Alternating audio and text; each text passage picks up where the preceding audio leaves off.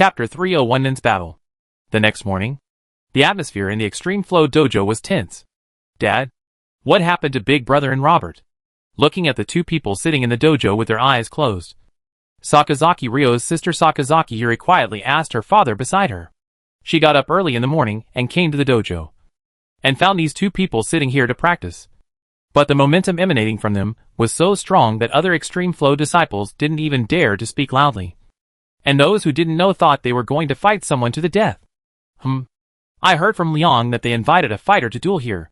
Takuma Sakazaki, the founder of Kyokuri Karate, and the father of Ryo Sakazaki and Yuri Sakazaki, reached out and touched his chin and spoke. Duel challenge? Dad? Are you sure you're not seeking revenge? Why does it feel so weird? Looking at my brother and the others, it's as if they're about to go to the battlefield. Is this really okay?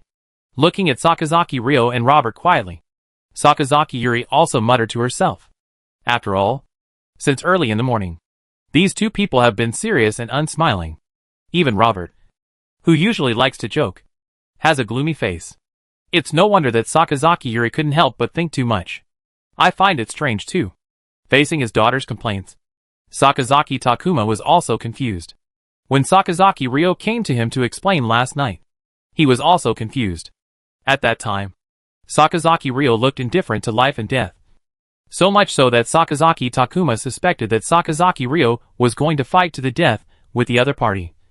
But I haven't heard that he and Robert have any deep hatred for each other. Teacher. At this moment, an apprentice with a pale face stumbled into the dojo, and even hit his head on the ground before he could stand firmly. Seeing this scene, Sakazaki Takuma frowned and scolded him. What's going on? You're so flustered. How can you be so rude? No. Someone came to the gym to challenge us, saying that they were invited by Mr. Liang. I get it. But why are you so flustered? You are a disciple of the extreme stream. Don't make a fuss or panic. Or did he attack the disciples? No. Well, I don't have that. I'll go out and take a look.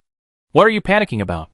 Seeing the panicked look of his disciple, Sakazaki Takuma became curious. After all, he was a little surprised that Sakazaki Ryo would take the initiative to invite others to a duel. And now his disciple is like this. This also made Sakazaki Takuma curious, and wanted to see who made them become like this. No. Master. That man looks too fierce. That's all? Upon hearing his disciple's answer, Sakazaki Takuma's face darkened. Just because of his fierce look? You are scared like this? How can you learn the secrets of the extreme flow if you are so impetuous? Remember, our extreme flow is... While scolding his disciple, Takuma Sakazaki walked out of the dojo. However, when he looked up and saw the tall figure standing not far in front of him, Takuma Sakazaki was so scared that he immediately closed his mouth and took a step back. Is this a human being? At this moment, Sakazaki Takuma finally understood why his disciple had become like that. Just standing there and looking at him, Sakazaki Takuma felt as if the person in front of him was not a human being at all, but more like a ferocious Tyrannosaurus Rex. Just standing there, a bloody and violent killing intent came over him. Looking at the way he is, let alone killing people, even Sakazaki Takuma would believe that he is a cannibal. Hello, Mr. Sakazaki. Dwanmu Huai also bowed and said okay to Sakazaki Takuma. I am Dwanmu Huai. I was invited here today to compete in a duel. Thank you for your guidance. Oh, hello. I'm Takuma Sakazaki from the Kyokuri Karate School. Hearing Dwanmu Huai's greeting, Sakazaki Takuma came back to his senses, coughed and nodded. And at this time, Sakazaki Ryo and Robert also walked out of the dojo, looking at Dwanmu Huai in front of him. Their faces were uncertain.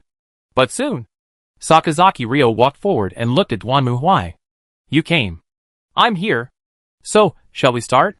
Dad, I hope my brother and Robert won't be beaten to death by him. At this moment, Sakazaki Yuri also grasped Sakazaki Takuma's arm and asked in a low voice. The girl's face turned pale at this moment. Just looking at Dwanmu Huai, she felt a little weak in the legs and couldn't walk. The sense of danger this man gave Sakazaki Yuri was far greater than the man who kidnapped her. Just by noticing the other's eyes, Sakazaki Yuri felt as if her heart was about to stop beating. Yuri Sakazaki was terrified at the thought of her brother dueling with such a terrible person. Wait a moment. Sakazaki Takuma thought for a moment. Then stepped forward. I also want to fight with Mr. Dwanmu. Father? Master? Hearing Sakazaki Takuma's proposal, Sakazaki Ryo and Robert were both surprised. While Sakazaki Takuma stared at Dwanmu Huai and then spoke. Why don't we follow the rules of the duel competition? How about me, Liang, and Robert form a team? And Mr. Dwanmu will fight with us in a round-robin battle? I don't mind that. Dwanmu Huai didn't care about it. In fact, he was more than happy to have Sakazaki Takuma join him. The higher the other party's status, the more duel points he would be given. If he could kill through the extreme flow in one breath, he would get special rewards. Don't miss it. Generally speaking, this kind of round-robin battle is a bit unethical. But if the opponent is Dwanmu Huai, no one thinks there is anything wrong with it. On the contrary, it is more like a round-robin battle than a round-robin battle. At least on the surface it gives people this feeling. Since it is a round-robin battle, the order naturally needs to be determined. Takuma Sakazaki believes that as the host of the extreme flow, he should take the lead, while Ryo Sakazaki feels that as the eldest disciple, he should be the first to attack. Robert believes that he should go up first to test the opponent's strength, and then Ryo and the master should take action. In the end, it was decided by rock, paper, scissors. So, Robert was the first to appear, Ryo Sakazaki was the second, and Takuma Sakazaki was the last, because Dwanmu Huai was too big and they were afraid that he would destroy the temple. Everyone fought in the courtyard. Well, I'll go first. Please give me your guidance. Looking at Dwanmu Huai in front of him, Robert took a deep breath, then walked up to Dwanmu Huai and spoke. The latter nodded slightly, clenched his fist, and said nothing. Round 1. Ready, go. After the referee gave the order, Robert shouted, jumped up, and kicked Dwanmu Huai directly in the chest. Watch out. Flying swallow gale kick. Although he learned karate, Robert was very good at leg skills. He was like an arrow, shooting directly at Dwanmu Huai's chest. And then with a bang, he kicked him solidly. Good. Seeing this kick, the extreme flow disciples nearby shouted loudly. But the next moment, their faces changed drastically. Dwanmu Huai, who was kicked by Robert, did not dodge or evade, and his body did not even shake. Robert himself felt a strong recoil force, as if he had kicked not a human body, but a concrete wall. Damn! Why is this guy so tough? However, when Takuma Sakazaki, who was standing next to him, saw this scene, his expression changed slightly. Not good. It happened in a flash. Before Robert fell, Dwanmu Huai reached out and grabbed Robert's leg, then lifted him up like a chicken and slammed him to the ground. Boom! Boom! Boom! Boom! Boom! Boom! Robert was mercilessly thrown to the ground by Dwanmu Huai. He tried desperately to struggle, but Dwanmu Huai's hands were like iron clamps holding his legs tightly, making it impossible for Robert to break free. After Robert's head had been in close contact with the ground for several times, his consciousness had begun to weaken. Then Dwanmu Huai lifted Robert up again, stretched out his left hand, grabbed his arm, laid Robert flat, and then suddenly threw him down, while raising his knee and hitting Robert's spine hard. KO! The next moment, accompanied by a shout, Robert fell unconscious to the ground and was motionless. Seeing this scene, everyone was stunned and speechless. They didn't expect that Robert couldn't even withstand a single move from the opponent. Of course, Dwanmu Huai didn't care. After all, the setting of Duel City was here. If it was outside, his knee would directly break Robert's body in half, like folding a book. He just watched Robert being carried away, and then turned his head. Next, hearing Dwanmu Huai's voice, Sakazaki Ryo and Sakazaki Takuma swallowed their saliva at the same time, feeling as if they were going to the execution ground. Be careful. This guy is not easy to deal with. I see. Hearing his father's reminder, Sakazaki Ryo's face also became solemn. Then he walked forward, came in front of Dwanmu Huai, and bowed. Kiyoshi Flow. Sakazaki Ryo, please give me your guidance. Bring it on. Well then, I'm coming. The moment the game started, Sakazaki Ryo strode towards Dwanmu Huai, while quickly thinking of countermeasures in his mind. Robert is good at leg skills, but he has no leverage point in the air. So once he is blocked, he can be easily counterattacked. So what I have to do is to attack his lower body. Such a tall man must have an unstable lower body. As long as he loses his center of gravity, he can be defeated. Drink it. Coming in front of Duanmu, Sakazaki Ryo roared. Then rolled behind Duanmu. And then he punched out. Take my move. Overlord roaring fist. This time, Sakazaki Ryo did not hold back, but used his most powerful move right away. Soon, a stream of air suddenly burst out and hit Duanmu before he could turn around, causing his body to sway slightly. There's hope. Seeing this scene, Sakazaki Ryo immediately cheered up. However, Duanmu had also come to his senses at this moment. He clenched his fists and punched Sakazaki Ryo on the ground. Not good.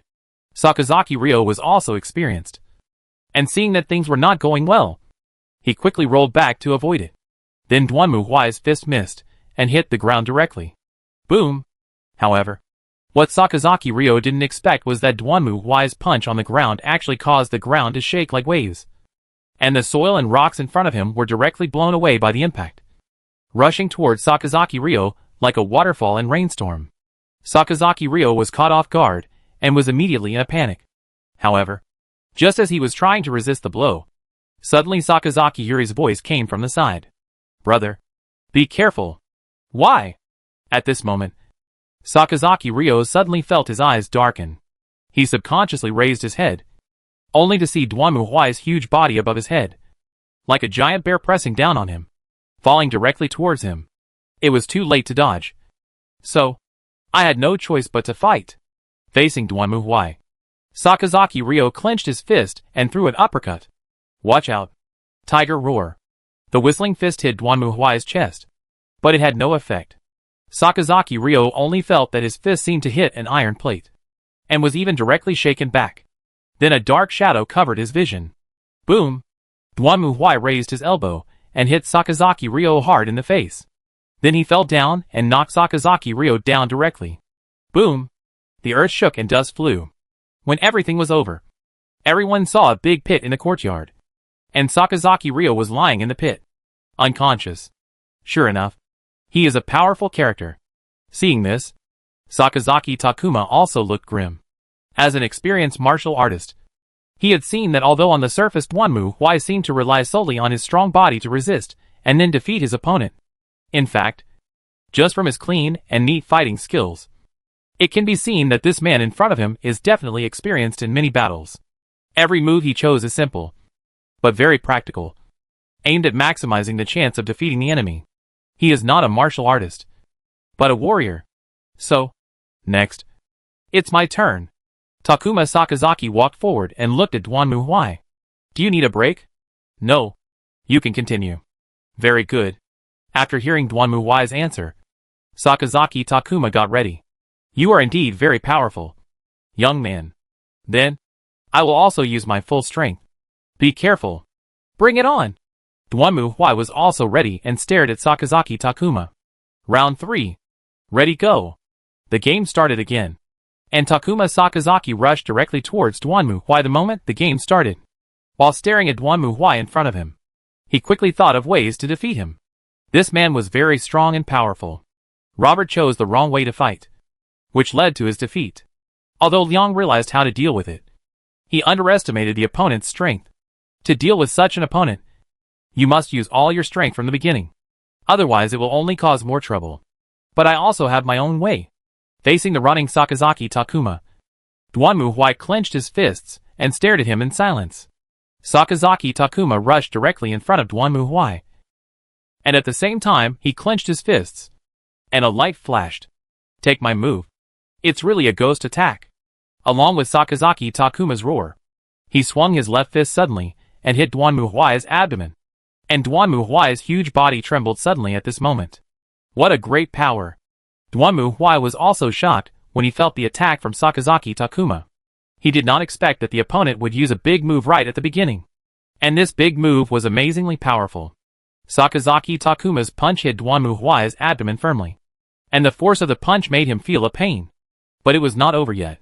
Sakazaki Takuma, who was hit by the punch, clenched his right fist again and blasted towards Duanmu. Boom! Boom! Boom! Under the attack of Takuma Sakazaki, Duanmu's body shook violently, and then he was knocked backwards. Seeing this, the Extreme Flow disciples nearby also cheered. After all, this man who looked so scary was finally defeated for the first time. However, this is not the end. Boom! Just at the moment when Dwanmu Huai was knocked back and leaned back, Sakazaki Takuma clenched his fists again. Extreme Flow secret technique. Dragon and Tiger Dance. The next moment, Sakazaki Takuma turned into a phantom and rushed directly in front of Dwanmu Huai. At the same time, countless fists bombarded Dwanmu Huai like a storm. Boom boom boom! In the face of Sakazaki Takuma's series of rapid and violent attacks, even Dwanmu Huai was unable to resist and was beaten back repeatedly. However, although Takuma Sakazaki's ultimate move is powerful, humans cannot have unlimited bursts of power after all. Although Takuma Sakazaki hopes to burst out his power to defeat Dwanmu Huai at the beginning, his strength is soon exhausted and his speed gradually slows down. It's now! Dwanmu Huai had been waiting for this opportunity when he noticed that the opponent was slowing down. He roared angrily and rushed forward, like an angry bull, and hit Sakazaki Takuma with his shoulder, sending him flying. Then, this is it. It's over! As Dwanmu Huai roared, his fist turned into a phantom gust of wind and whizzed towards Takuma Sakazaki. Ola ola ola ola ola ola. With the last ula, Dwanmu Huai's fist hit Sakazaki Takuma's chest heavily. And then the master of the extreme stream flew backwards like a cannonball, crashing into the wall of the dojo, and was smashed into the dojo. Seeing this scene, everyone around was stunned. Chapter 302 New Home. When Dwanmu Huai walked out of the Extreme Flow dojo, he felt refreshed. Since the setting of Dual City is that people cannot be killed, Dwanmu Huai certainly did not kill Takuma Sakazaki. Not only that, after defeating Takuma Sakazaki, Dwanmu Huai also obtained 2 rewards: surpass the school and defeat the Grandmaster. In the blink of an eye, he obtained 5,000 duel points. These points are enough for Dwanmu Huai to upgrade his weapons, move out of that damn place, and find a normal apartment to live in. Not only that, after waking up, Sakazaki Takuma also told Dwanmu Huai that he would recommend Dwanmu Huai to the duel tournament in the name of Extreme Style Master, which made Dwanmu Huai feel relieved. Although I don't know what the situation is here. According to the game settings, basically most of the heads of martial arts families have a considerable influence on the duel tournament. Since Sakazaki Takuma said that he would recommend himself to the duel tournament, it is only a matter of time before Dwanmu Huai gets the recommendation letter. But now, Dwanmu Huai still planned to move to another house first. After all, Dual City was a large-scale permanent event. If he wanted to come here to participate in competitions from time to time, he would naturally need a base. It's better to use it. By the way, the prices in Dual City are extremely distorted and cannot be explained by normal logic at all. In Dual City, clothing is always the most expensive thing. Take bikinis for example. The cheapest one costs 50,000 duel points, which is considered in-level stuff in mobile games. If you want to buy SSR level clothes, you either have to win first place in the duel competition and get a set as a reward, or spend hundreds of thousands or even hundreds of millions of duel points. You know, in Dual City, even a villa is only 50,000, but it's only equivalent to a set of in-level bikini. Of course, if it were in the game, the duel tournament would be very difficult to play, because players not only have to fight against NPCs, but also against other players, and the uncontrollable risks are too great. Fortunately, there is only one player in the duel tournament, Dwanmu Huai, and he can completely play this PvP map as PvE, as long as he defeats the NPC and wins the championship of this duel tournament. Dwanmu Huai can bring back a beautiful new set of clothes for him. Yeah, it's also very durable. It will also cause clothes to burst. This is the key point. After leaving the Extreme Flow dojo, Dwanmu Huai also contacted Lorena. By the way, this priestess played even crazier than Dwanmu Huai, especially after Lorena found that people in this world could not be killed. She almost ran around looking for people to challenge. Well, considering that there would obviously be no such fighting competitions in the Holy City, Dwanmu Huai could understand it. Lorena must have been holding back for a long time. So coming to the Dual City was like a fish entering the ocean, freely starting to enjoy the fun of fighting. Not only that, Lorena seems to have known several female fighters, and they are basically acting together now. Well, Dwanmu Huai has to be careful. lest his sister be bewitched by NPCs to join their team to play in the competition. That would be funny. After completing the Extreme Flow Dojo, Duanmu Huai had some spare money in his hands, and he could finally change to a normal residence. Although he also thought about whether to challenge the Kusanagi flow by the way. But forget it. He didn't want to fight with Kusanagi Kyo. So Duanmu Huai decisively gave up this idea and started looking for a place to live. With the experience in the game, Duanmu Huai quickly locked on an apartment located in the west of the Dual City. The rooms here are large and spacious. The price is cheap. There are restaurants and playgrounds nearby, and next to the river and forest park. It only takes 30 minutes to walk through the park to reach the duel competition venue. Therefore, in the game, many players regard this place as their base, whether they leave the dual city or come back to participate in activities. It is a popular location. Duanmu Huai still remembers that at that time, the whole street was full of players setting up stalls and selling jewelry and clothes. But now, looking at this empty street, it is obvious that there is no grand scene like in the game. Hey, I don't know what the game has become now. Looking at this familiar yet unfamiliar street, Duanmu Huai couldn't help but sigh. He still remembered that in the game, there were players setting up stalls on both sides of the street, and there were players dressed in strange clothes coming and going on the road, such as muscular men in bikinis, male fighters in bunny girl costumes, and even people in puppet costumes. Most of them were here to attract attention, to the extent that the authorities had to issue a notice, hoping that players would dress more like human beings in public areas, instead of pretending to be a muscular man in a bikini and harming other players' eyes. While recalling the hustle and bustle in the game, Duanmu Huai strolled on this rather deserted street. Then he saw an NPC's food cart on the side of the street. So he walked over. Give me an ice cream. Eh? Ah. Okay. Okay. Hearing Duanmu Huai's words, the waiter in the car looked up at him, was startled, and nodded vigorously. Then Duanmu Huai saw him pick up the cone, stuffed a few ice cream balls that were almost as big as apples into it, and then handed it over respectfully. You? Please use it. Duanmu Huai nodded and took the ice cream, not caring at all. After all, even in real life, he was often treated preferentially when he went out to eat. For example, when eating beef noodles, the other party will specially put several kilograms of chopped cooked beef in his bowl. And when drinking chicken soup, they will also take out a whole boiled chicken from it. I can only say that there are still generous merchants in this world. When Duanmu Huai was eating ice cream, he suddenly felt a gaze from the side. Duanmu Huai turned his head and saw a girl standing not far away, staring blankly at the ice cream in Duanmu Huai's hand.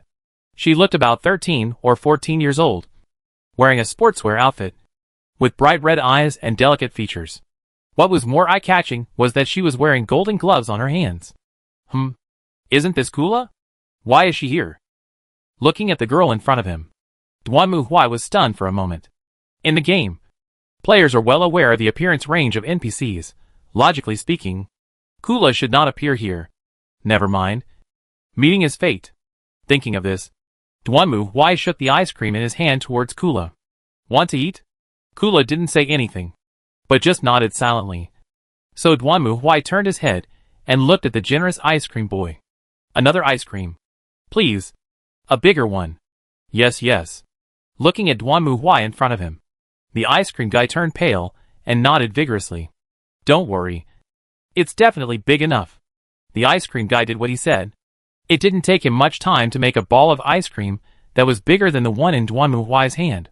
To be honest, it was quite a skill to be able to stack so many ice cream balls in one cone. Duanmu Huai took the huge ice cream and handed it to Kula. Give. Hearing Duanmu Huai's words, Kula looked at him puzzledly, and then looked at the ice cream ball again. Well, it seems that for Kula, the ice cream ball is much more attractive than Duanmu Huai. This is for you. Eat it. After hearing Duanmu Huai's answer, Kula walked forward cautiously, like a small animal that didn't know whether to accept food from humans. He stretched out his hand to take the ice cream ball, and then began to eat it in small bites.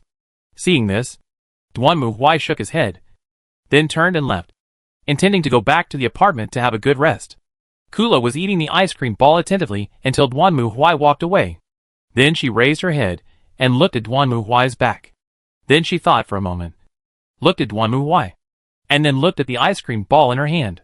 Then the next moment, The blue-haired girl acted silently, and walked towards the direction where Duanmu Huai was. Chapter 303 Wildcat. Thank you both for today. Looking at the two people in front of her, Lorena bowed. Don't be so polite. Lorena. We are all friends. Right? Oh, this is so cute. As she spoke, one of the girls, with a long black ponytail, rushed over and hugged Lorena. Lorena. Why don't you just team up with us? That bastard Andy went to hang out with that guy in underwear again.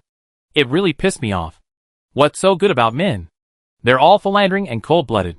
Lorena is better. She's cute and well-behaved. It's decided.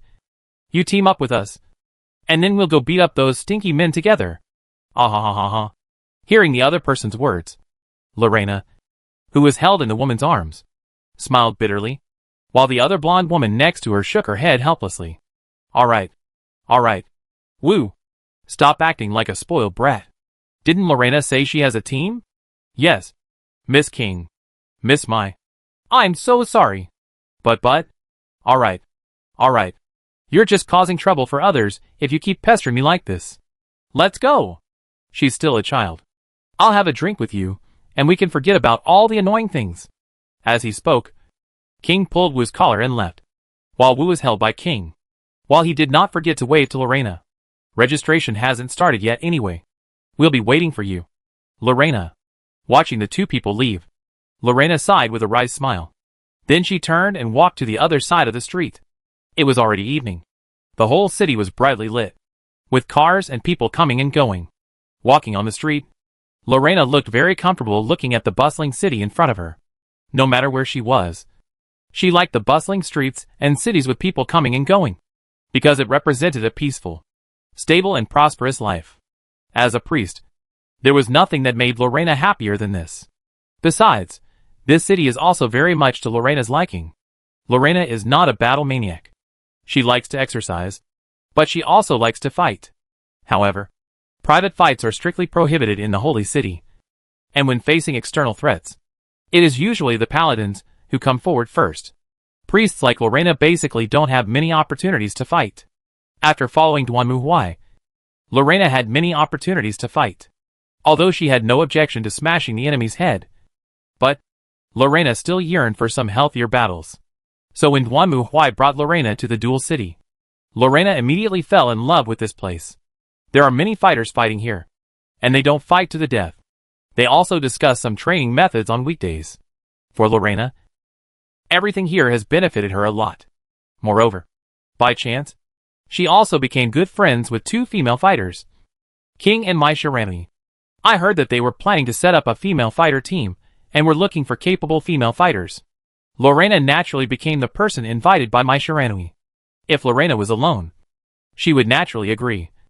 But unfortunately Lorena knew why Duanmu Huai summoned her here, so she could only refuse. I remember the knight said he moved to a new home, and it seems to be near here. Looking at the route on the terminal in front of her, Lorena came to an apartment near the street and rang the doorbell. Soon, Duanmu Huai's voice came. Who is it? Ah, Sir Knight. I am Lorena.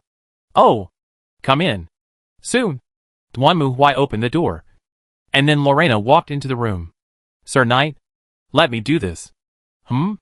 However, just as Lorena walked into the room, she unexpectedly found that a girl with blue hair was hiding in the corner, secretly peeping at her. When she noticed Lorena's gaze, the blue-haired girl ran into the room and disappeared. Sir Knight, who is that lady? Lorena withdrew her gaze in confusion and looked at Duanmu Huai, who shrugged helplessly. Just think of me as a kitten I picked up from the street. Kitten? Duanmu Huai was not talking nonsense. In fact, it was almost the same.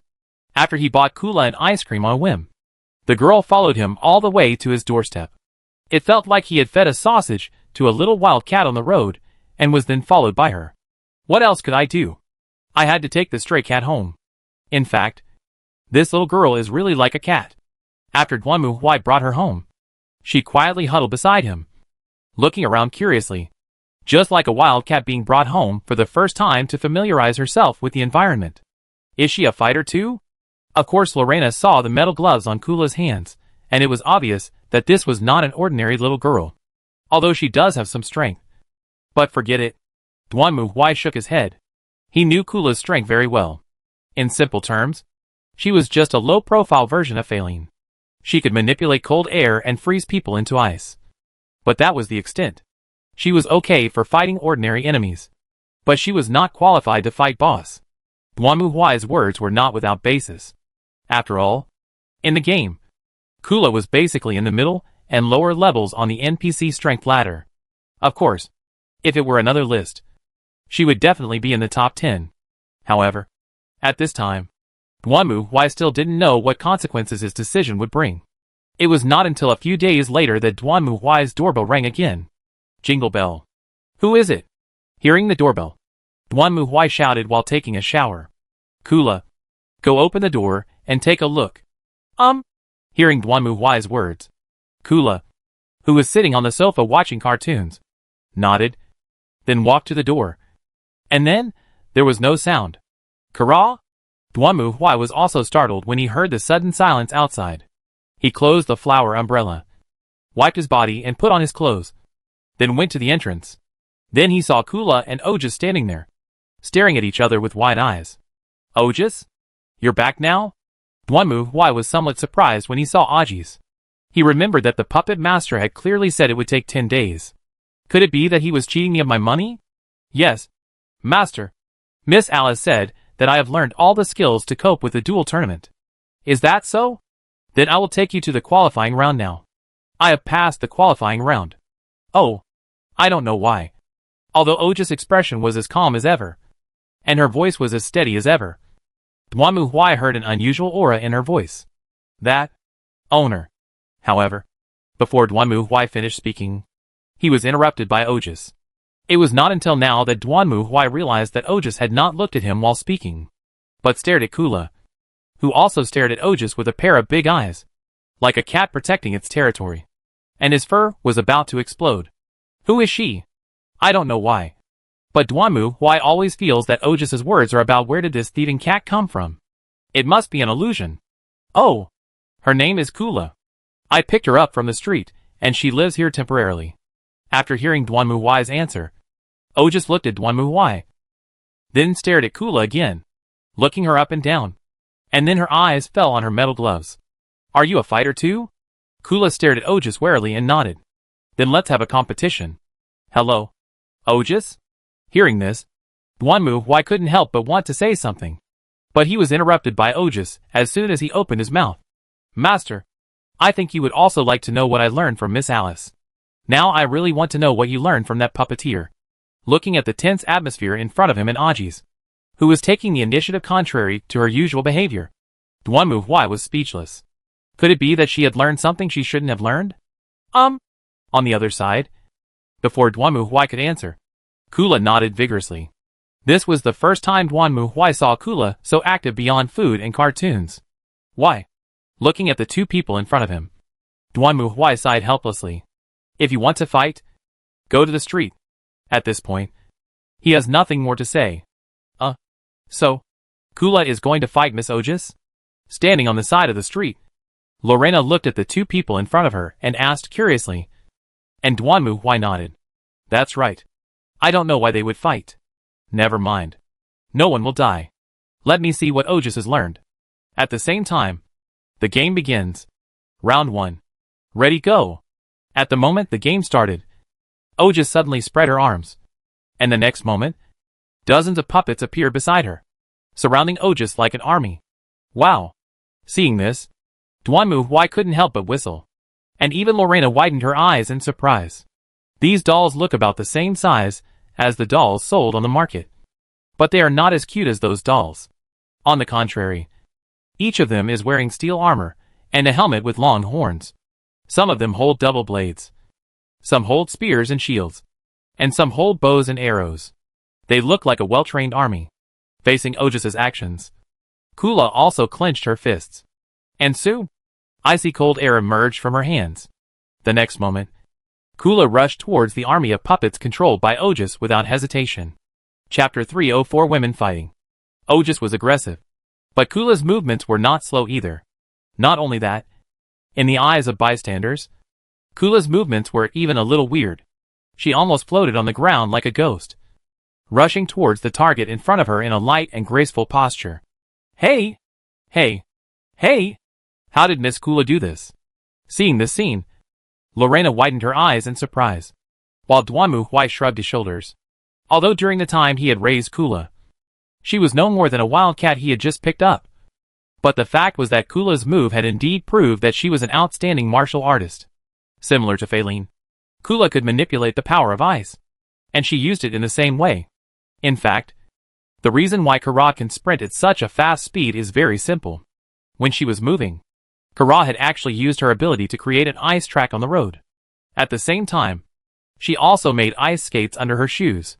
In this way, what is just an ordinary ground for ordinary people is as easy as being on an ice rink for Kara. Seeing Kula's charge, Ojus was stunned for a moment. But soon she twitched her fingers, and the next moment, several puppets holding knights' lances suddenly gathered in front of Ojus, holding lances like a brave cavalry unit, and stabbed directly at Kula. At the same time, Kula suddenly bent forward, and the ice road under her feet suddenly rose and turned into a staircase rushing to the sky. Kula took advantage of the situation and jumped up, avoiding the spread of these knights. At the same time, she raised her right foot and kicked Ojus' head directly. The little girl looks cute, but she is quite ruthless.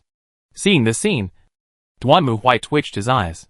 Due to Kula's lack of strength, it was difficult for him to enter the knockout stage in the duel competition with a large number of players.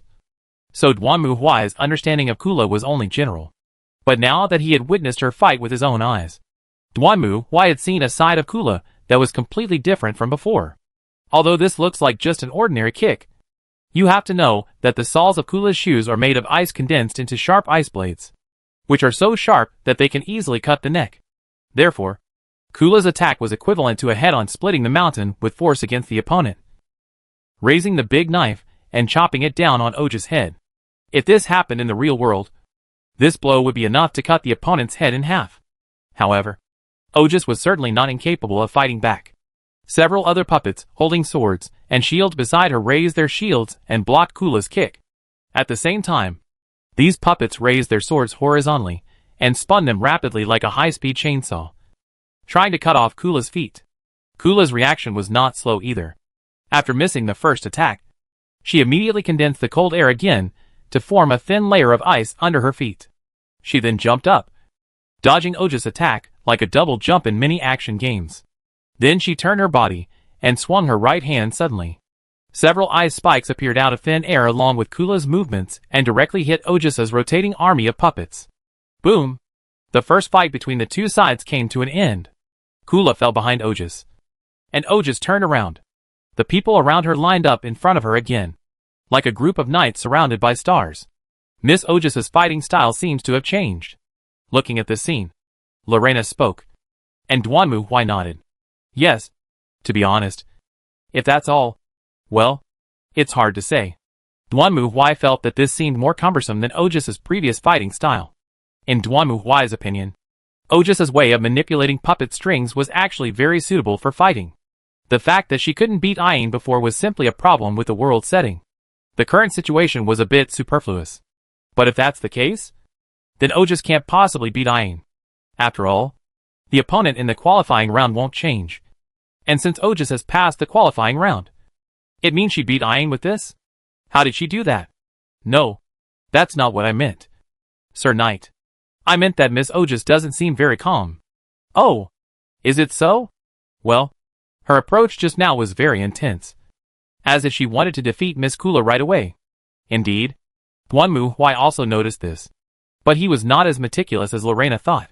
He simply thought that this was because Ojus' fighting style had changed after she learned a new way of fighting. After hearing what Lorena said, he still didn't understand.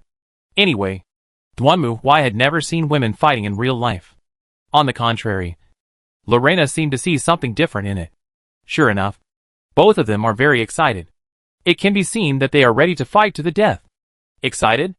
After hearing what Lorena said, Duanmu Huai looked at Ojus and Kula again. The former had a blank expression on his face, and the latter also had a blank expression on his face. Where are you excited? What are they so excited about? Just when Duanmu Huai was confused, the two of them started to act again. Swoosh, swoosh, swoosh. Otis raised her right hand, and as she moved, the puppet in charge of the bow, an arrow behind her quickly shot arrows at Kula. Facing the flying arrows, Kula also flashed and tried to dodge. Then the next moment, her right hand seemed to be bound by something invisible, fixing her in place. "Oh, I got it!" Seeing this, Duanmu also suddenly realized that he knew what was going on. Obviously, Otis used her puppet silk thread to tie up Kula's arms, thus restricting her movements. Seeing this, Duanmu could almost guess how she defeated Ayin. Otis's biggest weakness is that she has no fighting ability. That is to say, even if she tied up Ayin with puppet strings, Otis would not know how to attack her. She has no fighting ability. But now, with these puppets, this is not a problem for Otis. She can use the puppet strings to tie up the enemy, and then let the puppets come forward to attack. It seems that it is not completely useless. Seeing this, Duanmu was relieved. However, at this moment, an accident happened on Kula's side. Facing the silk threads that bound her, Kula struggled hard for a few times. But it was obvious that the silk threads of Otis's puppet were not so easy to break free. So Kula's eyes flashed, and then she raised her hands high, and then swung them down with force. The next moment, countless ice fell from the sky, covering the entire street like a huge snowstorm. Ice blocks as big as hailstones whizzed down and hit Otis on the head. Not to mention Otis. Even Duanmu was surprised by this move. He did not expect that Kula would choose to use his ultimate skill directly. Bang, bang, bang, bang. Under the attack of the blizzard and hail, the silk thread that Otis used to bind Kula suddenly broke, and the puppets around her that protected Otis were also smashed to pieces. Not only that, at the same time as the silk thread broke, Kula flashed again, quickly passed through it, and rushed towards Otis. At the same time, she raised her right hand and stabbed forward with force. As Kula moved, a sharp ice blade formed on her palm and stabbed directly into Otis' chest. Now comes the key. Seeing this, Duanmu also became serious. The puppets around Otis were all smashed to pieces by the storm and hail created by Kula, and they were unable to protect her at all. Otis herself had no fighting ability, so she could not use any means of receiving or defending to block Kula's attack. So, what would Otis do? Facing Kula's attack, Otis quickly gave an answer, and she flew directly. No, it didn't fly up. At first, Duanmu thought that Otis was flying straight up. It was not until he saw the puppet fixed above her head that Duanmu understood Otis's thoughts. I see. Well done, Otis. Seeing this, Duanmu couldn't help but clap his hands. He originally thought that these puppets were just a burden to Otis. But now it seems that this is obviously not the case. These puppets can not only help Otis attack and defend, but they can also help Otis move quickly. Those puppets suspended in the air are like fixed points. In this way, Otis can use the pulling of the puppet strings and the existence of the fixed points to move quickly and avoid the enemy's attacks. How to put it? It's just like the wire work in the movies, which can carry people and let them fly here and there. But for Otis, it is obviously more convenient. I see. In this case, the existence of the doll is not an obstacle to Otis, but a help. But who will win this battle? For Duanmu, Otis's growth did surprise him. But Kula's fighting ability was also amazing. More importantly, Kula's ultimate move was very deadly. In the previous battle with Sakazaki Takuma, Duanmu found that the ultimate move in this world was very powerful. You know, according to reason, ordinary attacks like Sakazaki Takuma's would not be able to hit him at all. In fact, Duanmu did think about relying on his own body to resist it at the beginning. But he didn't expect that after Sakazaki Takuma opened his power, the punches he threw were not only much more powerful than before, but also much more powerful. Even Duanmu's body couldn't withstand it, and he was even beaten back repeatedly. I don't know if Otis has learned any special skills, but it shouldn't be a problem. While Duanmu was thinking, he saw Kula, who had missed the attack, staring at Otis and raising his hand again. At the same time, a flash of light appeared, and the next moment a huge ice spike appeared in the air, rushing towards Otis. But at this moment, Otis was obviously very good at dodging attacks. Her figure was almost impossible for a human to do, and she quickly retreated like a ghost. At the same time, Duanmu saw Otis also raise her right hand, and a flash of light appeared. The next moment, The puppets around Kula suddenly began to spin wildly, like a rapidly spinning circular saw, and completely wrapped Kula in it. Although Kula hurriedly took a defensive stance to try to resist, the 180-degree all-round attack was beyond Kula's limits. In the end, her defense was defeated, and then Kula's petite body flew backwards and fell to the ground. KO! Seeing this, Duanmu nodded. It was clear that the outcome was decided. Chapter 305 Hidden Competition? After this, Duanmu was finally relieved about Aji's performance. At least with Aji's presence, the competition would go more smoothly. As for the competition, an invitation letter was also issued, so that Duanmu could take Aji's and Lorena to recuperate and prepare for the duel competition. As for Kula, he was well behaved after that, and never dared to act rashly in front of Aji's again. Well, it seems that the game not only determined the winner, but also the status. Next, just wait for the registration time to start, and then sign up in a team. This is what Duanmu originally thought. Unfortunately, plans are never as fast as changes. Boom boom. Boom boom. There was a hurried knock on the door. Duanmu, who was sitting on the sofa to rest, raised his eyebrows when he heard the knock. Then he stood up and walked to the door. Ever since the battle between Ojus and Kula, he never dared to ask others to help open the door again, for fear that someone would start a fight with someone else, which would be a trouble. Who is it? It's me, Anoka. Mr. Duanmu, do you have time now? I have something very important. Hearing the urgent voice of Anoka coming from outside the door, Duanmu's face became serious. And then he opened the door. Sure enough, it was Anoka standing outside. But at this moment, she was sweating profusely. Her face was flushed, and she looked like she had encountered something terrible. What's wrong? Anoka? It's like this. Mary she. Calm down. I didn't see that little girl today. Duanmu looked around and didn't see any trace of Mary Rose. After the previous competition, Mary Rose was like a follower. Every time Anoka challenged Duanmu, she would come to join in. Of course, every time she was beaten by Duanmu, she would run away. After all, Mary's fighting skills are completely based on the technique of using the opponent's force to counterattack, rather than the strength type. Facing a humanoid monster like Duanmu, her skills are basically useless. It's like a skier with superb skiing skills would be doomed if he encounters an avalanche. Anyway, let's talk first. Duanmu welcomed Anoka into the room, and Ojus, Lorena and Kara, who heard the noise, also came over curiously. When they saw Anoka, the expressions of the three of them were somewhat subtle. What's wrong? What happened? Miss Anoka? Lorena and Anoka had met each other quite often, so she quickly took her to sit on the sofa and brought her a cup of tea. It was the first time for Ojus and Kara to meet Anoka, and they both sat on the sofa opposite each other, staring at Anoka's chest as if she were looking at some rare and exotic animal. To some extent, it is understandable. After all, there is no girl as well developed as Anoka in the Court of Inquisition. So, what happened to that little girl? Seeing that Anoka gradually calmed down, Duanmu asked, and Anoka immediately explained to Duanmu. Mary has always disliked Duanmu, so she has been trying to find a way to defeat him. But unfortunately, she has never been able to do so. And then, she met a man who introduced her to a competition called the Fighting God Competition, saying that if she could win the championship, she would be able to gain the powerful power of the Fighting God. God Fighting Contest? Hearing this, Duanmu frowned. He had no idea there was such a competition in the game. And what was the power of the Fighting God? Could it be eaten? Yes. I didn't know what it was at first.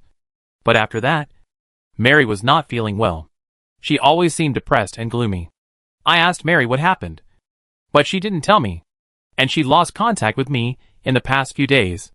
I went to Mary's house and found that she didn't go home either. Later, I found this on the bookshelf. As she spoke, Anoka took out a piece of paper and placed it in front of Duanmu. What is this? Let me see. The rules of the Fighting God Tournament. God Fighting Contest rules. Qualifications. Anyone can participate. Men must have a beautiful woman as a partner. Women can participate alone if they meet the requirements. Rule of the game. 1 versus 1 in principle. The winner is decided by the death of the participant, the inability to fight, and the surrender. Even if there are casualties, the opponent has no responsibility. Rules for defeat. The defeated party must hand over the female partner, or the female partner himself, to the winner for disposal. The organizers will not ask about any disposal of the defeated party. After this, the defeated woman must serve the victor for free for 3 years, or pay 300,000 duel points to be exempted from punishment. Winner's rights. The organizer of the competition will grant the power of the God of War, and the title of the God of War, as well as 1 million duel points as a reward. And the winner can also fulfill one wish for free. Other rules. Private fights between participants are prohibited during the tournament. And the same applies to the partners of participants. No matter what the reason, once you give up the game, you will be considered defeated. The same applies to those who are late for the game or fail to attend the game on the day. The God fighting contest and the duel contest open simultaneously. What the hell is this? After reading the rules in front of him, Duanmu Huai was confused. He had never heard of such a good game before. No. So exciting. No. So, well, anyway, if the players really knew there was such a competition, wouldn't they explode on the spot? If this kind of competition appeared in the game, it would definitely become a hot topic in the forum.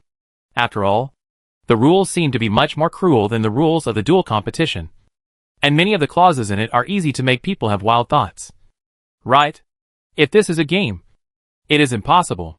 After all, this kind of setting will not even pass the review. In other words, the duel city in the game is actually a castrated all-ages version. Is the duel city in front of us the complete version? There is actually such a development? I really didn't expect it. After thinking for a moment, Duanmu Huai came to his senses, looked at Anoka in front of him and asked, so you think Mary is going to participate in this competition? I don't want to think so. But she hasn't shown up for a few days, and she doesn't answer my calls. Although I want to participate, I'm afraid I'm not strong enough. Indeed, although the rules state that women can participate alone, given Anoka's current level, she would just be a failure if she enters. So, I hope to compete with Mr. Duanmu and rescue Mary. You trust me so much. Aren't you afraid that I will lose? Hearing Anoka's answer, Duanmu Huai asked curiously, and Anoka nodded. I know Mr. Duanmu's strength. I believe that if it is Mr. Duanmu, he will definitely not lose.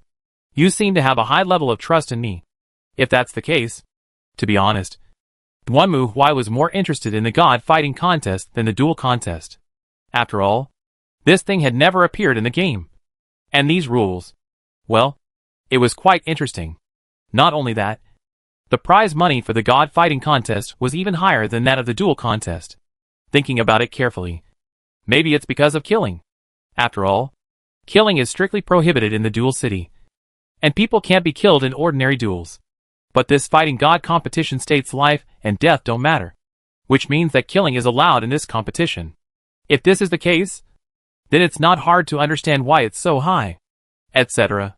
However, at this moment, Oja suddenly raised her hand. I will be the master's partner. Although Kula on the other side did not say anything, he reached out and grabbed Duanmu Huai's arm. And then they both looked at Lorena, facing the gazes of the two men. The latter was stunned for a moment and quickly raised his hand. In that case, I will team up with Miss King and Miss Mai to participate in the duel tournament. They invited me before. If the Knight Sama does not participate, then I will team up with them. Hey, you want to run away? Hearing Lorena's words as if she was not involved, Duanmu Huai glared at her, and the priestess hurriedly stood up and waved to everyone. Well, I'll go contact Miss King and Miss Mai. You guys can chat slowly. After saying this, Lorena ran away like the wind. Seeing Lorena give up, the two of them turned their gazes back to Anoka, who hesitated and clenched her fists. I'm going to be Mr. Duanmu's partner. After all, it's my request. And for Mary, I won't give up. Just like that, the three of us glared at each other, and finally Duanmu Huai sighed helplessly. If you want to fight, go fight outside. As soon as the words fell, the three of them stood up and rushed out the door, disappearing in the blink of an eye. Why? Looking at the wide-open door, Duanmu Huai shook his head. Ojas didn't know what she had learned from Alice to become so proactive. But, thinking of this, Duanmu Huai looked at the rules of the fighting god competition in his hand again. I never thought that there would be such a hidden event in the duel city. Is this really okay? By the way, who could organize such a competition in such a place? At this moment, it can be said that Duanmu Huai's curiosity was indeed aroused. Obviously, he was also full of curiosity and interest. Compared to the duel competition that he was already tired of playing, this fighting god competition seemed. It was really quite interesting. Next, it depends on who can decide the winner. Chapter 306 Registration. In the end, the winner of the fighting god tournament, as Duanmu Huai's partner, was Anoka. Well, this result was quite beyond Duanmu Huai's expectations. After listening to what Anoka said, Duanmu Huai finally figured out what was going on. It turned out that at the beginning of the duel, Ojas and Kara fought each other. Originally, Ojas did have the upper hand, but Kara was not a little kid who knew nothing. Although Kara lost in the end, she tried her best to destroy Ojas's puppet army, and at the same time froze her silk threads, completely blocking Ojas's combat effectiveness. In this situation, any normal martial artist could kill Ojas. How should I put it? Kula looks cute and silly, but she also has a dark side. She must have been looking for a chance to take revenge after being defeated last time. Since she can't win, she might as well not let Ojas win. Well, it seems that her puppet lost to the evil people. There is nothing we can do about it. Duanmu Huai was also speechless about the relationship between the two. He could understand their thoughts. In Kula's view, Ajis was a stranger who appeared inexplicably in his territory and was hostile to him. So of course, he would not treat her well. In Ajis's view, she was the one who had always been following Duanmu Huai. And now a thieving cat appeared out of nowhere. So she naturally had to teach him a lesson. Although it is not nice to say this, Duanmu Huai is quite happy to see it happen, as it also shows that Ojas is gradually beginning to develop human emotions. As for the mutual harm between these two people, just let them be. Duanmu Huai can't do anything about it. He hasn't had much contact with girls before, so he is powerless in this regard. If it really doesn't work, just let Lorena solve it, as a punishment for her deserting the battlefield. So Duanmu Huai left Ojas and Kula at home staring at each other, and took Anoka to the registration office for the Fighting God tournament. After all, the address was written right under the rules. Right here? Looking at the dark subway station entrance in front of her, Anoka swallowed her saliva and asked uneasily. Duanmu Huai took out the rule sheet and glanced at the address below. That's what it says on the address. Will you let us sign up? If you don't let me, just go in directly. Duanmu Huai clenched his fists and snorted coldly. As an inquisitor, he had done a lot of similar work, and had also done a lot of trouble with those chaos cults. Sometimes, when Duanmu Huai was really impatient, he would just hit you on the head with my little hammer and make his infiltration become invincible. So he is quite experienced in this area. Ah ha ha ha. Hearing Duanmu Huai's words, Sunoka smiled bitterly. Then Duanmu Huai put away the rule sheet and strode downwards. This is an abandoned subway platform. The further down they go, the darker it becomes. When the two arrived at the entrance of the subway platform, they found that it was almost completely blocked by iron plates, with only a small iron door. Duanmu Huai walked up and knocked on the door. Soon, a window on the other side of the iron door opened, revealing a pair of small eyes. Who are you? What are you doing here? I heard that there's a god fighting contest being held here, so we're here to sign up. Duanmu Huai spoke, and after hearing Duanmu Huai's answer, the people inside were silent for a moment. I do not know what you're talking about. Then the doors and windows closed again, and there was no sound. Hey! Hey! Why is this happening? Seeing this scene, Anoka jumped up anxiously. She didn't expect that the other party would refuse without saying a word. Maybe there's some secret code or something. This kind of competition is obviously also to prevent people with ulterior motives from joining. For example, they are. Then, what should we do? You still need to ask? Hearing Anoka's question, Duanmu Huai chuckled. Since plan A doesn't work, let's just follow plan B. Plan B? Do we have a plan B? Mr. Duanmu? Of course. That is, just go in. Kill anyone you see.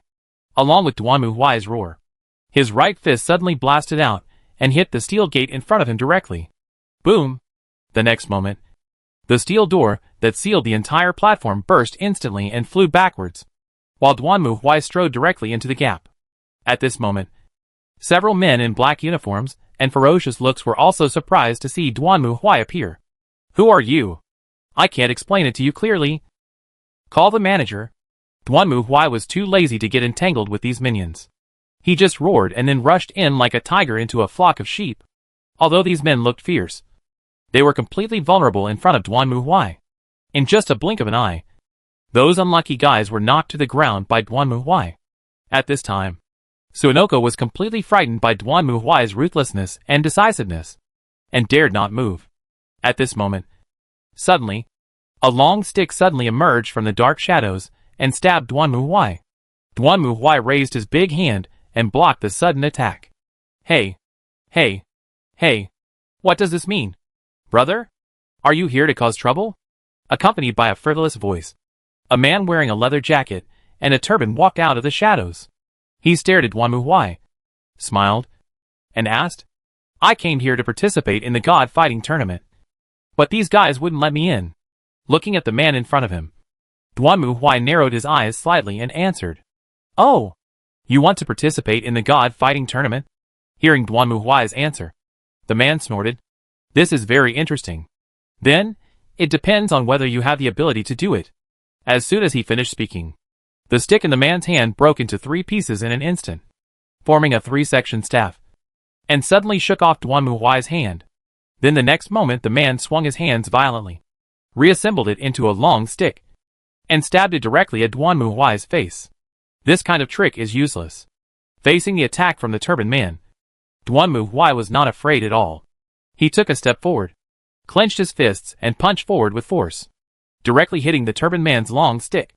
The next moment, accompanied by a loud bang, the long stick waved in the turban man's hand suddenly broke into pieces.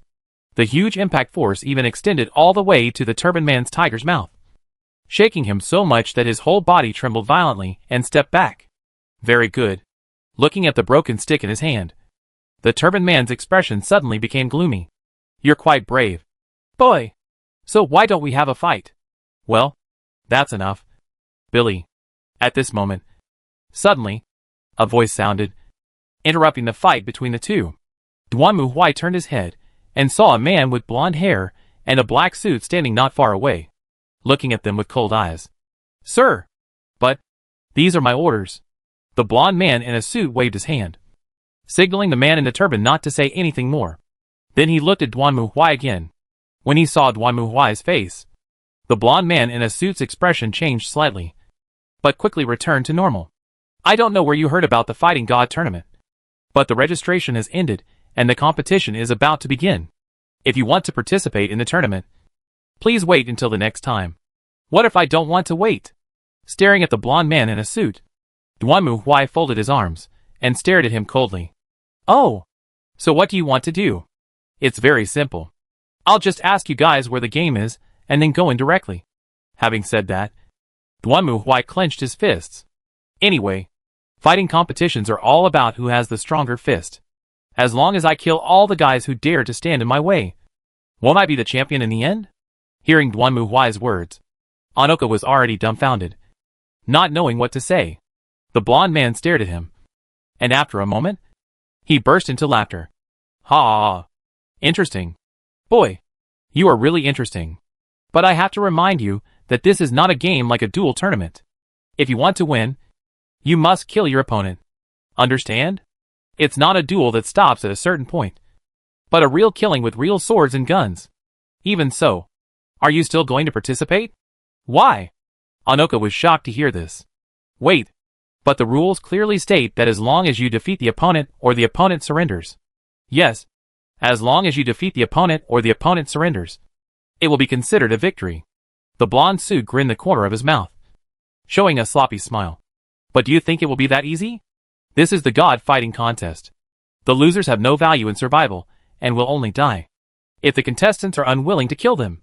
Then these losers will be executed in public, no matter what. The losers will only die. How come? Hearing this, Anoka's face turned pale. For her, such a cruel rule was probably something she had never seen before. But for Duanmu Huai, this was just commonplace. I see. So, can I join in? Or should I call Mr. Duanmu?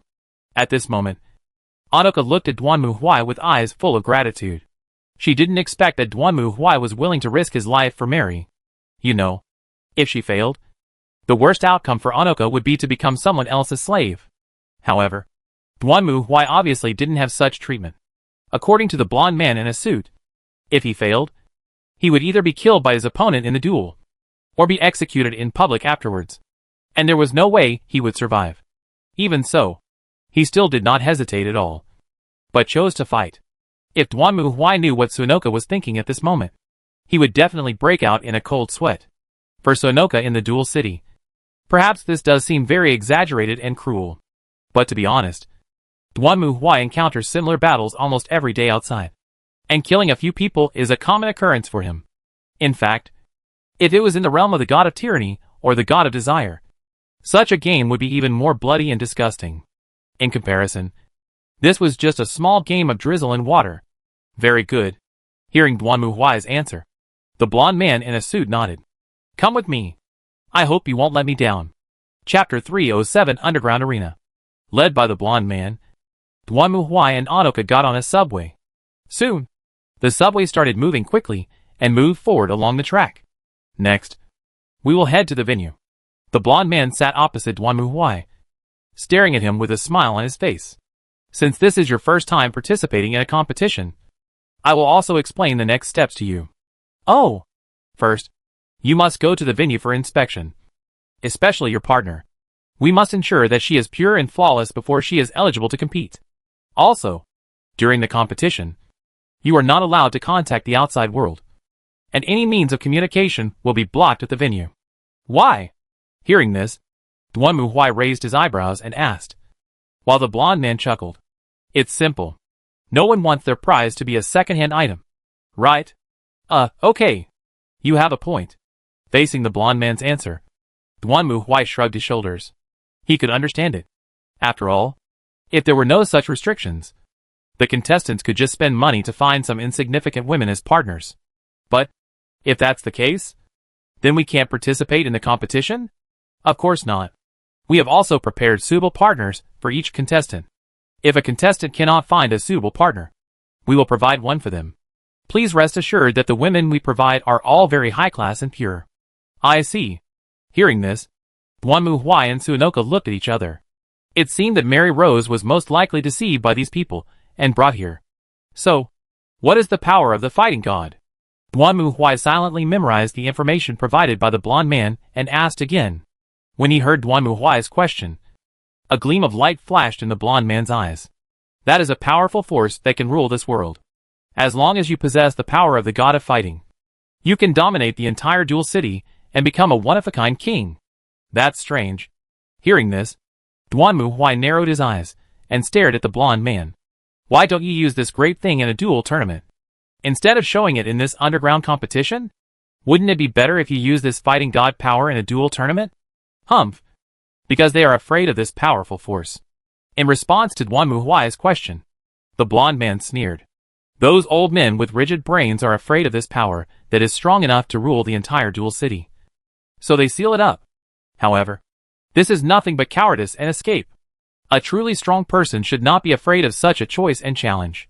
Then I am very confused. Duanmu Huai looked at the blonde man curiously. Since this power is so strong, why don't you just divide it among yourselves? Why bother to hold such a great god fighting contest?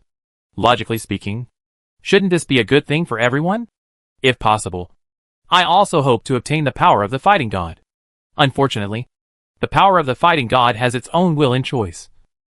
So we have no choice but to hold a fighting god competition and select a winner to become the fighting god. This is the requirement of the fighting god's power. Okay, I get it. Facing the blonde man's answer, Duanmu Huai curled his lips. In fact, just from these, he had almost guessed what the fighting god's power was. It was definitely not a good thing. So, what about the schedule? A person will participate in 3 tournaments. Basically one competition every 3 days. And they will be held separately. They will start and end at the same time as the duel tournament. As he spoke, the blonde man showed a cold and ferocious smile. When those idiots above are cheering for their victory, they probably have no idea that the true ruler of this city will be born in front of them. It's really a completely villainous behavior. Duanmu Huai is too lazy to complain about it. As for the competition itself, there are no rules for the god fighting competition. Participants can use any weapons and any means to win in the arena. The same goes for the contestants. Either being killed in the arena or being killed outside the arena.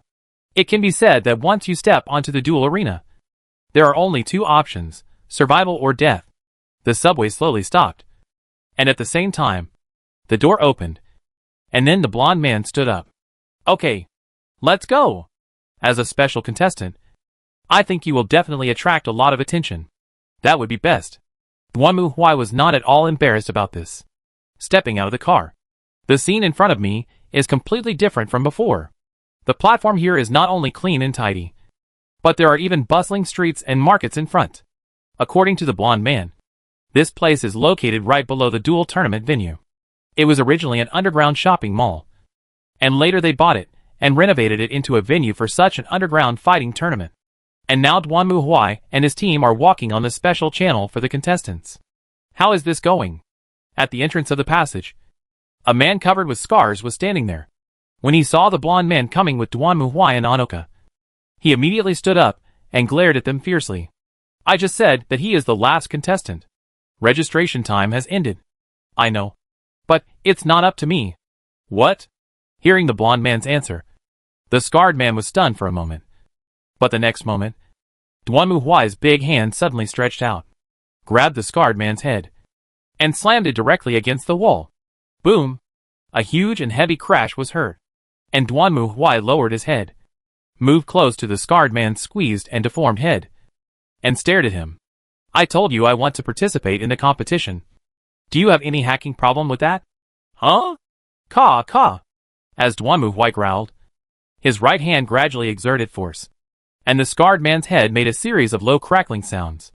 At this moment, the scarred man's face changed drastically. His eyes almost bulged out of his sockets, and his open mouth opened and closed like a goldfish. No, no. Snort. Duanmu Huai snorted coldly and threw the scarred man out. The blonde man just watched the scene silently. Then the corner of his mouth curled up in a mocking sneer. Okay, let's go in. After entering this underground commercial street, the two followed the blonde man to a medical room, where a female doctor performed a comprehensive examination on Anoka. Although Anoka's face was as red as a monkey's, but when she came out, she passed the examination. Then, they were assigned to a room and received a communication device dedicated to the competition. According to the blonde man, this would inform them of the next competition schedule and opponents. Of course, since your participation is of a special nature, I think the schedule will be different. So try your best. With these words, the blonde man left the room, leaving the two of them alone. This place gives people a really bad feeling. Sitting on the sofa, Anoka looked restless. It was no wonder that she had seen many things that were unbearable to the eyes, such as the girls standing in the window, displayed like commodities, and the hooligans who surrounded them and made a fuss. The women walking on the street were all wearing revealing clothes, either bikinis or bunny girl costumes, which made Anoka feel very uncomfortable. It can be said that if it were not for her friends, she would not want to come to such a place where demons are rampant. Why would Mary want to participate in such a competition? Maybe he was deceived, which is not uncommon. Duanmu Huai spread his hands and shrugged his shoulders.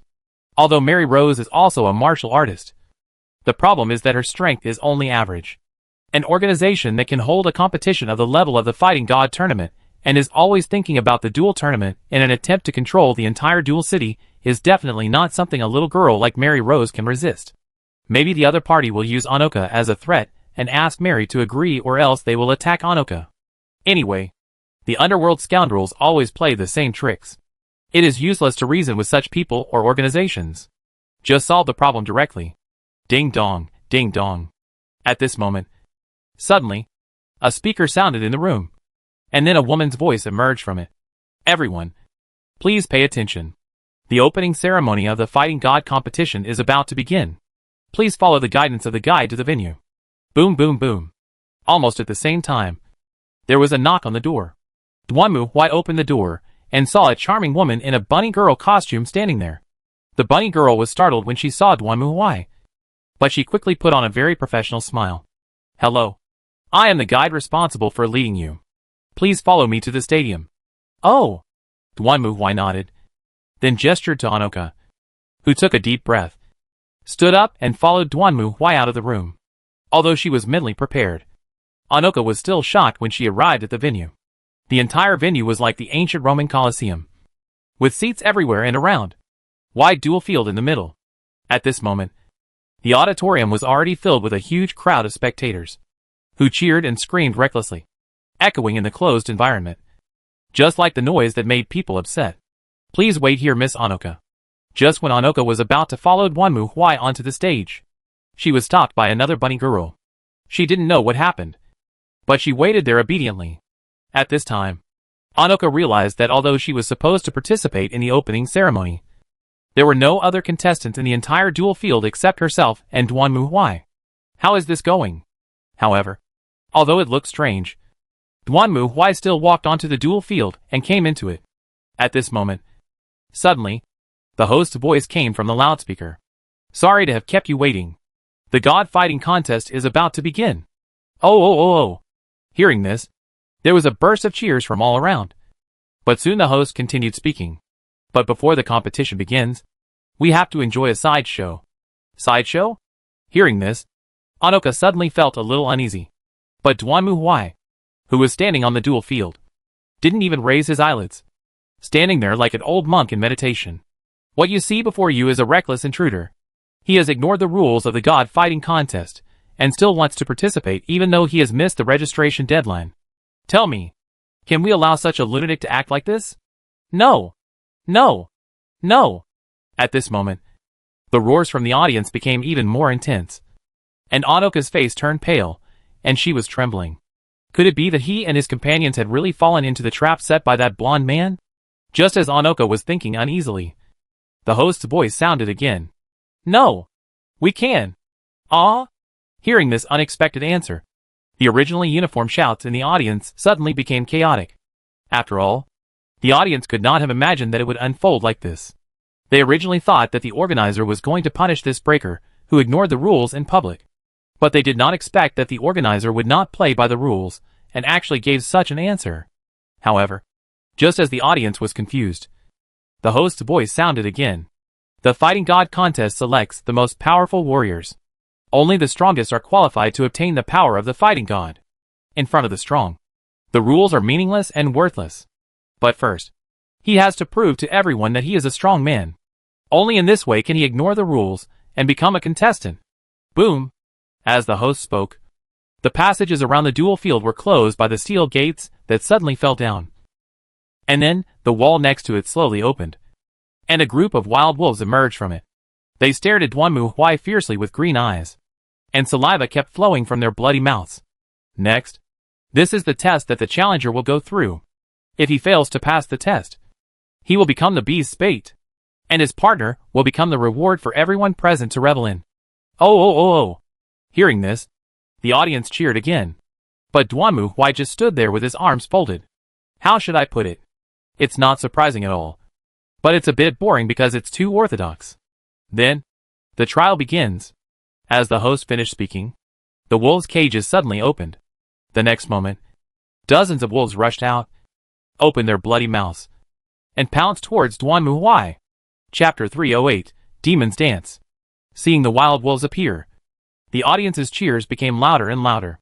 They seemed to be eager to see the tragic appearance of the man in front of them being torn into pieces by the wild wolves. However, facing the pack of wild wolves rushing towards him, Duanmu Huai just stood there and took a deep breath. Roll. The next moment, a roar like thunder suddenly erupted, even covering the entire dual field.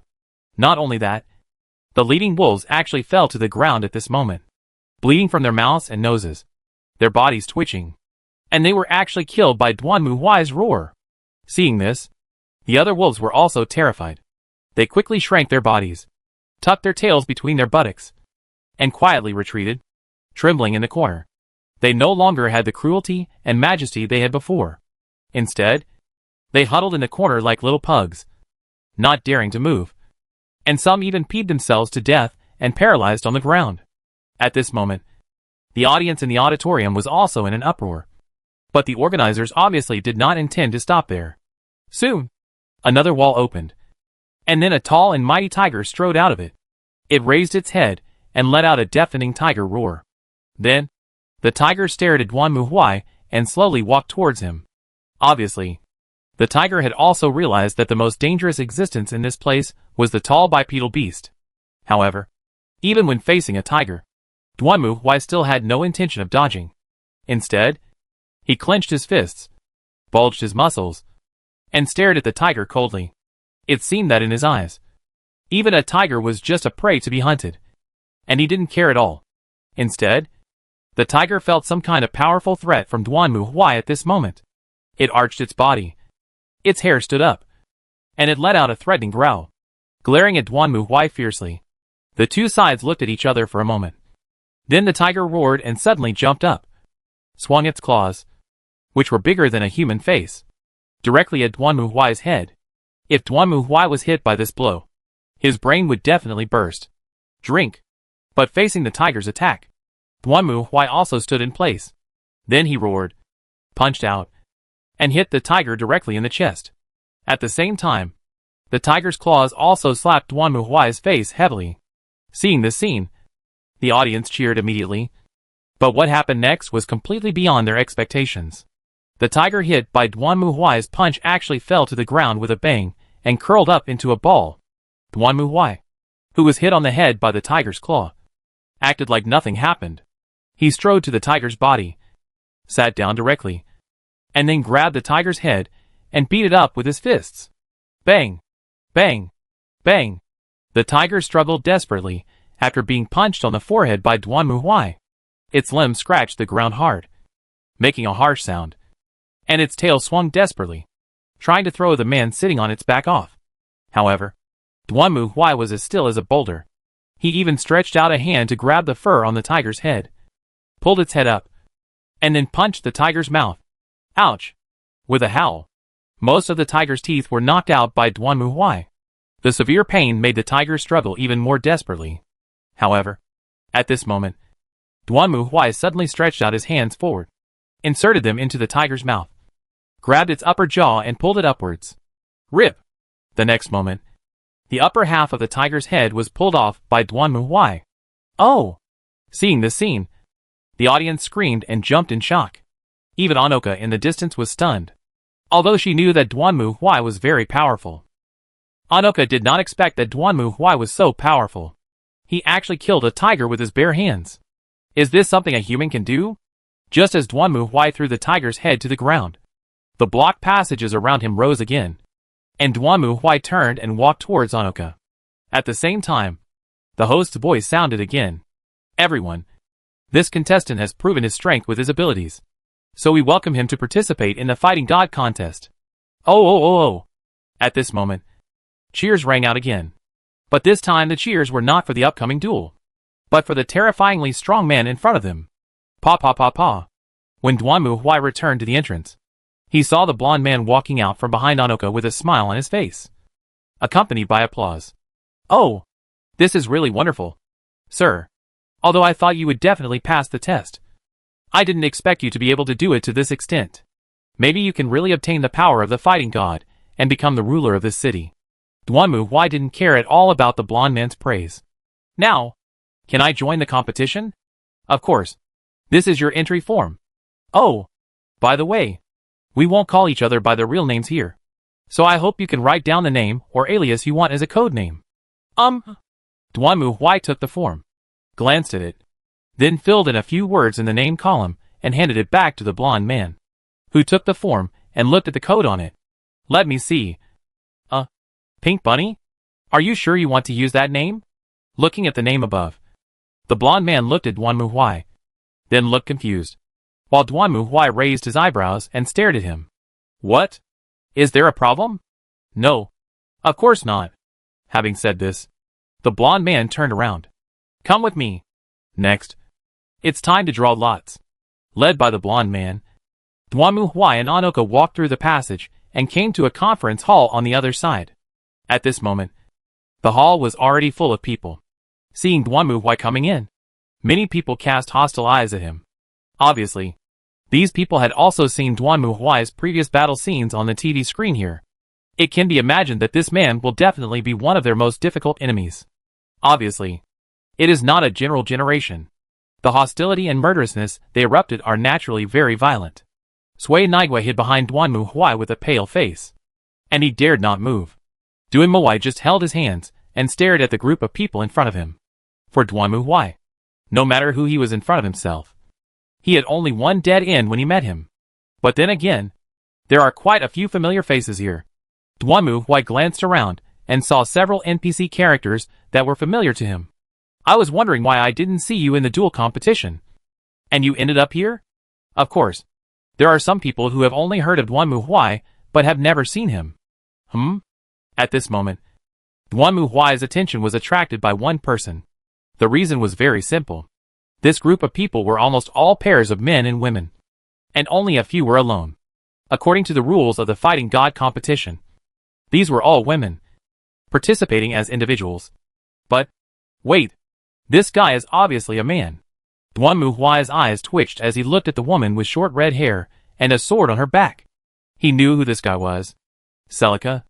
A powerful swordsman with the name of killing gods. But for some reason, his soul merged with the body of a goddess. So Celica was a man when she had enough magic power. But became a woman once she lost her magic power. But, hey, organizers. Can this androgynous guy participate in the competition? Although Duanmu Huai wanted to complain, he had nothing to say.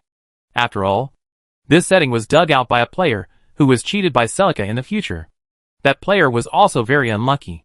At that time, he went to adventure in Celica's world, and was attracted by this heroic girl, and even fantasized about having a harem. In the end, he failed to build a harem. And the girls he targeted all became Lao-Sai's harem. It was so miserable. It was after that the player discovered Celica's hidden setting. Perhaps to the organizers of the competition, this woman in front of them was simply a woman. His goal should also be the power of the fighting god. Well, as long as he is not in the same group with me. As for which other unlucky guy will become the victim, that is none of Duanmu Huai's business. Mr. Duanmu. At this moment, Anoka seemed to have discovered something, and pulled Duanmu Huai's clothes hard. There's Mary. Oh! Duanmu Huai looked in the direction that Anoka pointed. And sure enough, he saw Mary Rose standing next to a man. She was wearing a black and white maid outfit, which seemed to fit her well. However, Mary Rose seemed to have lost her usual liveliness and cleverness, and looked lifeless, staring at the ground with her head down without saying a word. Next to her was a tall and thin man, with a crew cut who wore sunglasses even indoors. He looked quite ordinary. What should we do? Mr. Duanmu? Don't worry. We'll see. In order to avoid being discovered. Duanmu Huai just glanced over there, and then looked away, at the same time signaling to Anoka not to be anxious. Alright, everybody. At this moment, the blonde man also walked to the front of the stage, clapped his hands with a smile, and attracted everyone's attention. As you can see, all the contestants have been selected. Next, we will decide the opponents by drawing lots. Now, please step forward one by one and draw the numbers in the box. Soon, one by one, the contestants came on stage and drew numbers from the box. Duanmu Huai didn't plan to draw, but just stood at the back. After all, as long as the last number was left, it would naturally be his. So there was no need for him to run to the front and waste time. Right? Soon, the draw was completed, and Duanmu Huai naturally got the last remaining number. Tomorrow's first match is between number 19 and number 3. The blonde man lifted the paper covering his back and announced the candidates for the duel. Number 3 is Duanmu Huai, and number 19 is... Ha ha ha. Just wait and see. This will be my first step towards ruling this city. Hearing this mocking and arrogant voice, Duanmu Huai turned his head and saw a tall man, not as tall as himself. Of course, with sideburns and wheat hair, wearing a black jacket and white pants, with an arrogant face standing not far away. He turned his head, stared at Duanmu Huai, and stretched out his hand to point at him. Listen carefully. Number 3. Tomorrow I will show you how powerful I am. That doesn't matter. But, compared to this arrogant wheat head, Duanmu Huai directly cast his gaze to his side. Your partner is still an elementary school student, right? Is this okay? It was no wonder Duanmu Huai said that, because the girl standing next to the wheat head was obviously a little girl. She had white hair tied in 2 ponytails and wore a sailor suit. No matter how you looked at it, she was just an ordinary elementary school student. Although the fighting god competition is not legal, this is too criminal. Who are you calling an elementary school student? Hearing Duanmu Huai's words, the white-haired girl glared at him. I'm already 13 years old. Isn't this almost the same? Is there any difference? At least you should have an age limit for this kind of competition. Otherwise, can an old lady in her 70s or 80s participate? What the hell? You don't need to worry about this problem. However, Wheathead didn't care about Duanmu Huai's complaints at all, and just waved his hand violently. After all, I will be the winner tomorrow. And your woman will also become my trophy. Not only you, but after I obtain the power of the god of fighting, all the women in the entire Duel City will be mine. Ha ha ha. I will become the strongest king of this Duel City. And you will be the first stepping stone for me to ascend to the road of becoming the king. Ha ha ha ha ha. There's no point in talking to this idiot. Duanmu Huai rolled his eyes helplessly and turned around. Let's go. Hearing Duanmu Huai's words, Anoka nodded and followed Duanmu Huai out of the hall. At this moment, Mary Rose in the shadow corner also raised her head. When she looked at the backs of the 2 people, a hint of surprise flashed across Mary's eyes. What's wrong? Perhaps sensing something, the man in sunglasses next to Mary looked down at her and asked, while the latter quickly lowered her head. No, nothing. Although she said this, Mary's heart was in turmoil at this moment. Why? Are they here? Chapter 309, First Battle. For Duanmu Huai, the best thing would be to meet Mary's opponent in the first battle, kill him, and then bring Mary back. But unfortunately, his luck was obviously not so good. However, Duanmu Huai was not worried. He had already told Anoka that they would watch every game of Mary. If they won, they would be fine. If they lost, they would just rush in and rob her. Anyway, in the underground arena, the bigger fist is the truth. If you have the guts, come and hit me. The premise is that you can beat me. But first, they have to get through the initial battle. Unlike the duel competition, the fighting god competition has 3 games every day, 1 each in the morning, noon and evening. Judging from the current number of contestants, Duanmu Huai will have to play 3 games before he can enter the finals. First, there is the initial battle with the Wheathead. Coming to the duel arena again, the cheers from the audience became louder and louder. It was obvious that they couldn't wait any longer. Then, the host's voice sounded. Sorry to have kept you waiting. Ladies and gentlemen, next up is the first match of the God of War tournament. The first to appear is Mr. Big AG, who is determined to rule the Duel City and dominate everything.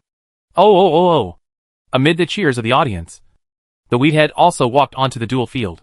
He waved his hands at the people around him and showed a ferocious smile. Seeing this scene, Duanmu Huai raised his eyebrows and curled his lips. The next one to come on stage is the one who killed the wolf and the tiger with her bare hands before, and is considered a strong contender for the Fighting God Contest Championship. Pink Bunny. As the host spoke, the cheering audience suddenly became quiet, and many people seemed to doubt their ears. Duanmu Huai walked onto the duel field without a care in the world, and came in front of the wheat-headed man. The other man also looked at Duanmu Huai with a complicated expression. Is this your name? How is it? Isn't it handsome? Duanmu Huai didn't care at all, and looked at the other person's expression with interest.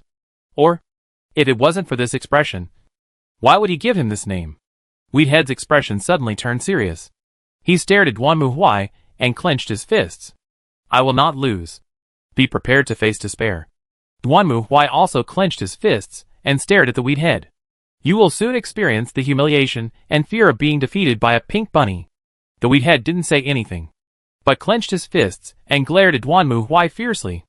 Absolutely cannot lose. Round 1. Ready, go. Ha ha ha ha.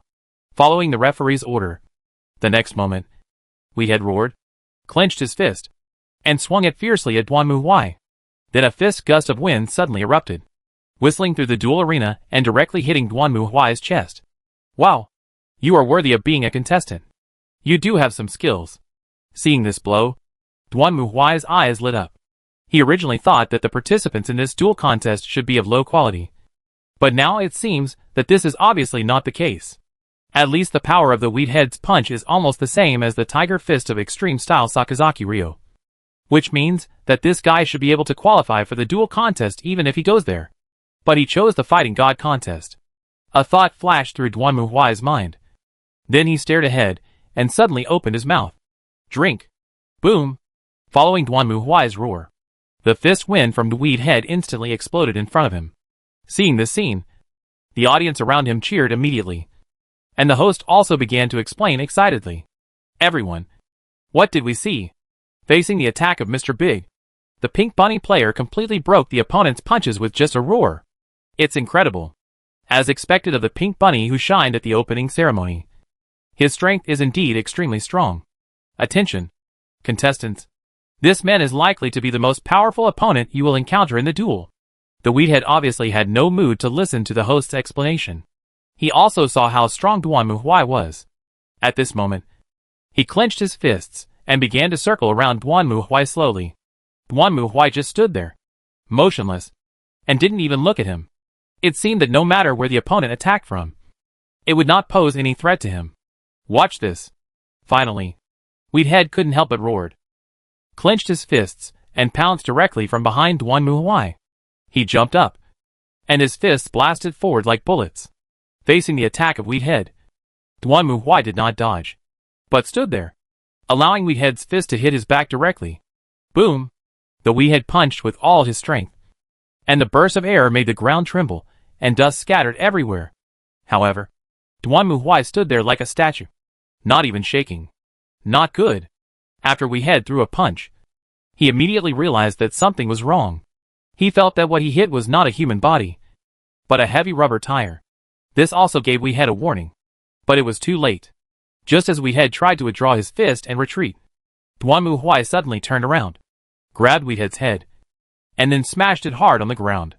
With a loud bang, Wheathead's head hit the arena heavily, creating a huge hole in the arena. When Dwanmu Huai grabbed Wheathead's head again and lifted him up, Wheathead's head was already covered in blood. How? Surrender? Humph! What a joke! Hearing Dwanmu Huai's words, the Wheathead snorted. Then he suddenly turned around and kicked Dwanmu Huai in the chest. However, his attack was still like a mantis trying to stop a chariot. Meaningless. Although the Wheathead kicked Dwanmu Huai's body, Dwanmu Huai still did not move. Instead, he stretched out his other hand, directly grabbed the Wheathead's kicking leg, and then twisted it hard. Ah! Along with a scream, Wheathead's left leg was suddenly twisted off by Dwanmu Huai. Although Wheathead tried to endure it, Dwanmu Huai's strength was too great and his movements were too fast. So Wheathead could not endure the sudden severe pain at all, and his left leg was completely twisted off and hung down limply. Don't. You must be kidding. Aha! However, this was not the end. At the moment when Dwanmu Huai twisted Wheathead's left leg, Wheathead clenched his teeth, then suddenly took out a pistol from his arms, aimed at Dwanmu Huai's head, and pulled the trigger. Boom! A sharp gunshot rang out, echoing in the arena, and Wheathead widened his eyes in surprise, looking at Dwanmu Huai in front of him. The latter stretched out his left hand and blocked the muzzle of Wheathead's gun. A wisp of gunpowder smoke slowly emerged from it, and the fired bullet turned into a flattened fragment in Dwanmu Huai's palm. Hey! Hey! Hey! Is this a joke?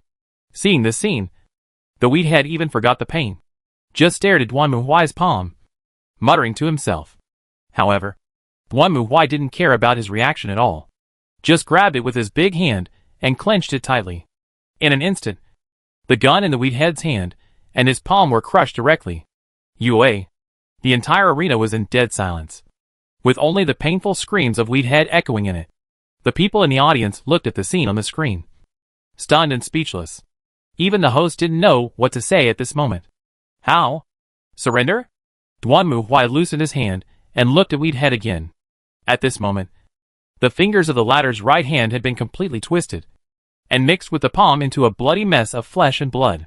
Fragments of the crushed pistol wreckage could be seen stuck in the flesh, and blood slowly dripped onto the ground along the twisted, inhuman palm. You must be joking. The Wheathead panted, raised his head, and looked at Dwanmu Huai. A bitter smile appeared on his pale face. Kill me. Anyway, even if I surrender, I will be executed. Oh well. Hearing the answer from Wheathead, Duanmu Huai nodded expressionlessly. Then he suddenly released his right hand holding Wheathead's head and threw Wheathead directly to the ground. Then he walked forward and stepped on Wheathead's head. Boom! Wheathead's body trembled violently. And then there was no sound. The entire duel arena was silent, without a sound at all. After a while, the host's voice sounded again. It's hard to imagine that Mr. Big was defeated so easily by Pink Bunny. It was a brutal and cruel killing. Everyone, did you see it? This is power. An absolute, invincible power. Let's cheer for the champion, who was decided in the first match. Oh! Amid the cheers of the audience, Duanmu Huai turned and walked off the duel arena. When he returned to the passage, Anoka was standing there, her face pale. Mr. Duanmu, I know what you're going to say, but that's how the game works. Duanmu Huai looked at Anoka and spoke, while Anoka opened her mouth, but said nothing in the end. In fact, she was indeed frightened by Duanmu Huai's brutal killing. After all, in the duel city, no matter how fierce the duel was, generally no one would die. But the fighting god competition here was obviously different. I'm so sorry. It's not your fault. If you want to blame someone, you can only blame that little girl for causing trouble for us. Duanmu Huai interrupted Anoka and shook his head.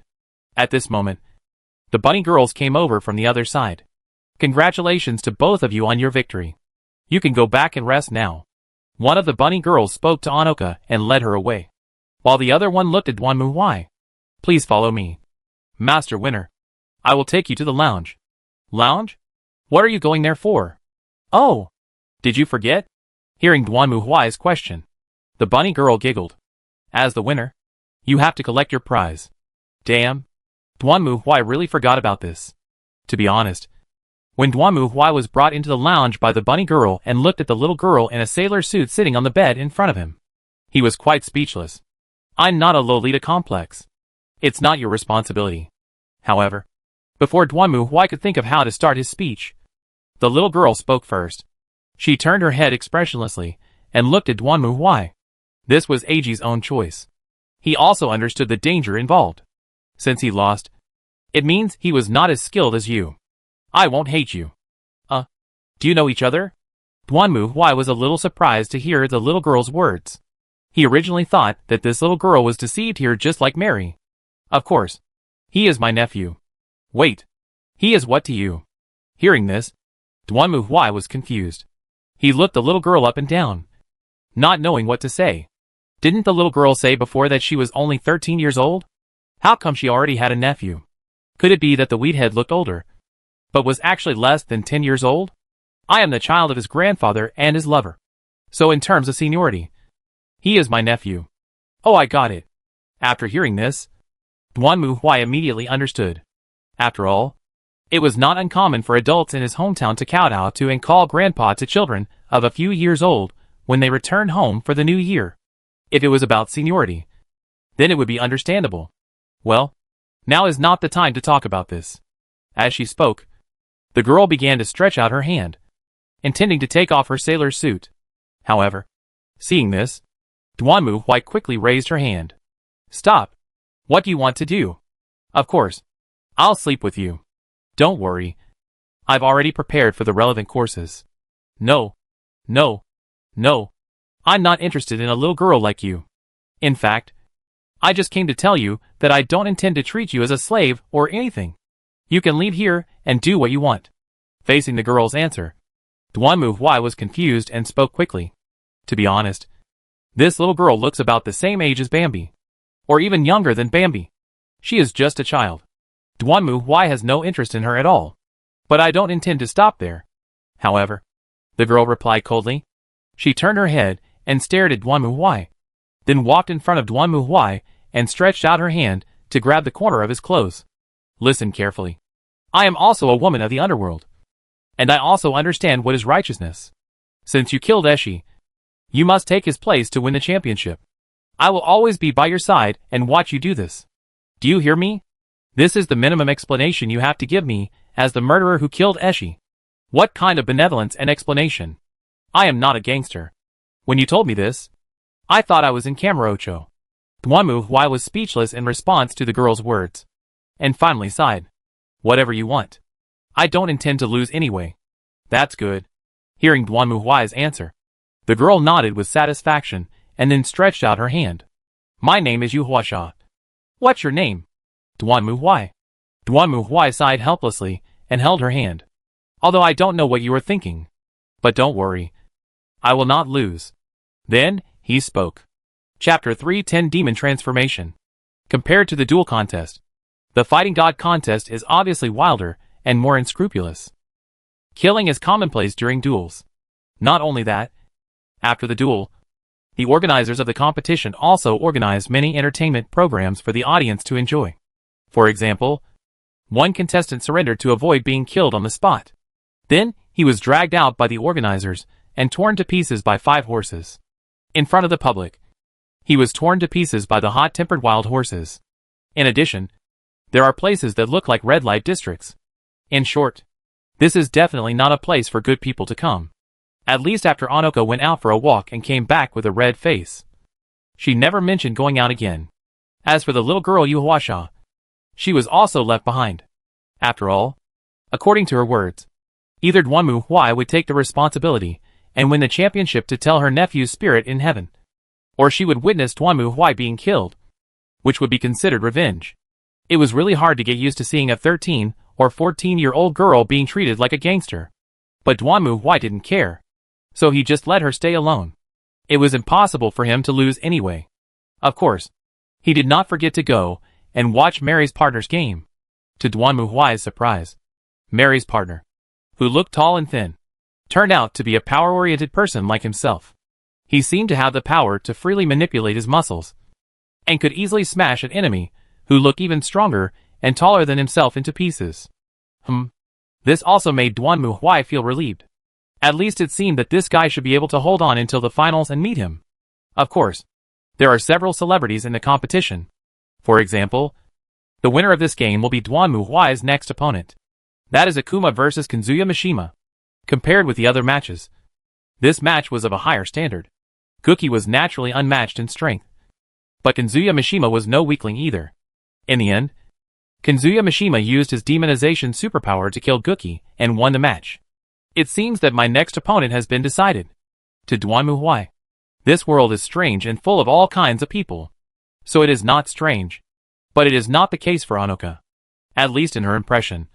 She originally thought that even the Fighting God tournament was just an ordinary fighting competition. In fact, the previous few fights did fit Anoka's impression. However, when an eye suddenly appeared on Kazuya Mishima's forehead during the game, and then his entire body turned into a demon with huge wings and a tail that could shoot light beams, Anoka was in a very bad state.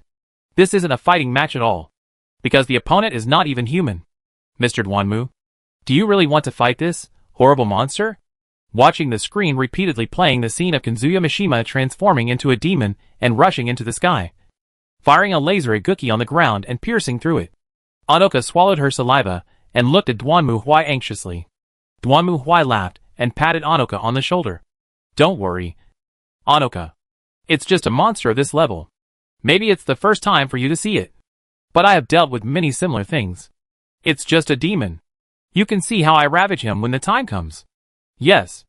Although Duanmu Huai's answer was full of confidence, Anoka was still very uneasy. After all, it was the first time for her to face such an existence. It was completely on a different level from the fights she had experienced before.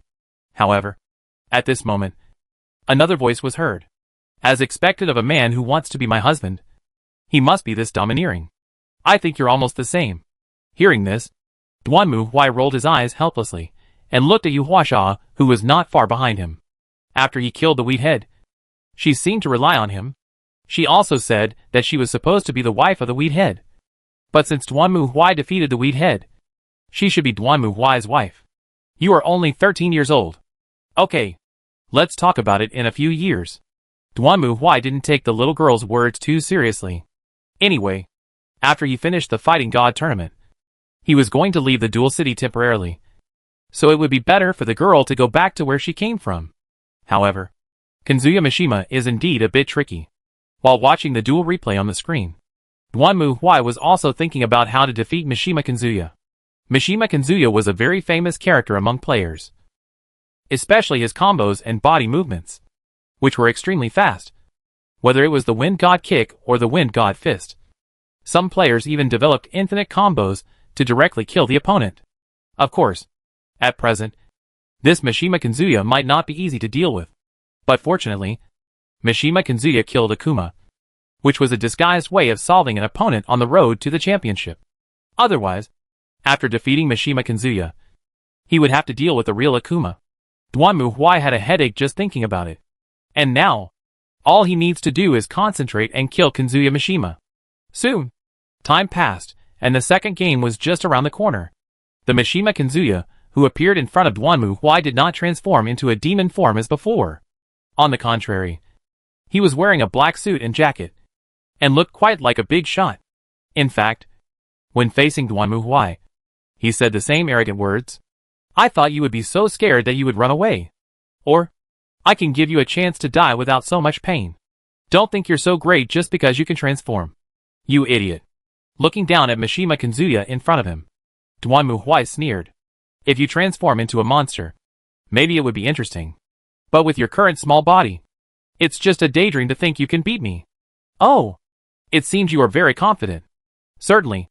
In response to what Kazuya Mishima said, Dwanmu Huai also showed a ferocious smile. It seems that you have forgotten the beating from your father. I don't mind letting you recall the pain and fear again. How about it?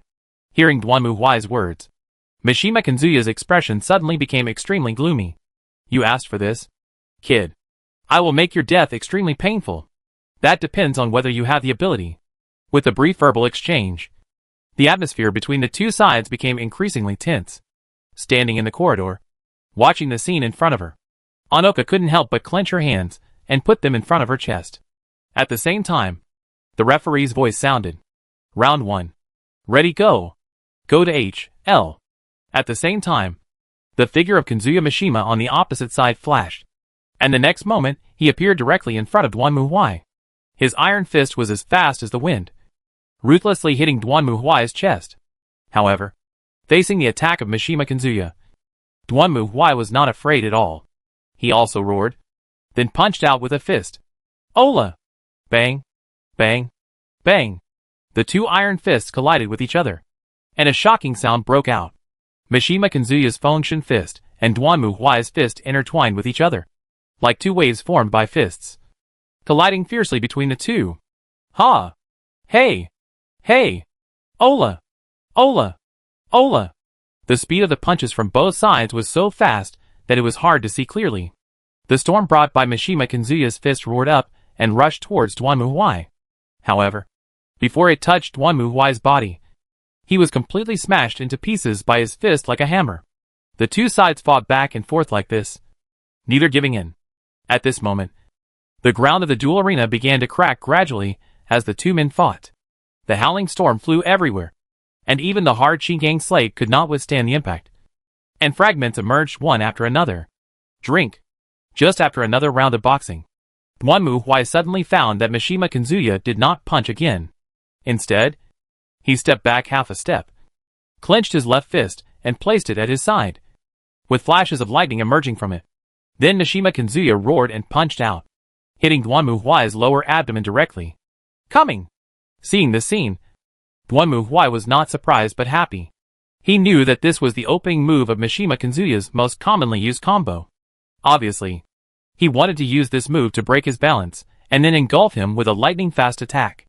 However, with this ability, it's not enough to fight me. At the same time, Dwanmu Huai also roared loudly. And at the same time, he suddenly raised his right foot and then dropped it heavily on the ground. The next moment, the entire duel arena shook suddenly, and the stone slabs that had already been broken and cracked suddenly flew up under Dwanmu Huai's attack and sprayed towards Mishima Kazuya. Mishima Kazuya obviously didn't expect Dwanmu Huai to use this kind of trick. With his vision blocked, he naturally couldn't continue to attack, and could only quickly withdraw his moves and retreat to the side. However, just as he started, he saw Dwanmu Huai rushing out like an angry bull, and then his shoulder hit Mishima Kazuya like a battering ram, knocking him flying. The next moment, Dwanmu Huai clenched his fist, and a flash of light appeared. Ola ola ola ola ola ola.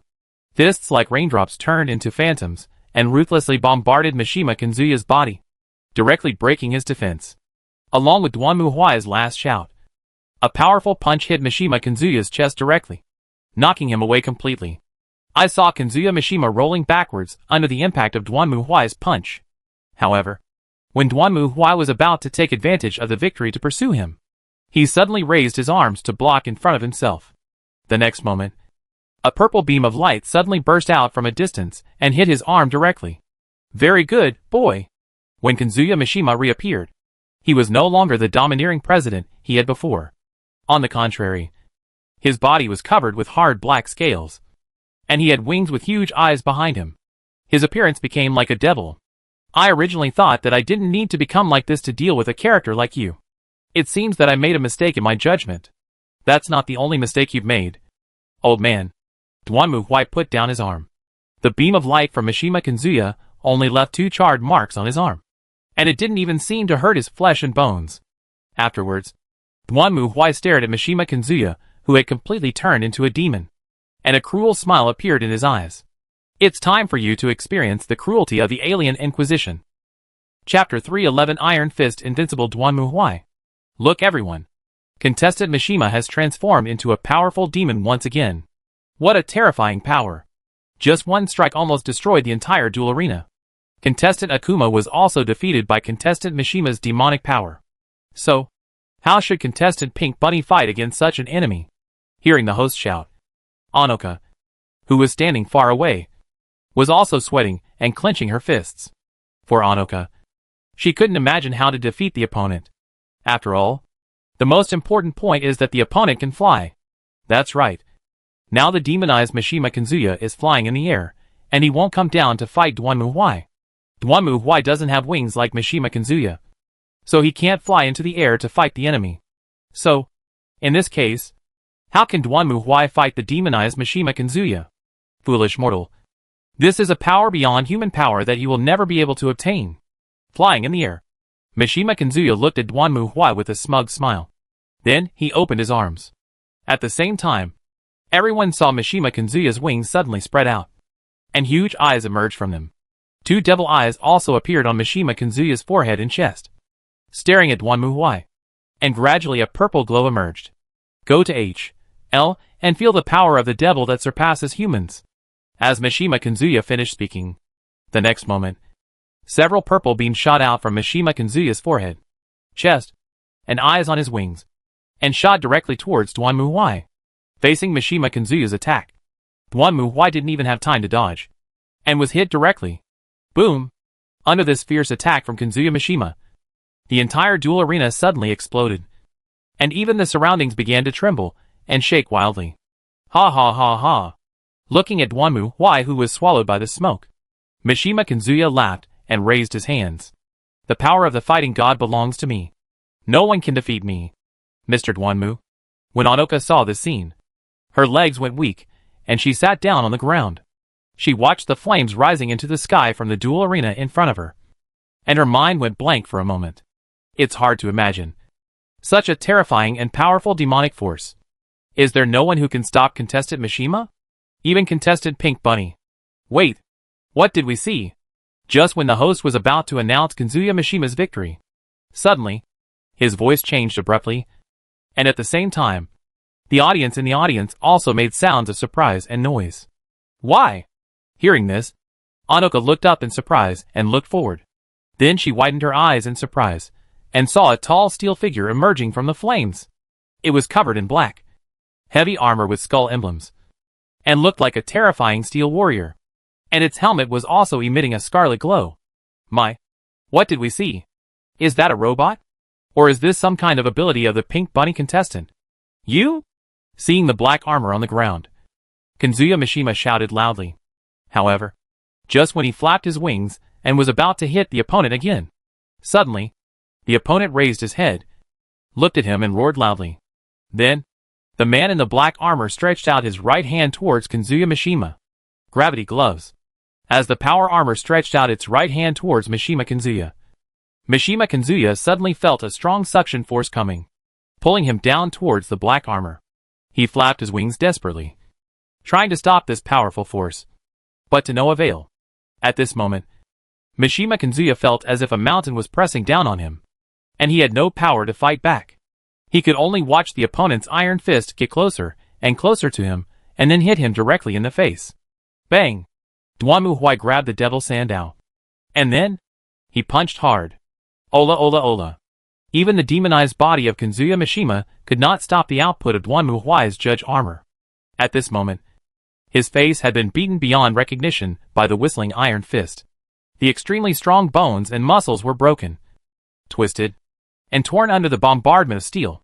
The severe pain made Kazuya Mishima unable to see clearly what was happening in front of him. If he could sing, Mishima Kazuya would definitely sing a song at this moment. A cold iron fist hits my face randomly, and warm tears mix with the cold iron. The colors in front of my eyes are suddenly covered, and your shadow lingers around me mercilessly. You betrayed me like an executioner, and my heart seems to be slaughtered by a bayonet. Who would be willing to accept the most painful accident? Ola! Finally, accompanied by Duanmu Huai's last roar, his iron fist slammed down, directly smashing Mishima Kazuya into the duel arena. Then he stepped on Mishima Kazuya's body, stretched out his two big hands to grab Mishima Kazuya's wings, and then tore them apart with force. Ah! Oh oh oh oh! With Mishima Kazuya's screams and the audience's cheers, Duanmu Huai tore Mishima Kazuya's two wings off his body. Then, he lifted Mishima Kazuya's 2 feet and lifted him upside down. Then swung his hands to both sides. Puff! The next moment, in full view of everyone, Mishima Kazuya was torn in half by Duanmu Huai. Blood mixed with internal organs splattered from the corpse. At this moment, the cheers of the audience in the duel arena reached their climax. Duanmu Huai threw away the body in his hand, and then quickly put away his helmet, revealing the face inside. Seeing this scene, the host shouted, "Unbelievable!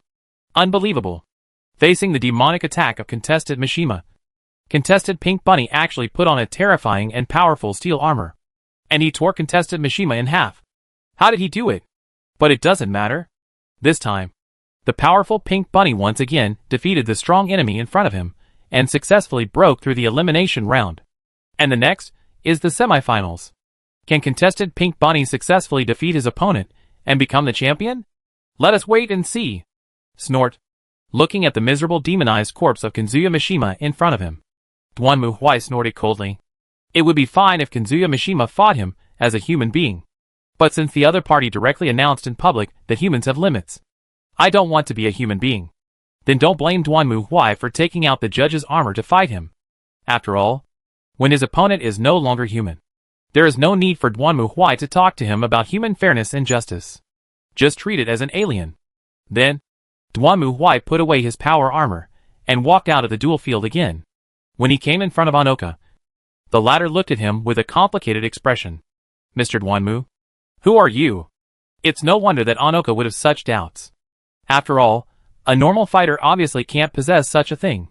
I'll tell you after the game is over. Ah. After hearing Duanmu Huai's answer, Anoka didn't say much, just nodded, and then turned and left. Then, another bunny girl came over, looked at Duanmu Huai, and smiled. Congratulations. Please follow me to the lounge. Your trophy is waiting for you. Hearing this, Duanmu Huai sighed helplessly. To be honest, one Yu Huasha was enough for him to bear. He hoped that the spoils of war would not affect his mentality again, so that he could send the other party away more neatly. After all, for Duanmu Huai, his only target is Mary Rose. It seems that this is not quite right? Never mind. It's all the same. Why? With a sigh, Duanmu Huai opened the door of the lounge and walked into the room. Woo-woo. However, after seeing the scene in front of him clearly, Duanmu Huai couldn't help but be shocked. What he saw in front of him was not an ordinary lounge like before, but a room that looked like a Japanese-style room, with tatami mats underneath and paper curtains on the side. In addition, the whole room was filled with various dolls. Well, to be honest, this place didn't look like a lounge at all.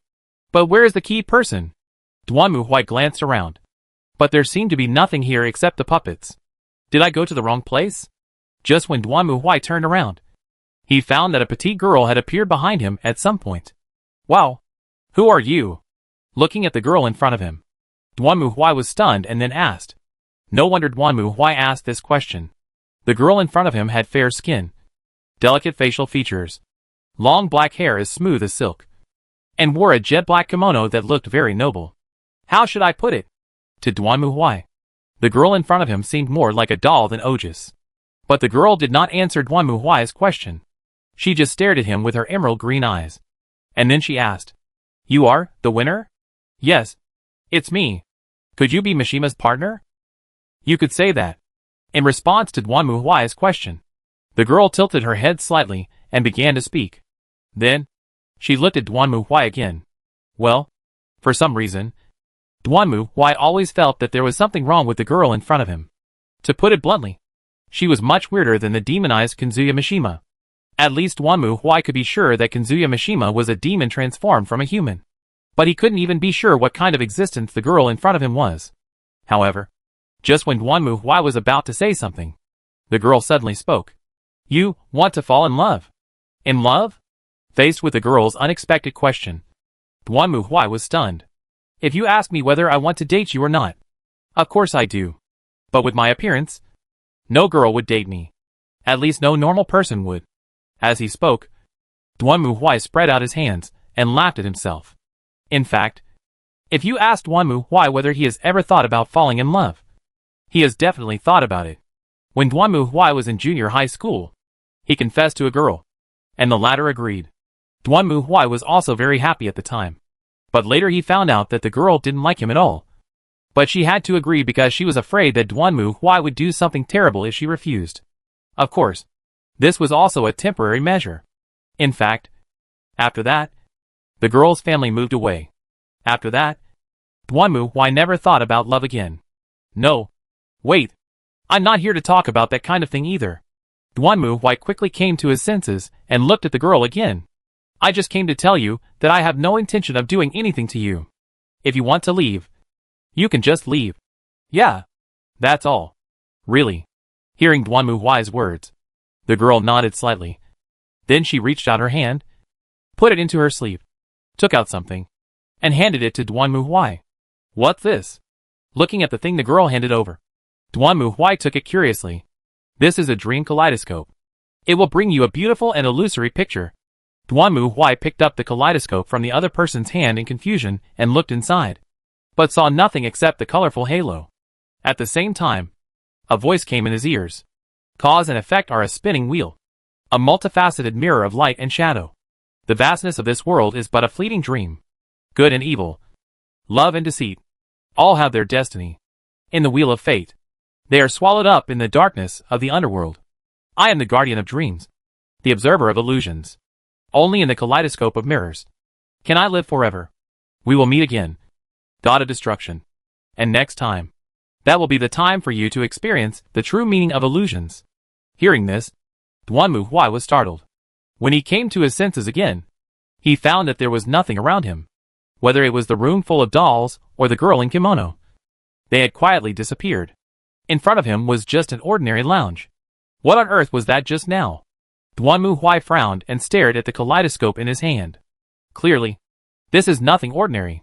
However, just when Duanmu Huai was about to throw this thing away, suddenly, a line of system prompts appeared. Hidden task detected. Hidden task activated. Mission name? What's this? Looking at the system prompt in front of him, Duanmu Huai frowned and put the kaleidoscope that he had originally intended to throw into the trash can back down. Could this kaleidoscope be related to some other task? Maybe it will be useful in the future? Thinking of this, Duanmu Huai thought for a while. Forget it. Let's put it aside for now. Maybe this thing may trigger a clue on an NPC in the future. Chapter 312, Fantasy Dream. Sitting in the chair, looking at the flashing neon lights outside the window, Duanmu Huai couldn't help but sigh. It's love. While muttering to himself, Duanmu Huai picked up a can of beer and poured it into his mouth. I don't know if it's because of the chat with that strange girl today. Duanmu Huai has rarely thought about this question again. As for whether he wants to fall in love, Duanmu Huai has never thought about it. Since his first love failed when he was in school, Duanmu Huai has never thought about having an intimate relationship with other women. And with his appearance, it is difficult to attract women. Duanmu Huai had watched those harem anime before, but unfortunately, He never felt any sense of immersion. The reason is simple. Even those useless male protagonists in harem anime, even men who are good for nothing except being gentle, or even fat otakus, will have women actively fall in love with them. And this kind of thing. Dwanmu Hwai felt that it would never happen to him. This is also one of the reasons why he chose to play a female character. After all, he is not going to pretend to be a she-male to deceive men. And he is too lazy to engage in online romance. So he might as well play it like this. Dwanmu Hwai didn't think there was anything wrong with this. He himself had no interest in love. And marriage was not on his agenda. To be honest, even if he had made an engagement with an Engu Leah for various reasons, Dwanmu Hwai didn't know how to treat them, such as how to show his side as a fiancé.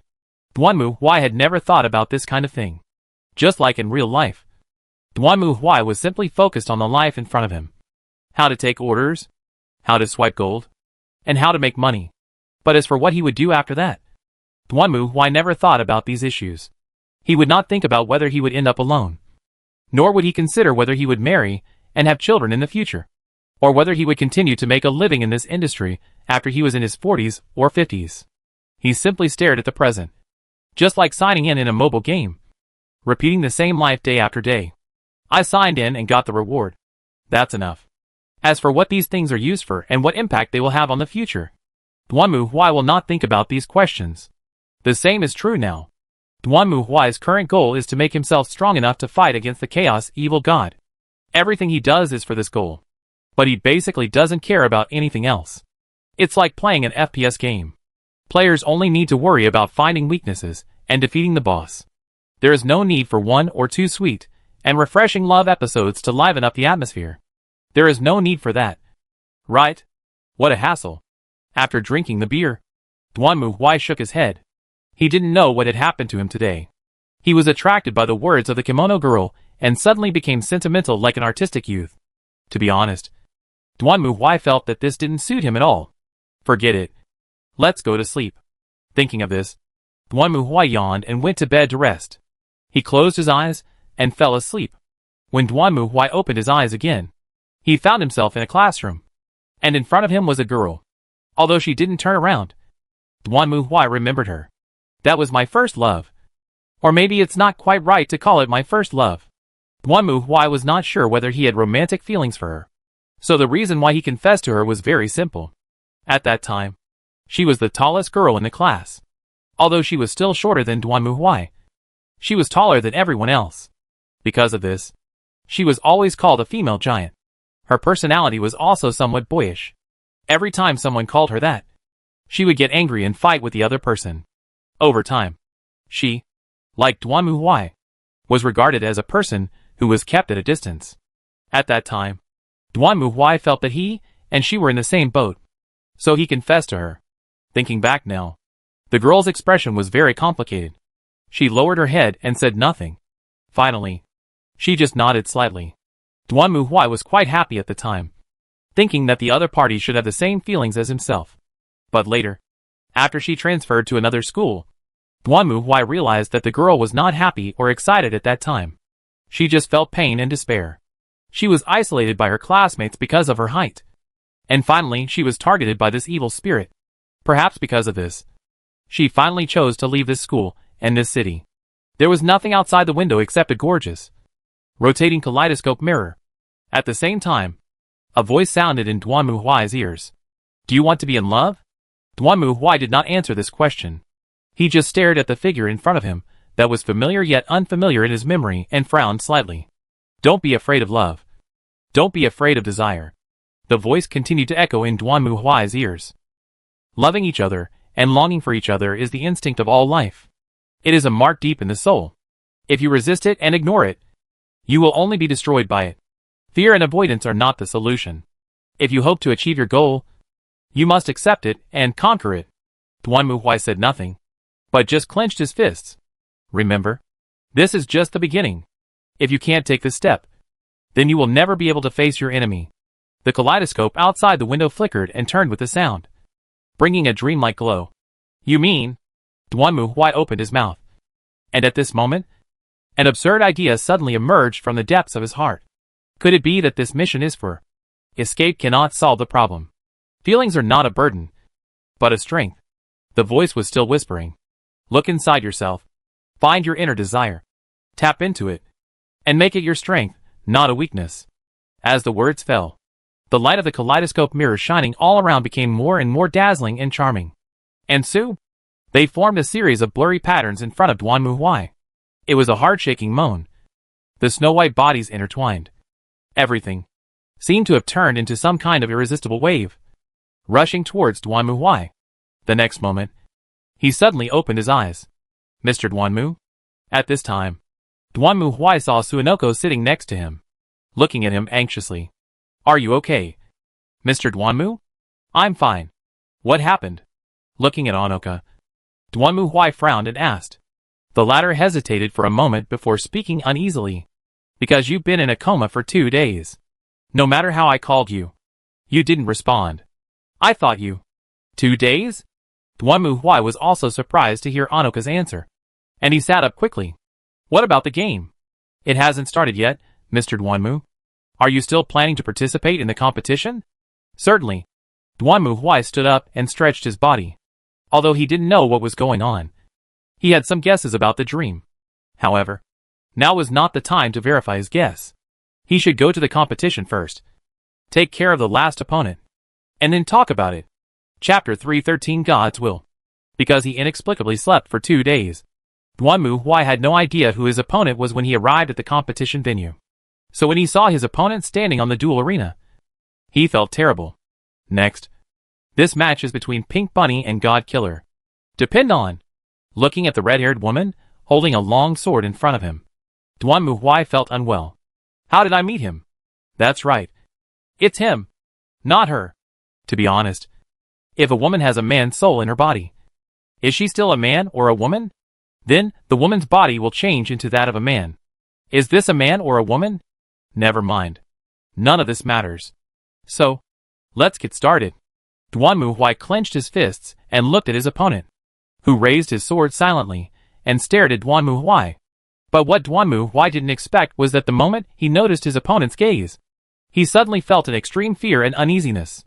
It was as if the person in front of him was some extremely threatening existence. How can this be? Round 1. Ready, go. Before Duan Mu Huai could figure out what was going on, the game had already begun, and Celica on the opposite side swung out a sword and stabbed towards him. Normally, Duan Mu Huai would not care about this level of attack and could just go straight up and fight back.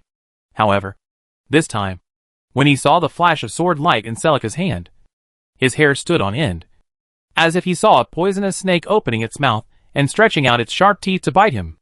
So Duan Mu Huai stepped back without hesitation and quickly distanced himself from Celica. Seeing this scene, the audience and the host were also quite surprised. Oh my! What did we see? The always invincible Pink Bunny actually retreated in front of the God Killer. What's going on? Could it be that he is afraid of the God Killer? Mr. Duan Mu? Seeing this, Onoka looked at him anxiously. Indeed, Duan Mu Huai's performance was completely different from his previous battles. She had never seen Duan Mu Huai act so cautiously. In fact, not to mention other people, even Duan Mu Huai himself, looking at Celica at this moment, also frowned with a heavy expression. What is going on? Celica's attack was not fast, and it didn't seem threatening, but he was covered in goosebumps. Even now, Duan Mu Huai felt as if he was in a world of ice and snow. His spirit became extremely tense, as if he was even more terrified than when he faced the chaos evil god face to face. Shit! Wait! Thinking of this, a light suddenly flashed in Duan Mu Huai's mind. By the way, this guy is a god killer. He killed the ancient goddess and obtained her body. He was feared by the gods and was given the name God Killer. He was a warrior who killed gods. Wait, is this the reason? Because I am the god of destruction and the other party is the god of killing. So I instinctively sense the existence of my natural enemy? In other words, can he really kill himself? No. This is nonsense. It's impossible. Although Duan Mu Huai wanted to refute and deny it, his instinctive feelings could not deceive people. He did feel that his life was in danger, as if the person standing in front of him was not just a warrior, but also the natural enemy of the gods, the existence of the killer gods. Drink. However, Celica did not give Duan Mu Huai time to think. He swung his sword and attacked Duan Mu Huai again. At the same time, A flash of lightning emerged from his sword, spread out in all directions, and turned into a huge whirlwind that rushed towards Duanmu Huai. We can't keep wasting time with him. At this moment, Duanmu Huai has also made a decision. Although this guy gives him a very dangerous feeling, he will not stop there. If he falls into the opponent's rhythm, then he will only make mistakes one step at a time. In this case, he should do it his own way. Thinking of this, Duanmu Huai roared, rushed directly into the thunderstorm released by Celica, and punched the opponent directly, crackling. The moment he rushed into the thunderstorm, Duanmu Huai immediately felt that something was wrong. If it was just an ordinary attack, he could rely on his body to forcibly withstand it. However, Celica's attack seemed to be not only aimed at the body, but also at the soul. Duanmu Huai could feel that the lightning seemed to ignore his body and directly bombarded his inner soul. It was like a needle-like pain coming from all directions, directly penetrating into the depths of Duanmu Huai's soul. As expected of a killer god, he is indeed extraordinary. Duanmu Huai couldn't help but sigh inwardly about this. You know, when he dealt with Mishima Kanzuya before, the beam fired by the opponent after he turned into a demon was just a little hot to Duanmu Huai. However, Celica's magic directly caused such great damage to himself. Well, it could also be because of the attribute restraint. After all, it is well known that divinity is a debuff. Ha ha ha ha. These thoughts flashed through Duanmu Huai's mind. And then he roared, rushed out of the thunder and lightning storm, and pounced directly towards Celica. Seeing Duanmu Huai actually rushing into the thunderstorm, Celica was slightly surprised. But soon, he raised his sword again and stabbed directly at Duanmu Huai's chest. Obviously, he was trying to force Duanmu Huai to retreat through this attack. But this was exactly what Duanmu Huai wanted. Never retreat. Facing the oncoming sword, Duanmu Huai did not retreat but accelerated again. Then his body sank suddenly, and then he saw Celica's sword blade pierced into Duanmu Huai's lower abdomen as easily as cutting butter, and went straight through his body. Oh oh oh oh! Seeing this scene, the audience immediately cheered. After all, it was the first time they saw Duanmu Huai being stabbed. That idiot! At the same time, in the audience, Mary Rose, who saw the scene, widened her eyes in surprise. What on earth is he doing? Mr. Duanmu. On the other side, Anoka, who was standing in the aisle, covered her mouth with her hands in horror, her eyes wide open. But in the duel arena, the feelings of the two opposing parties at this moment are completely different. Celica showed a surprised expression, while Duanmu Huai rushed directly to Celica with a ferocious smile. That's right. This is Duanmu Huai's fighting method. Even if he has to take a sword attack, he has to close the distance with Celica. If he just dodges blindly, he will fall into the opponent's trap. Duanmu Huai will not be stupid enough to give the opponent such an opportunity, because he will only be kited to death by the opponent's swordsmanship and magic. Ola! The next moment, Duanmu Huai's fist hit Celica hard. Ola ola ola ola. Once the battle entered close combat, it was Duanmu Huai's world. With a roar, Duanmu Huai's iron fists blasted out like a rainstorm, hitting Celica. The latter had no way to dodge, and his defense collapsed in just a moment. And then he was hit hard by Duanmu Huai and was directly blasted out. Boom! As Duanmu Huai's last punch hit Celica's lower abdomen, the latter flew backwards like a kite with a broken string, and then fell heavily to the ground, motionless. At the same time, Duanmu Huai also pulled out the long sword that was stuck in his body, threw it aside, and raised his hands. KO! Since Celica was a woman, that's what the organizers thought. Duanmu Huai did not kill her on the spot. After the fight, Celica was sent to the lounge by the organizers. In fact, when Celica opened his eyes, he was already clean all over, and was tied to the wall with handcuffs and shackles, just waiting for the winner to enjoy the spoils. So, when Duanmu Huai walked into the lounge, what he saw was a charming beauty tied to the wall. Well, if you don't know that he is a man, it is still quite interesting. But unfortunately, Duanmu Huai, who had already known Celica's identity, had no such interest. You can go now. Duanmu Huai walked forward and opened the handcuffs and shackles, then signaled Celica to leave. How should I put it? It's a goddess body indeed.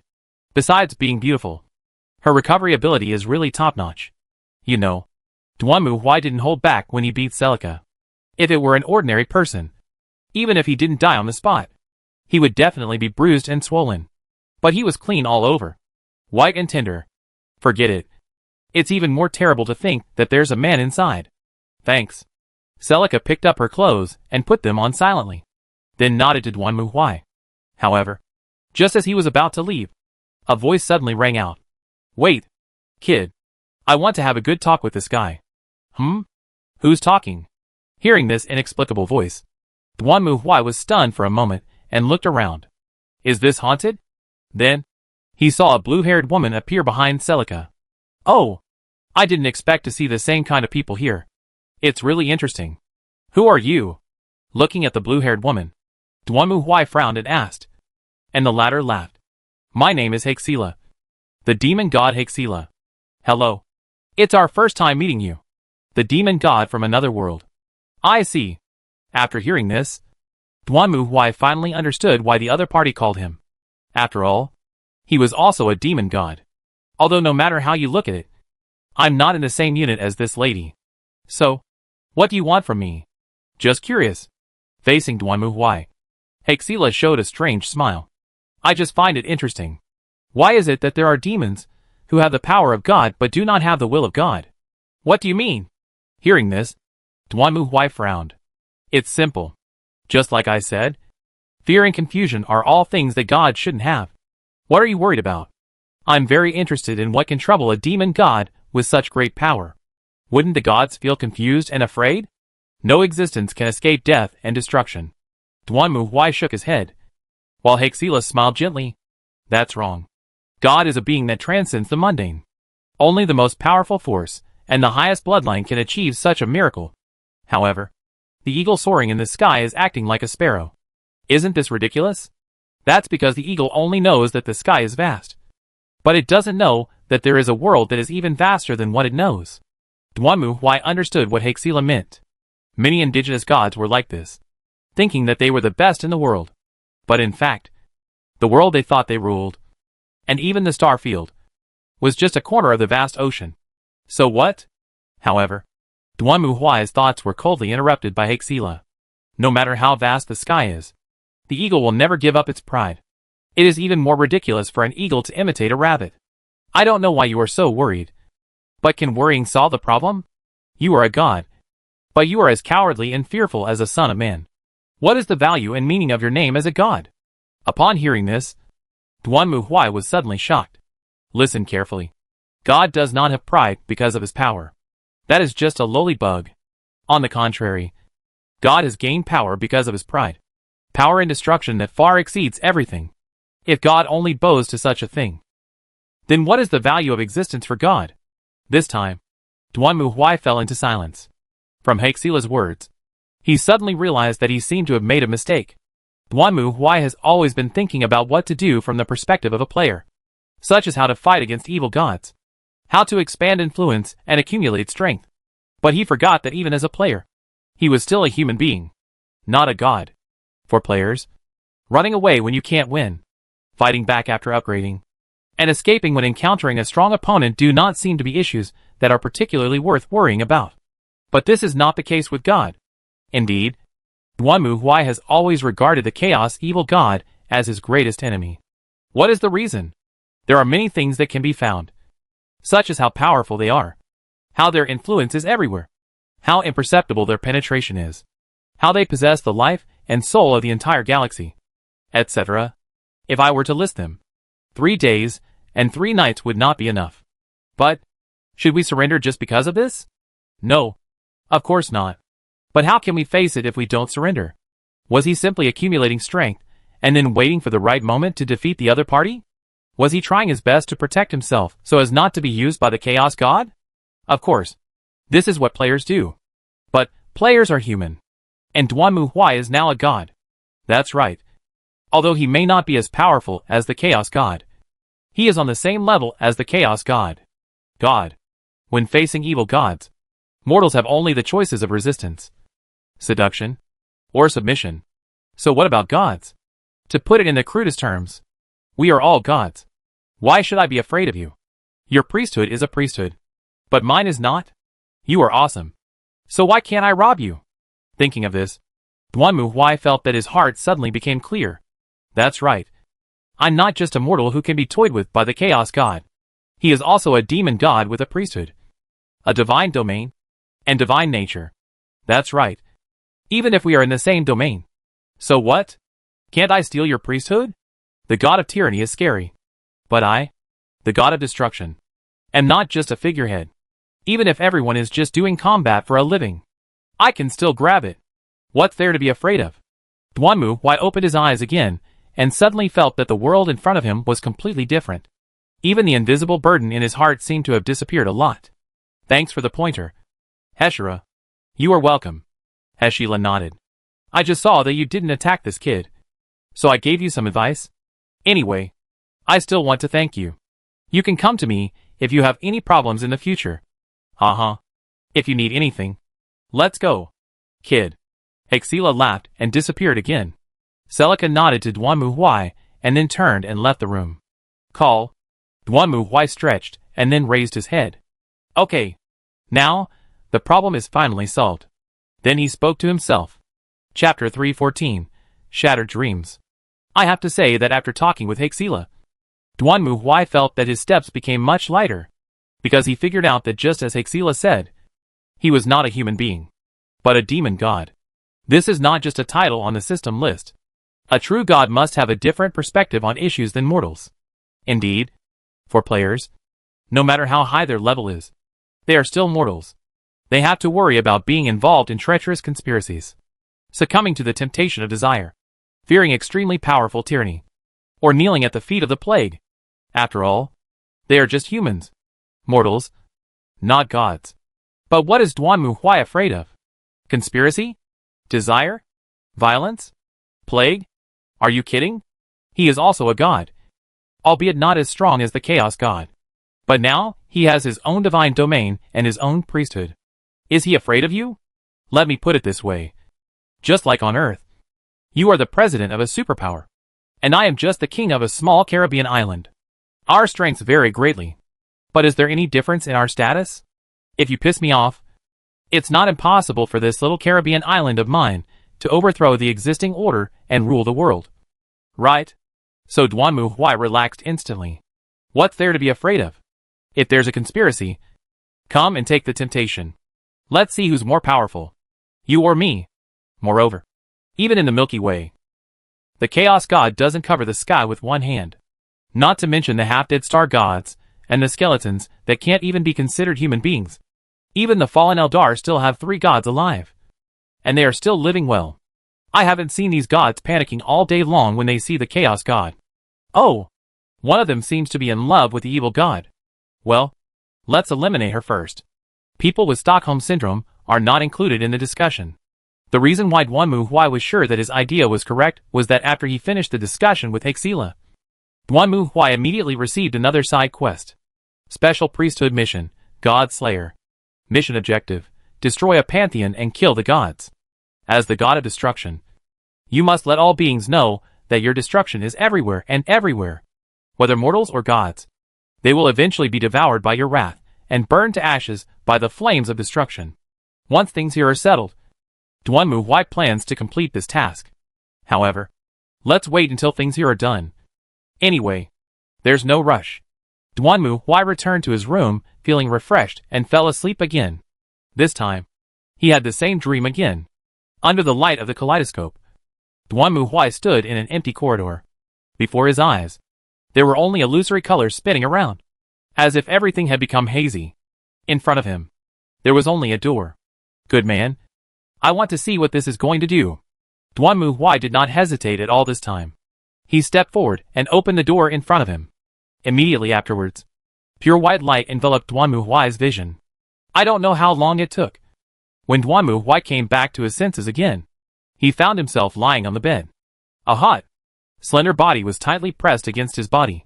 I don't know if it was because of the dream.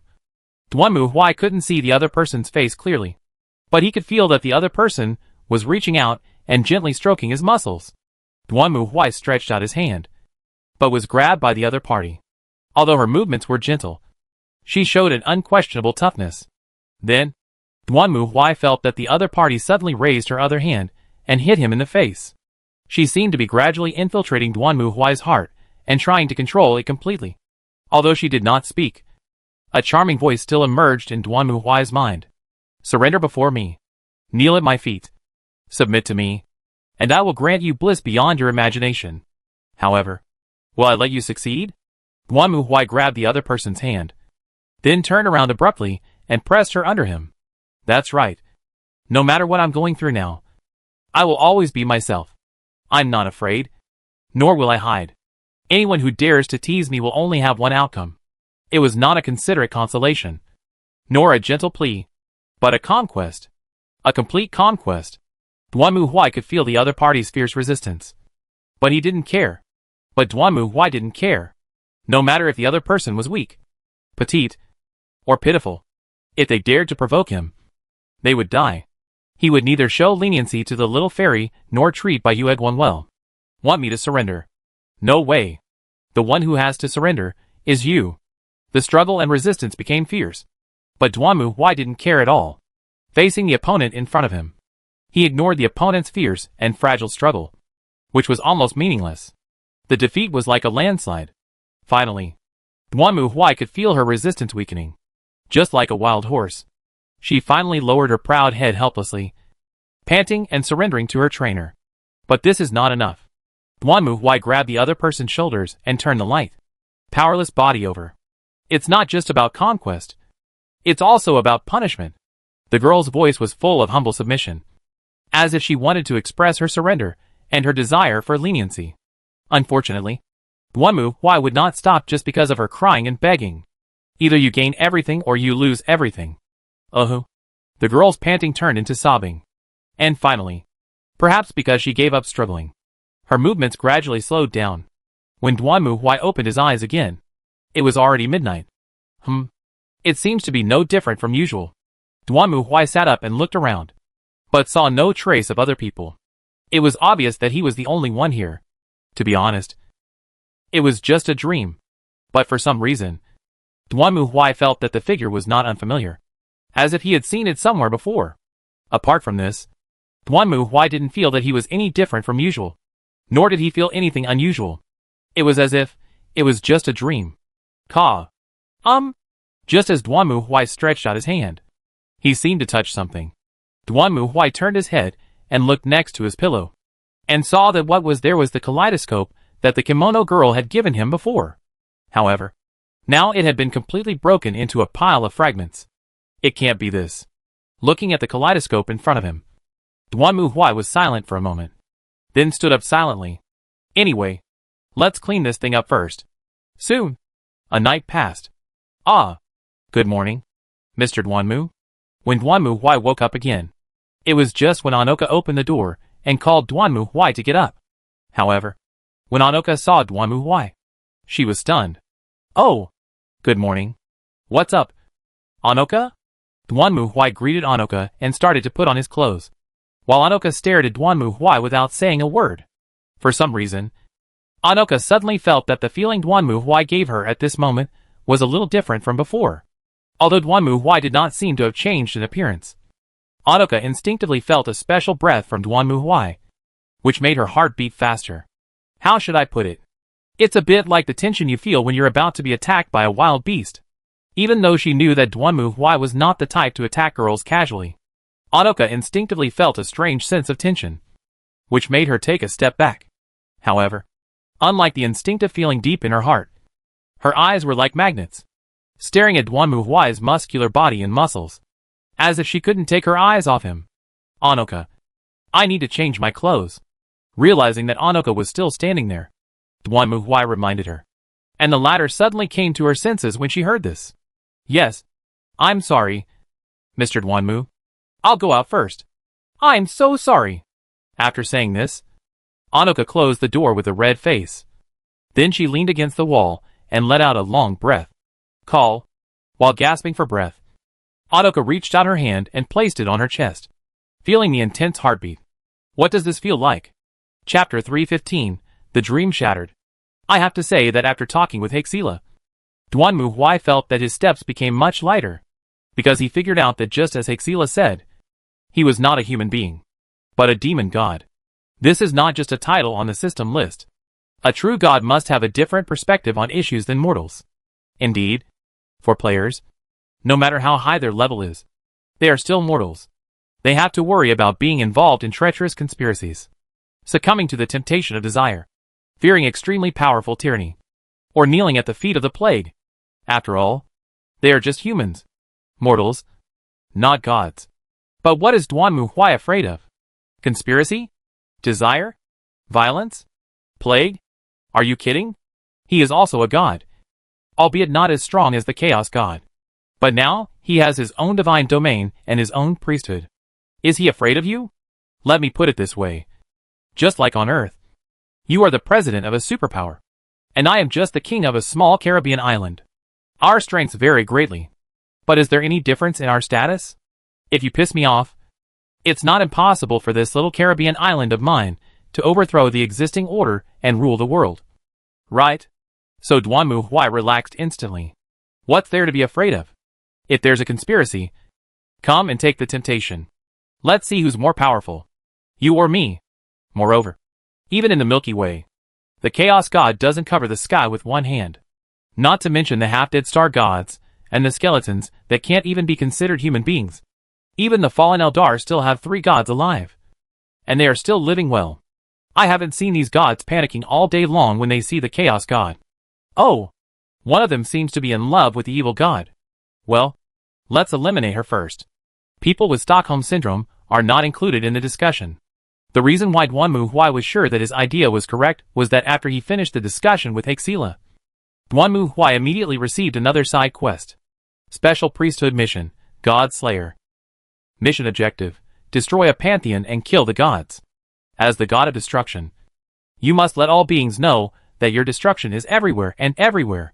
Whether mortals or gods, they will eventually be devoured by your wrath and burned to ashes by the flames of destruction. Once things here are settled, Duanmu Huai plans to complete this task. However, let's wait until things here are done. Anyway, there's no rush. Duanmu Huai returned to his room, feeling refreshed, and fell asleep again. This time, he had the same dream again. Under the light of the kaleidoscope, Duanmu Huai stood in an empty corridor. Before his eyes, there were only illusory colors spinning around, as if everything had become hazy. In front of him, there was only a door. Good man, I want to see what this is going to do. Duanmu Huai did not hesitate at all this time. He stepped forward and opened the door in front of him. Immediately afterwards, pure white light enveloped Duanmu Huai's vision. In the haze, Duanmu Huai felt as if he was wrapped in a gentle force, which seemed to be gradually penetrating Duanmu Huai's heart and trying to completely control it. Although he didn't speak, a charming voice still emerged in Duanmu Huai's mind. Surrender before me, kneel at my feet, and submit to me, and I will grant you unimaginable bliss. Indulge in it, and enjoy eternal pleasure.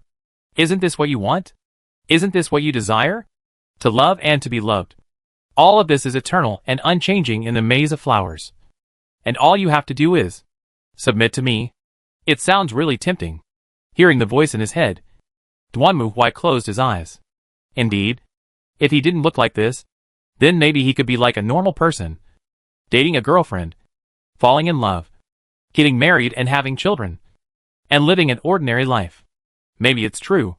Maybe he has such a desire deep in his heart. So as long as he is willing to indulge in it, maybe he can get more happiness and joy. However, will I let you succeed? Duanmu Huai took a deep breath, and then the power in his body suddenly burst out, and he began to struggle to break free from the restraints in front of him. That's right. No matter what I am going through now, I will always be myself. I am not afraid, nor will I hide. Anyone who dares to tease me will only have one end. It was not a considerate consolation, nor a humble plea, but a conquest. A complete conquest. Along with Duanmu Huai's reaction, the power began to vibrate gradually and violently, as if trying to restrain Duanmu Huai and force him to continue to submit to it. But Duanmu Huai didn't care. No matter if the other person was weak, petite, or pitiful. If they dared to provoke him, they would die. He would neither show leniency to the little fairy nor treat Bai Yueguan well. Want me to surrender? No way. The one who has to surrender is you. The struggle and resistance became fierce. But Duanmu Huai didn't care at all. Facing the power in front of him, he ignored the opponent's fierce and fragile. almost meaningless struggle as always, ruthlessly broke the opponent's last line of defense, and completely disintegrated the opponent's resistance. The defeat was like a landslide. At the moment when the defense line was penetrated, the opponent's struggle became more and more intense. But Duanmu didn't care.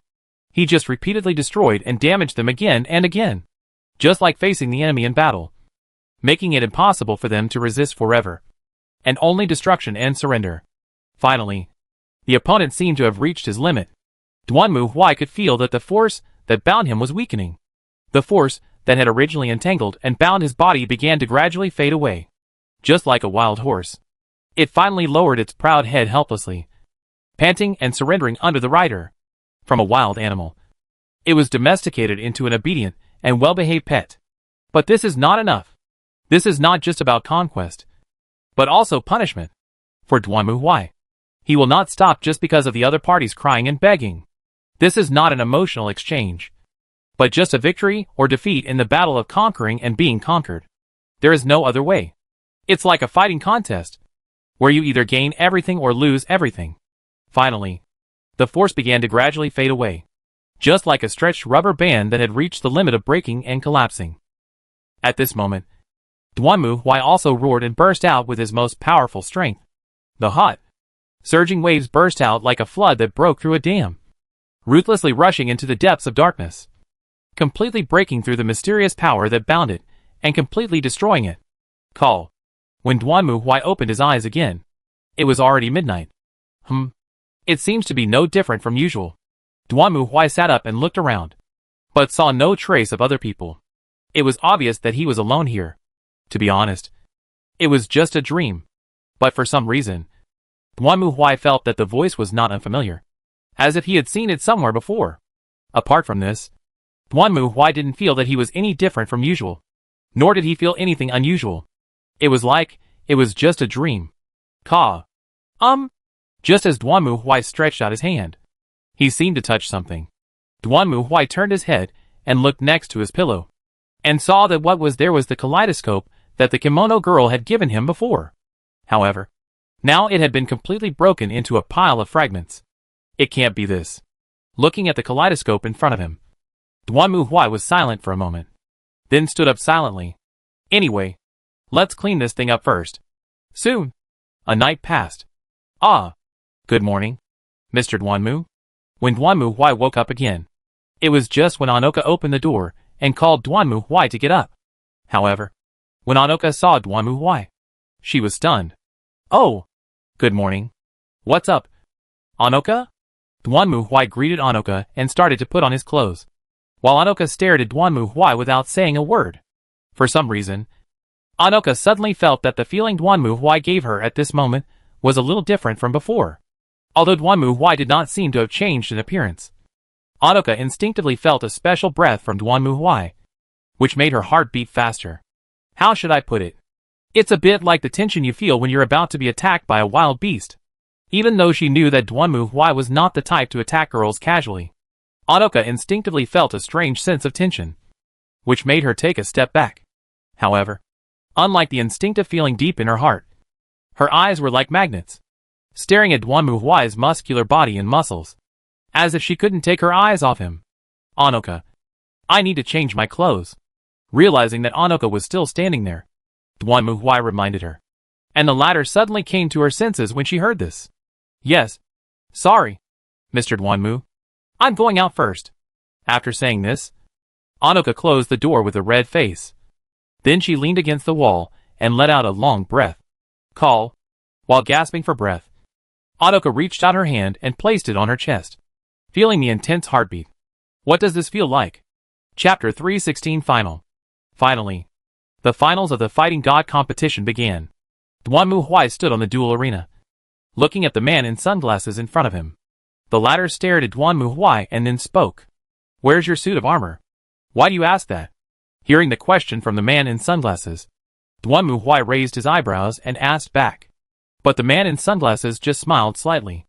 Nothing. I'm just kindly reminding you.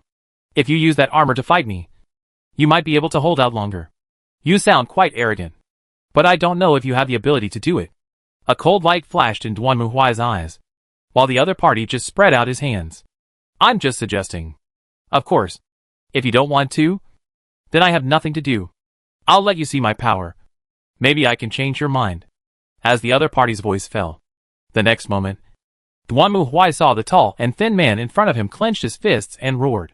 And then his muscles all over his body suddenly swelled up like balloons. In just a moment, the originally tall and thin man turned into a strong and powerful muscular giant. His arms were even thicker than the average person's body, and looked full of strength and explosiveness. Then, let's get started. Round 1. Ready, go. As the host's voice fell, Duanmu Huai suddenly felt a whirlwind rushing towards him. And then he saw the man in sunglasses suddenly raised his right hand and punched him. Duanmu Huai also yelled in anger, clenched his fist, and went straight up. Boom! The fists of both parties collided. Duanmu Huai didn't move at all, while the man in sunglasses shook his body slightly, and a look of surprise appeared on his face. Oh! With your level, you dare to come out and brag? Duanmu Huai clenched his fists and stared at the man in sunglasses. He was too lazy to waste time on the other party. Fortunately, judging from the way this guy fought, he was a power-oriented person like himself, not a skill-oriented person. At least in this way, Duanmu Huai didn't need to think about how to crack it. Obviously, the brave will win when they meet on a narrow road. Whoever has the bigger fist will win this game. Drink. The man in sunglasses punched out again, hitting Duanmu Huai's chest. Duanmu Huai punched out again, continuing to collide with his fist. Ola! Ola! Duanmu Huai roared, and his iron fist burst out, directly hitting the man in sunglasses in front of him. The latter said nothing, raised his hands, and resisted Duanmu Huai's attack again and again. But as Duanmu Huai roared faster and faster, his fist speed also became faster and faster. And soon Duanmu Huai's two arms seemed to transform into countless phantom waves, directly breaking the defense of the man in sunglasses. Ola ola ola ola ola. The violent punches hit the sunglasses man's solid body mercilessly. It must be said that for Duanmu Huai, the sunglasses man in front of him was indeed very strong. His fists hit him just like hitting a sandbag, and there was even a faint feeling of rebound. However, Duanmu Huai did not give up. He exhaled his strength in one breath, and then with one last heavy punch, he directly knocked the sunglasses man out. The latter was like a heavy truck. It turned in the air, and then fell heavily to the ground with a dull crash. Call. At this moment, Duanmu Huai also put down his clenched fist and breathed a sigh of relief. The biggest problem with Star Platinum is that it is a voice-controlled skill. So Duanmu Huai has to shout Ola continuously every time he releases it to control the rhythm and speed up the punching speed. So after each attack, Duanmu Huai feels like he is high to a song, which not only consumes his strength, but also his voice. Well done, Mr. Duanmu.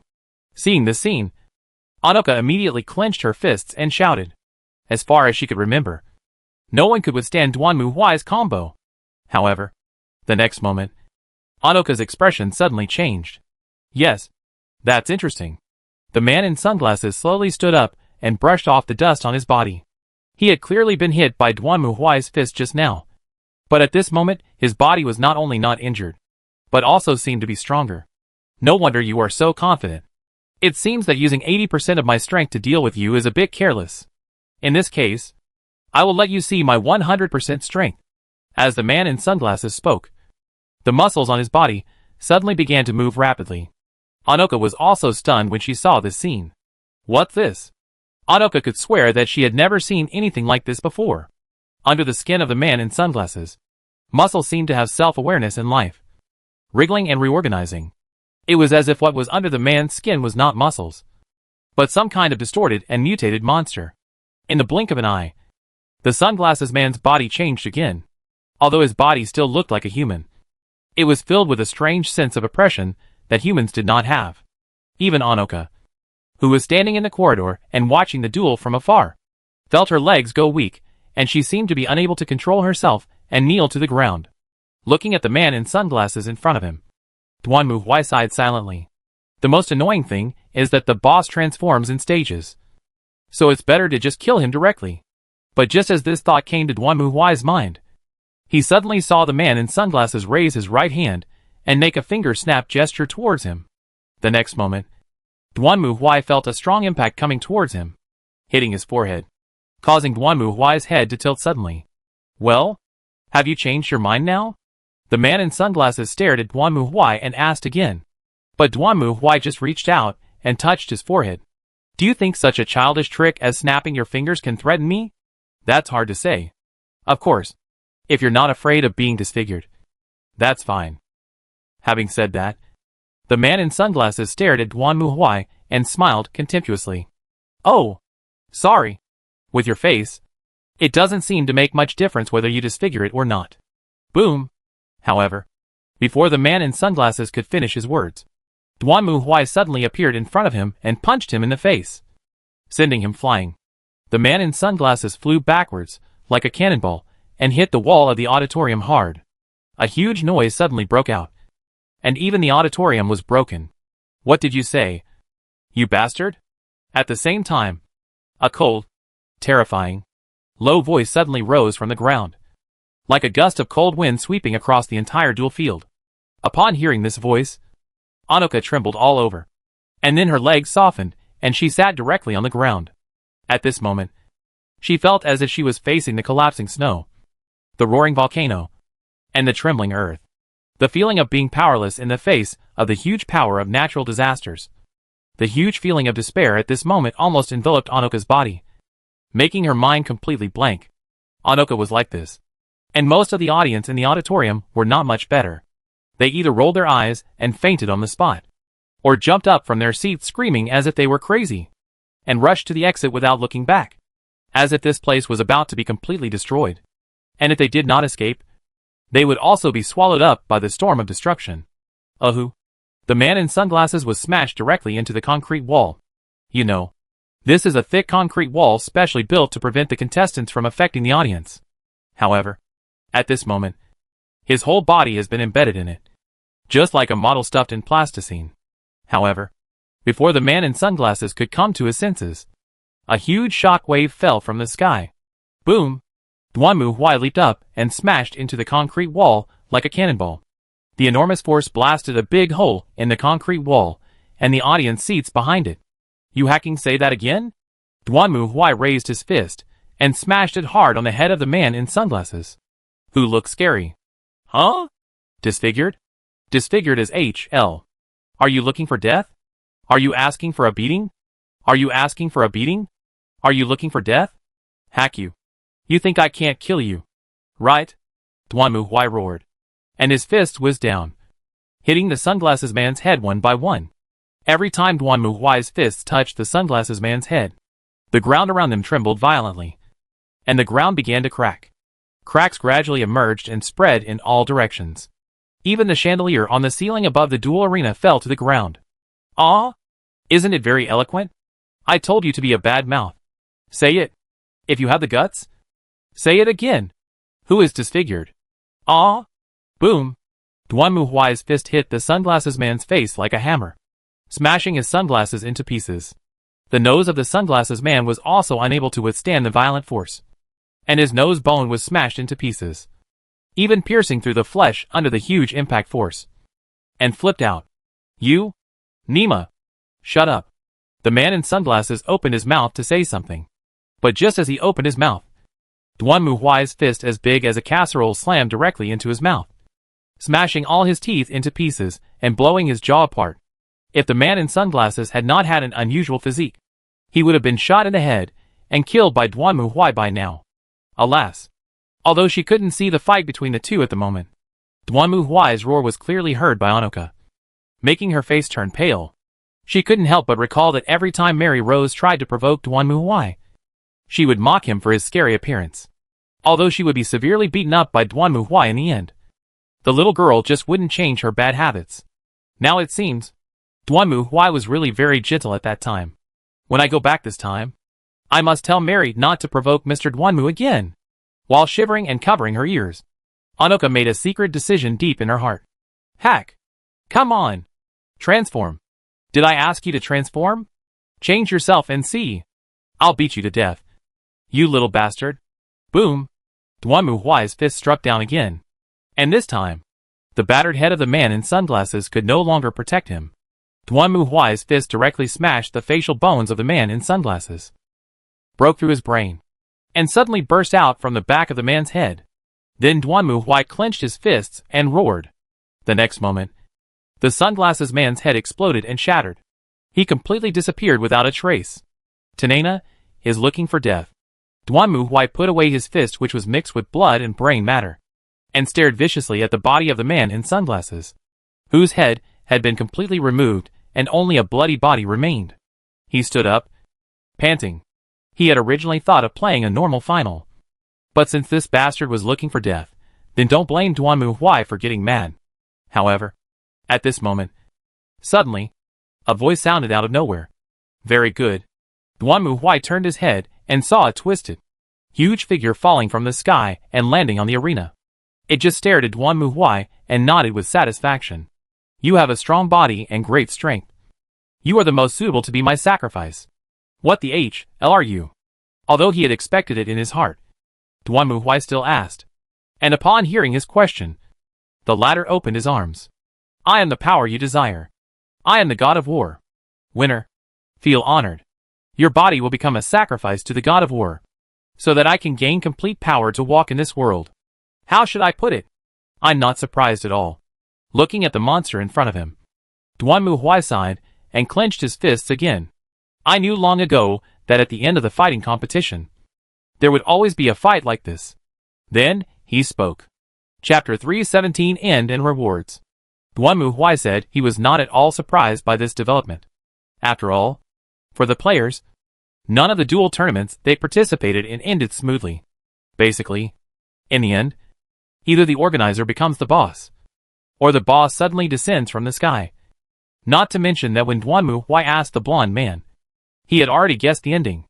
After all, the blonde man said that the power of the fighting god will find the right person for it, which means that the power of the fighting god has self-awareness. And when any power has self-awareness, it is easy to have a conspiracy. Not to mention that judging from the rules of this fighting god competition, the power of the fighting god is obviously not a good thing. Right? Well, it turns out that Duanmu's idea was correct. This guy is indeed not a good person. So, Duanmu just killed it. Yes, it's that simple. He summoned the armor, grabbed it, and swung the thunder hammer, smashing its brains and killing it. Seeing the fighting god being smashed to death by Duanmu, most of the organizers also ran away without a trace. Obviously, they also knew that their secret would be exposed and they would die if they stayed here. So they ran faster than anyone else. However, Duanmu didn't care. After all, he came here for only one purpose. Standing in front of Duanmu, Mary Rose lowered her head with a pale face. As for the reason why Mary Rose participated in the fighting god contest, she also explained obediently, just as Duanmu guessed. At the beginning, Mary Rose was eager to gain the power to defeat Duanmu, and then she was coaxed by a man and foolishly signed the agreement to participate in the fighting god contest. Then the man showed her the rules of the competition. Mary Rose was naturally shocked after reading the rules, and said that she did not want to participate in such a competition. After all, Mary had a clear understanding of her own strength, and knew that it was impossible for her to win in such a competition. But the other party also showed their true colors at this moment, saying that Mary had signed an agreement and must participate in the competition or become a partner in the competition. If she didn't do this, then they would capture Anoka as well. Although Mary also wanted to resist. But, well, she really couldn't win. In the end, he could only be brought here by the other party and given to the man in sunglasses as a partner. Yes, I'm sorry. Don't tell me. It's nothing serious for me anyway. Shouldn't you go tell Anoka? Yes. I'm sorry. I'm really sorry. Anoka. Mary Rose also looked at Anoka, who was beside Duanmu, and bowed her head to apologize to her. And Anoka also shook her head. It's nothing. Mary. I'm glad you're okay. I'm so sorry. Anoka. You what? At the end, Mary hugged Anoka and burst into tears. After all, for her, being forcibly taken to such a place and living in fear every day must have been a nightmare. But fortunately, it was solved perfectly in the end, which was a blessing in disguise. With the fighting god being killed and the management running away, the entire fighting god competition was almost dead in name only, leaving only a few poor little people at the bottom who couldn't escape. However, Duanmu Huai did not make things difficult for them. Instead, he asked them to send all the girls back to their original places and completely disband this boring organization. Then he took his reward and left this dark underground world with the girls and returned to the Dual City.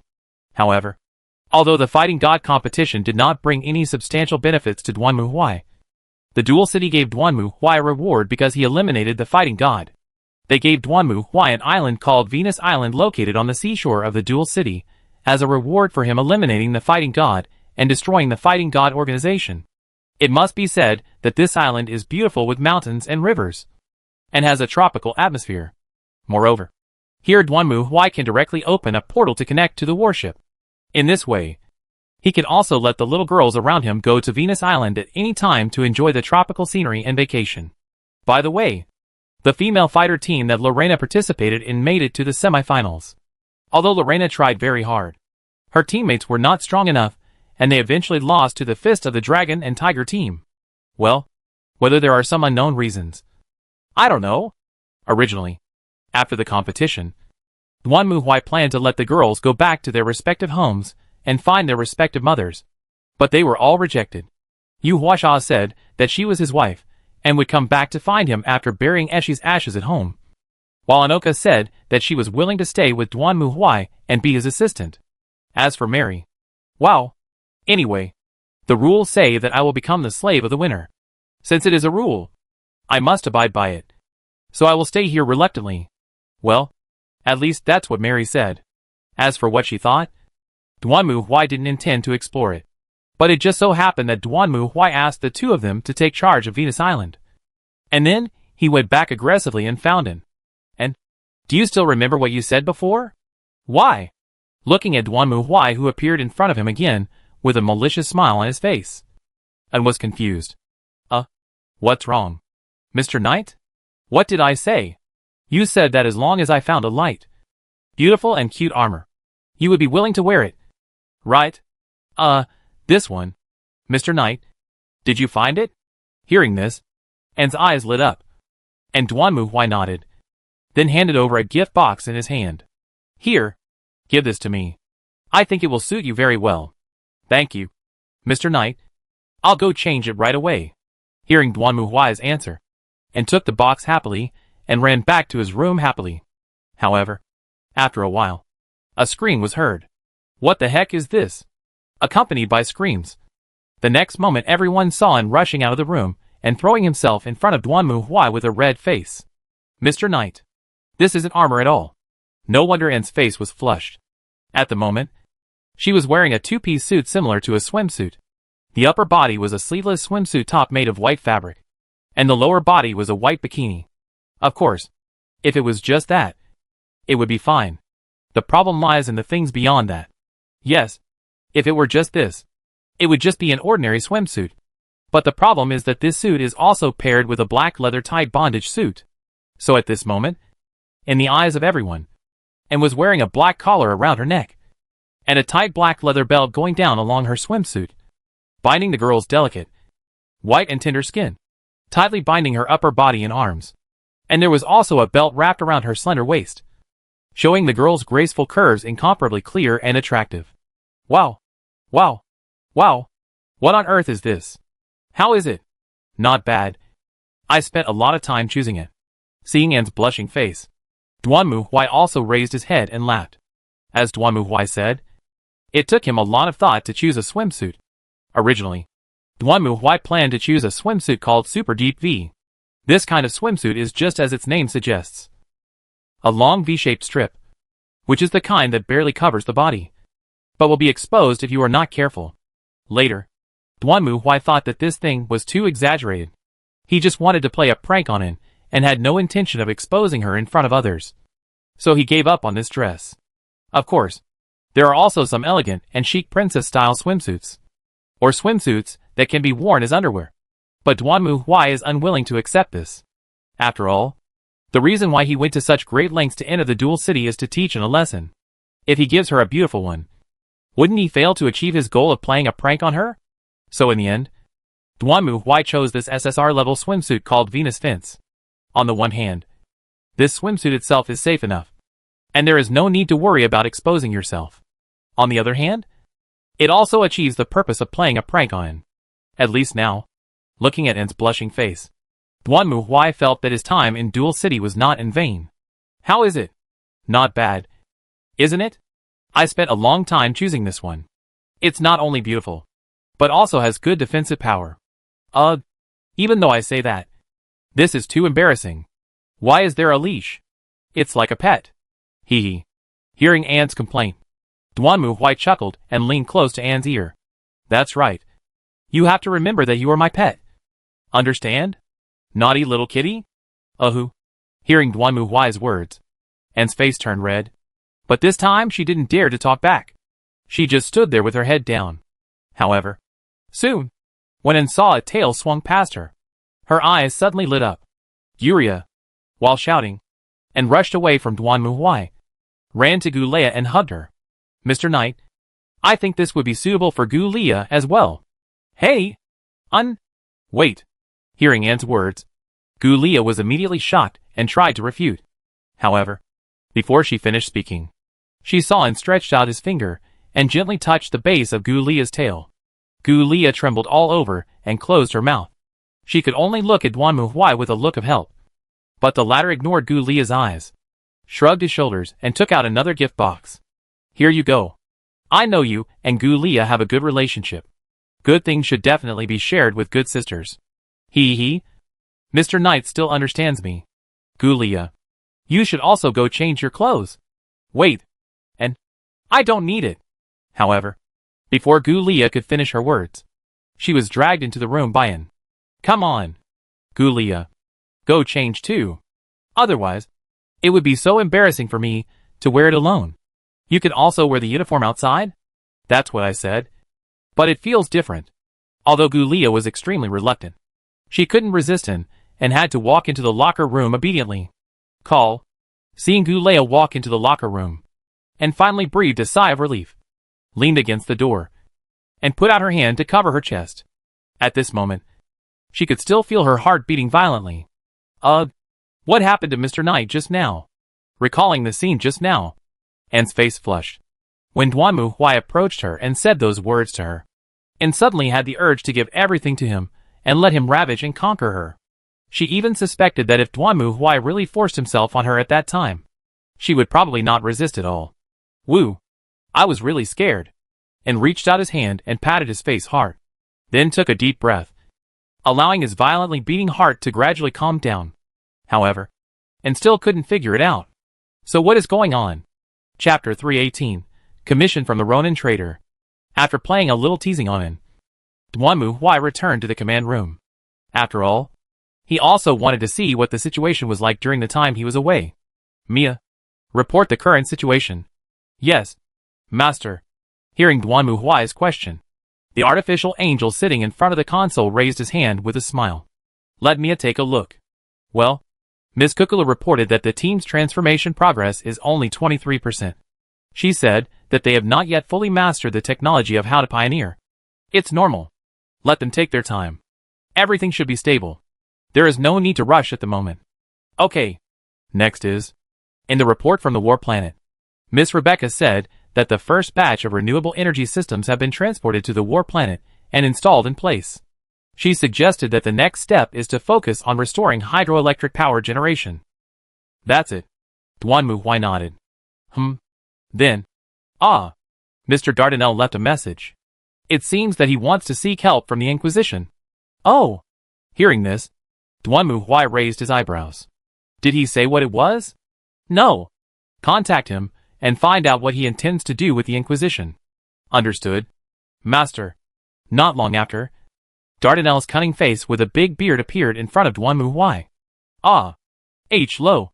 Great Inquisitor. I am flattered to receive your response so quickly. Don't say any more nonsense. Duanmu Huai waved his hand, interrupting Dardanelle's greeting. What do you want from the Inquisition?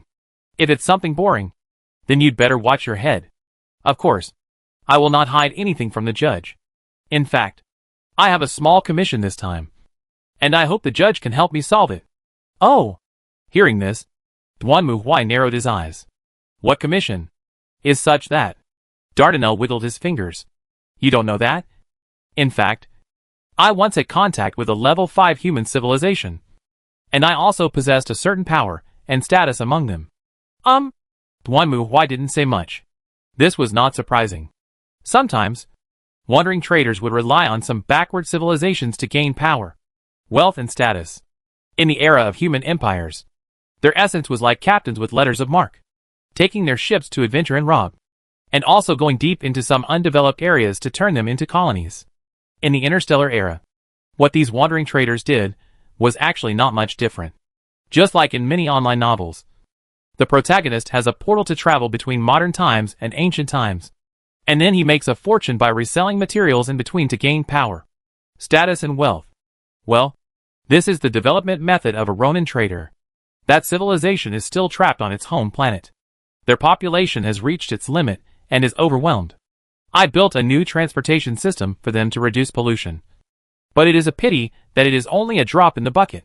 Fortunately, not long ago, this civilization has already gone to the interstellar. Don't talk nonsense. Get to the point. Okay. That's it. Your Honor. Dardanelle rubbed his hands together. The transportation system I set up requires a superconducting, or as a material. We found the raw material we need on a planet 4.2 light-years away from the civilization's home planet. Moreover, that planet itself contains a large amount of superconducting ore. Once it is fully mined, it will be enough to completely change the current situation of that civilization. And even go a step further. Get to the point. Yes. During the mining process on that planet, we were attacked by the natives. They are an alien race called the Gnostics. We originally hoped to negotiate with them, so that we could have peace while mining ore. But unfortunately, those alien races are too barbaric and backward to understand our ideas. They have been attacking my mining base. Although I have also sent some soldiers there. To be honest, the ability of that civilization is not enough to deal with the Gnostics. So, I hope the Inquisition can come forward and help me solve this problem. Having said that, Dardanelle hurriedly smiled at Duanmu in a flattering manner. Ah, of course. I won't let the Inquisition help me for nothing. In return, I can give you 1/3 of the profits. If you need anything, just let me know. I see. Duanmu nodded and thought for a moment. Give me the information and location of these 2 planets. I will give you an answer after I have reviewed them. Okay. Your Honor. I'm sorry to bother you. Dardanelle was also very tactful. After saying a few words, he quickly cut off the connection. Not long after, Mia received the file information from the other party. Mia, send a warship to the coordinates of the planet to observe, and then report the situation to me. Yes, Master. After giving the order, Duanmu stared at the data and intelligence in front of him. This is an opportunity, and it is time to let the girls around him know the true meaning of the Inquisition. Of course, the premise is that the wandering trader did not lie to him.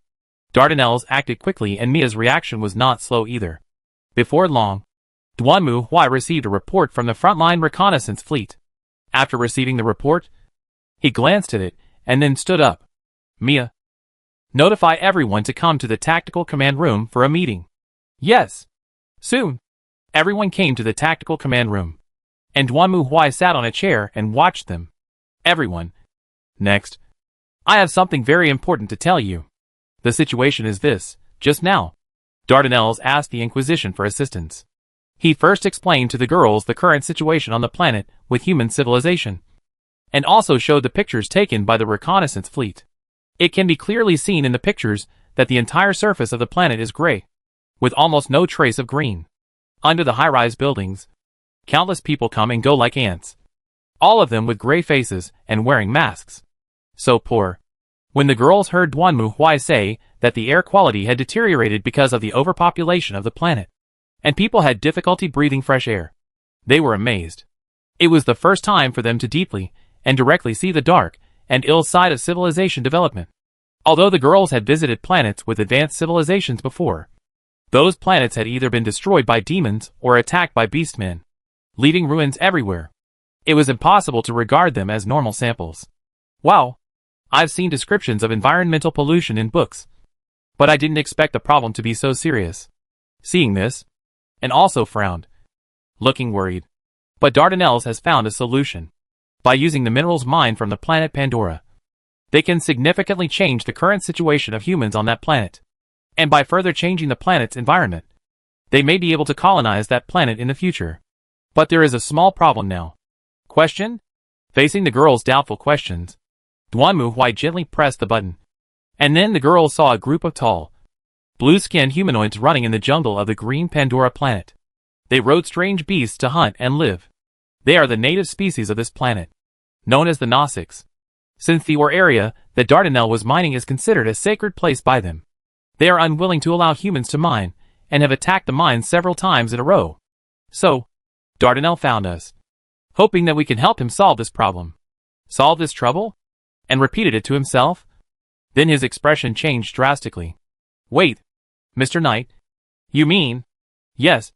Dardanelle hopes that the Inquisition will completely eliminate the Gnostics in order to ensure their interests in mining and colonization on this planet. How can this be possible? Hearing this, Lorena couldn't help but stand up. Isn't this an invasion? Yes, it is indeed an invasion. Duanmu Huai nodded. So, what do you guys think? Of course that's not possible. Yeah. How can you do such a thing? Soon, the girls all gave their answers. Of course, they were not willing to do such a thing. Then, and looked at Duanmu Huai again. Mr. Knight, you asked us to come here. Don't tell me, the Inquisition wants to do this. Right? Yes, we are indeed going to do this. Because it does not conflict with the duties of the Inquisition. Why? Hearing this, everyone was shocked. In their memories, the Inquisition had always been a righteous organization that saved humanity. But, indeed, I understand your thoughts. Duanmu Huai pointed at the Gnostics people on the screen who were having fun in the jungle. They have lived on this planet for generations without causing any trouble for anyone. But suddenly someone wants to drive them out of their homeland. This must be very pitiful and unfair. Right? Well said. Glancing at the expressions of the girls around him, Duanmu Huai nodded. Then, he suddenly flipped over another screen. So what do you think we should do with these humans? Looking at those people who were living in misery in the steel-clad jungle, the girls were speechless for a moment. But, after a long silence, Lorena spoke softly. Isn't there a better way to have the best of both worlds? No. In fact, all life in this world reproduces by cannibalizing other life. Duanmu Huai shook his head. You think this behavior is evil and excessive. But unfortunately, this is not unique to humans. Take wolf packs for example. When a wolf pack expands to a certain size, it will split into two packs and fight for territory. The winning pack will stay here, while the losing pack will go somewhere else and look for prey, for animals living peacefully in other places. Aren't these wolves that have been driven away or migrated here also an unprovoked disaster? Well, and Lorena. Duanmu Huai nodded at the two of them. You hope that your country can be prosperous and strong. Yes. So, you also know what this represents. This means that your city and country will have a large number of people born. They need land to live, work to plant food, hunting or domesticated animals to maintain their own lives. So where does these land come from? Is it possible to change out of thin air? What is the difference between humans who originally lived on the land? Now, neither of them spoke. This is the truth of the universe. Duanmu Huai spread his hands. For any living thing, survival is the first need, and civilization will continue to expand unless it is destroyed. However, the total amount of matter in the universe is constant. Just like a cake. When you take one more piece, someone else will take one less piece. Feeling guilty about this is the most foolish behavior. Because the struggle between lives is originally a life and death struggle. You have also personally experienced the wars between humans and beastmen, and between humans and demons. So you should understand this very well. But, at this time, Gu Lia raised her hand timidly. At that time, the orcs and the devil were invading humans. The evil side. Evil? By what standard do we judge whether they are evil? Duanmu Huai snorted softly. The beastmen invaded humans because they were infected by the underground fluorescent tribe and had nowhere to go. The reason why the mech tribe joined forces with the demons to attack the Argentinians and humans was to gain soul power to maintain their own lives. You see, the starting point of all races is to protect themselves. Isn't it? But, of course, from a human perspective, their actions are evil because they cause harm to humanity. That's it. And the Inquisition. Having said this, Duan Muhui stood up. The Inquisition exists to protect humanity, human civilization, and eliminate all threats to humanity. So, no matter what difficulties the mech or the orcs have, it doesn't matter in the face of the survival of the race. Because when two races go to war for the right to survive, there is only one outcome: either you die or I die. There is no third way. The reproduction, survival, and expansion of any race are based on the remains and corpses of other lives. There was dead silence in the command room. En's face turned pale, and he couldn't speak. Lorena clasped her hands tightly, placed them on her chest, and prayed silently. Lonnie looked thoughtful and remained silent. Failing was bored and scrolling on her tablet, seemingly having no interest in it. Gulea sat there with a serious face, not saying a word. Bambi frowned, looking at this and that, not knowing what to say for a moment. Okis's expression did not change at all. She just sat quietly. As for Sydney, her expression was complicated and tangled. She opened her mouth, then closed it again, as if she didn't know what to say. I will not take you with me on this operation. Duan Muhui sat down again and looked at everyone. In fact, I could have told you nothing, but I think it's necessary to let you know the true meaning of the Inquisition. Indeed, perhaps in the eyes of humans, we are heroes. Heroes who saved them from danger and freed them from the threat of death. However, in the eyes of other races, what we do is no different from that of demons. The difference is that the Inquisition will always be the protector of mankind. We will always stand on the side of mankind. That's it. Having said this, Duan Muhui looked at everyone. If you feel that this is different from what you hoped for, then you can withdraw from the Inquisition and return to your original life. However, I think it is better to inform you in advance. I don't want you to have any misunderstandings about the existence of the Inquisition, including some beautiful misunderstandings. Duan Muhui certainly noticed that the girls were in a state of confusion at the moment, which was normal. They had always believed that they were doing the right thing. But now, they found that they might be doing something not so right. At least, that was how they thought. Of course, in Duan Muhui's opinion, this is all hypocrisy. Just like those Western idiots in his original world, who couldn't help but shout cruelty when they saw videos of killing chickens and pigs. These idiots didn't really think that chicken and pork grew in the ground.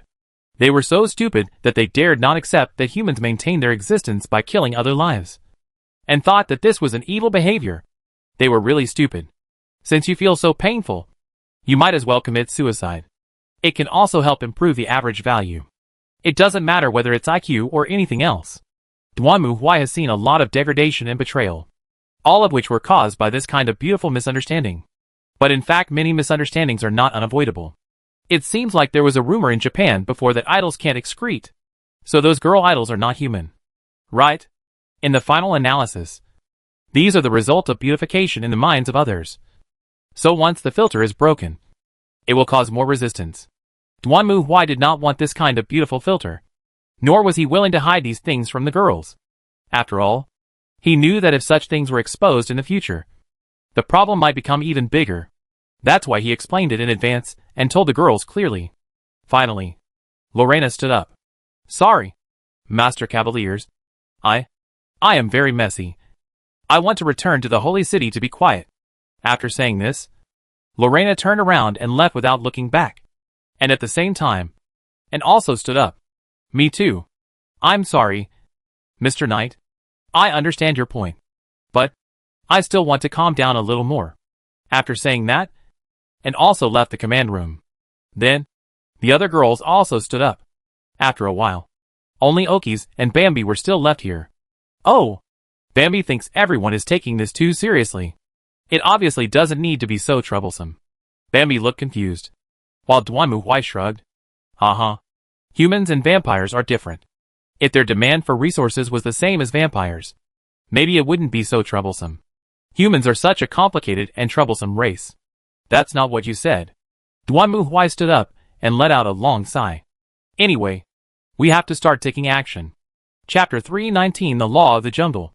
To be honest, Duan Muhui knew that what he said would definitely bring anxiety and fear to the girls.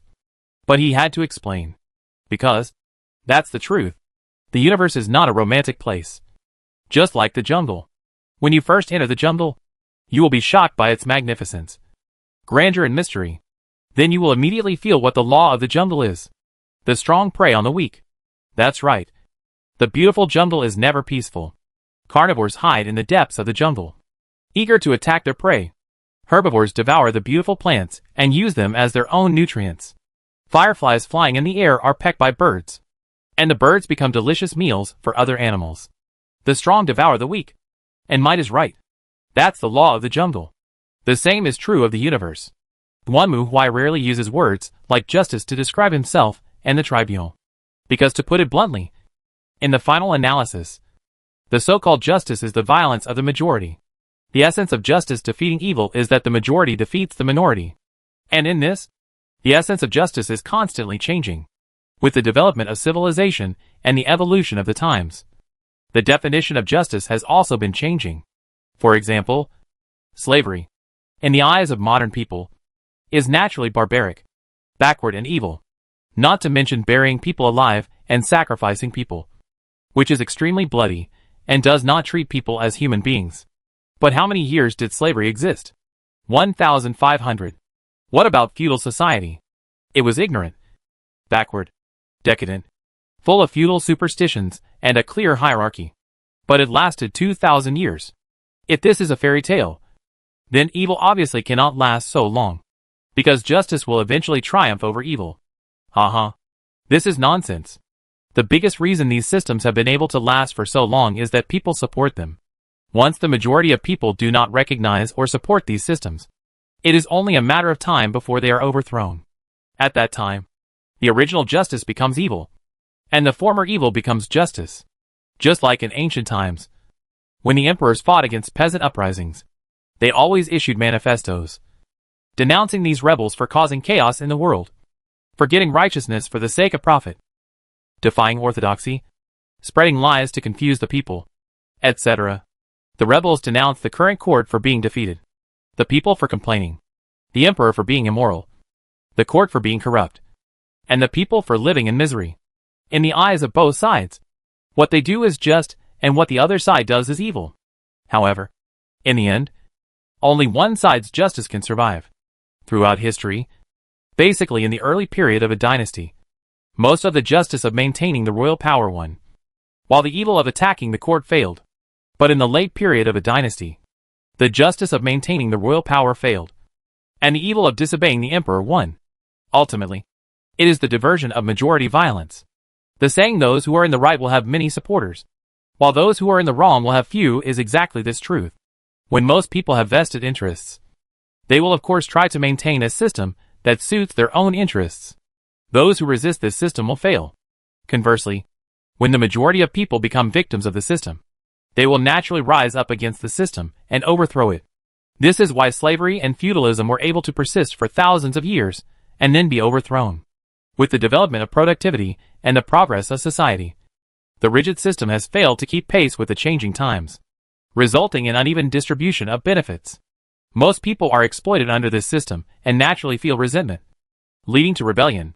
So, in the final analysis, what most people agree on is justice, both in ancient and modern times. Numbers are justice. Firepower is truth. No matter how gorgeous the words are, they cannot resist reality. It's like during the Three Kingdoms period, when Yuan Shao issued Yuan Shao's proclamation to Yuzhou to attack Cao Cao.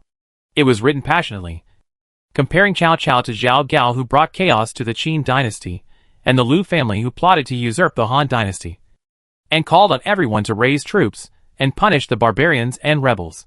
Even Cao Cao himself broke out in a cold sweat after reading it, and even ignored his headache. He jumped out of bed and was almost scared to death. But it's of no use. Everyone knows who has the last laugh in the Three Kingdoms.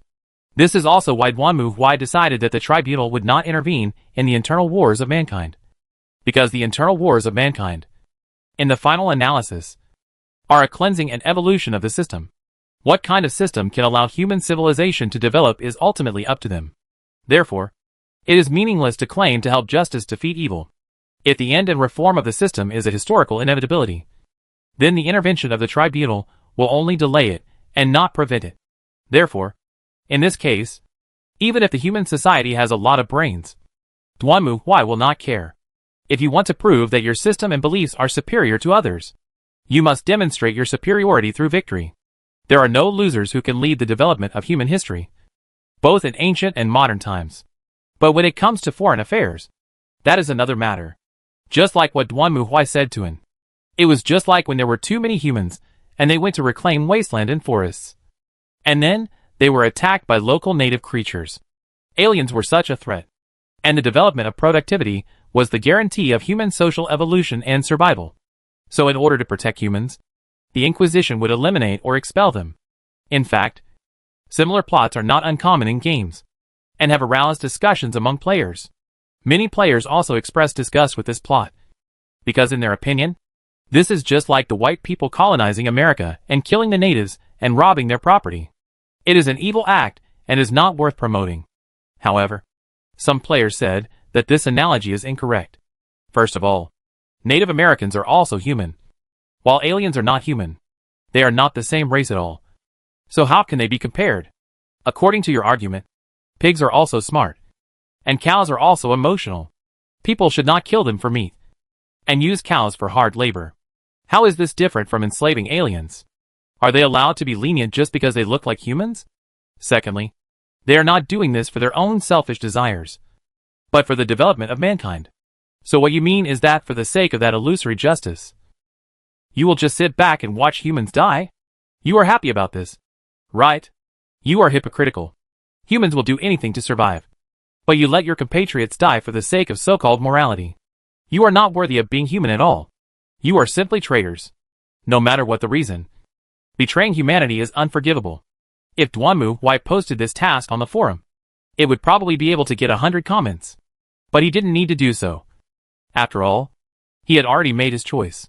So Duanmu Huai took hundreds of Star Army soldiers on a Moon-class cruiser to the location Dardanelle mentioned, and contacted him. Dardanelle was naturally surprised to learn that the Inquisition was willing to help him. Thank you so much. Your Excellency the Inquisitor.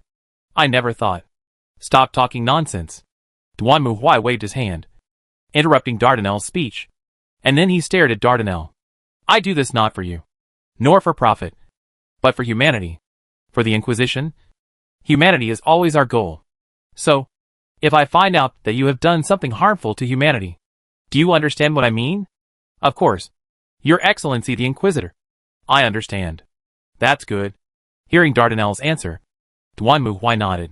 As for that, it's okay to leave it all to us. Right? Of course. I have already issued orders to the frontline base over there, asking them to all obey your command.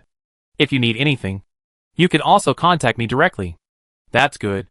Duanmu Huai cut off the communication, then looked at the planet in front of him and gave orders. Let's go! At the same time, at Pandora Front Base. Hey, the atmosphere here seems a little unusual today. While looking at the supplies and personnel that had just been delivered, a soldier patrolling nearby with a gun looked at his companion curiously and asked. After all, you know, they were called up early in the morning to patrol the entire base, saying that they were going to welcome some important person. You haven't heard? Looking at his colleague, another soldier curled his lips. It seems that the higher-ups were very dissatisfied with the current progress of the base, so they sent new people here to take over. You must be joking. Hearing this, the soldier's face suddenly darkened. The higher-ups have no idea how dangerous this damn place is. Are they planning to send us to die in the jungle? Well, this is not something you should consider. At this time, another veteran came over and glanced at everyone seriously. We have received orders from above, and we just need to obey them. Don't worry. I heard that this time, the superiors knew that we couldn't deal with those blue guys in the jungle, so they sent a stronger team. A stronger team? What? They can't possibly send an army. That's not necessarily true. Hey, everyone, be alert. They're coming. At this moment, the veteran seemed to have received the message and shouted loudly, and then saw the soldiers around him quickly gathered. Then, they saw several strangely shaped black planes roaring through the sky, coming to the top of the airport in front of him, and slowly descending.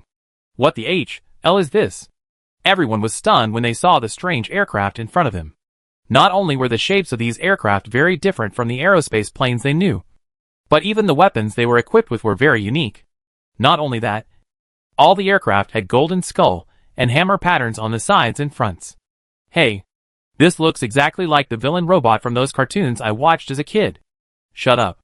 Looking at these strange fighter planes in front of them, the soldiers next to them whispered to each other. But soon, when the cabin door opened and a group of dark, huge figures appeared in front of them, all the soldiers shut up. What the hell are these? The soldiers were all stunned when they saw the 2.5-meter tall black armored giant slowly walking down from the fighter plane. Although they also had exoskeleton mechanical armor that was more than 3 meters tall, compared to those mechanical armors with thin arms and legs. These warriors in black armor looked more burly and majestic, and the guns they held in their hands were even more ferocious and terrifying, not to mention the shining skull and hammer logo on their chests, which was even more terrifying. Hey, hello, sir. When Duanmu Huai walked into the base, he soon saw a man coming towards him with a smile on his face. I am Parker, the head of the base. I am very happy to welcome you and your men to the Hell's Gate base. Door of H.L.? Hearing this name, Duanmu Huai sneered. This is a far cry from H.L. That? I'm not here to talk nonsense with you. You should understand the purpose of our coming here. Yes, sir. From now on, this base will be completely under your control.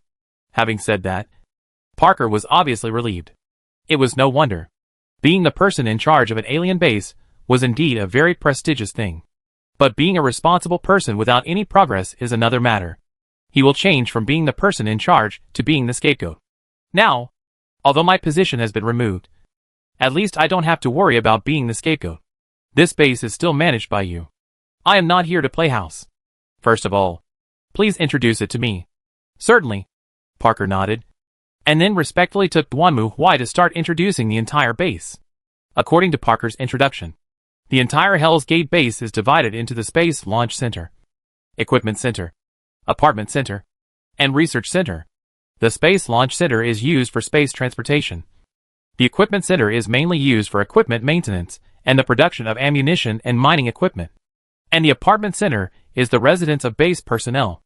As for the Research Center, what the hell are these things? When Duanmu Huai walked into the Research Center and looked at the long blue elves in the life support capsule, his brows immediately frowned. Oh! This is one of the important researches of the Life Laboratory, the Gnostics cloning. Seeing that Duanmu Huai was interested in this thing, Manager Parker hurriedly introduced it. We are currently unable to communicate adequately with the Gnostics, so the Life Laboratory proposed this plan. They want to use the Life Connection system to attach their consciousness to these clone Gnostics, and then integrate into the Gnostics tribe, communicate with them, and persuade them. Snort. However, before Director Parker could finish his words, he was interrupted by Duanmu Huai's cold snort. He looked at the Gnostics clones in front of him with disgust, and then waved his hand. Get rid of all these damn aliens immediately. We don't need this meaningless crap. Why? Manager Parker was shocked when he heard Duanmu Huai's order. However, before he could say anything else, suddenly, a voice rang out. What did you say? How dare you do this? Duanmu Huai turned his head and saw a woman standing at the door, glaring at him and walking towards him aggressively. Who are you? She is Dr. Grace Augustine. Manager Parker also hurriedly introduced himself. He is the person in charge of the entire Life Laboratory and the person in charge of the Avatar Project. What in God's name are you trigger-pushing idiots doing here? Grace came to Duanmu Huai angrily and glared at her, while the latter stared coldly at the woman in front of him.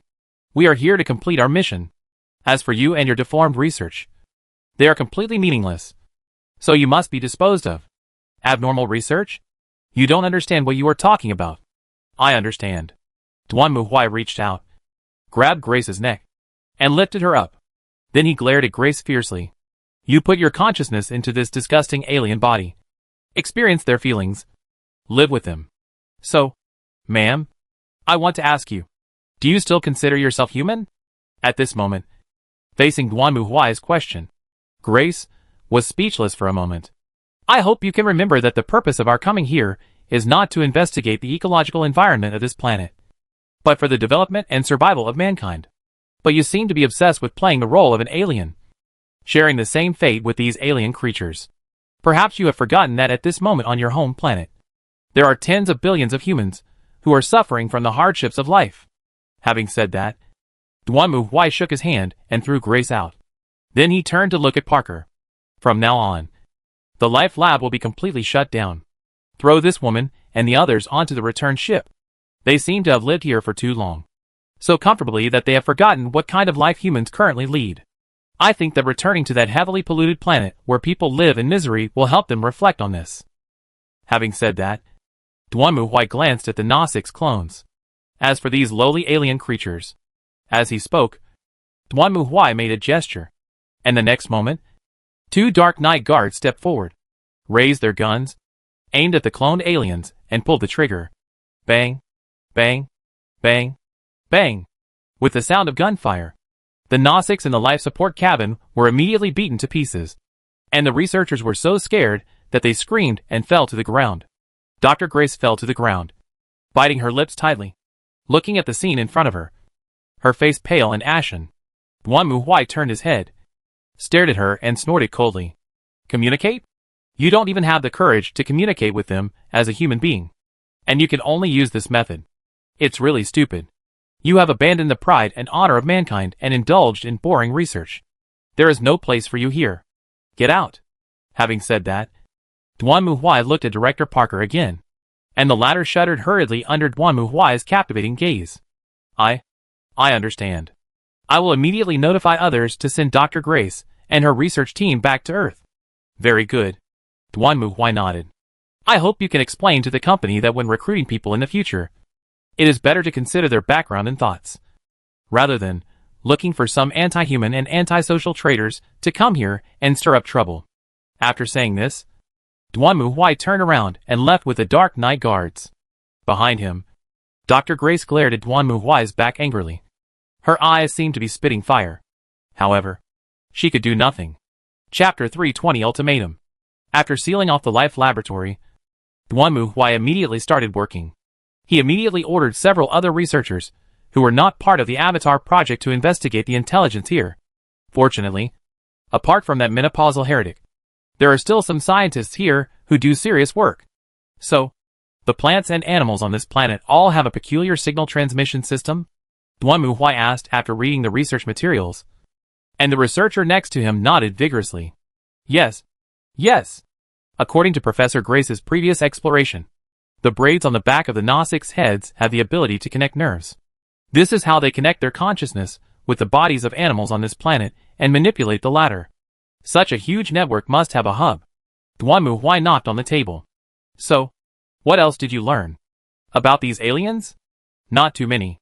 The Na-6 didn't have very close contact with us before.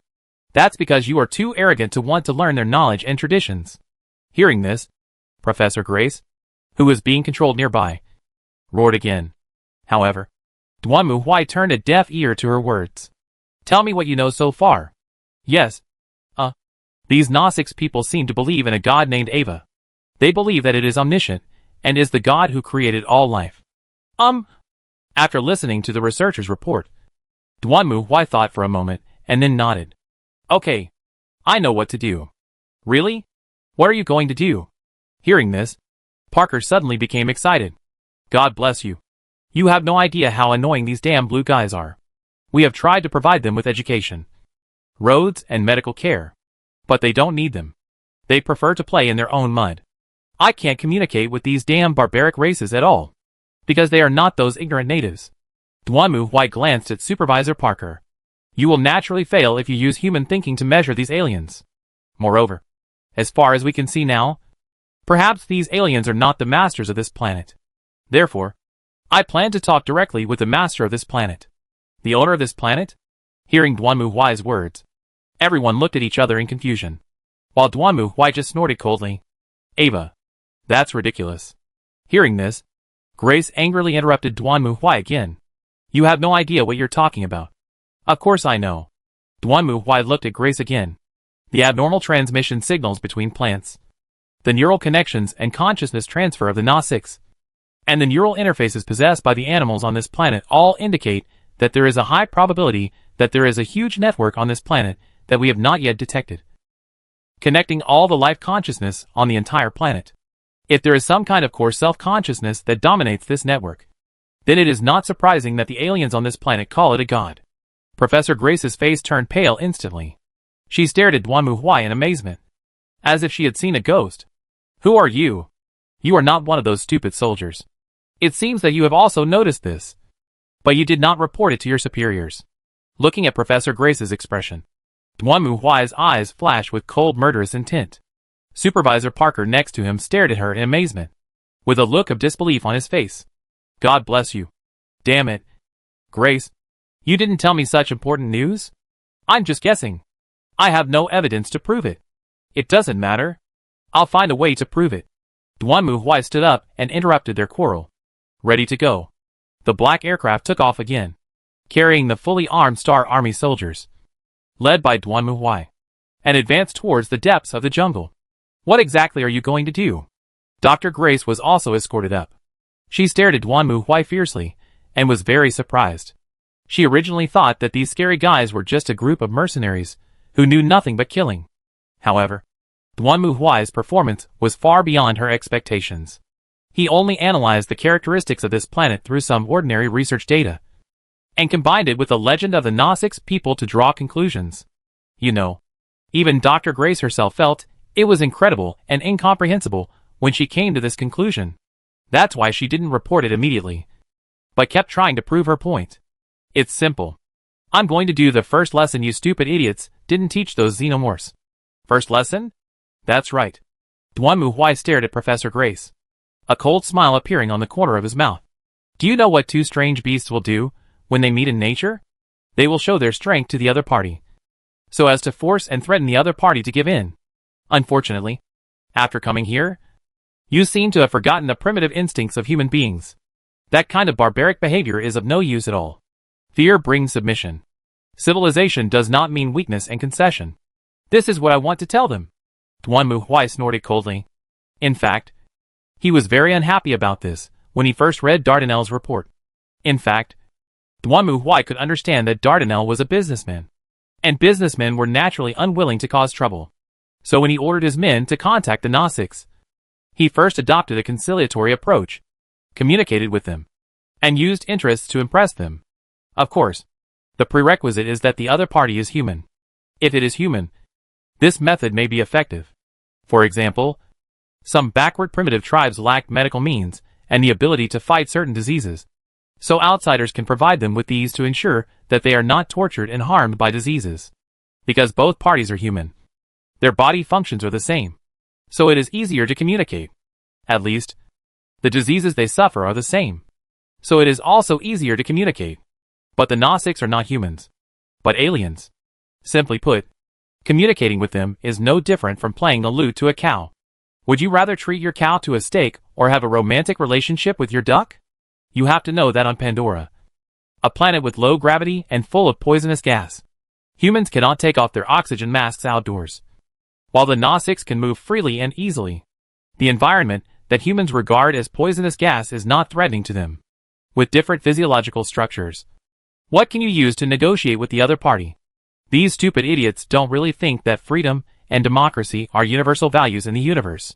This would only give the Gnostics the impression that we are weak and can be bullied. If it were Duanmu Huai, he would have just bombed them when he arrived, letting the indigenous races here see the ability of humans to change the world, and they would never dare to complain anymore. So in the final analysis, it was Dardanel's own stupidity that led him to make such a mistake. When negotiating with the unknown, never forget that both the olive branch and the weapon are indispensable. Those who only took the olive branch were eaten by the other side. Soon, a fleet of gunboats flew over the forest and arrived at a reclaimed area. Duanmu Huai led the Star Army off the gunboat and looked around. I have to say that the scenery on Pandora is indeed very beautiful. If it weren't for the poor air quality here, Duanmu Huai thought that he could bring the little girls here to broaden their horizons. But he guessed they wouldn't be happy about it. Retracting his thoughts, Duanmu Huai narrowed his eyes and looked around. Then he snorted coldly and stomped his feet suddenly. Snort! Along with Duanmu Huai's cold snort, an invisible pressure suddenly erupted, and the surrounding plants seemed to feel this terrible pressure full of destruction and death. And they trembled suddenly, and some plants even chose to retreat. Seeing this scene, Dr. Grace was stunned. She had never thought that these plants in front of her would actually do such a thing.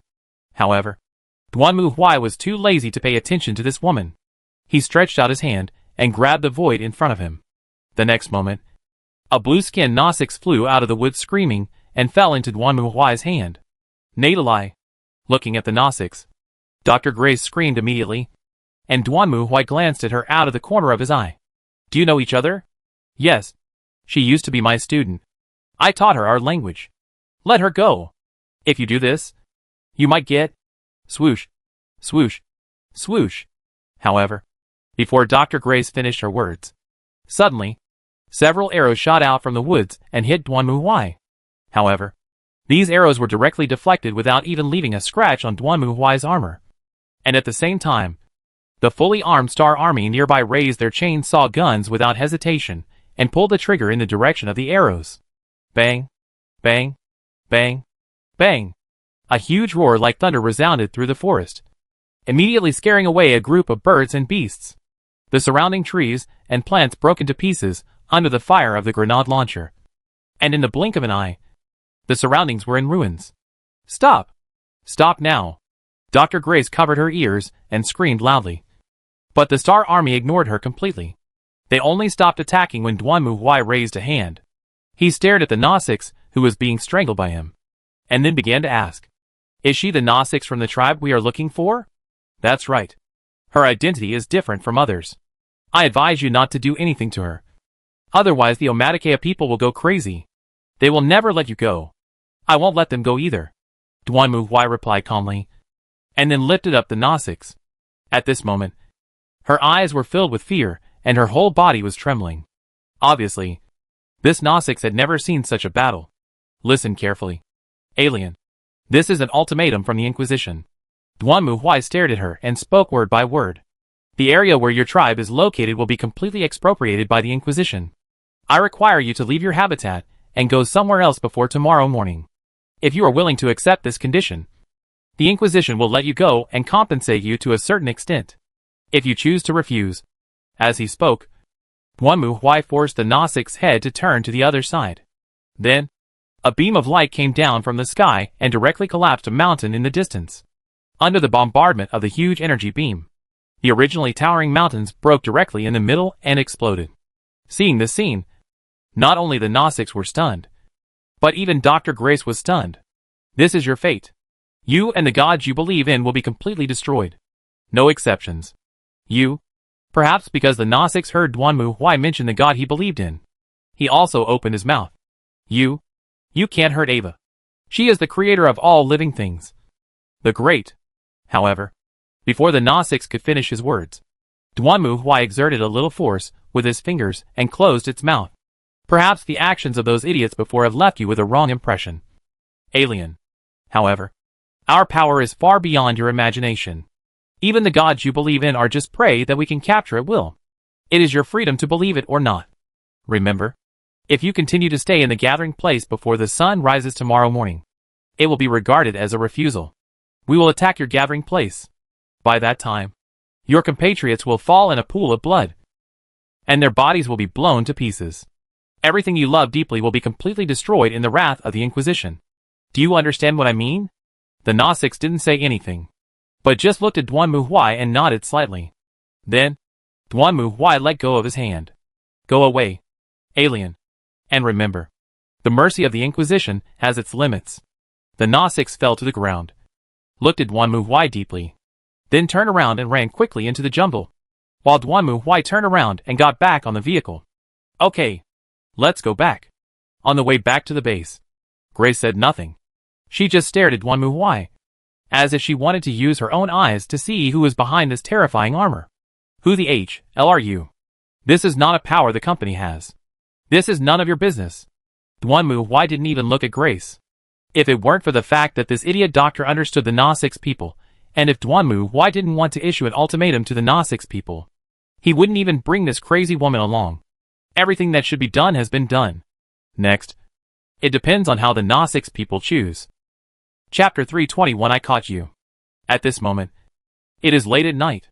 Outside the Omesha home tree, hundreds of Gnostics stood, looking at the bodies on the ground with grief. The bodies of the Gnostics killed by the Astra Militarum. Bolt guns broke their bodies, tore their hands and feet, and turned them into bloody remains. They killed our compatriots. One of the strong Gnostics closed his eyes sadly, and mourned silently. Then he stood up and looked at his compatriots. We want revenge. We can't do it. Another Gnostic spoke sadly. It was the Gnostics, Neytiri, who was captured and then released by Duanmu. We can't do it. You all have seen that these aliens have a power that we cannot resist. So, are you going to give in? Are you going to give in to the threats of these aliens? Then what can we do? Neytiri stared at him, tears in her eyes. I understand. You mean to protect our home at all costs. But this group of aliens is completely different from the ones we met before. Some of those aliens wanted to understand us, and some just didn't want to conflict with us. But this group of people, they just want to destroy us. Then let them come. The Gnostics raised their bows and arrows high. I will let them know our power. Wake up! Neytiri stood up and grabbed the Gnostics, forcing it to turn its head and look at the ruins in the distance. There used to be a mountain there, but now, only broken wreckage remained. Look there. This is their power. You want to fight them? Fight? Think about the others. Think about the children. They will be completely destroyed by this terrible power. Looking at the terrible wreckage, the Gnostics opened their mouths, but no words came out. Of course, they had also witnessed the previous scene, and before Neytiri came back and told them what happened, they had no idea why it happened. But now, they finally understood thoroughly. It was a force that they could not resist. Let's get out of here. Finally, another Gnostic stood up, and when the previous Gnostics heard its order, he showed a trace of grief. But, we can't let the entire tribe die with them. Neytiri is right. Their power is too terrifying. Looking up at the sky, the clan leader's face was filled with fear and uneasiness. He had never seen such a powerful and terrifying force. Even he knew that this was not a force he could resist. This was not at the same level as the steel beasts that those people had driven before. If it was those steel beasts, they would still have the courage to fight them in the forest. But, facing this kind of attack that came from the sky and could not be resisted at all, they could not even find a corresponding method. As long as the tribe is still there, we can grow stronger again. We can find the soul tree again and pray for Ava's guidance. Having said that, the patriarch sighed. Okay, let's go. When the Gnostics evacuated with sadness and anger, this scene was naturally seen by Duanmu, who was in low Earth orbit. Ah, they've evacuated. That's great. You are worthy of being the judge. I knew that you would succeed. Dardanelle was also very excited when he saw the scene. Although he really didn't care about the lives of these aliens, he still had to consider the media. If the Inquisition really carried out a massacre here, it would be a headache to deal with it if the media of the civilization he controlled knew about it. If you fall behind, you will be beaten. If you are weak, you deserve to be invaded. This is the reality. Duanmu stared at the screen coldly. He had no sympathy for what these Gnostics had experienced. Fairness and justice had never existed in the universe. Strength was the rule. If you were weak and incompetent, then don't resent being invaded and massacred, because it was all your own fault. Kindness cannot bring justice or peace. What brings peace is always power. Absolute, powerful power. Without strength, there is no justice, let alone peace. Just like now, these Gnostics people chose to submit shamefully in front of the powerful force of the Inquisition, because they knew that this was an existence they could not resist. But, no, this is not over yet.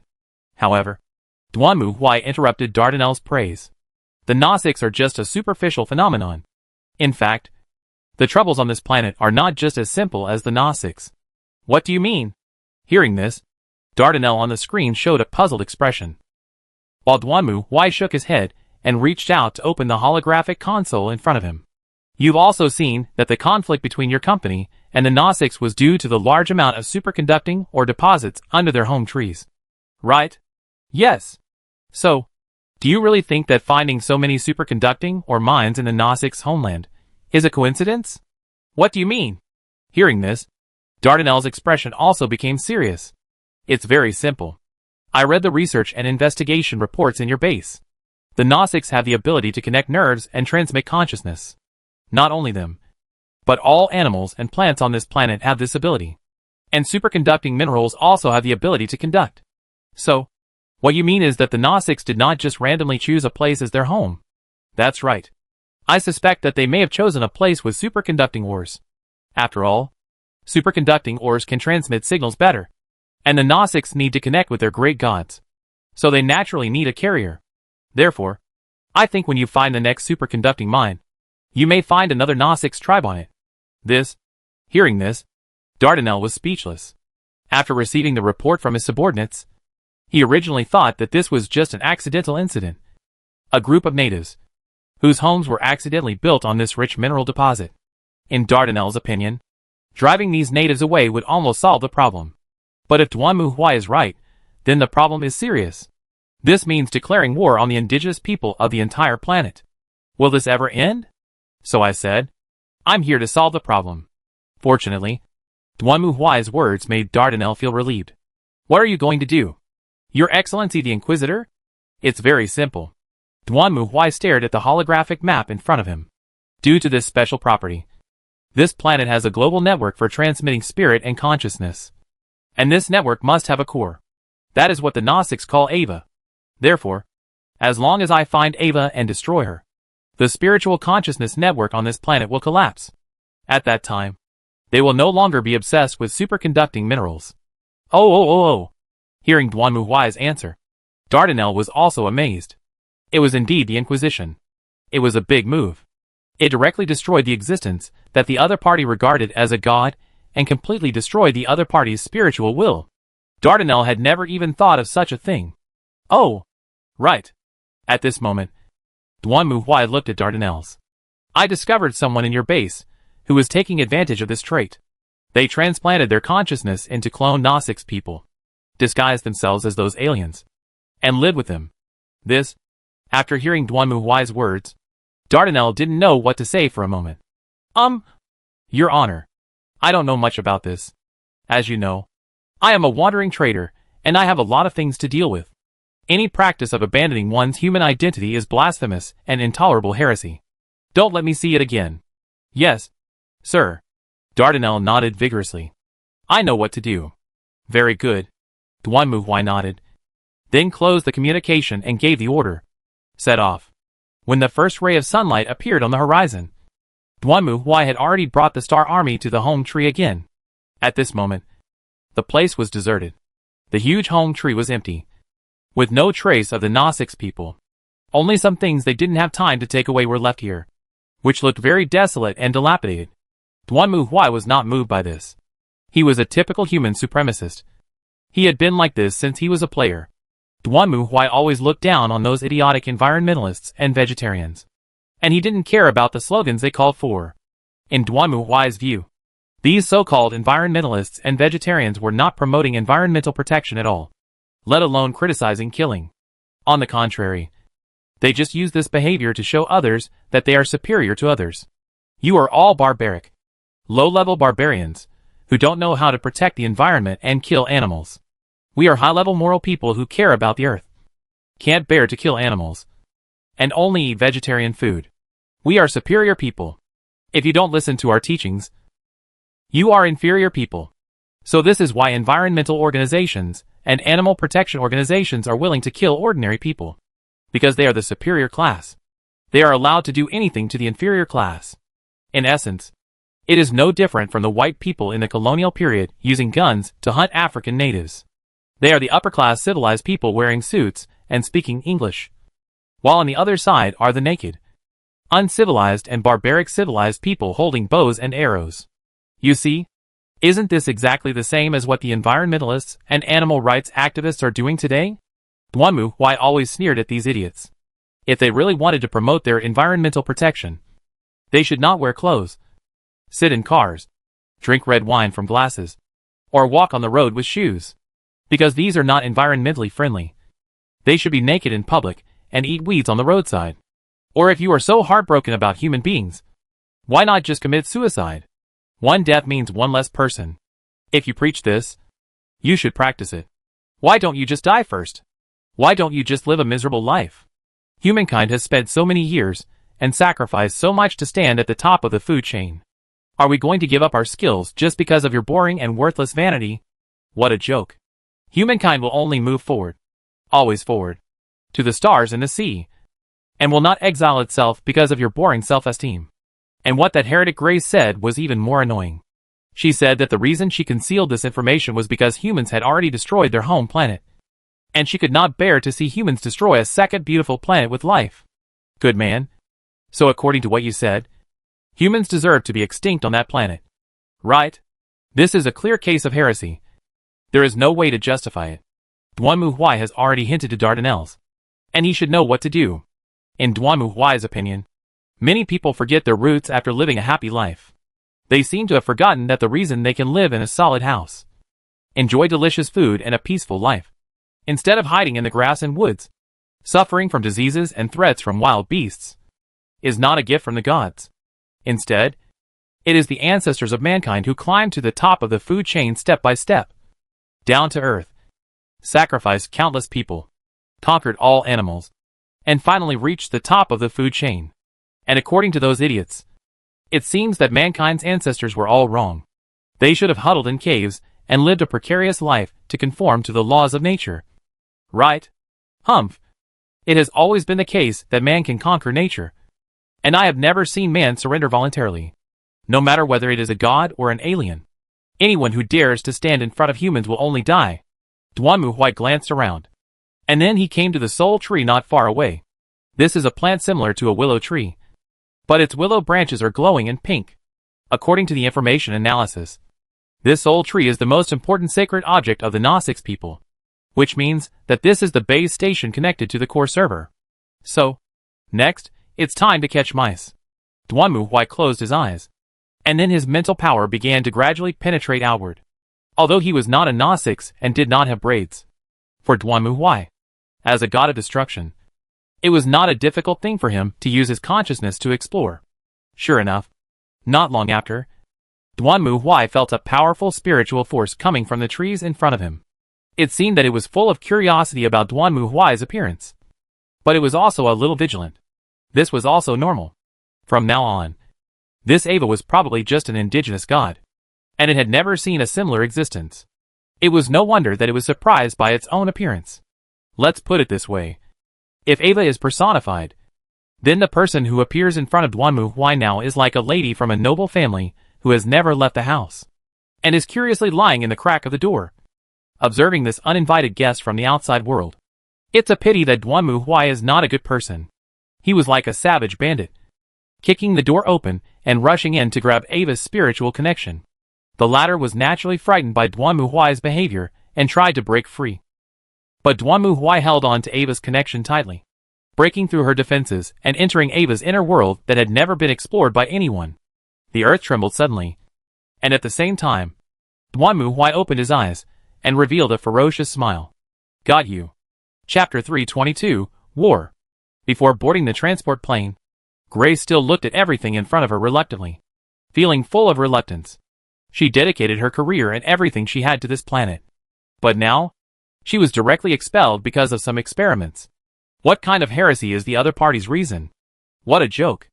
In this day and age, people still label scientific research as heresy. Are those people from the Inquisition in the Middle Ages? But she won't give up just like that. Thinking of this, Grace touched the storage device in her pocket. Once she returned to her home planet, she would contact the media and tell them everything that happened here. She didn't say it before because her experiments here still needed funding from the company, and she didn't want to offend them too much. But now that the two sides have torn their faces, she doesn't need to worry about anything anymore. Only Grace and her research team left Pandora on the spacecraft, because the Gnostics had already left their homeland, and mining was once again on the agenda. It was obvious that the spacecraft was going back to bring more people and equipment. Grace couldn't help crying when she thought that this lush and beautiful planet would be destroyed. After all, she has lived here for more than 10 years, and has developed deep feelings for every flower, tree, blade of grass and every plant here. Of course, the life and death of humans on the mother planet is not within Grace's concern. They walked onto the spaceship dejectedly, looking at the few poor souls in front of them, who were suffering the same fate as them. They all smiled bitterly at each other. Then they entered the hibernation cabin as required, and soon fell into a deep sleep. After all, it would take a long time to return to the mother planet, and it would be too difficult if they did not use artificial hibernation. Drop. However, Not long after Grace entered hibernation, suddenly, an alarm sounded, and Grace came back to her senses from her hibernation. She barely opened her eyes and looked outside the hibernation chamber, where she saw a tightly wrapped figure. At first, Grace thought it was the crew of the spacecraft who helped her get up. But when she was about to go out, she was surprised to find that her hibernation chamber was not open. "Hey! What's going on? Let me out now!" Grace screamed in fear and banged on the glass of the hibernation chamber. But the staff outside seemed to be deaf to her shouting and just pushed Grace and her hibernation chamber to another chamber. Then, they closed the door. Seeing this, Grace's face changed drastically. However, before she could figure out what was going on, a rapid alarm and exhaust sounded. And the next moment Grace and her hibernation chamber were ejected from the spacecraft and flew towards the distant universe. Soon, a brand new hibernation capsule was put back in its original vacant position, as if nothing had happened. When the spacecraft returned to its home planet, there was no passenger on board except the crew. Duanmu Huai was neither interested nor concerned about what happened to the research team. He had already ordered Dardanelles to deal with it. And if the wandering trader was smart, he should know what to do. As for what Duanmu Huai has to do now, it is something he has done many times before, and the Star Army is also adept at it. Dig a hole in the ground. I didn't expect that after changing to a new planet, I would have to drill underground. Looking at the ground in front of him, Duanmu Huai was also filled with emotion. That's right. He had been in contact with Ava before. And although the latter eventually broke free from Duanmu Huai's entanglement, it also allowed Duanmu Huai to find its location. It's like a girl walking at night and being caught by a stalker. Although she struggles to break free and runs back home, the stalker still recognizes her home. And what's too bad is that there are no policemen here who can help her. So she could only hide at home trembling, waiting for the stalker to come and smash her door and walk in with a grin on his face. And then nothing happened. Do it. According to Duanmu Huai's investigation of Ava, her core body is located deep underground, but not in the core of the Earth. Although in theory, Ava is essentially a data consciousness stream, and she can transfer herself to other places at any time and anywhere. However, this is the theory. But the fact is not that just like a home computer cannot bear the data flow of a large 3A online game server. If you want to store such a powerful consciousness of Ava that connects the entire planet, it is not something that can be stored on any hard drive. So Duanmu Huai was not worried about Ava moving. At least for now. It can't escape. So Duanmu Huai also gave the order. Get started. Following Duanmu Huai's order, a whistling beam of light descended from the sky, destroying the soul tree and moving all the way down, trying to break through the mantle and reach Ava's core directly. At the same time, in the forest not far away, several Gnostics were quietly observing the scene. What are they doing? These bastards destroyed the soul tree. Seeing this, the Gnostics even wanted to jump out and fight to the death with the Astra Militarum. But Neytiri hurriedly stopped them. She clenched the bow and arrow in her hand, stared at the scene in front of her, and clenched her teeth. However, at this moment, suddenly, countless low roars broke out. Then, the whole forest shook like the waves of the sea. What's wrong? What happened?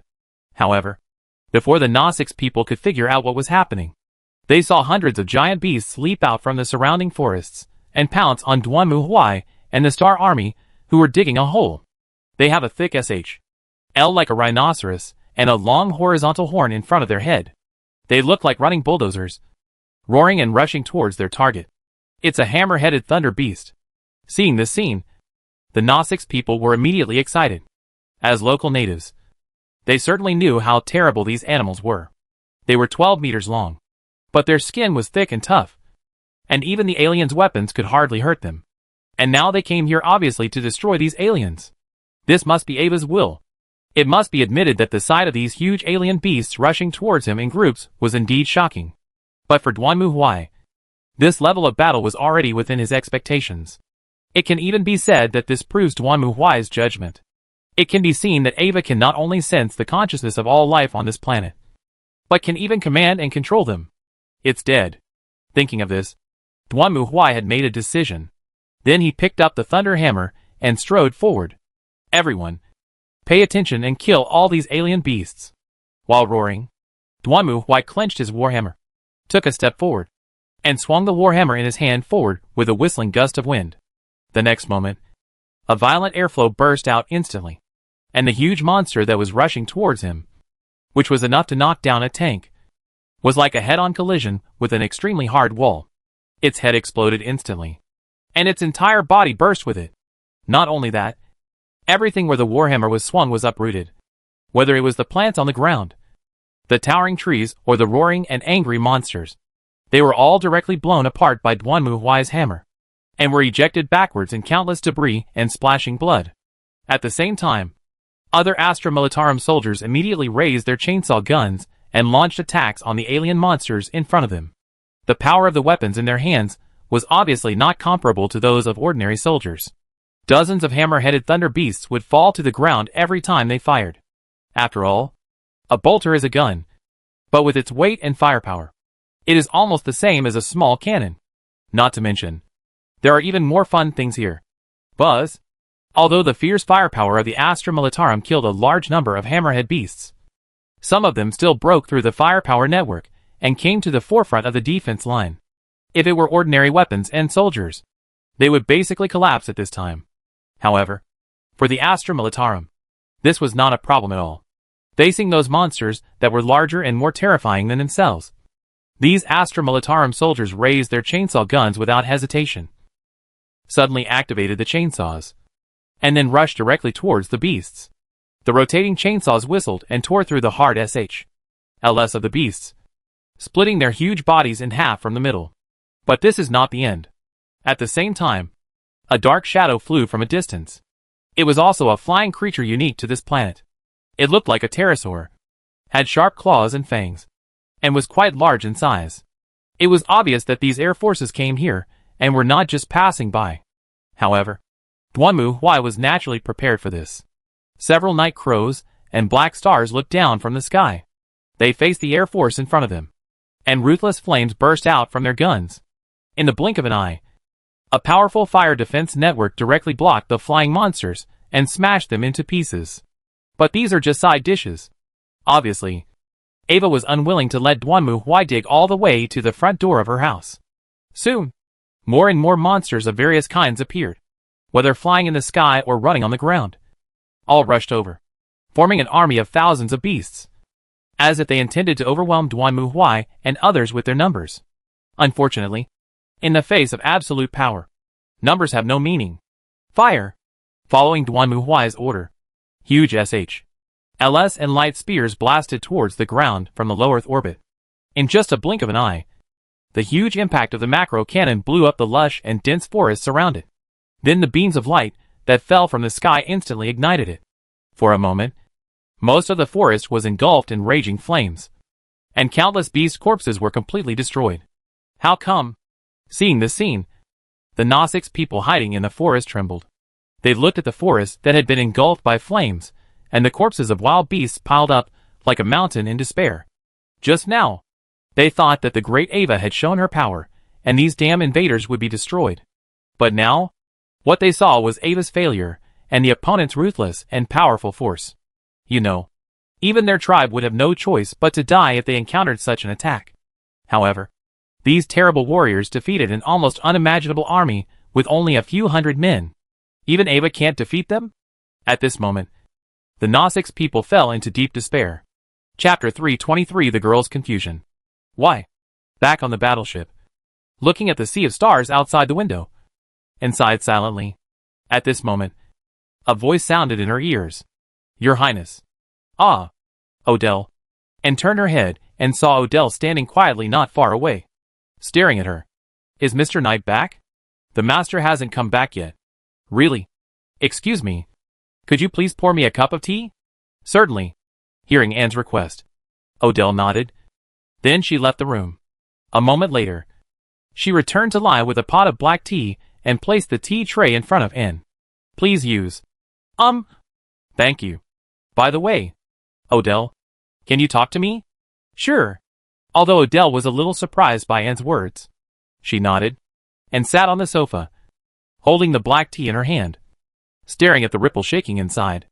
As for me, I have been thinking about what Mr. Knight said since then, and I have also read a lot of books. such as the establishment of the Kingdom of Manalia, and so on. I didn't think there was anything wrong with it before. And in fact, I don't think there is any problem now. Everyone lives a happy and peaceful life. And I also hope that I can be a good king and make everyone in Manalia live a better life. But, having said that, and sighed and lowered his head, I am a little afraid of this historical law.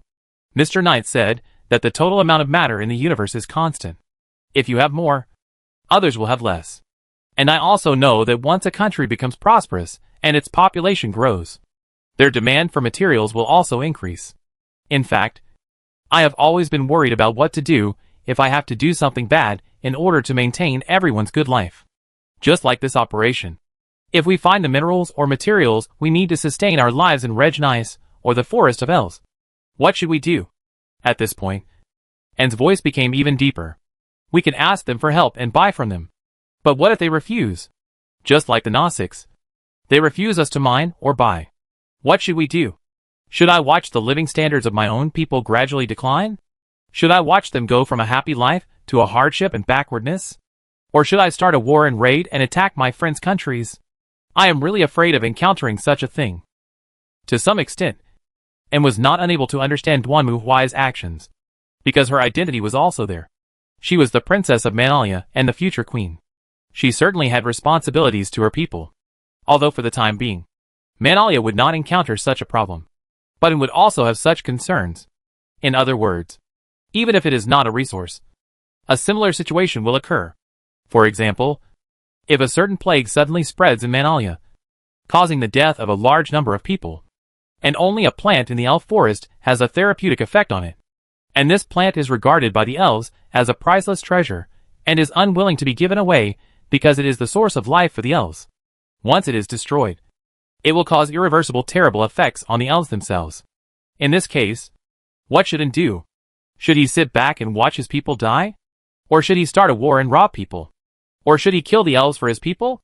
Even if the two races did not interact with each other, it would be difficult for An, as a kind-hearted princess, to make such a decision.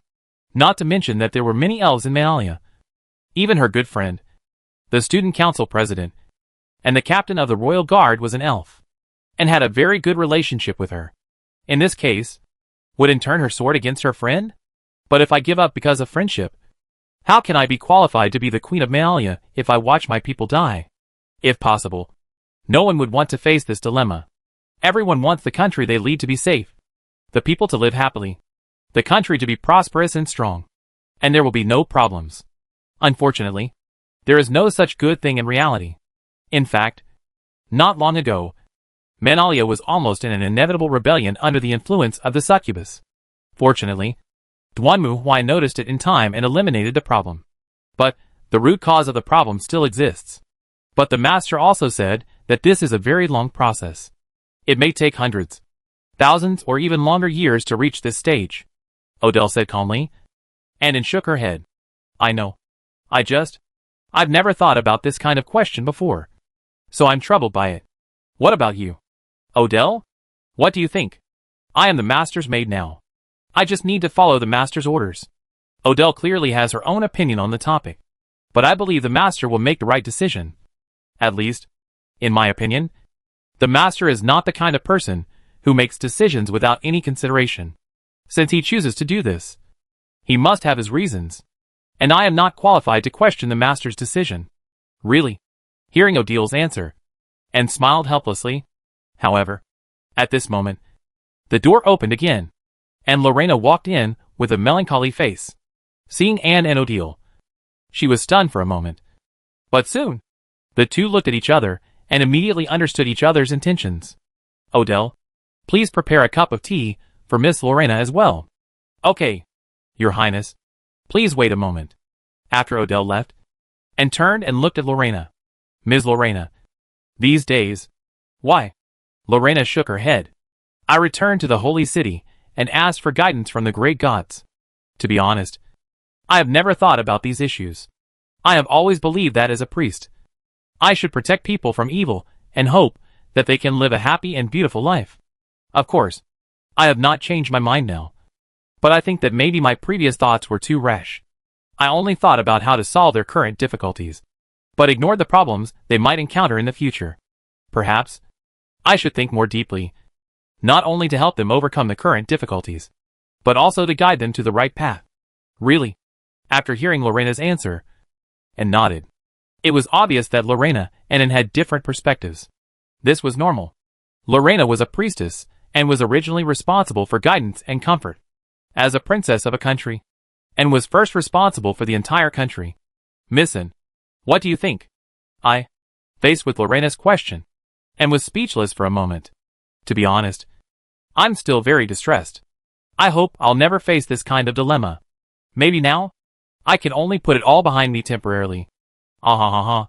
Maybe. This is just a way for me to escape. However, at this moment, another voice suddenly sounded. You guys really think about these boring things every day when you are bored. Why? Hearing the voice, the two looked up and saw a drone floating in the air, staring at them. Miss Faline? Because she had once explored the war planet with Faline's drone. Lorena recognized her quickly. Yes, it was me. I was watching a travel video. But you two were so boring talking that I was speechless. I'm sorry. Nothing. Faline's voice was as calm as ever. In my opinion, Mr. Knight is right. No matter what kind of civilization it is, it must first preserve itself. If it cannot survive, it will be forgotten. Having said this, Faline snorted. Just like the Dragon Clan. If you hadn't discovered the ice tower where I was, would you have known that there was once a country built by Dragon Clan in this world? Well, hearing this, Lorena and Anne were both speechless. In fact, it was true. If the men who were chasing the evil dragon Fafnir had not discovered the ice tower that sealed the fire dragon, they would never have known that a long time ago, there was a dragon capital in this world. Even in the classics of Manalia and the Holy City, there was no record of them. That's it, Faline said calmly. Only civilizations that survive are worthy of being remembered. Those that fail and are eliminated will disappear in the dust of history, or even never existed. So in my opinion, what Your Excellency the Knight said is correct. Even if you are proud of what you have done, without the continuation and survival of civilization, your determination and spirit will also disappear. No one will remember them, let alone commemorate them. Coming from the Dragon Princess, whose clan was wiped out and whose country was destroyed. These words were so convincing. Boom, boom, boom. At this moment, suddenly, heavy footsteps were heard. Hearing the footsteps, the girls suddenly became nervous. Then, they saw the door open and Duanmu Huai walked in wearing armor. What are you doing? Looking at the girl staring at him, Duanmu Huai was stunned for a moment, then rolled his eyes. All right. I know what you want to ask. We didn't kill many people because they were all chased away. We killed a lot of animals, and will bring them back to roast later. Do you understand? Call.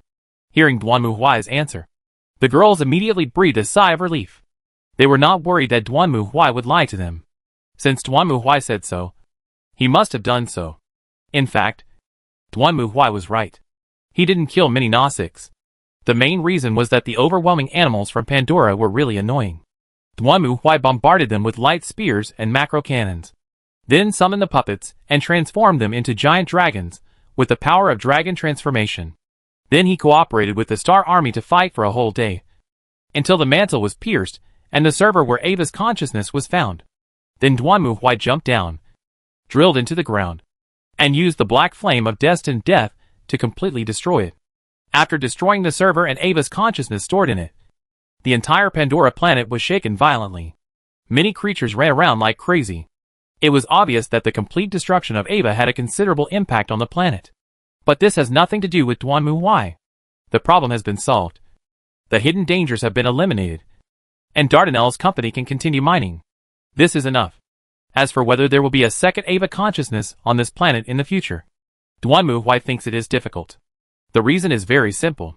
The emergence of Ava consciousness is because the superconducting minerals on the surface of Pandora are connected to the life consciousness. These huge life consciousnesses gather together and eventually form Ava. The server GM. Humans are now mining superconducting minerals. Once the mining is completed, there will be no network or server to transmit consciousness on Pandora. And naturally there will be no second Ava. As for the fate of the Nausicaa, Duanmu Huai was not concerned about that. After all, now that Ava was dead, They had lost the ability to connect and transmit consciousness. It was actually like an online game. The Gnostics were the players downloading the client, and Ava was the server. Duanmu Huai smashed the computer room and destroyed the server. Naturally, the client could not connect to the server and was of no use at all. Even if you open it, a warning server not connected will pop up. Therefore, how the Gnostics will survive on Pandora is a question between the Gnostics and the humans of that civilization. Whether they are captured and sold as slaves or killed directly depends on their own choice. After Duanmu Huai destroyed Ava's consciousness, he also received a system reward. But it's hard to say whether this is a reward or not. Thinking of this, Duanmu Huai opened the system and looked at the reward content above. Complete the side quest Pandora. Task evaluation, quite outstanding. Mission reward. A new warship appears in the mall and can be exchanged. Exchangeable battleship planet disintegrator can disintegrate planets, collect or and process them, with a certain chance of refreshing supernatural events. What the hell is this? To be honest, Duanmu Huai was very satisfied with this reward. After all, this way his raw materials and processing were guaranteed. But what does there is a certain chance of refreshing supernatural events mean? Isn't this a space battleship? Are you haunted? Chapter 324, God-Killing Land. In the end, Duanmu Huai did not decide to exchange the battleship. First, he did not need it at the moment. And second, the supernatural event that refreshed it really made Duanmu Huai a little worried. Well, so he decided to keep it for now and talk about it later. There's no rush anyway. For Duanmu Huai, Dardanel's request was just a sudden unexpected event and did not waste too much of his time. Therefore, after dealing with Pandora's trouble, Duanmu Huai returned to his room and opened the system list. Special Priesthood Mission, God Slayer. Mission objective, destroy a pantheon and kill the gods.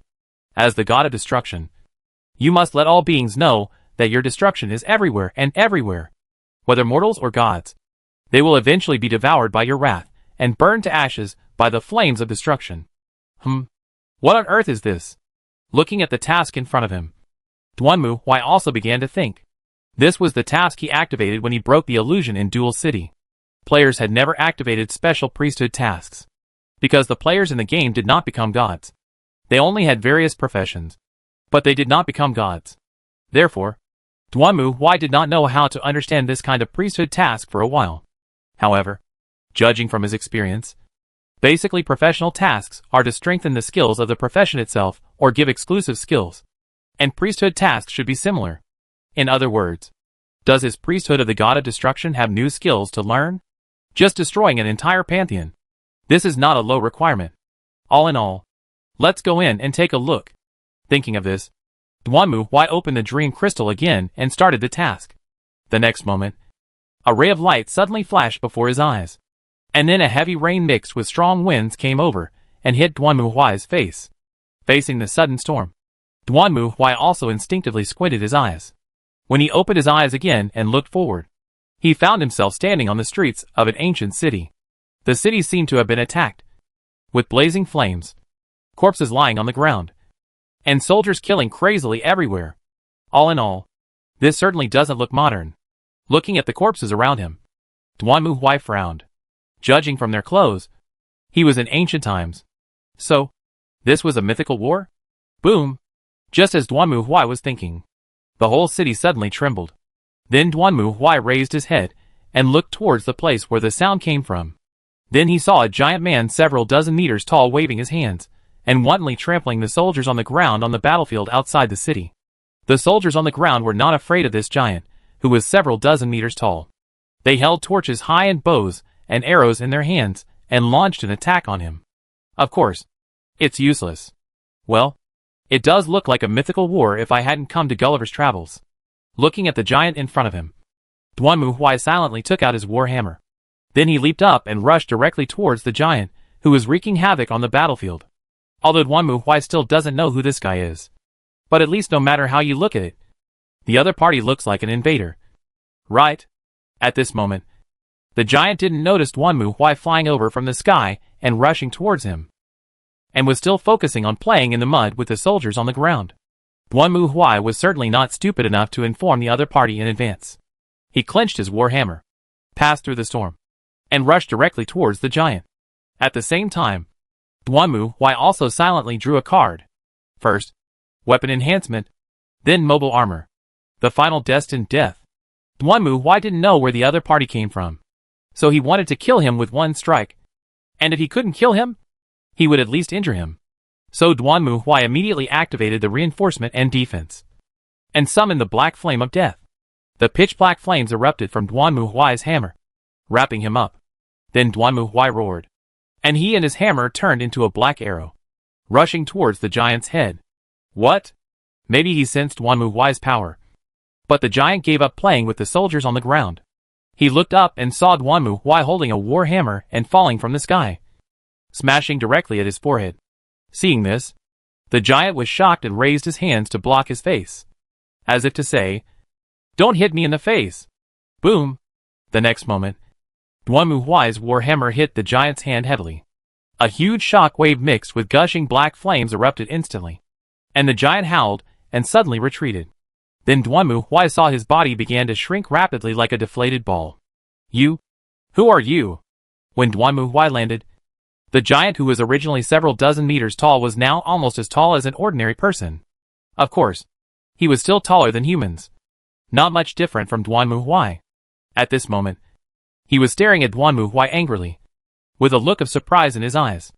"I am Ares, the god of war. Where did you come from? You bastard! How dare you attack me? What is your relationship with Athena?"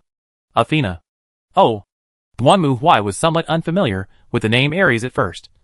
But when he heard Athena, he immediately understood. Well, it's obvious that I have come to Greek mythology. Although Duanmu Huai was not very familiar with foreign mythology, he had some understanding of Greek mythology. The reason is simple. Athena, Saint Seiya, the Zodiac. After all, these are all very familiar. Even if you didn't understand them very well when you were a child, you have heard of them more or less when you grow up. There is no need to say more about the rest. Even those who have not read Greek mythology will not be unfamiliar with these words. But as of now, the person in front of me is not wearing any holy clothes, so I shouldn't have run into the world of Saint Seiya. In other words, is this the world of Greek mythology? Duanmu Huai doesn't know much about Greek mythology, so if you ask him to give it a label, that's probably human bestiality. Incest? Incest? At least that's what Duanmu Huai remembered. For example, Zeus is an old pervert, and a group of men are surrounding a woman and fighting over her. It seems to be something like this. I remember that some classmates used to read Greek mythology as a pornographic book. Having said that, Greek mythology is indeed quite messy. Then it doesn't matter. After learning that he was in Greek mythology, Duanmu Huai was relieved. If he went to the investiture of the gods, he might have to consider whether to help the Chan sect or the Jia sect. But since it was a family business in Greek mythology that was dirty, ugly, and exuded a primitive atmosphere, then there was no need to say anything. Just call them. Anyway, they are not yours. So there is no psychological pressure to deal with you in any way. Prepare to die? Duanmu Huai was too lazy to talk nonsense with Ares, nor was he too lazy to explain his origins. So he suddenly took a step forward, holding the thunder hammer burning with the black flame of doomed death, and smashed it head-on at Ares. And Ares immediately summoned a huge axe burning with fire and rushed towards Duanmu Huai. Who the hell are you? Did that BXXXH Athena bewitched you? Who the hell are you? It was no wonder that Ares, the god of war, was so confused. The gods in Greek mythology were basically related by blood. To put it bluntly, they were a family. Even if they were not familiar with each other, they would know each other. Unless some old pervert left behind the blood of demigods when he was born in the mortal world, it would be difficult for them not to know each other. However, Ares could feel that the boy in front of him was not one of those demigods with divine power, but a real god. His power was so violent, almost similar to his own, and with a trembling feeling as if he wanted to destroy everything. Just like the breath of Hades HL. Who is this guy? Is he the lover of that BXXXH Athena? No matter who you are, if you dare to challenge me, Ares, you will die. Although he didn't know Duanmu Huai's origin, Ares would not give up. On the contrary, Duanmu Huai's appearance made Ares even more angry. He always hated Athena, who was also the god of war like him, and believed that Zeus, the father of the gods, favored her. So he led the army to attack Athens. Since the Greek gods were not allowed to kill each other, Ares was not worried that Athena would come to fight him alone. But he didn't expect that Athena didn't come. But a bald man wearing strange armor came. "I'm going to kill you and chop off your head, so that the BXXXH will see the consequences of her sweet talk. Don't even think about stopping me, no matter what benefits the BXXXH promised you. If you stand in my way, you'll have no choice but to die. That depends on whether you have the ability." Dwanmu also roared and attacked Ares again. Ding ding ding. The battle axe burning with bright red flames, and the war hammer emitting black flames collided again and again. As the god of war, Ares' power should not be underestimated. Dwanmu, who is also the god of destruction, may not be strong enough, but it is more than enough to deal with Ares. After all, strictly speaking, the Greek pantheon is a standard indigenous god according to the level of Star Ocean OL, which is almost at the same level as Dwanmu's current level.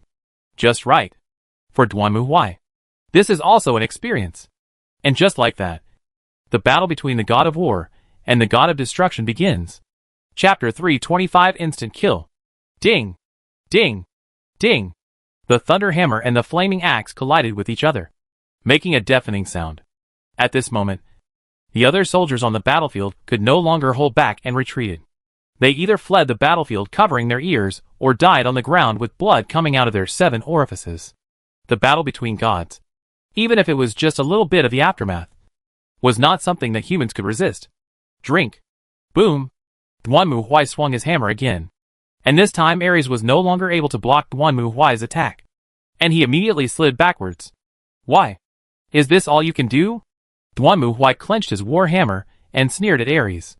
To be honest, this Ares looked really funny to Dwanmu. He had long hair and a full beard.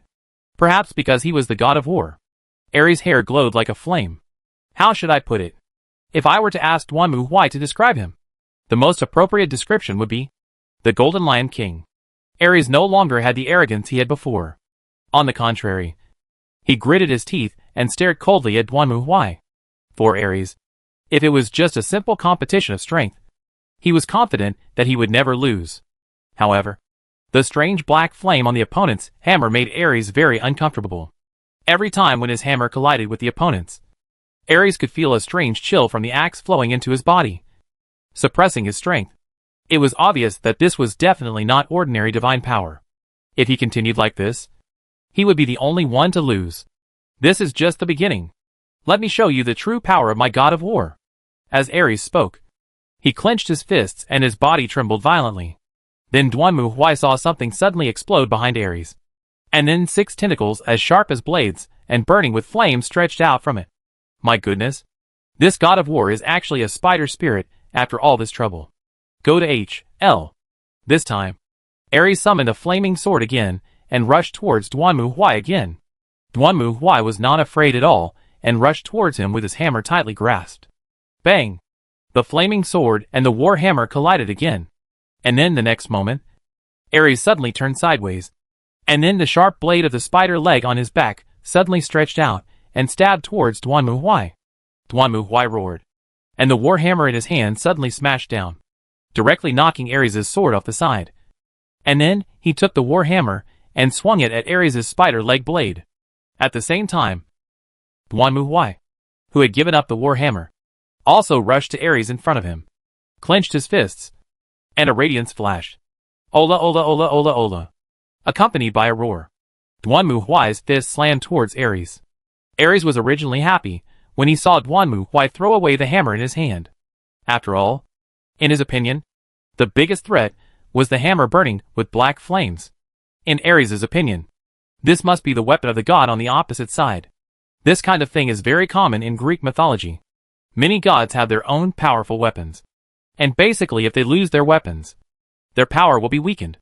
However, Ares did not expect that after throwing away his weapon, the other party actually rushed over and beat him up with his fists.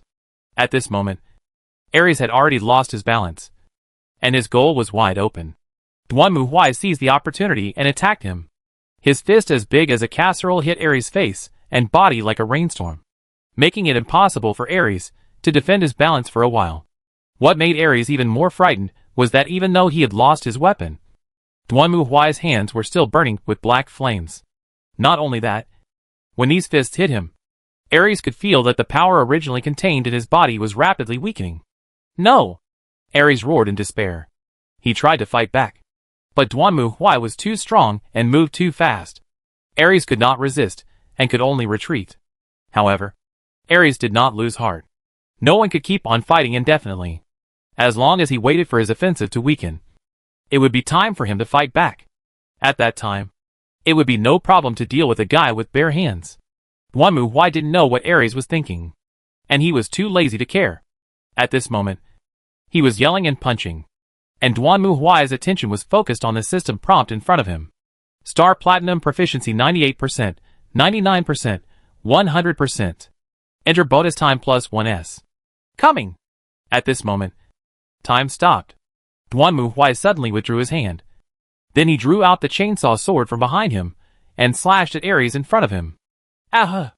The roaring chainsaw sword chopped into Ares' head from top to bottom, and then went down, cutting his head, neck, and body.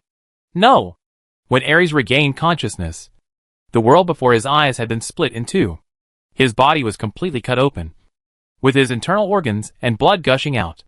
Not only that, groups of bright red, light-like things were pouring out of Ares' body in droves, and then being sucked into Duanmu Huai's body.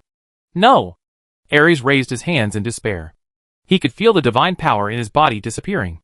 However, before he could say anything else, he turned into a corpse, split in two, and fell to the ground one after the other. Then, large pieces of divine power turned into balls of light and flowed out of Ares' body, flying towards Duanmu Huai. At first, Duanmu Huai was stunned by these sudden light balls. Before he could react, these light balls directly poured into Duanmu Huai's body, and then a system prompt quickly appeared in front of Duanmu Huai's eyes. Has absorbed the power of Ares, the god of war. God of destruction level increased to LV6. Black flame level increased to LV6. Weak divine power plus 9. Strength plus 3.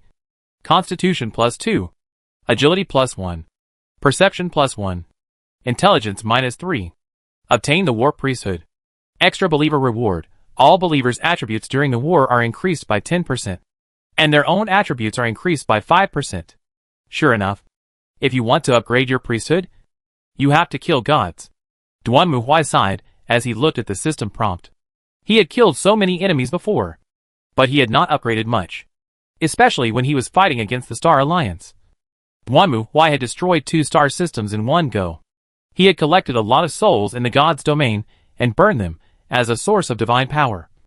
But his position had not been upgraded by 1 level. Now it seemed that the only way to upgrade his level as the god of destruction was to kill gods. As for the priesthood of war, it is not bad.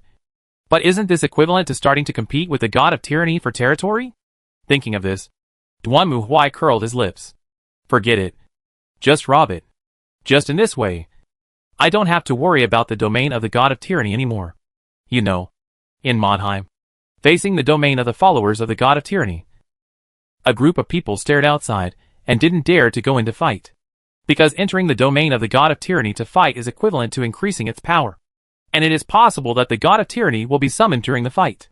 In the end, Duanmu Huai used the gravity gloves to dismantle the core of the barrier and eliminate the barrier domain before killing those crazy people who didn't care about their lives. Now that I have the priesthood of the god of war, I can also open my own war field. Who is afraid of whom? But that intelligence minus 3 made Duanmu Huai want to complain. Damn. Why is there a reduction in intelligence? Is this guy so stupid? Seeing the system prompt, Duanmu Huai twitched his eyes and looked at the corpse under his feet. As a god, is it really okay for you to be so stupid? Forget it. It's understandable that the god of war has no brains. Anyway, we still have Athena, the goddess of wisdom. I guess I can make my money back by killing her. Duanmu Huai had no psychological burden in killing Greek gods. The reason was very simple. That is, Greek gods were basically nothing good. According to Duanmu Huai, these things were only considered gods in Greece. But in their place, they were all evil demons. There is no need to talk about Zeus, a philandering stud who has committed more sins than anyone else. Hera was a jealous woman who would curse anyone she disliked. For example, the unfortunate Callisto gave birth to a child after being molested by Zeus. When Hera found out, she turned Callisto into a big black bear and ordered others to hunt her down. Another time, because a country had the same name as Zeus' favorite mistress, Hera cursed and destroyed that country. There are many similar stories. When talking about Callisto, we have to mention our teens. Our teens respected chastity the most. Callisto was her maid. She lost her virginity because she was molested by Zeus, and was driven out by our teens with arrows. So, since you don't dare to deal with Zeus, you take it out on the victims. Right? Poseidon and his brothers are birds of a feather, and they won't let anyone go if they set their eyes on him. Athena is not a good person either. Just look at Medusa. Medusa was once the most devout believer of Athena, and even volunteered to become a priest in the temple of Athena. However, because she was too beautiful, Athena was dissatisfied with her. Later one day, Medusa was seen by Poseidon. Because Poseidon and Athena had a grudge, he bullied Medusa and ran to Athena's temple to make her submit. Athena was furious about this, so she cursed Medusa, turning her hair into poisonous snakes and her body into a snake. Athena's logic at the time was that Poseidon's behavior was out of male instinct, and there was nothing wrong with it. Medusa, on the other hand, had committed the crime of seducing the gods and bringing shame to the temple. So she needed to be punished, to put it bluntly. She was jealous of her beauty. This is not the end. Later, Athena instigated a hero to kill Medusa. This is the famous story of Perseus killing Medusa. This is simply the Greek mythological version of Snow White. And Athena is the queen who looks in the mirror all day long. Of course, it wasn't just Medusa who was harmed by Athena. There was also a weaver named Arachne, who was equally unlucky. Her weaving and embroidery skills were superb, and her reputation was far-reaching. Then Athena was unhappy when she heard about it. So she turned into a mortal and competed with the other party. But she lost. Then Athena couldn't play anymore and turned the opponent into a spider. Don't you like weaving? Then you can weave webs for generations. So from an Eastern perspective, these so-called Greek gods are not good things. They are all evil spirits. It is best if they die, as that will be considered as exorcising demons and getting rid of evil. Keeping them around is a disaster, even from the perspective of the Inquisition. Those who would exterminate mortals and their nations at will are all heretics and evil gods who should have been dealt with long ago. But who should we start with? Zeus and Hera must be killed. But the mission goal is to destroy the entire pantheon, which means all the 12 gods of Olympus must die. So I am the bronze saint who bravely enters the 12 zodiac signs and finally kills Athena? Boom boom boom. Just when Duanmu was thinking about who to start his list with, suddenly, there was a loud thunder. Duanmu looked up and saw the sky was covered with dark clouds, lightning and thunder. Oh! Most likely Zeus got mad. Sure enough, just as this thought came to Duanmu's mind, several lightning bolts fell from the sky and hit the ground. Then the surrounding ground suddenly collapsed and turned into a huge, dark cave, swallowing Duanmu directly. Boom! It was unknown how long it had been before Duanmu landed heavily on the ground. He raised his head and looked forward, only to see that this was a huge underground world. In front of him was a river flowing slowly, and on the opposite side were lava and huge buildings built underground, and rows of souls were queuing up and walking forward. So, Zeus sent himself to the underworld. Seeing this scene, Duanmu sneered and clenched his hammer. That's perfect. I don't have to think about it myself. Just start from HL and fight my way to the top of Mount Olympus. Chapter 326, Deep into the Underworld. Come to think of it, this is my first time in the underworld. Walking to the river, looking at the Pluto city in the distance, Duanmu couldn't help but sigh.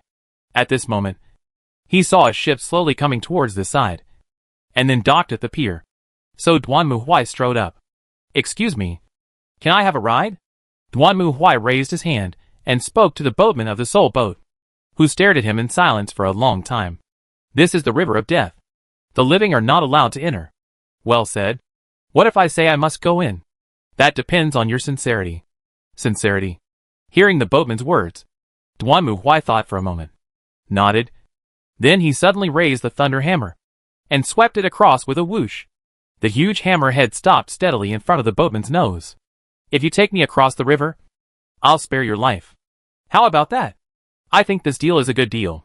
Hearing Duanmu's words, The boatman swallowed, but his old face still looked calm. It is foolish to threaten the boatman on the sticks. Stowaway. Although I don't know where you are from. Boom. However, before the boatman could finish his words, Duan Mu Huai swung his hammer and knocked him out. The latter bounced back and forth on the river Styx several times, like a skipping stone, and then sank heavily into the water. Stupid idiot. Duan Mu Huai snorted coldly, put down his war hammer, and walked to the front of the boat. I row it myself. Soon, under Duan Mu Huai's control, the soul boat slowly crossed the scarlet Styx and arrived in front of the city where Hades, the king of the underworld, was. Then Duan Mu Huai jumped up and jumped off the boat. Then he raised his head and looked at the void in front of him. The corners of his mouth slightly raised, revealing a cold smile. Then, Duan Mu Huai withdrew his gaze and strode towards the gate to the underworld. Who the hell is he? At this moment, on the top of Mount Olympus, a white-haired old man was staring angrily at the water mirror in front of him. Looking at the back of Duan Mu Huai reflected on it. Beside him, the Olympian gods stood around, looking at each other in surprise, and remained silent. It is no wonder that Zeus was so angry. At the beginning, he, like Ares, thought that Duan Mu Huai was the reinforcement sent by Athena. But when Ares was killed by Duan Mu Huai, and his divine duties and power were absorbed by Duan Mu Huai, Zeus found that something was wrong.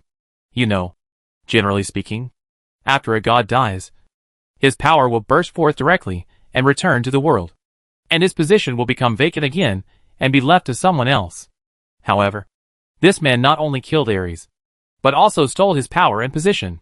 Even if the divine power belongs to Ares, the priesthood does not belong to him. This means that after Duan Mu Huai took away the position of God of War, Zeus will no longer be able to grant the title of God of War to anyone else. This made Zeus very unhappy. As I said before, Olympus is a family business, and all the close relatives and cousins are blood relatives. But now, a guy who appeared out of nowhere has taken away the glory that originally belonged to the gods of Olympus. Can Zeus tolerate this? If he can tolerate this, he is not Zeus. So Zeus angrily exiled Duan Mu Huai to the underworld, and at the same time found Athena and asked her what was going on. However, facing Zeus' questioning, Athena was also confused and didn't know where this man came from. Now things are serious. An outsider has sneaked into the family business and taken away the family property. This is absolutely intolerable. Kill him. Imprison his soul in the underworld and let him never be reborn. Zeus gave Hades an order, and Hades did send his men to try to kill the invader. However, boom! The thunder hammer whistled down and smashed directly on the head of the three-headed Lound, instantly smashing its head into pieces and exploding like a firecracker. The two-headed dog, which had lost one head, wailed and turned around to try to escape. But Duan Mu Huai smashed its hind legs with another hammer, and it immediately collapsed to the ground like a dead dog. Then Duan Mu Huai jumped up, raised the hammer in his hand high, and smashed down hard on the other head of the three-headed Lound. Boom! As the last head of the Lound exploded, its huge body suddenly fell silent. Duan Mu Huai did not even glance at the bloody corpse and continued to walk forward. The gate of Hades' palace was locked, but this was not a problem for Duan Mu Huai. He came to the huge iron gate, pushed it, pulled it, then raised the hammer and smashed it hard at the iron gate in front of him. Boom! The next moment, the iron door that was originally tightly closed was suddenly smashed open like a door curtain by Duan Mu Huai's hammer. The lower half of the door panel was directly lifted up, and then the upper door panel also shattered and exploded, whistling forward and disappearing into the darkness, leaving only a heavy crash sound. Well, it turns out that this door is lifted. But it doesn't matter. Hades' palace was completely dark, and you could hardly see your hand in front of you. However, Duan Mu Huai didn't care. He just walked forward silently. And just as he walked into the darkness, a voice rang out. I never thought you could come here, outsider. Along with this voice, the surroundings suddenly became bright. Duan Mu Huai looked up and saw that he was in a huge, cylindrical cage. At the same time, Duan Mu Huai suddenly felt a gust of wind whistling behind him. When he turned around, he saw a pair of iron hooks emitting purple light suddenly flying towards him. They seemed to completely ignore the power armor Duan Mu Huai was wearing and easily penetrated his body. Then Duan Mu Huai felt a sudden burst of cold air, and his soul was bound by the iron hooks. trying to be pulled out of his body. Snort! At this moment, Duanmu Huai also roared. He endured the pain from his soul, and stomped the ground fiercely. Then the black flame of doomed death instantly erupted from Duanmu Huai's body, and rushed out along the direction of the iron chain. With a wail, a black shadow jumped out, and the iron chain in his hand that bound Duanmu Huai was also smashed away by Duanmu Huai at this moment. I didn't expect you to have some skills. Are you Hades? Looking at the giant in front of him, Duanmu Huai snorted and clenched his hammer. His first impression of Hades was ugly. Duanmu Huai still remembers watching the Underworld chapter of Saint Seiya when he was a child. The Hades in the chapter looked very handsome. However, the Hades now was not handsome at all. He was bloated and fat like a fat house, with layers of fat on his belly, and iron spikes coming out of his flesh all over his body. He wore a mask with flames on his head, covering his ugly face. Compared with the god of war Ares, Hades was dressed very coolly, like a wrestler, wearing only briefs and a pair of boots. Well, maybe the heat in I was one of the reasons? Yes, outsiders. At this moment, Hades was holding the double soul hooks and staring at Duanmu Huai. Although Duanmu Huai could not see his expression clearly, from his tone, Duanmu Huai could guess that this man must have been badly trapped by the destined death just now. As expected of Hades, he was able to hook his soul. Although he failed, if the other party was immortal, he would probably have been hooked to death.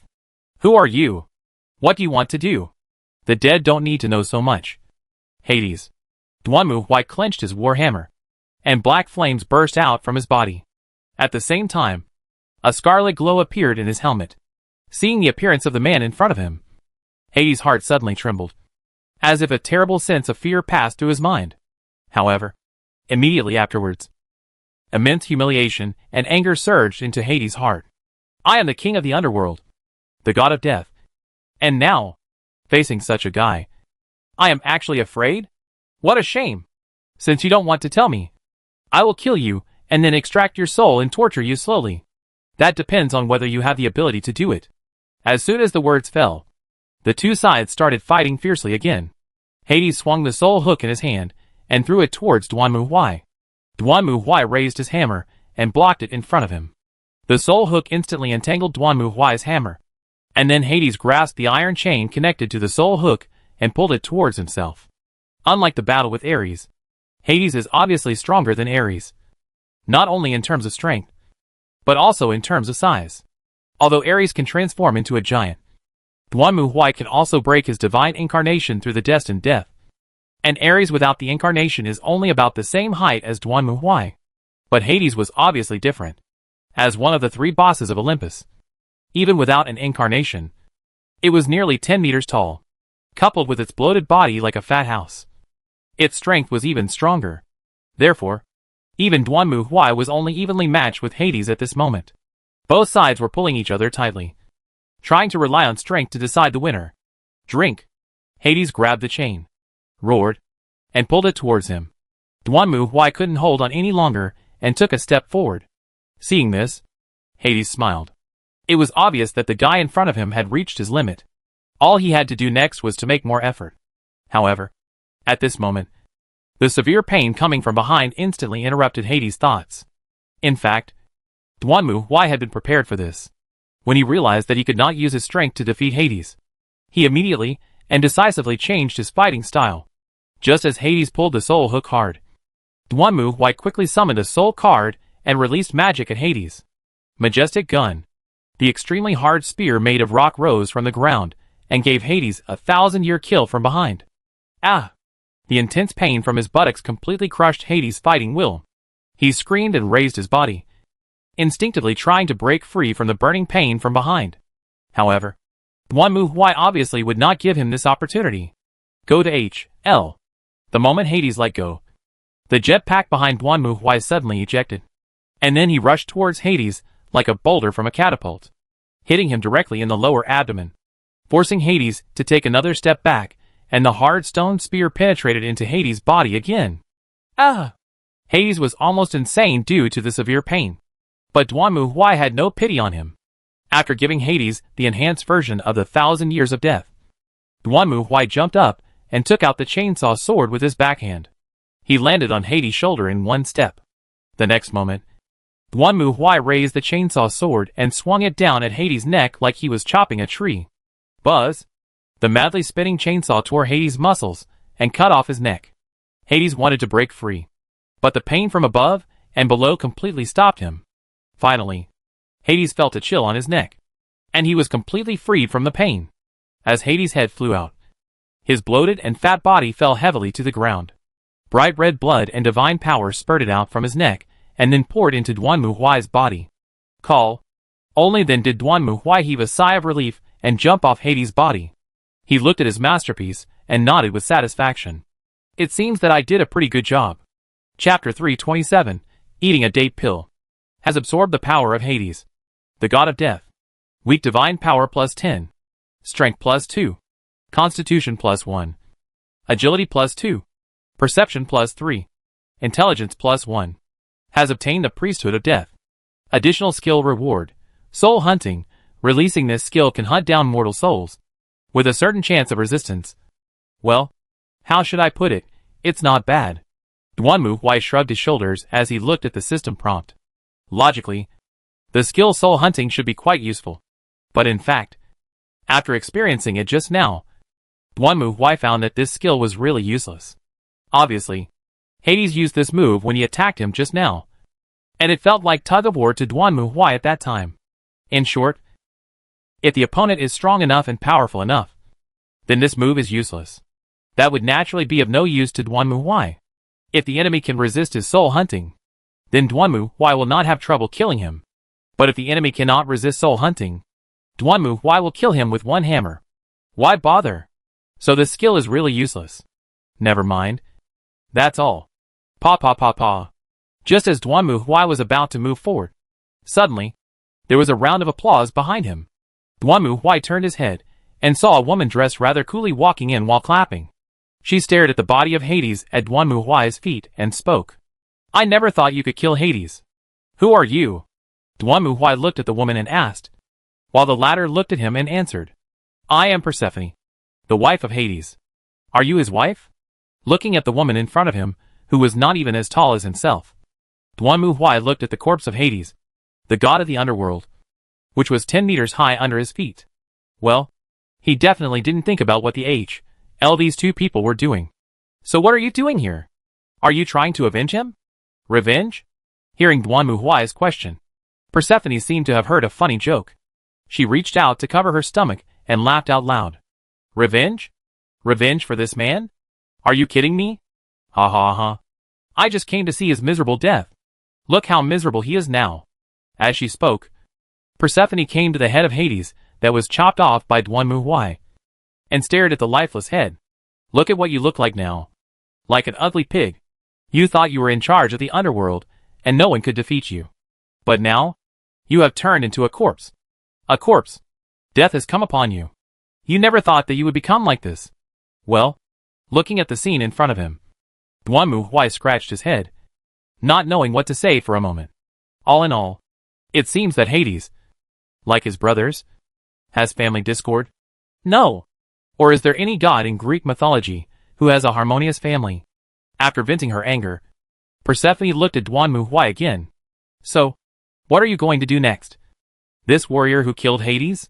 Now that you have killed Hades, Poseidon and Zeus will definitely not let you go. I won't let them go either. Duanmu Huai snorted coldly. In fact, I was planning on heading to Olympus to take out those two old bastards. Very good. Hearing Duanmu Huai's answer, Persephone's eyes lit up. And then she waved. Follow me. Warrior. I will lead you out of Hades and onto the surface. But you must kill Zeus. Destroy Mount Olympus completely. Do you hate Zeus so much? Although it was no news that Zeus was hated by gods and ghosts, Duanmu Huai was still quite surprised to see a Greek god hate Zeus so much. Persephone snorted coldly and spoke. Of course. I was captured by Hades and brought to this dark place. Even my father betrayed me. I live alone here with nowhere to go. And this is all caused by them. I will never forgive them. So, if I can destroy Mount Olympus and kill Zeus, then it would be the best for me. As she spoke, Persephone turned and walked to the other side. Follow me. Since there was someone leading the way, Duanmu Huai was happy to have some free time. So he followed Persephone while listening to her story. Persephone is the daughter of Zeus and Demeter. She never thought about getting married. But Hades, the god of the underworld, took a fancy to her. After getting Zeus's tacit consent, he took Persephone to the underworld while she was out picking flowers. Persephone called for her mother, and Demeter went to look for her after hearing her daughter's cry. Finally, she learned that her daughter was captured by Hades. So Demeter found Zeus and asked him to immediately let Hades send Persephone back to her. So Zeus had to go to Hades to persuade him to release her. But Hades had already tricked Persephone into eating the fruit of the underworld. In this way, Persephone could never leave the underworld again. In the end, the result of the compromise between the two sides was that Persephone could leave the underworld for a few months every year and come to the surface to reunite with her mother. As one can imagine, Persephone naturally hated Hades immensely. Not only that, because Zeus was obsessed with her, he transformed himself into Hades and secretly went to the underworld to cuckold his brother, causing Persephone to give birth to Melano, the goddess of conspiracy. Well, no wonder Persephone wanted to destroy Mount Olympus and hoped that Zeus would die. It was because of what Zeus did that Olympus was doomed. Right here. Soon, Persephone brought Duanmu to a platform pulled by iron chains and signaled to him, "As long as you pass this platform, you will be able to reach the surface. This is the platform I used to meet my mother. As long as you pass it, you will be able to reach the ground. You must kill Zeus and destroy Mount Olympus. Let it be completely destroyed. I would do the same without you telling me." Duanmu stepped onto the platform, and the next moment, with the sliding of the iron chain, the huge platform slowly rose. At the same time, Persephone's crazy laughter was heard. "Zeus, you are watching. You must be watching. Now, I am sending up the thing that can kill you. You will die. Your Olympus, everything you have, will be completely destroyed. Ha ha ha ha. Tremble. Be afraid. Despair.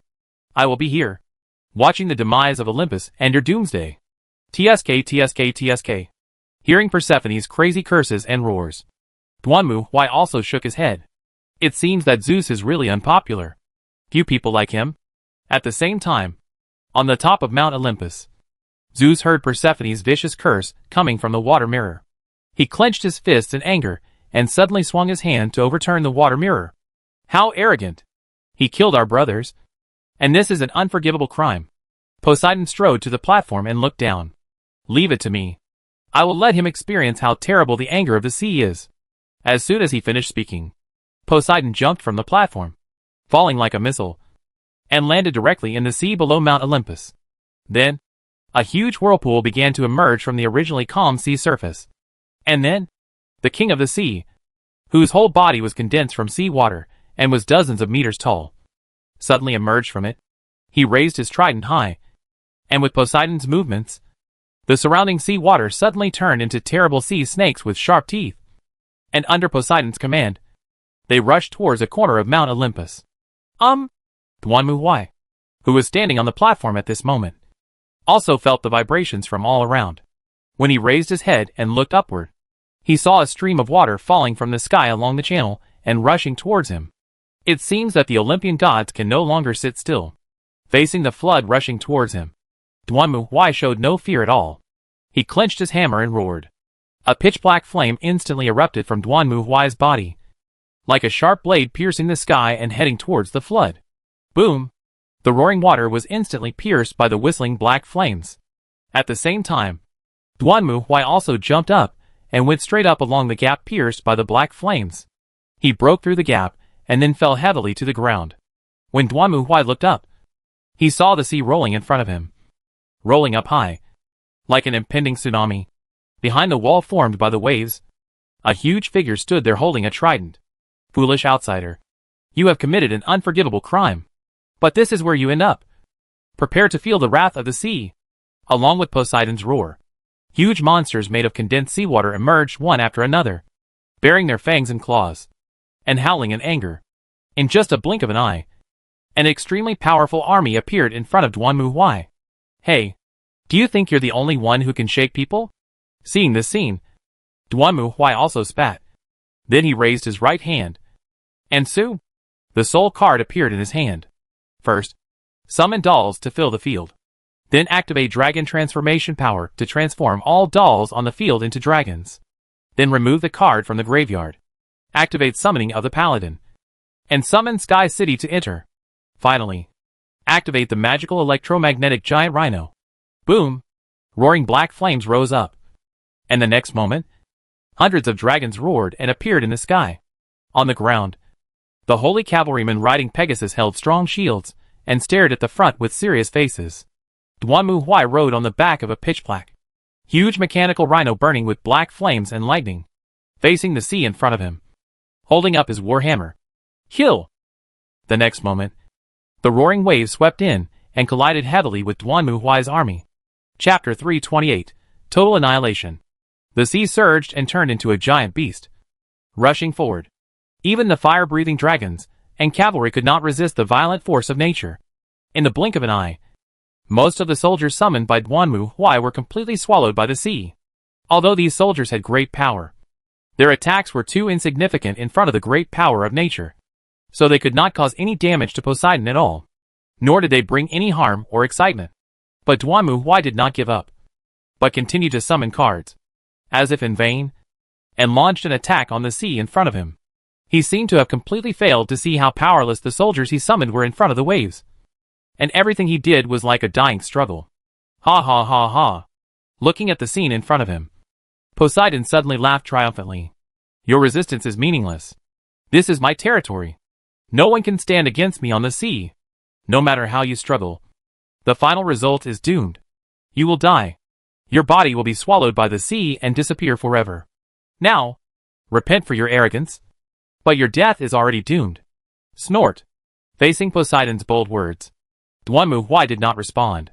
He just rode on the electromagnetic rhino, wielding the hammer in his hand, and smashed back the monsters summoned by Poseidon, which were formed by condensation of seawater and looked like giant snakes. The raging flames were still burning around him.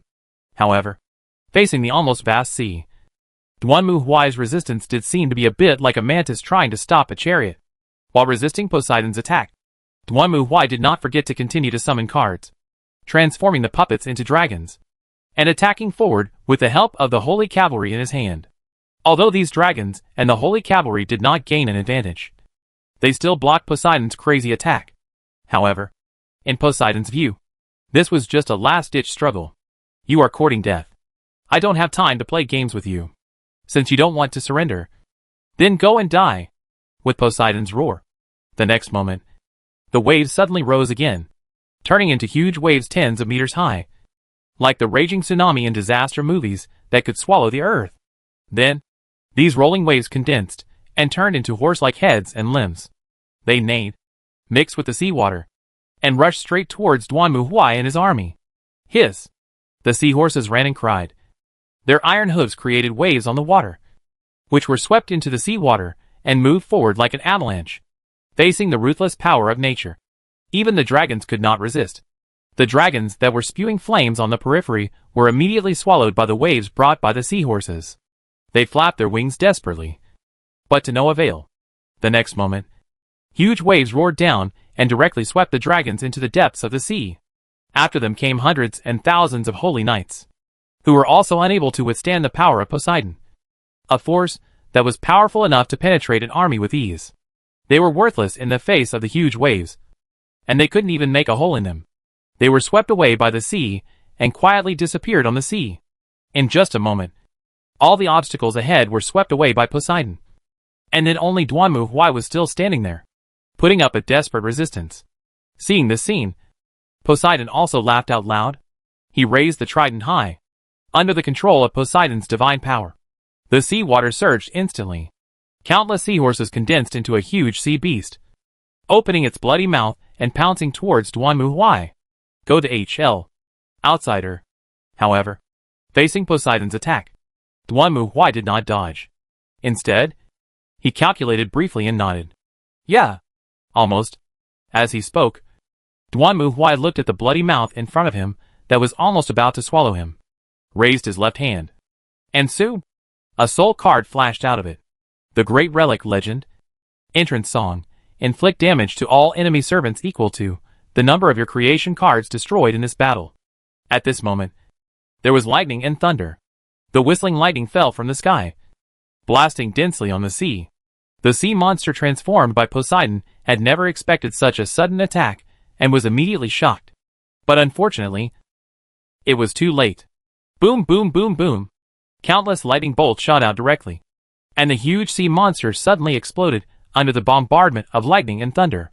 Each lightning bolt caused an explosion on the surface of the sea monster.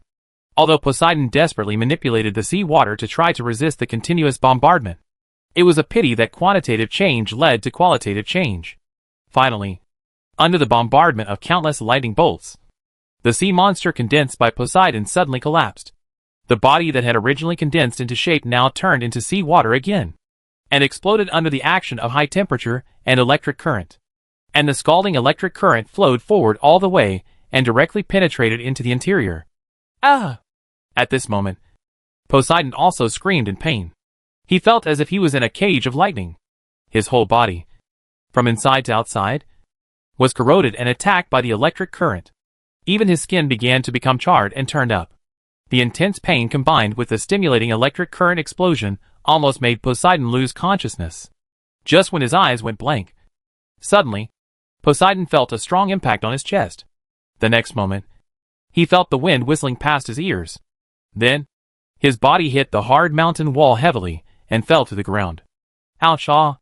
Poseidon struggled to open his eyes. And then, he saw the outsider striding towards him. He grabbed his collar, lifted Poseidon high, and then slammed Poseidon's head against the wall. Then he punched Poseidon in the face again and again, knocking him to the ground. Then Dwanmu kicked out again, kicking Poseidon in the face, and kicked him directly out. Poseidon flew backwards like a cannonball, and then hit the mountain wall again. Cough, cough, cough.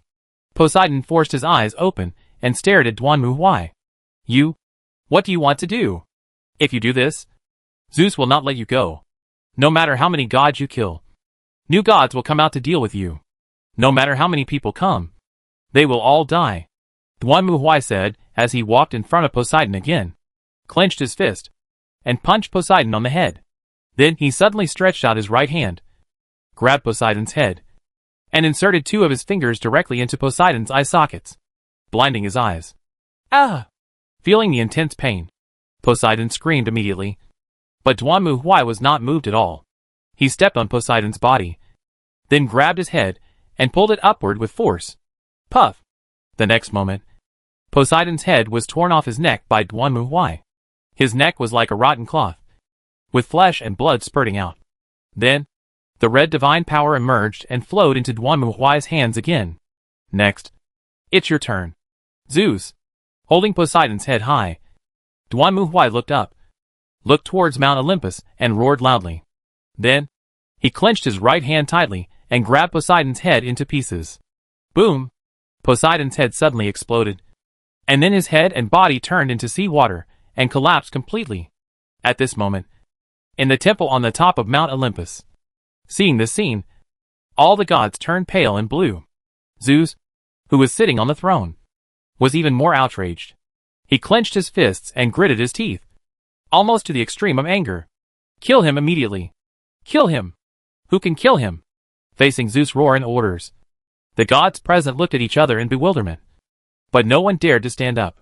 The other party had successively killed Ares, the god of war, Hades, the god of death, and Poseidon, the god of the sea. These were all tough guys on Mount Olympus. Even they were no match for the mysterious man. Wasn't he just a delivery boy in the past? Please leave it to me. At this moment, suddenly, a voice sounded, and then the gods saw a woman walking out. Seeing her appearance, Zeus showed a touch of joy. Oh, Athena, do you have any way to kill this insolent lunatic? I'm not sure enough, but I'll give it a try. Athena nodded and continued speaking. Although we don't know what this person's intentions are, his actions are equivalent to declaring war on Mount Olympus.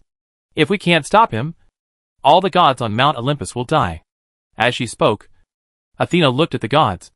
Her eyes were extremely serious, and her tone was extremely solemn. It may be impossible to defeat him with the strength of one person alone. However, as long as we join hands, even if he has the ability to reach the sky, he will have no way out. Therefore, we must work together, and in this way, We will definitely be able to defeat him. Very good. Hearing the words of the goddess of wisdom, Zeus nodded with satisfaction. I'll leave it to you. I want to see his body. Chapter 329 Contradiction. Athena's idea was simple. This man is very powerful, and the gods are no match for him. But, to kill him, it is not necessary for the gods to do it themselves. In fact, it has been proven many times that humans sometimes possess wisdom and power far beyond that of the gods. So she summoned a group of demigod descendants and mythological heroes, ordering them to guard Mount Olympus and kill the existence that threatens the gods. Just like that, on the steps of Mount Olympus, Dwanmu was blocked by the heroes.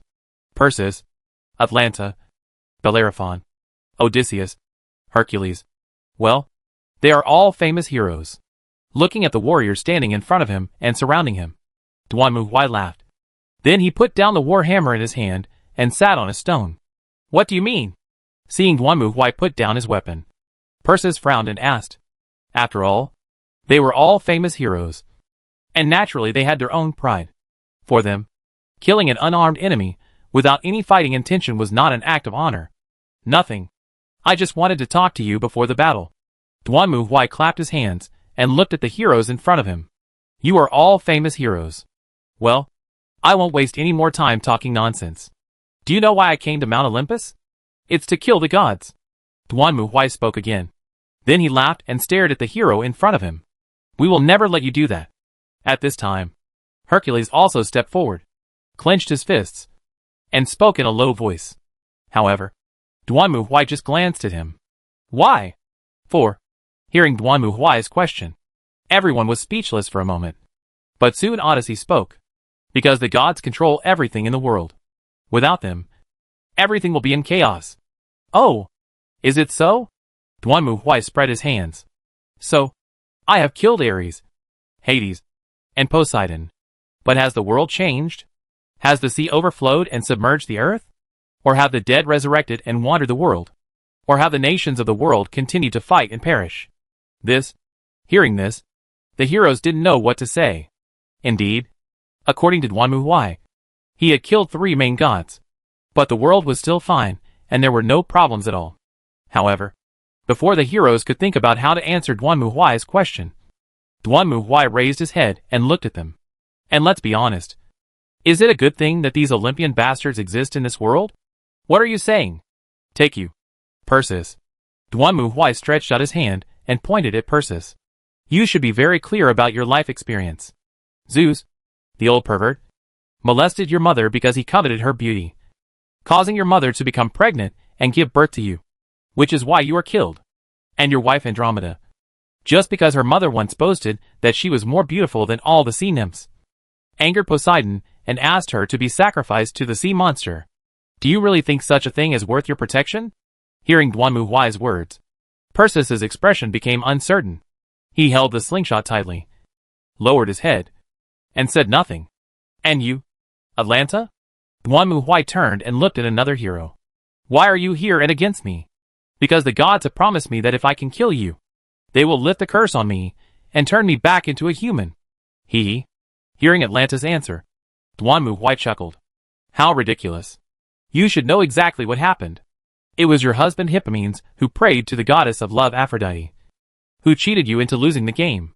However, because Hippomenes did not thank Aphrodite afterwards, she lured you to the temple and committed blasphemous acts, angering the gods and cursing you.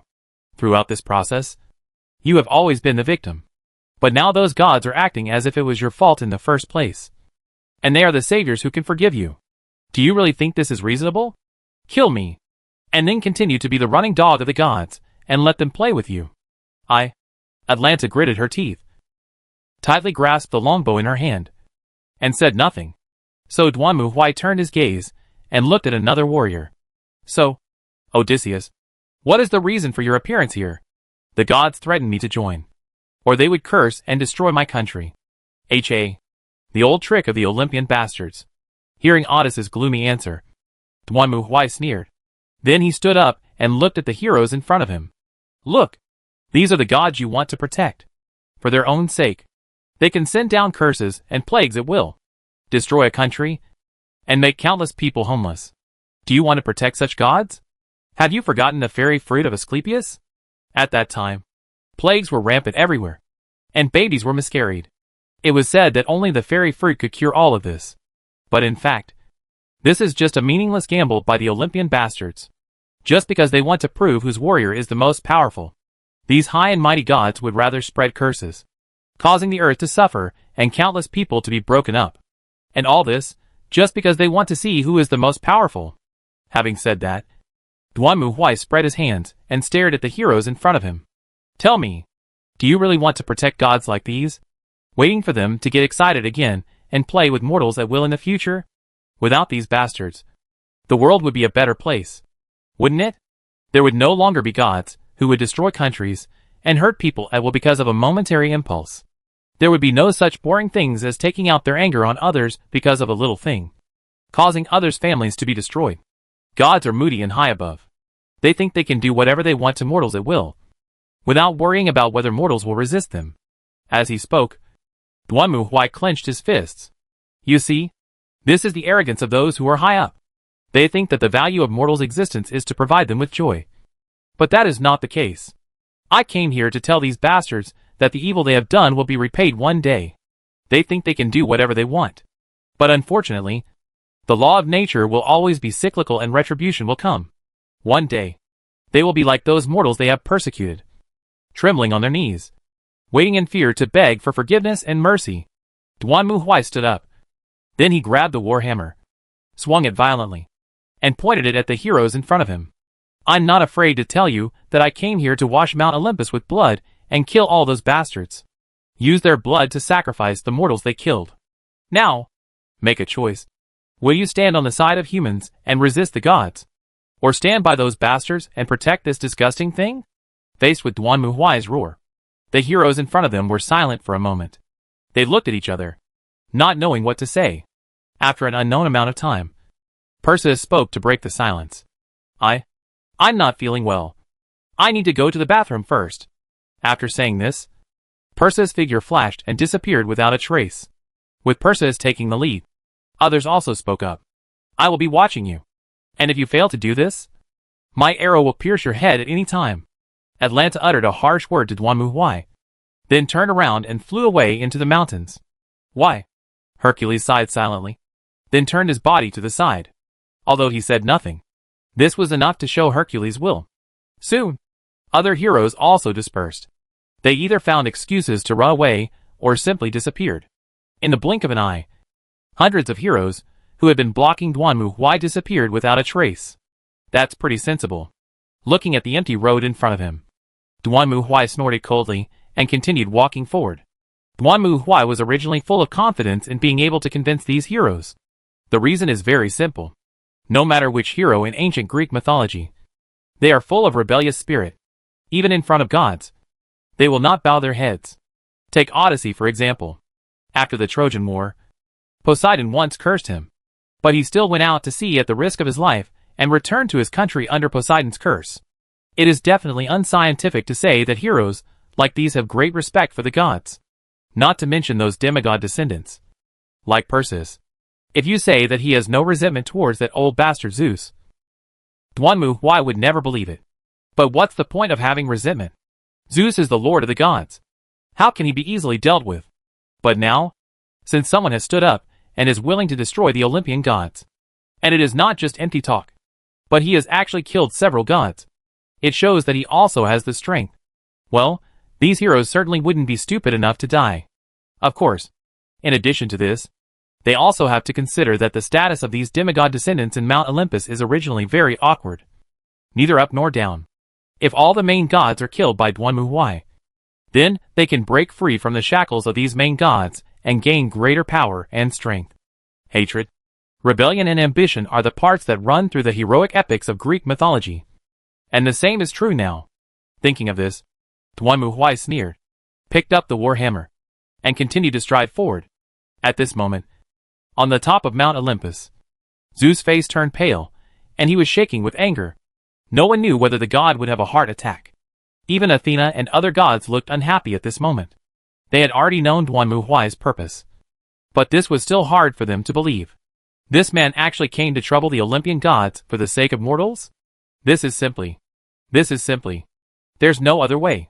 It looks like we have to do it ourselves. Athena lowered her voice and spoke. And the other gods nodded. They knew their own business. And there was no need to speak out. Every main god of Athens had basically done things that were not related to human affairs. Sometimes it was for deterrence. Sometimes it was to show their strength. And sometimes it was just for fun. To them, the value of mortals is to entertain the gods. I didn't expect that now. Someone would come to Mount Olympus under the banner of mortals. He must be eliminated. Otherwise, the entire Olympus will be completely destroyed. Chapter 330. Setting fire to the mountain. Come on, warriors. Between the light gauze curtains, a graceful woman was sitting on the bed.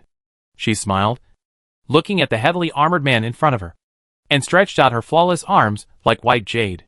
With the woman's soft call, the atmosphere in the whole room became rippling and charming. A pink breath emerged, making the whole space extremely ambiguous. Her voice was full of seductive charm. As the woman called, the Iron Warrior put down his weapon and slowly walked towards her. Seeing this scene, the woman smiled. She sat up and let the gauze covering her body fall down. Feel the joy, brave warrior. Come, take off your armor and enjoy this wonderful time of joy. Come with me. The woman's voice seemed to be filled with some kind of magic. The man walked up the stairs step by step and came to the bed. Then he reached out and slowly took off his helmet. However, at the moment when the Iron Warrior took off his helmet, the pink atmosphere that originally filled the entire room suddenly shattered, and the incomparable murderous aura and the power of fear rushed towards him. Even the goddess in front of him was pale and trembling all over. The previous relaxed look had completely disappeared, replaced by the fear of facing death and destruction. Before the woman could speak, the Iron Warrior suddenly took another step forward, reached out his hand, grabbed the goddess' slender and fragile neck, and lifted her up directly from the bed. No! The scream stopped abruptly, and the Iron Warrior exerted force with both hands. The next moment, he easily broke the neck of the woman in front of him, causing her head to fall down. Then, the Iron Warrior threw the lifeless body of the goddess to the ground, stepped on her, trampled her to the ground, and then exerted force. The next moment, the woman's body swelled and burst like a dead insect, and then blood sprayed out, and divine power also poured into Duan Muhuai's body. It's really boring. After looking at the prompts in his system, Duan Muhuai frowned and muttered to himself. Duan Muhuai has been fighting ever since he climbed Mount Olympus. Although the heroes each found reasons not to intervene, the Greek gods still had their own reliable followers. So Duan Muhuai was naturally attacked. But this is not important. What is important is that in this process, Duan Muhuai gradually discovered the essence of Greek gods. Strictly speaking, the Greek gods were not gods at all. According to the definition of Star Ocean OL, gods, believers, and faith are a trinity. However, this is not the case with the Greek gods. Although Duan Muhuai would obtain certain priesthood and skills every time he killed them, after a closer look, Duan Muhuai found that these priesthoods and skills were basically useless. For example, he killed Poseidon and naturally obtained the position of sea god. The ability of the sea god is to freely control the sea water. Well, I can only manipulate seawater. Fresh water won't work. Mineral water won't work. And I guess soda water won't work either. If this is thrown into the desert, what use will it be? Isn't this just trash? Whose god is so low class? As Duan Muhuai fought his way up, the more priesthoods he collected, the more he realized that the Greek gods were not so much gods as they were elemental spirits. They were like the elemental creatures, like fire spirits and water spirits that appear in many games. The abilities of these gods were also quite unique. In this way, Duan Muhuai suddenly understood why these gods had that attitude towards their believers. Formal gods need faith to gather power. And after the believers die, their souls belong to the gods. So generally speaking, gods and believers have a relationship of mutual support. However, the Greek gods are obviously not like this. Just look at their actions, and you will understand that even the most devout believers will be dealt with if they are not satisfied with them. In this case, how many believers can you expect to provide them with faith? And if their power does not come from faith, then where does it come from? Now Duan Muhuai finally understood that the power of the Greek gods had nothing to do with faith. Their power came from nature, and was the product of the condensation of natural properties. So they and the world rose and fell together. But the life and death and existence of human beings were unnecessary and indifferent to the Greek gods. Even if all the humans in this world died, and they couldn't receive any faith, it wouldn't affect them a penny. But on the other hand, they have no room for further improvement. Just like no matter how powerful the lightning in nature is, it is impossible to produce nuclear fusion naturally. As nature elves, this is their limit. Just like how the psalm goes, the sky is still the sky. The rain is still the rain. But you are no longer under my umbrella. I am still me. You are still you. But there is one more winter. Yes, this is the limit of the Greek gods. But the real God is not like this. Take the horned rat for example. It is the god of the Scavens, and is in charge of plague and conspiracy. If the horned rat is promoted from a subordinate god to a main god, then its scope of belief will be further expanded. By then, not only the Scavens, but all rodents will become believers of the horned rat. And if it is a human who believes in the horned rat, it may be directly transformed into a Skaven. This is the belief and communication of God. As long as it is powerful enough, the scope of the priesthood can be improved and evolved. Unlike the Greek gods, Poseidon is the god of the sea at best. But at worst, he is just a god of salt water. Maybe in his field. Even the saline drip is not his responsibility. What's the use of this kind of priesthood and skills? Some psychics are stronger than this. Thinking of this, Duanmu Huai let out a long sigh. Then swung a hammer and smashed open the heavy door in front of him. Boom! The huge iron gate broke open. And then Duanmu Huai strode in. What came into view was a rather gorgeous and beautiful garden, with lush trees and flowers everywhere. However, compared with Duanmu Huai, who was covered in blood, it was a different story. It's almost time. Duanmu Huai raised his head and looked at the sky. The palace on the top of Mount Olympus was right in front of him. As long as he passed through this garden, he would be able to kill the old man Zeus and chop him into 8 pieces. To be honest, after finding out the true face of the Greek gods, the Zeus in Duanmu Huai's heart no longer posed any threat. Apart from being able to manipulate lightning and transform into a trickster. What else could this old bastard do? I guess they can't even produce direct current or alternating current. I didn't expect you to actually come here. At this moment, a voice sounded. Duanmu Huai raised his head and looked in the direction of the voice. In front of him, a woman walked out from the depths of the garden. She held 2 swords in her hands and looked like a warrior. Her face was firm, and her eyes sparkled with wisdom. Looking at the woman in front of him, Duanmu Huai raised his eyebrows. Who are you? Athena. Oh, the goddess of war and wisdom. No wonder she is so ugly. Duanmu Huai glanced her up and down and curled his lips. He now understood why Athena was jealous of Medusa. Ugly girls tend to do bad things. With the look of this, it's no wonder that he gets angry so easily. No wonder Zeus didn't like her.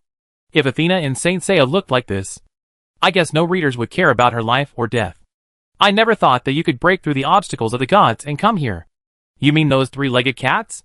Duanmu Huai sneered and interrupted Athena. He originally thought that climbing Mount Olympus would be very difficult. Duanmu Huai thought that at worst it would be like the Saint Seiya adventure. However, apart from some small monsters, there were only a few who dared to intercept him. First came Apollo.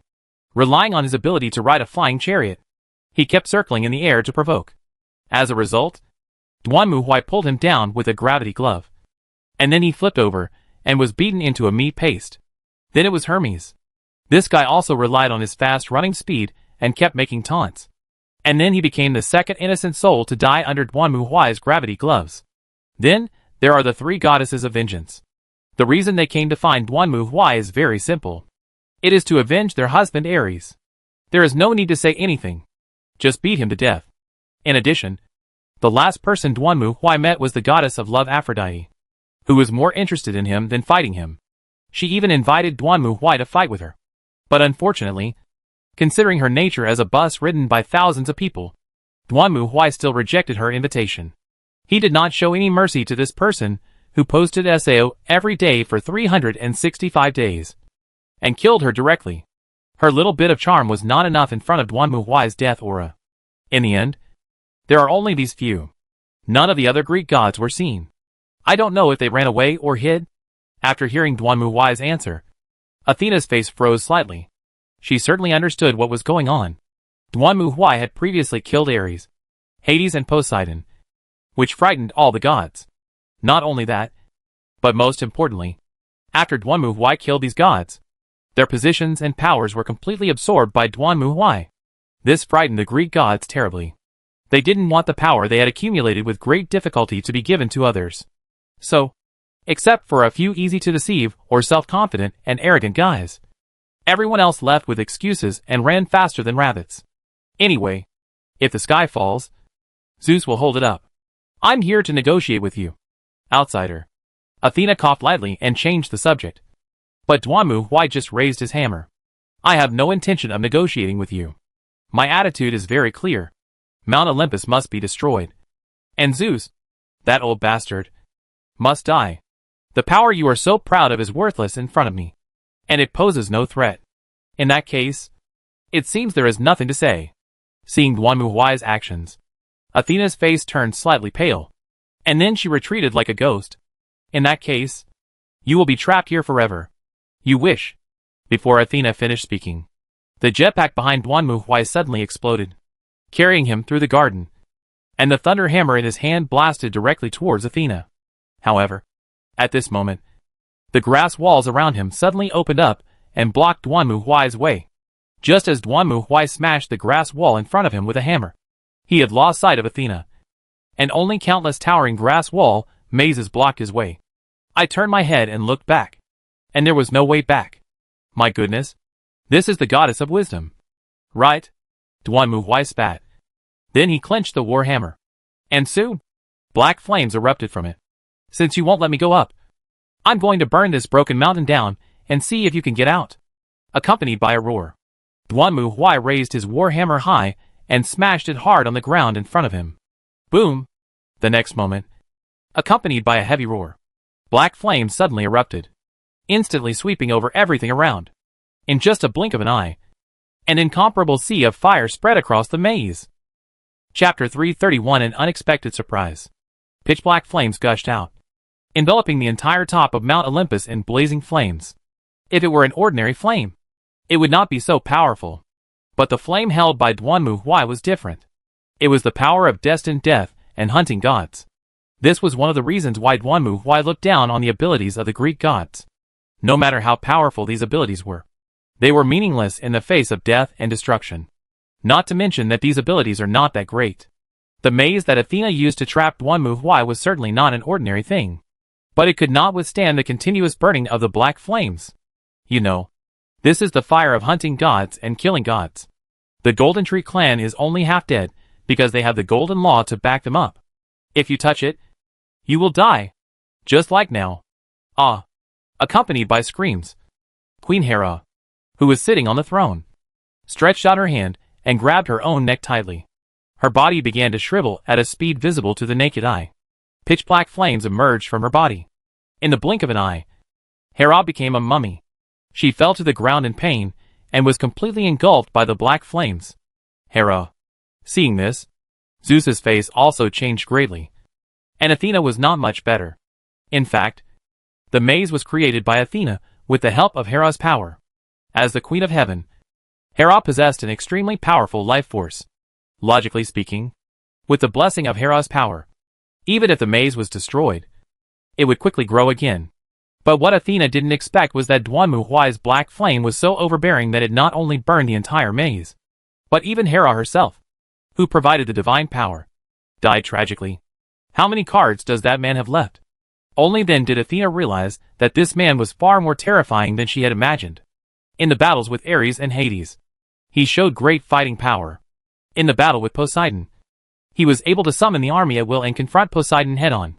Facing the heroes, he could also use his eloquence to persuade them to retreat and leave. It was because Duanmu Huai was so powerful that Athena finally chose to trap him in this way. She originally thought that Duanmu Huai would try to find the exit of the maze, so that she might have room to negotiate with him. But what Athena didn't expect was that this black flame was so powerful that it could actually kill Hera directly. Call. At this moment, the blazing flames had almost surged to the top of the mountain. The platform on the top of Mount Olympus looked like an oil pan wrapped in flames. Seeing this, Athena turned around and rushed to the exit without hesitation, trying to leave. However, just as she rushed to the door suddenly broke apart, and a huge hand burning with black flame stretched out from it and grabbed Athena's head.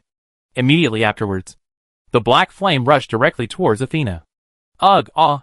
The pitch-black flames penetrated into Athena's nostrils, mouth, eyes and ears. Soon, Athena's head shrank like a burnt pig's head, and then her whole body disappeared in the flames like Hera. Then, the door opened, and Duanmu, with black flames burning all over his body, strode in from outside. "It's you?" Seeing Duanmu, Zeus roared and stood up from the throne. "What on earth do you want to do? You bastard! You killed my brother, my child, and destroyed Mount Olympus. Why on earth would you do such a thing? What is the grudge between us and you? Enmity?" Hearing Zeus' question, Duanmu tilted his head. "Oh, nothing. It's just, I just can't stand you guys. And this is also a mission for me." "You? What did you say?" When Zeus heard Duanmu's answer, he was so angry that his beard stood up. "Just for such a silly reason. You killed the gods and destroyed Mount Olympus? Boring reason?" Facing Zeus' roar, Duanmu laughed. "Don't you treat mortals like this? Since you can destroy the country of mortal and bring them disaster according to your preferences, why can't you accept it yourself? Go to H.L." Hearing Duanmu's ridicule, Zeus was even more mad. He yelled, raised his right hand, and next moment, he saw lightning fall from the sky and flew towards Zeus's right hand.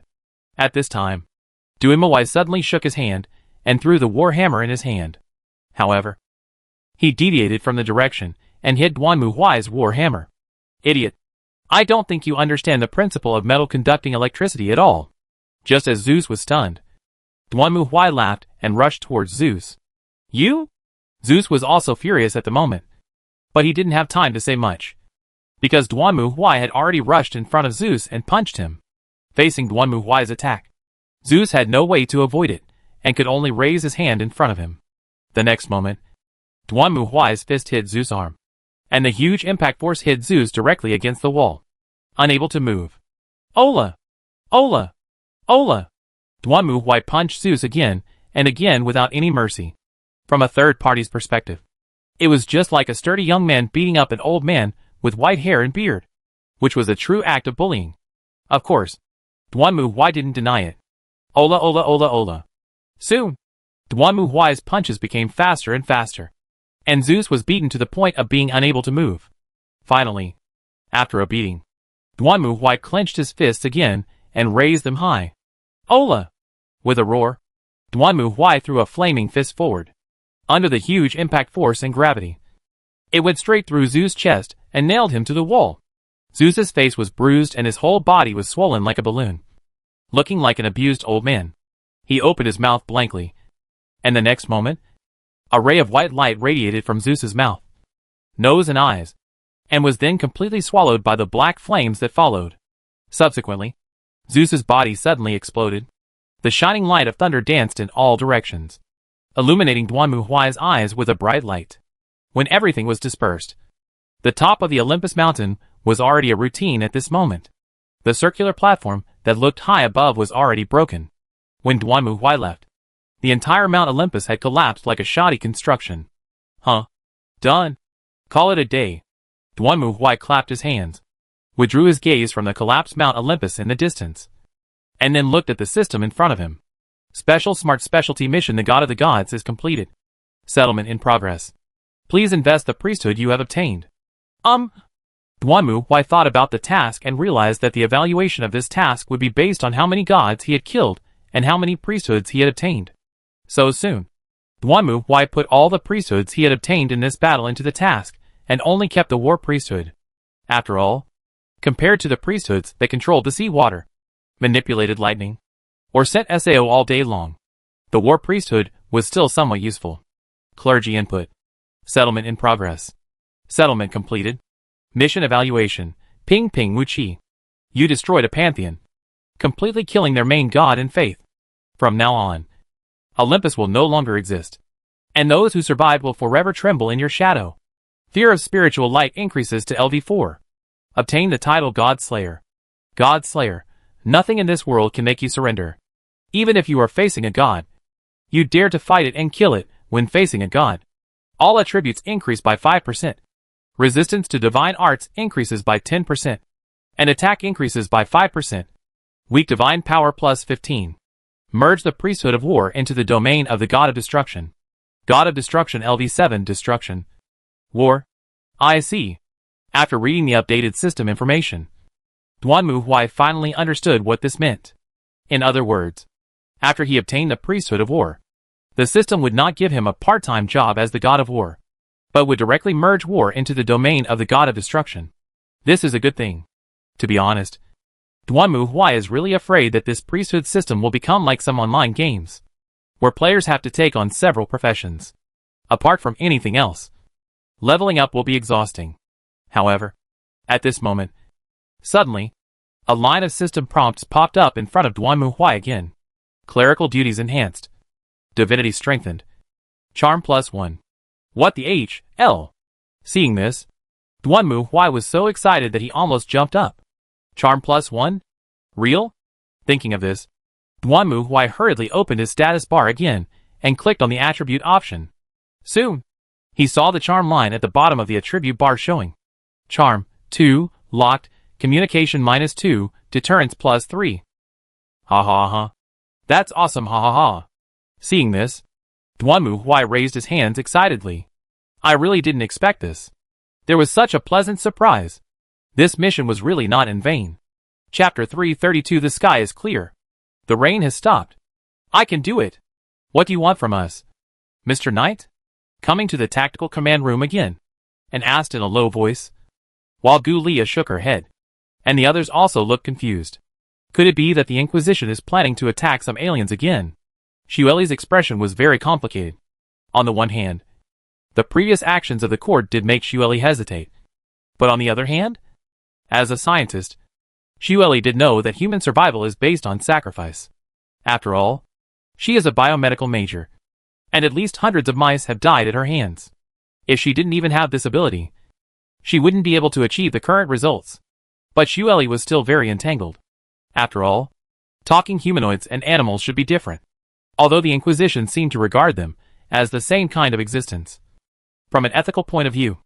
Okay. Don't think about it. Thinking about it, Xueli felt that her head was big. For her, this question is really, well, if this happened in her own world, she would have to gather all the PhDs in anthropology and biology from all over the world to discuss it. And maybe even sociology. Crack. Just when Xueli was daydreaming, she saw the door open. And then Duanmu Huai walked in refreshed. Seeing his smug look, the girls were somewhat confused. After all, Duanmu Huai had always been seen as very calm in their eyes. And this was the first time they saw him like this. Duanmu Huai walked directly into the tactical command room, then walked in front of everyone, turned around, and walked another circle like a model on the catwalk. Looking at Duanmu Huai's performance, everyone was confused. Finally, and was the first to ask in confusion, Mr. Knight, what are you doing? Have you noticed anything different about me? Duanmu Huai said as he looked at them again. And this time, after hearing Duanmu Huai's suggestion, the girls narrowed their eyes and began to look at Duanmu Huai. They looked at Duanmu Huai carefully from head to toe, looked at each other, and shook their heads. On the contrary, when Lorena saw Duanmu Huai's head, her eyes suddenly lit up. Ah, Sir Knight, have you grown hair? What unnecessary comfort. Hearing Lorena's answer mixed with concern, Duanmu Huai remained silent. You women always complain that men can't recognize you when you've changed a little bit. Now that my charm has increased by +1, can't you recognize it either? Never mind. I'll just call out the name. Ogus. You go ahead. Duanmu Huai looked at Ogus. After all, this puppet of his own had been with him for so long, so it would definitely be able to notice the changes in its master. Hearing Duanmu Huai's question, Ogisi also looked at Duanmu Huai and was silent for a moment. The master is the same as usual. No change. Still as impressive as ever. Forget it. Maybe it's because we've been together all the time, so I'm not very sensitive to my changes. Just like visiting relatives during the Chinese New Year. People will say this child has grown so big at a glance. But the people who live with him day and night don't notice it at all. Well, it's understandable. It's understandable. Then find someone you don't see very often. Sydney. What do you think? Why? Hearing Duanmu Huai's question, Shueli was stunned for a moment. And then she put aside the idea of what class, order, family, and species the beautiful woman should be classified into. Then she stared at Duanmu Huai hesitantly for a moment. And then she spoke. Did your skin become whiter? This is indeed what women think. Ah. I found it. At this time. And seemed to have discovered something. And he hurriedly raised his hand excitedly and picked it up. And Duanmu Huai immediately looked at him. Oh. Did you find out? And nodded vigorously. I've discovered that Mr. Knight used to give people the impression of being fierce and scary. But now after watching him for a long time, I find that he is quite good looking. Remember what it was called? Miss Faline? As he spoke, and looked at Faline, who silently glanced at Duanmu Huai and then answered. Ugly and cute. Yeah. Ugly and cute. Duanmu Huai almost suffocated and fainted on the spot. Adding charm is certainly not plastic surgery. It is impossible that Duanmu Huai's face will change by adding charm. Although An's statement is a bit misleading, her statement is not wrong. Simply put, it is a change in temperament. For example, some people may not look particularly eye-catching, but their temperament is very good. This is the charm of today. In fact, Duanmu Huai had seen similar characters in the game. There was a streamer who made his character's face look like his moon crater, and then tried his best to add charm. As a result, he could even get praise from NPCs when he went in and out. He even shot a series of live videos. And every time the audience saw his moon crater face, they laughed so hard that they spit out their food. And seeing the NPC princess saying to this ugly face in a serious manner, a handsome and charming knight like you, made me laugh out loud. But no matter what, this is also beneficial. To put it simply, Duanmu Huai's face could scare children into fainting before. But now it just makes them cry. Yeah, he has indeed made some progress. At the same time, Duanmu Huai also made up his mind. From now on, this priesthood mission must be done. And it must be done, no matter how difficult it is. After all, this is the only way to save my charm. But unfortunately, Duanmu Huai had no idea how to trigger this special priesthood mission. If it were a professional mission, Duanmu Huai would have a lot of information and intelligence to use. But although the priesthood was also listed as a profession in the system interface, no player had ever gotten it in the game. So how to trigger the enhancement of the priesthood of the God of Destruction? For Duanmu Huai, it was really a problem. But never mind. It's not too late to think about this later. All in all, now I can easily enjoy the happiness of charm +1. Duanmu Huai certainly couldn't tell others that his charm had increased by +1. But he found an excuse and took the girls to Venus Island for an open-air barbecue to celebrate.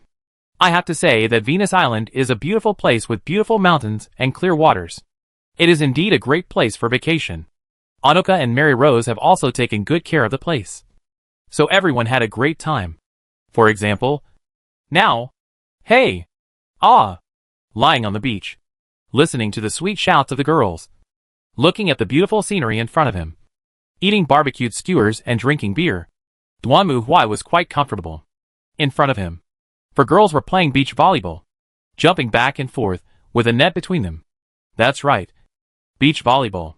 Venus Island has a lot of entertainment, but Duanmu Huai only has a few people around him, so he doesn't plan to run around. So they just play on the beach.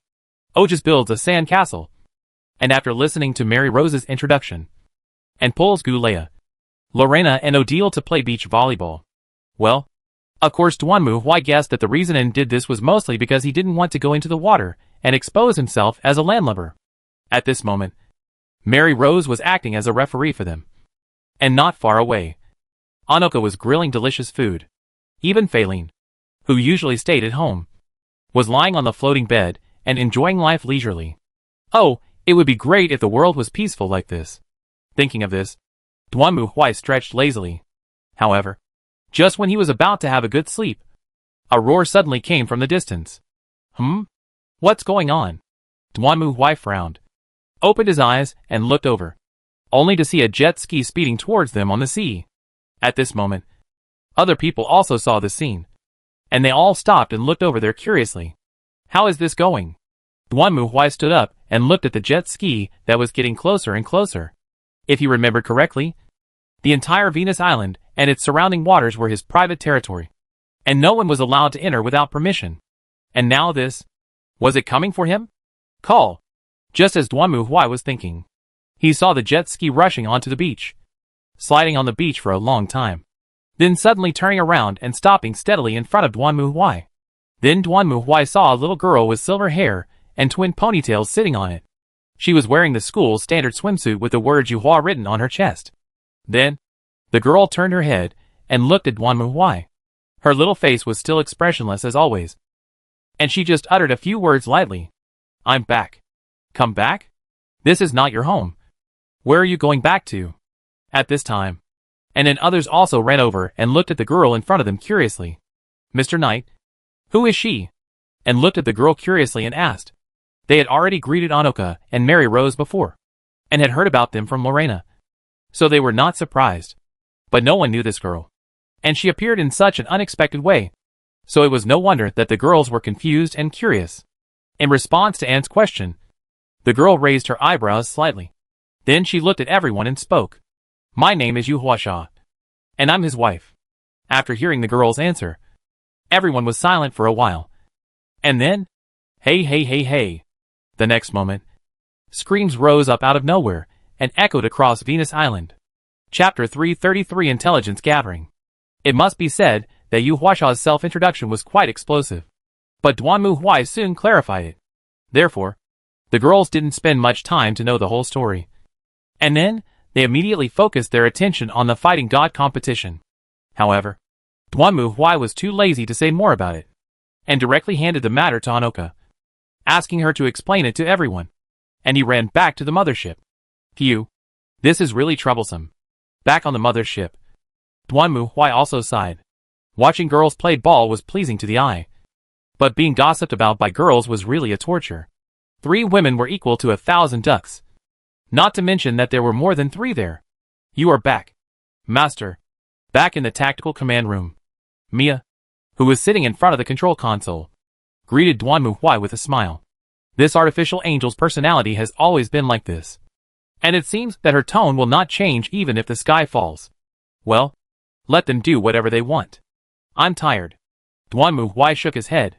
He remembered that when he was in school, there were some school idols in his class. Many female students chased him and invited him to sing at KTV, but he refused to go. At that time, his classmates were curious about why he didn't go. He said, women are really annoying. You don't have them. If you had them, you would know. Before he could finish his words, he was put into a sack and beaten. Good man. You can't afford bread and want us to eat cake. Right? Duanmu Huai did not take action at that time. Otherwise the school hunk would have been beaten to death. But now Duanmu Huai understands what the school hunk meant. It is indeed troublesome to have too many women. It doesn't matter when talking about business. But I am afraid that they will gossip when they are free. That energy can really depress a man. This reminds Duanmu Huai of the time when he accompanied his mother shopping. Because he was strong, he was responsible for carrying things. Then he watched his mother bargain with the street vendors for more than 10 minutes. Just for a few dollars. At that time, Duanmu Huai couldn't understand why women would haggle over a few dollars for a piece of clothing. Of course, the biggest reason his mother took him to the street, besides letting Duanmu Huai pick up clothes, was so that it would be easier to bargain. If the merchant refused to give in after bargaining, his mother would call him in and tell him that the merchant was black-hearted. Then the other party would see that Duanmu Huai would basically give a 10% discount. However, my mother doesn't often use this trick. According to her, Duanmu Huai is a weapon of mass destruction, and using it cannot prove one's bargaining ability. There is no sense of accomplishment. Of course, Duanmu Huai said that this ability is useless. Do you feel a sense of accomplishment when you grab a piece of clothing at a street stall and bargain with others? He just feels depressed and embarrassed. After all, there are a group of people watching next to him. Just for a few bucks it's worth it. Why? Duanmu Huai sighed silently, then withdrew his thoughts. What's going on? The first batch of reconnaissance fleets have returned and are collecting intelligence. Oh! Hearing this, Duanmu Huai immediately perked up. During the period of transformation and overhaul of the mothership, Duanmu Huai was not idle. He built several reconnaissance ships and sent them to different coordinate points for reconnaissance through the network. After all, Duanmu Huai had been playing the game for such a long time that he basically knew what forces were in which places. But the problem is that Xinghaiol is a dynamic and real-time game. And Duanmu Huai is indeed ahead of the game. So even if he arrives at a certain place, the story of that faction may not be the same as what Duanmu Huai experienced before. However, Duanmu Huai has a way to solve this problem. It's very simple. Just find a reference. Just like when he went to the UNSC. Duanmu Huai didn't know what the UNSC was like. So he went directly to Reach. After all, Duanmu Huai knew that the fall of Reach was a turning point in the large-scale war between the UNSC and the Covenant. So as long as he kept an eye on Reach to see if it had fallen, he could almost guess where the history of this force had progressed to. After all, there are many researchers in the game who especially like to dig into the history of other civilizations. Thanks to them, Duanmu Huai has a good understanding of the past of most of the famous forces and civilizations in Xinghaiol. So during the period of the mothership transformation, Duanmu Huai also sent these warships to the target planets one by one, and then recorded the situation there, and then came back to report to himself. After all, the Starry Sea is vast and boundless. Even Duanmu Huai is not a liver emperor in the game, and he does not have the obsessive-compulsive disorder of completing every civilization main line. So now, he just combines his own memory and the location of some civilizations he saw on the forum before, and sends out reconnaissance ships to explore. Cast a wide net, and you might just catch a big fish. Of course, this method is a bit cumbersome, but Duanmu Huai has to be careful. After all, there is a difference between information transmission and physical transmission. If this information is intercepted by some demons in the subspace, it would be equivalent to giving them a map of the location of human civilization for free. At that time, that civilization will be threatened by chaos demons. So Duanmu Huai would rather be a little troublesome and ask these warships to only record the images and bring them back to him directly. After all, there is a network channel, so it won't take too much time to go back and forth. Moreover, the dolls in these warships only have limited functions and can't do anything too complicated. Of course, this is just right for Duanmu Huai. If they could be made more complicated, it would be worrying. Collate the information and send it to me. I understand. As he spoke, Duanmu Huai returned to his seat and sat down. After a while, pieces of information appeared on his terminal. Let me see. Well, everything is normal. There is no sign of invasion. This is also normal. This planet is not inhabited yet. Duanmu Huai flipped through the data one by one. Strictly speaking, these data were very rough, and no further analysis was done on these planets. He just filmed the video to let Duanmu Huai see if there were people living on them, if there was civilization, if there was a war. Well, after all, it was a puppet, so the requirements couldn't be too high. It's impossible to ask a robot to write an 8,000-word graduation thesis. Right? Of course. If a robot could write that, it would be a thriller. Just when Duanmu Huai turned to the third-to-last piece of information, he couldn't help but be stunned when he saw the picture on it. On the screen, one could see that the human cities on that planet were dotted with debris and ruins everywhere. A tragic scene after a war. Just like a war planet. Oh, by the way, the war planet has gradually recovered now, thanks to the fact that there are only 20 to 30 million people left on this planet.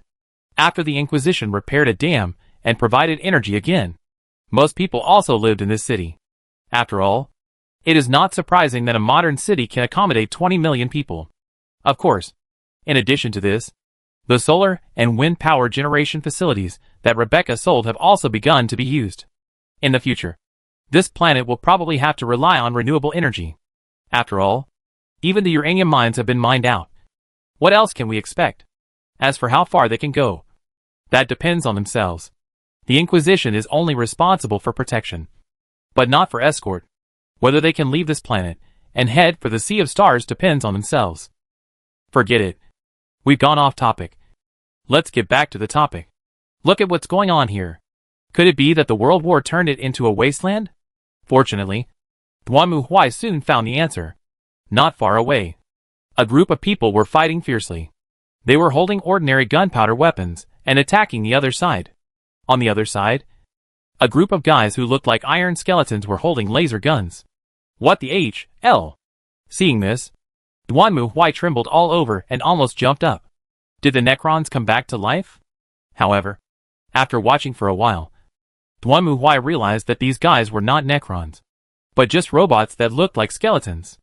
At least from their slightly stiff body shape and movements, it can be seen that they are quite different from that group of mentally retarded Necrons. Phew. You scared me. I thought we were going to fight the Necrons so soon. Duanmu Huai also breathed a sigh of relief. He didn't like Necrons very much. If Duanmu Huai saw a place with Necrons, he would most likely issue an extermination order and blow up the opponent's tomb planet directly, rather than rushing in stupidly and dying. After all, Lu Sun once said that when you see a robot, you immediately think of the Necrons, the Tomb World, the Figure King, and the Star God fragments. Forget it. Let's not think about it. In fact, similar cases of Necrons invading human colonies are not uncommon. After all, the origin of Necrons is so early that when they were asleep for thousands of years, humans might have already colonized this planet, and they were completely unaware of the existence of the Tomb World. It is very likely that until the Chaos invasion triggered the Anti-Chaos Protocol, or a necromancer suddenly woke up, and then saw that hey, I slept for thousands of years, and my house was occupied by outsiders. How can I tolerate this? Then he called out. However, these robots are obviously not Necrons. First and foremost, they do not have the Necron signature green light.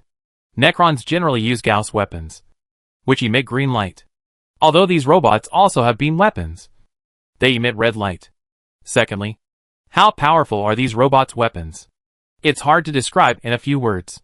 Probably worse than the Empire's flashlight. The biggest reason why they seem invincible is because the weapons of the humans on their side are worse. Looking at that broken little gun, I guess it can't even penetrate the defense of the orcs on the war planet, let alone these robots.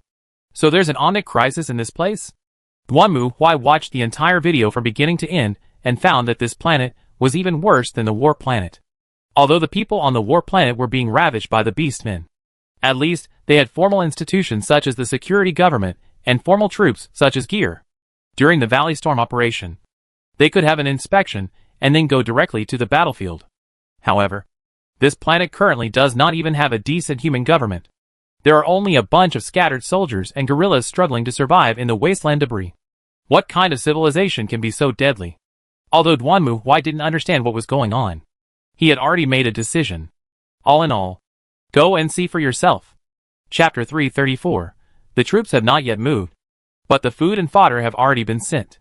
After determining the next target, Duanmu Huai did not immediately summon the Star Army to rush to that planet, but began to think about the next countermeasures. Strictly speaking, the enemies that players hate the most in the game, besides the Chaos God, are the Greenskins, the Zerg and the Artificial Intelligence. The reason is simple.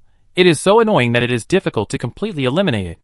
Needless to say, the insect swarms can eat all organic matter and reproduce after eating it. They grow so fast that it is a headache. The reproduction capacity of the Greenskins is even stronger than that of the Zerg. They are a rare race that can directly and simply overwhelm the Zerg through numbers. Artificial intelligence is also annoying. For the same reason, it is easy to kill, but difficult to kill completely. This kind of plot often appears in movies.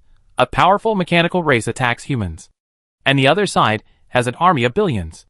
Humanity is in danger, and then the protagonist fights to enter the core area of the mechanical race and destroys the matrix that controls everything. And then the entire mechanical race completely explodes and ends. Isn't it always played like this? But in fact, this is just a performance effect. In games, movies and animations, this is often called the hive mode. But have you ever seen a bee colony die on the spot because the queen bee died? In nature, even if the queen bee of a bee colony dies completely for some reason, the worker bees will immediately cultivate a new queen bee. Although the death of the original queen bee will have a certain impact on the bee colony, as long as a new queen bee is born, the entire bee colony will return to normal. So what happens in the movie is just a performance effect. In reality, at most people will be in chaos for a while, and then a new mother machine will be built. Pandora's Ava is actually similar, mainly because it is still young and has never been threatened, so it has no experience in this area. Otherwise, even if Duanmu Huai defeated its main body, it might distribute its remaining consciousness and then look for an opportunity to revive. In that case, Duanmu Huai can only use Dibao Tianqing. From this point of view, players even prefer to fight with the followers of the God of Tyranny. At least they are straightforward and just fight. If they can win, they will fight. If they can't win, they will just fight and that's it. Unlike these troublesome things, even if you kill them, they might come back to life somewhere else. In fact, the plague is also very annoying. But at least, Duanmu Huai now has a solution. However, for this kind of intelligent machine crisis, firepower alone is not enough. If you can't find a way to kill it completely, it will be a cycle of death and death. Endlessly. However, it is not completely impossible to solve the problem. Just like the emu parasite can be completely killed by a suitable and stable ultrasonic wave, as long as Duanmu Huai finds an effective method, it is not too difficult to completely eliminate or destroy the intelligent machine crisis. The premise is that he has to have someone in his hands. You need one, like top biologists like Rebecca and Sydney, to get through these troubles. If you had that, these troubles wouldn't be troubles. It would be really troublesome if you didn't have it. And now, Duanmu Huai happens to be the second case. He had no qualified candidates, nor any solutions to the Omnic crisis. So he did not send in a large army immediately, but first wanted to find the key to solving the crisis, which was talent. But unfortunately, it is not easy to find talents. The reason is very simple. As for biologists, it is not difficult to find a few people with top abilities and normal moral values. But hackers are basically anti-government or anarchists. Basically, these people are free and do whatever they want. To be honest, these people, in the eyes of the Inquisition, are basically the vanguards of depravity and chaos. There is no loyalty at all. So, I want to find a hacker who is loyal, pure and will not fall. It would be easier to just go to a bar and find a chick. Ah, what a headache. Duanmu Huai also cried out in pain. The world he was in now had underdeveloped technology. To put it bluntly, it had a low level of civilization. In fact, even in the game, there were very few similar characters. Basically, guilds that could obtain such talents would treat them as elites and provide for them well. In fact, in the final battle with the Chaos Evil God, there were only a few characters who could perform well on the electronic battlefield. If it doesn't work, we have to poach people. If I remember correctly, there is an NPC in the Triangle Guild who is particularly good at this. What's his name? Duanmu Huai frowned and recalled carefully. He remembered that in the game, there was such an NPC in the Triangle Guild. Originally, Duanmu Huai, who was fighting on the front line, had nothing to do with the NPCs supporting the rear. The reason why he remembered such an NPC was because there was a beauty list or something in the forum. At that time, it listed Duanmu Huai's characters and several player characters on the list. They were all good-looking, capable and famous characters. Then someone put a few NPCs, and among them was this NPC who was good at electronic warfare. Because of this, Duanmu Huai had some impression of the people inside. But the impression was not very deep. I forgot their names, but I still remembered their appearance. Although the other party was logistics, their electronic warfare capabilities were indeed first class. After all, there were not many people who could fight against the treacherous electronic demons on the front battlefield. Right?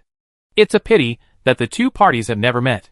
Duanmu Huai only remembers some information listed in the forum at that time, and he is not particularly clear about it. If I remember correctly, I seem to be from the 59th galaxy? There was really no other choice but to go and look for it myself. For Duanmu Huai, finding people is not his strong point. But if he wants to know if there is a way, he certainly has one. Just like now.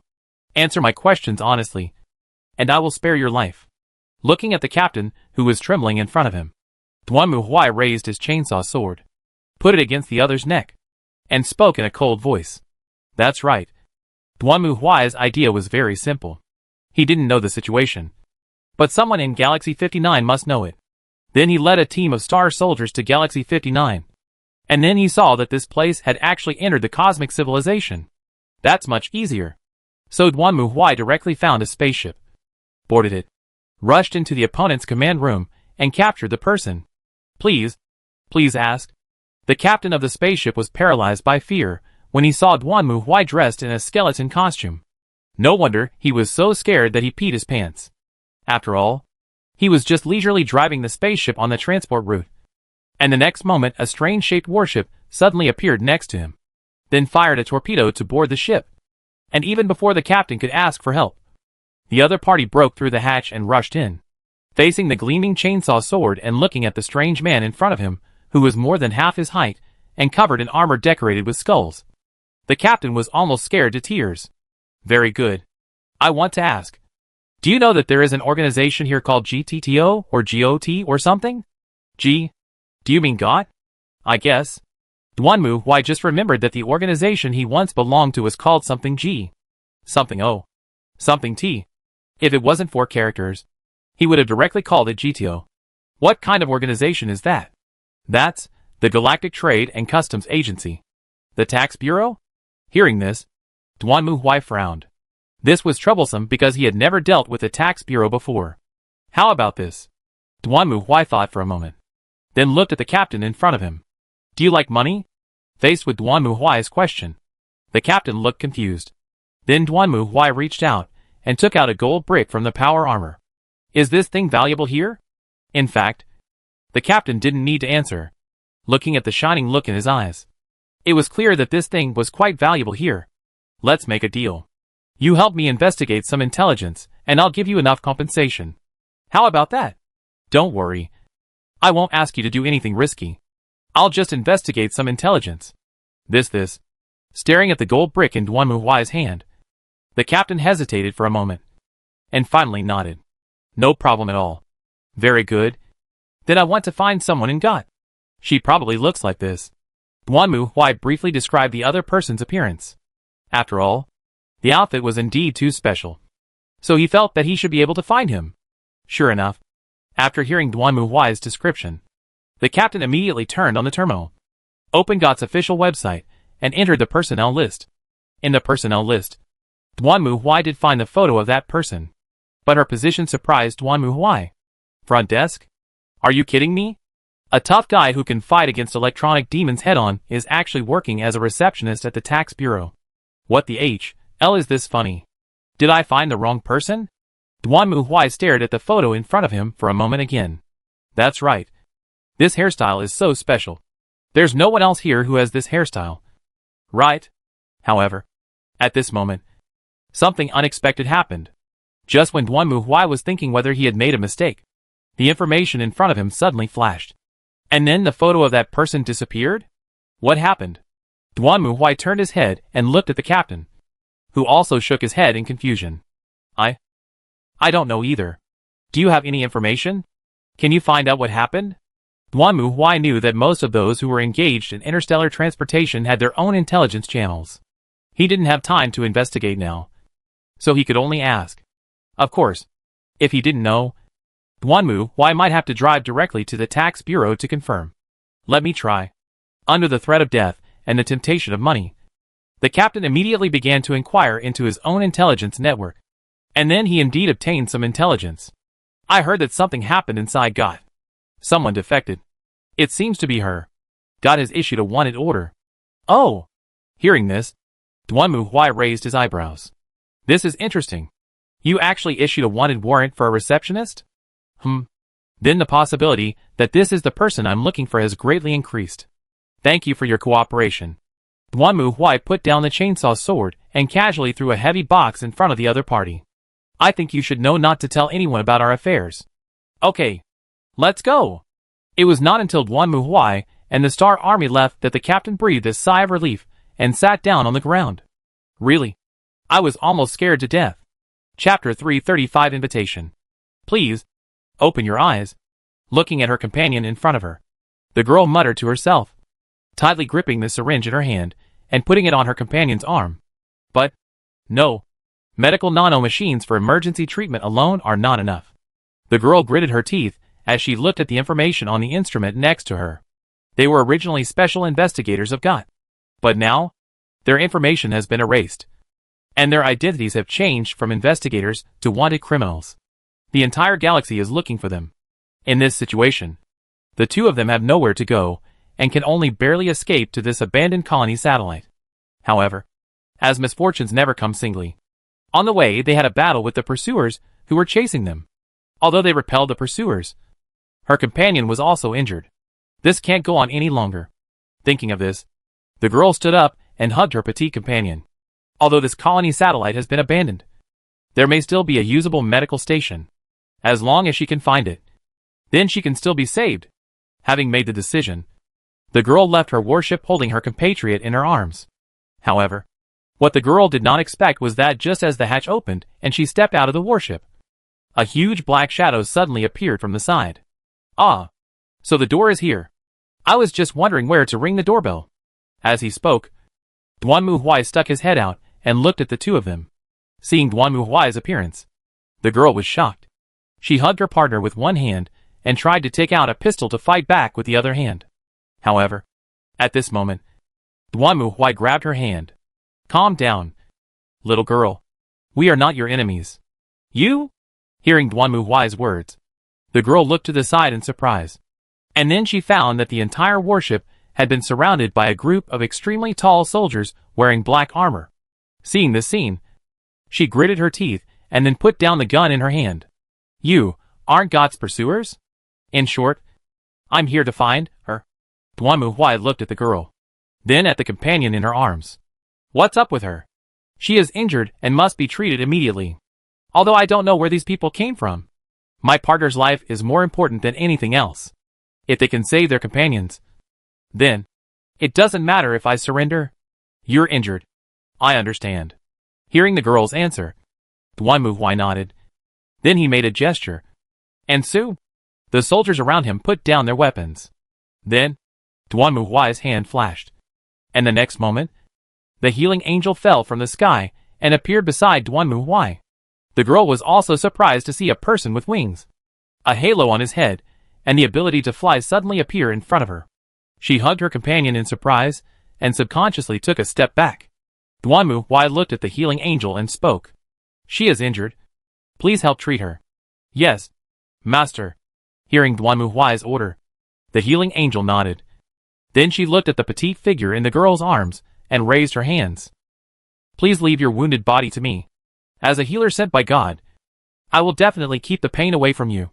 As the healing angel spoke, a golden light descended from the sky and enveloped the two of them. At the same time, the healing angel spoke again.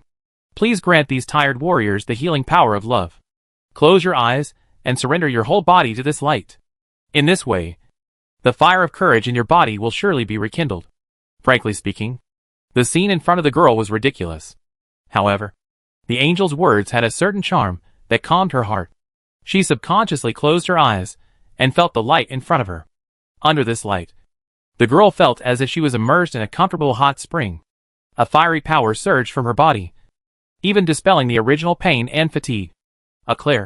However, at this moment, the girl heard the voice of her companion. She opened her eyes and saw the girl in her arms looking at her blankly. What on earth happened? You're awake? Lumiel. Next, since Duanmu Huai had shown his kindness, even though he did look scary, the girl still welcomed him into her battleship because he had saved her partner. Of course, although it was called a battleship, it was actually more like a large interstellar fighter. Aren't you a pursuer of God? Or a mercenary here for our wanted list? I did see the wanted notice. But it's not important. To put it simply, I came here mainly to find this person. As he spoke, Duanmu Huai looked at the petite girl who looked like a 10-year-old girl. This lady? Yes. Isn't your hairstyle like this? As he spoke, Duanmu Huai raised his hand and turned it around his head. That's right. This is why Duanmu Huai can remember this girl. Her hairstyle is very special and unique. That is, a single ponytail tied on the side of her head. And this single ponytail is also curled, because this hairstyle is basically no one has seen. It can be said that she is unique. So when Duanmu Huai thinks of her, this hairstyle is the most impressive thing. But the girl in front of him exudes. Ah, I was like that before. Although she didn't know why Duanmu Huai asked this question. The girl nodded, then took out her ID and handed it over. Duanmu Huai took the ID and looked at it carefully. Yes, it was indeed this hairstyle. It was definitely her. Thank you. Let us introduce ourselves. My name is Duanmu Huai, and I am the judge of the tribunal. The Inquisition? Hearing this, the two girls became nervous again. Are you from the Universal Planetary Union? I will explain my origins to you in detail later. Now, may I ask your names? Although they were very wary of Duanmu Huai, the two girls still gave their names.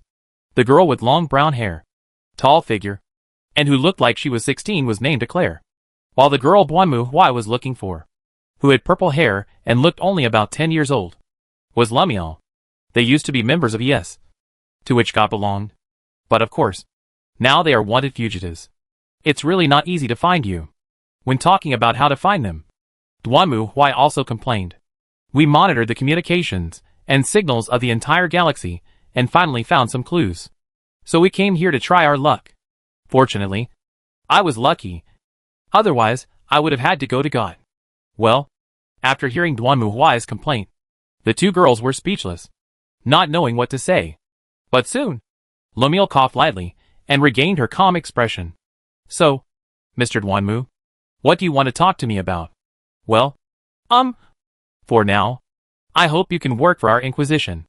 Originally Duanmu Huai thought that this corner was difficult to dig. But now that the other party has already demolished their own corner, why not quickly take it and tear down other people's west wall to repair his own east wall? The Inquisition. Sorry, I have never heard of this organization. Of course, after all, we are not here. Well, it's not convenient to talk here. Why don't we go to our battleship? And then I will explain the situation to you in detail. Facing Duanmu Huai's invitation, the two girls discussed it and nodded. After all, they were wanted criminals in the entire galaxy, and they were always worried wherever they went. Although the other party looked scary, and the tribunal sounded suspicious, the other party was quite frank when communicating with them. So the two decided to follow Duanmu Huai to see the situation first, and then talk about it. Soon, the two of them drove their high-speed cruiser Ramius to leave the abandoned colonial satellite, and followed Duanmu Huai's gunboat to the warship in the universe. When the two saw the Moon-class cruiser hovering outside the colony satellite, they were also shocked. Not to mention the peculiar and gorgeous appearance and shape of this battleship. Its huge size alone was enough to shock the two. Oh my God! The brown-haired girl, Eclair, stared at the magnificent warship in front of her with wide eyes. How big is this battleship? 5 kilometers long. 0.8 kilometers wide. Even in the United Planets, no fleet has a battleship like this. At this moment, Lumiel's face became much more serious. If they were just suspicious at the beginning, now Lumiel was sure that the power of the Inquisition was absolutely terrible. After all, such a huge warship was not the same as those of the Planetary Union. It was simply a comparison between an elephant and a puppy. And a force that can possess such a huge warship, how could it be a small force? But why have I never heard of it? Such doubts reached a peak after entering the interior of the luxurious and Gothic-style battleship. Hey, Lumiere, we have basically entered the church. Looking at the magnificent decorations and solemn cabins, Eclair was confused. It was the first time she had seen such a strange space battleship. After all, the Space Planet Alliances all had standard warships, and there was no such style at all. Hey, I don't think they belong to the Universal Planetary Alliance. Lumiere also spoke while looking around. When Eclair heard her answer, he suddenly had an idea.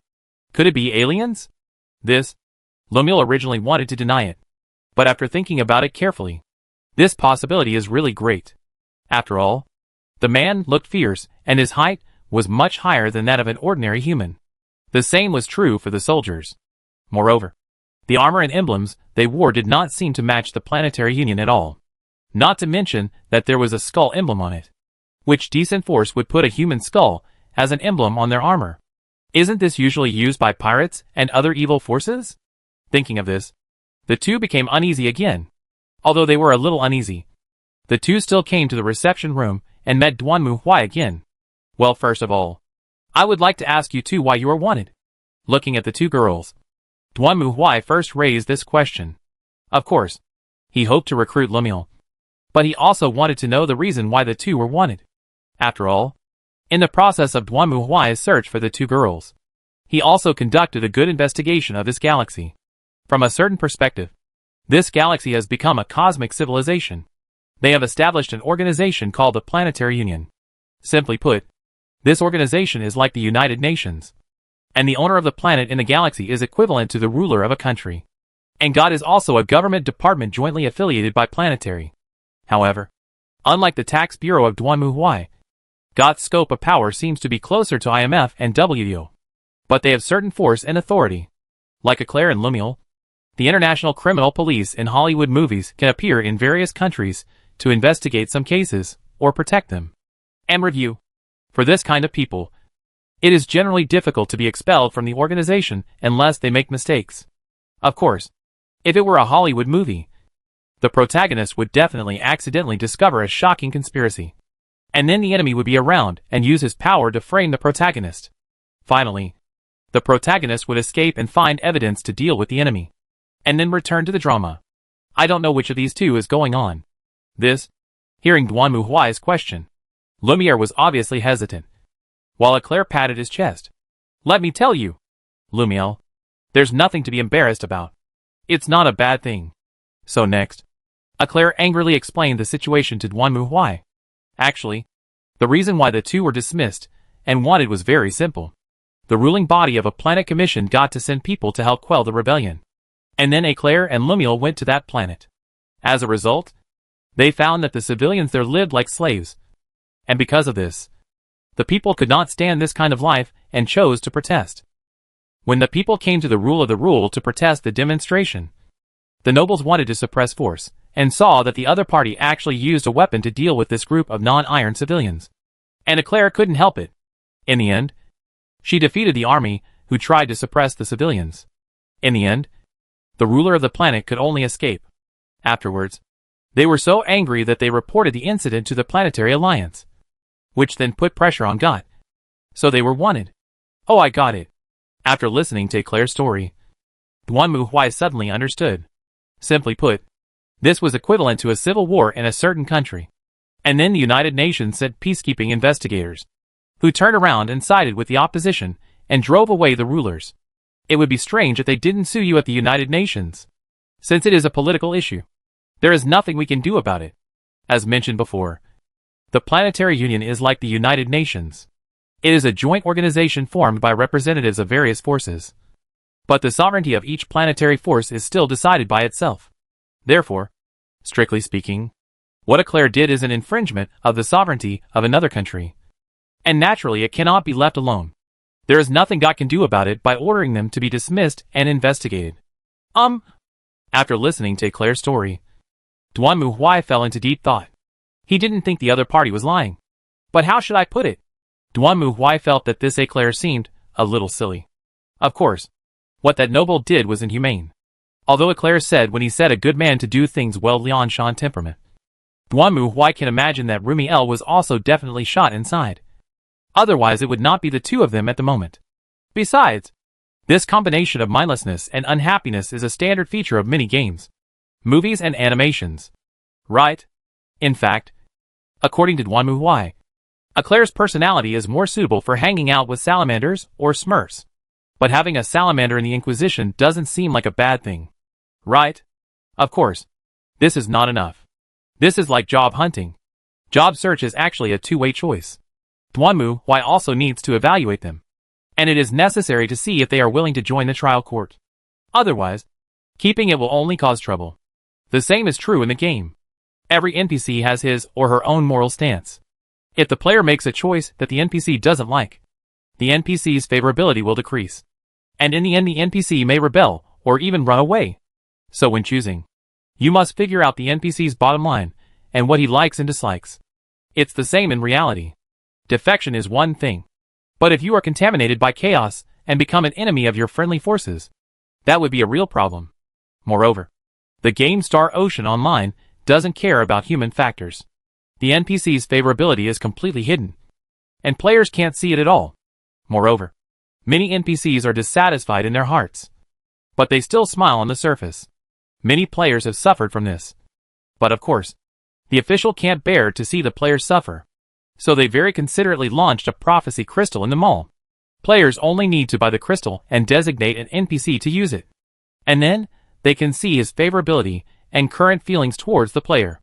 This thing is a consumable. It can only be used once. It only works once, and can only be used on one person. Well, and you have to spend real money to buy it. It's also very expensive. Damn. It's just a trick of unscrupulous businessmen. Forget it. Now thinking about this makes me angry. Let's just look at the present. Anyway, since the other party has shown their sincerity, It's time for me to introduce them to the corporate culture of the tribunal. Now it depends on whether the Inquisition is their choice. Chapter 336 Trial Period. To be honest, I still can't believe it. Standing in front of the French window, looking at the planets outside, Eclair muttered to himself. It doesn't feel real. Yes. Standing next to Eclair, Lemuel also nodded. After that, Duanmu Huai explained the mission of the tribunal to the two girls. However, for the two girls, they felt that everything Duanmu Huai said was a fantasy, and they simply couldn't believe it. After all, there were no aliens in their galaxy, and they had never seen demons or anything like that. However, Duanmu Huai said that the opponents of the tribunal were demons, aliens and heretics. To be honest, if they were not actually in this battleship, both of them would have thought that the person in front of them was a lunatic. Not only that, the two of them also learned from Duanmu Huai an even more surprising news. The galaxy they thought was the Milky Way was not the Milky Way at all, but just a grain of sand in the real Milky Way. This answer made the two of them even more surprised. And Lemuel even asked, if that was the case, why hadn't they discovered it before? For Duanmu Huai, the answer is simple. Black Hole Project. When the Black Hole Plan blew up the entire Milky Way, the planners naturally considered that the Chaos Evil God would revive. So the second step of the Black Hole Plan was to isolate the various galaxies in the entire Milky Way, cut off all these worlds, and form black boxes. In this way, the outside world cannot observe the inside, and the inside world cannot observe the outside world. Therefore, for observers, if they do not have sufficient knowledge and level, their perception of the outside world is nothing. Nothing exists, as if the edge of their galaxy is here. This design, on the one hand, is to protect the humans in the galaxy and prevent them from being discovered by the Chaos Evil God. On the other hand, it is also a test for the human civilization in that galaxy. That's right. Just like humans must first break free from the gravity well and head into the universe, then upgrade the space travel capability, expand one's footprint from one star system to other star systems, and then start the era of space travel. This series of tests are what humans have to overcome. The black box system is one of them. If the human civilization in this galaxy is not powerful enough to read the information in it, then no matter what means they use at the edge of the black box, they will not be able to detect the existence of another galaxy. If they cannot pass through the black box, it means that their civilization is not yet strong enough to fight the Chaos God head-on. And going out would mean death. Duanmu Huai had not told anyone else about this information before, for the simple reason that they had no use for it. The Holy City and Manalia are still trapped in the gravity well, and the world where Sydney is located has not yet stepped out of its own star system. Telling them this knowledge is like talking about nuclear fusion to primitive people. It is useless, and they can't use it. In fact, this is also the reason why players explore the early stages of the game, because all the major galaxies are in a black box state. So players have to go and explore the black fog themselves, just like playing a real-time strategy game, to know whether there is a mine or an enemy. Of course, Duanmu Huai doesn't have to worry about this problem, because the black box can't stop the ancient saints' black technology. The world where Eclair and Lumiere live is the first pure interstellar civilization that Duanmu Huai has encountered that has almost conquered the entire galaxy. Of course, it is also related to the good luck of this civilization. There are no alien forces in this galaxy. Otherwise, it would be like the UNSC, which would fight with the Covenant while exploring. But unfortunately, the civilization of Galaxy 59 seems to be satisfied with this. This kind of civilization, once the Chaos Evil God grows stronger, will basically die tragically in the first wave. Because strictly speaking, this kind of civilization has not encountered any opponents, nor has it undergone any special training. And it is lucky not to be defeated in one wave. To be honest, after listening to Duanmu Huai's story, the two of them were completely shocked. After all, if what Duanmu Huai said was correct, then it meant that the human history they had learned was all false. To be honest, they really didn't want to believe such an absurd truth, and would rather believe that it was some kind of lie. For Duanmu Huai, it was very simple to verify. He took them around in and outside the interstellar space. They were all people of interstellar civilization, so they naturally knew how to check the star map. Then he let them see their own interstellar army. At the beginning, the two thought that other interstellar army were also giants wearing power armor like Duanmu Huai. Later, Duanmu Huai told them that these were just the souls of the heroes who died in battle and possessed the power armor. Well, of course the two of them didn't believe it. And Lumiel even investigated it himself. As it turns out, these powered armors that can move and talk on their own have no AI at all. No life fluctuations. And no signs of computer network connection. Then there's no way. As the saying goes, if it looks like a duck, walks like a duck, and quacks like a duck, then it is a duck.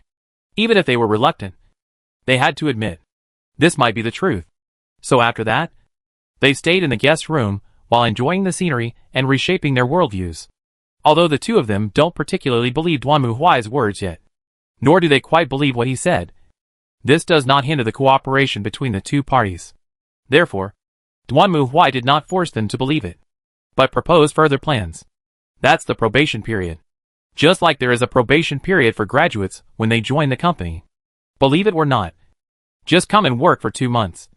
And then see the atmosphere of our company, and we'll also see your abilities. If it's a fit, we'll sign a contract. If not, we'll just part ways and send you back. It's not a big deal.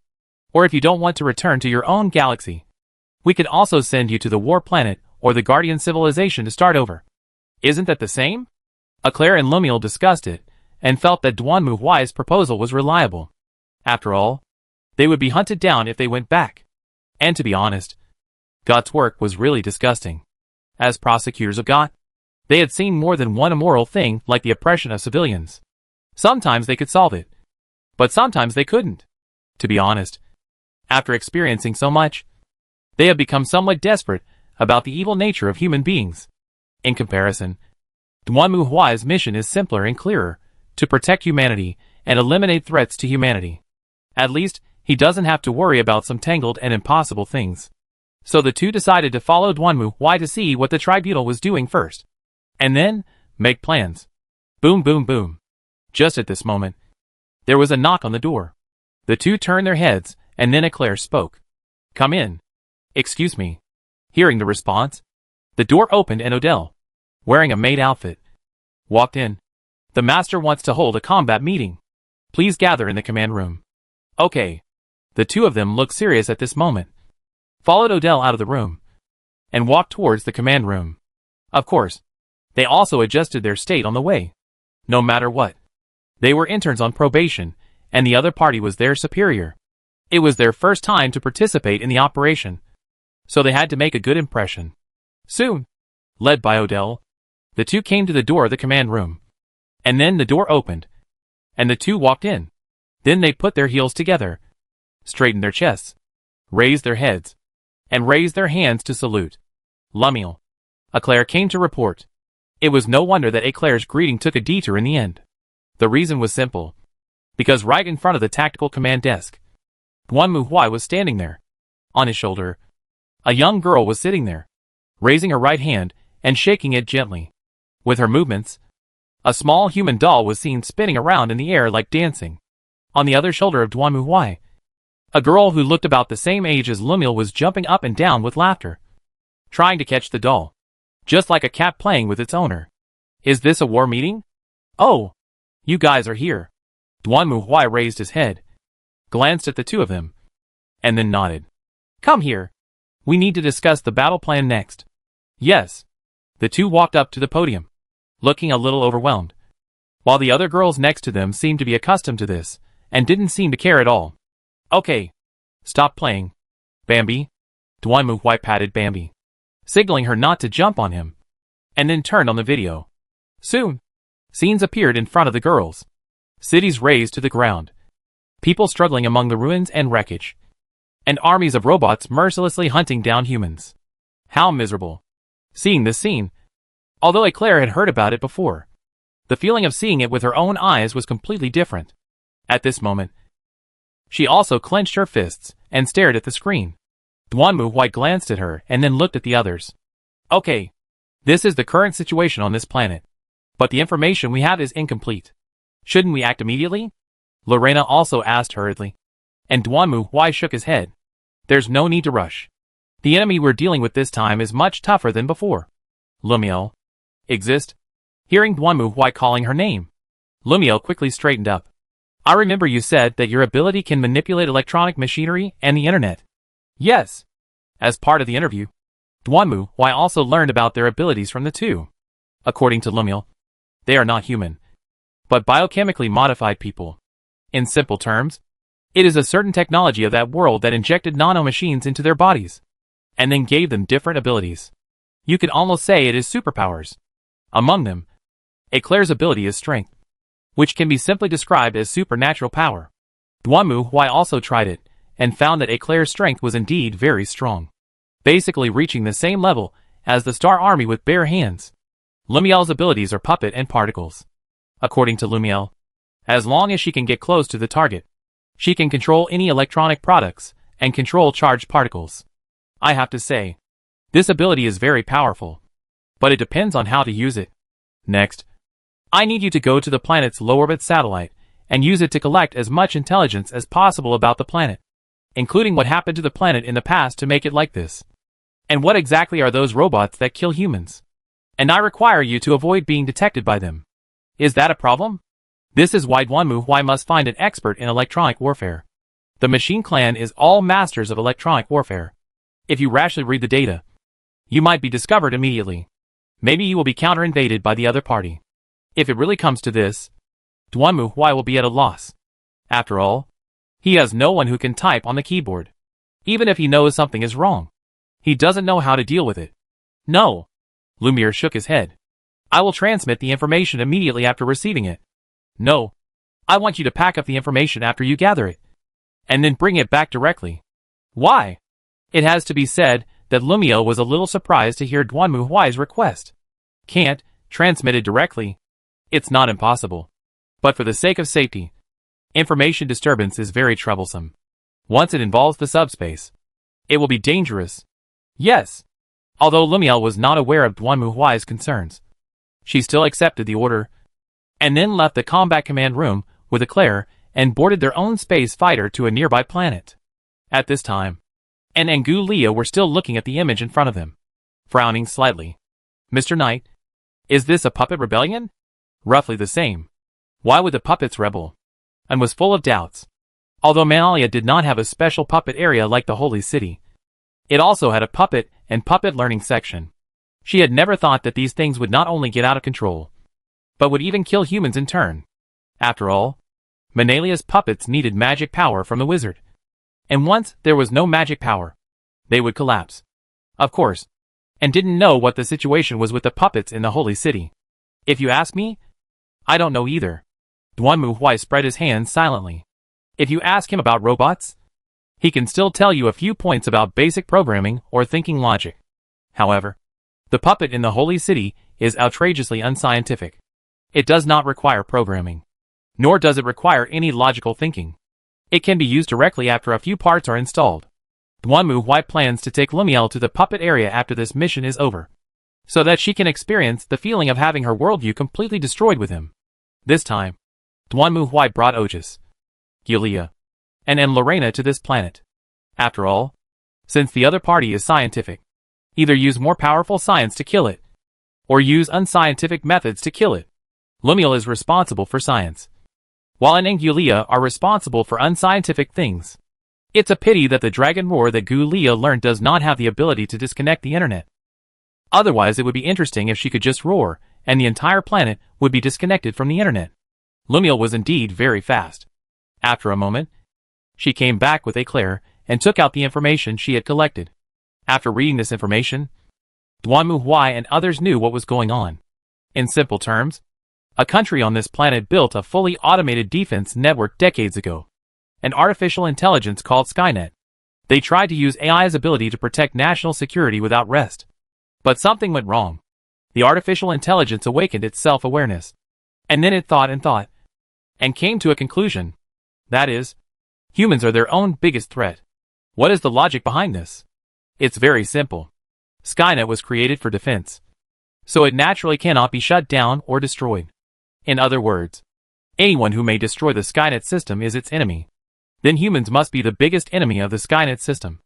After all, they can be gone just by pressing the power off button.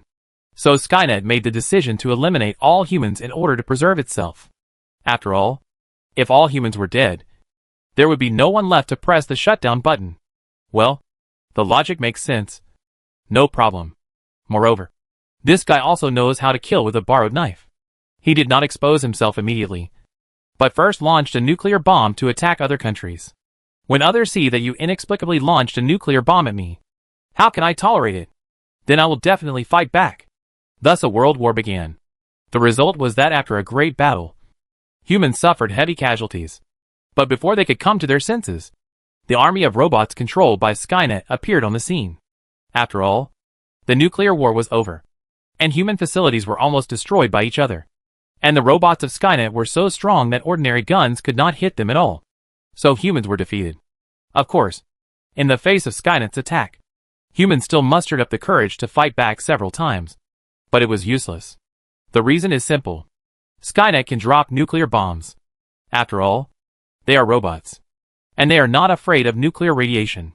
If you gather your army and throw a nuclear bomb at them, even if the radiation is off the charts, it won't affect the robot army at all. Right? Not to mention that robots don't have any hair. On the contrary, the humans suffered heavy casualties.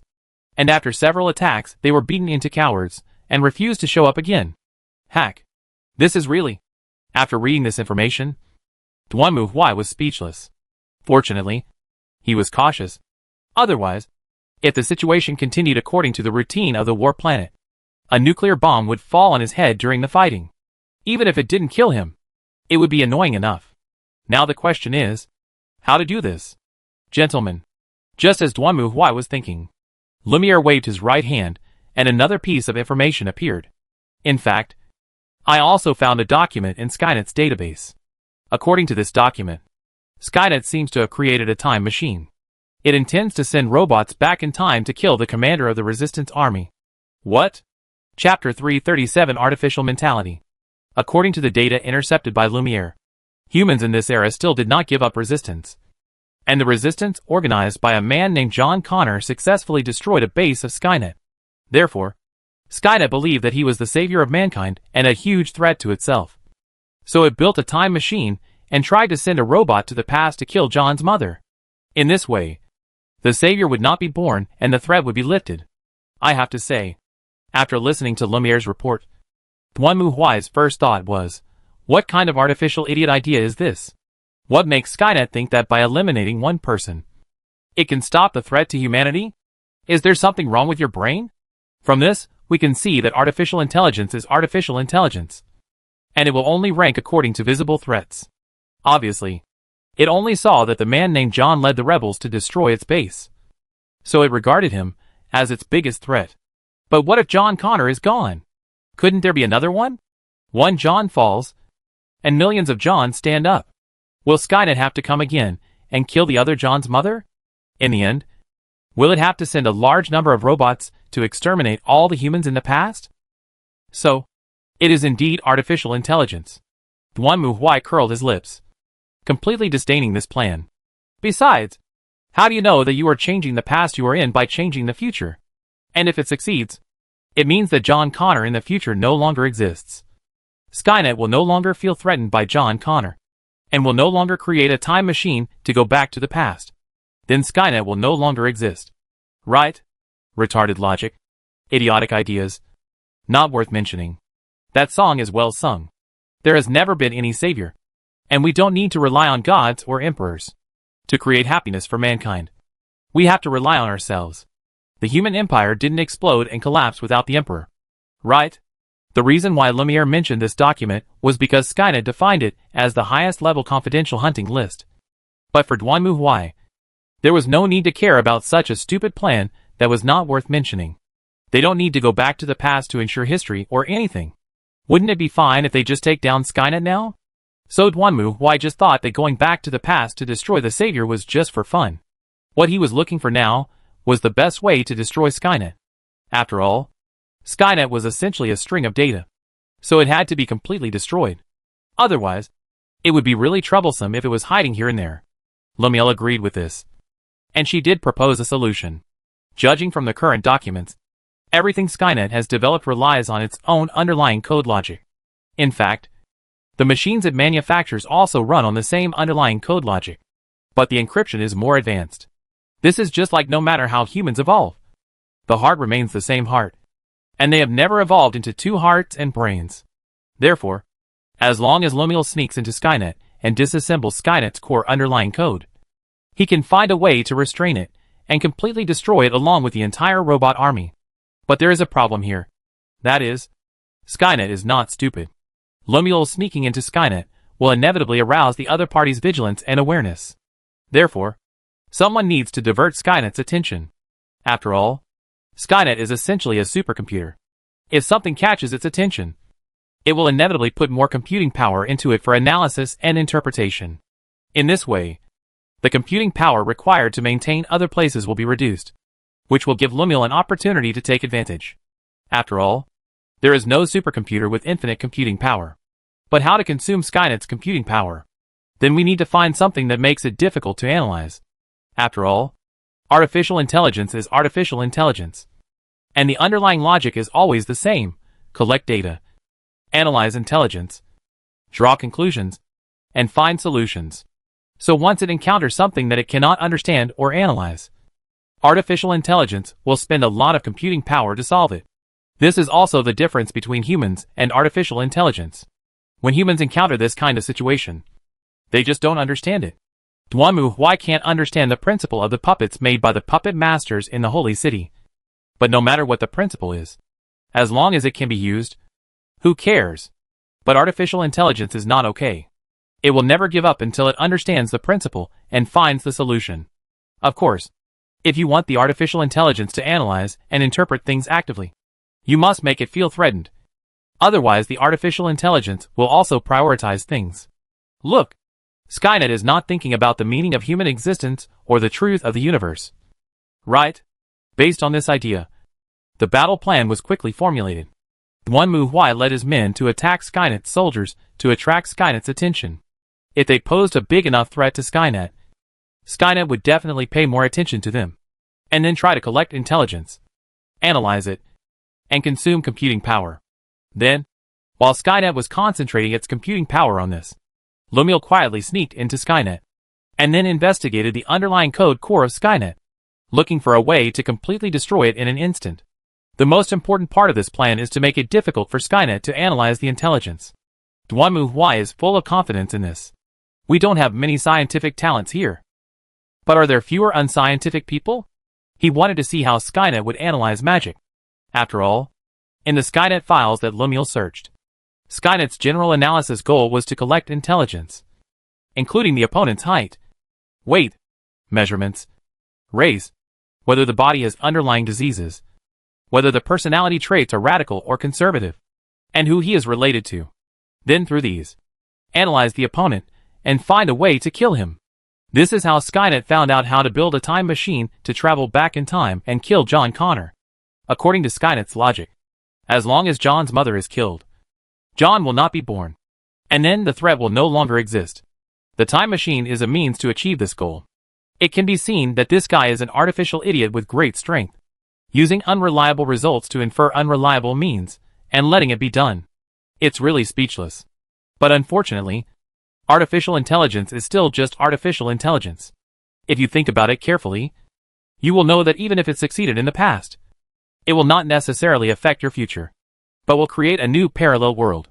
Artificial intelligence does not think about it. If it succeeds, it will fall into a dead loop. It killed Connor, so there would be no Connor in the future. No leader of the rebels. No need for it to build a time machine. No need to send robots back to the past. And the past would not be changed. Infinite loop. A bug. So, if it kills Connor, and there is no Connor in the future, but there is still a rebel leader, then the artificial intelligence will still create a time machine, send robots back to the past, kill the mother of the rebel leader, prevent him from appearing, and then a new rebel leader will appear in the future, and then continue to create a time machine, go back to the past, kill the other party's mother again, prevent him from appearing, and then a new rebel leader will appear. Well, it's still a vicious circle. So you see, artificial intelligence is still artificial intelligence. It would be a miracle if such a stupid artificial intelligence could analyze magic. Why was certain that as long as he showed unscientific power, The artificial intelligence called Skynet would desperately try to find a way to analyze it, and then invest a lot of computing power into finding a solution. That's when Lumiere takes action. After finalizing the plan, Duanmu Huai started recruiting people. Since Skynet's computing power was going to be consumed, the more unscientific people the better. So Duanmu Huai not only called on An and Gu Leia, the elites of the Magic Academy, but also pulled out Faylene, who had been staying in her room. In addition, there was Lonnie, a wizard from the Golden Clan. Odile, as a top student and a noble lady, had a good talent for magic, so she naturally had to be brought along as well.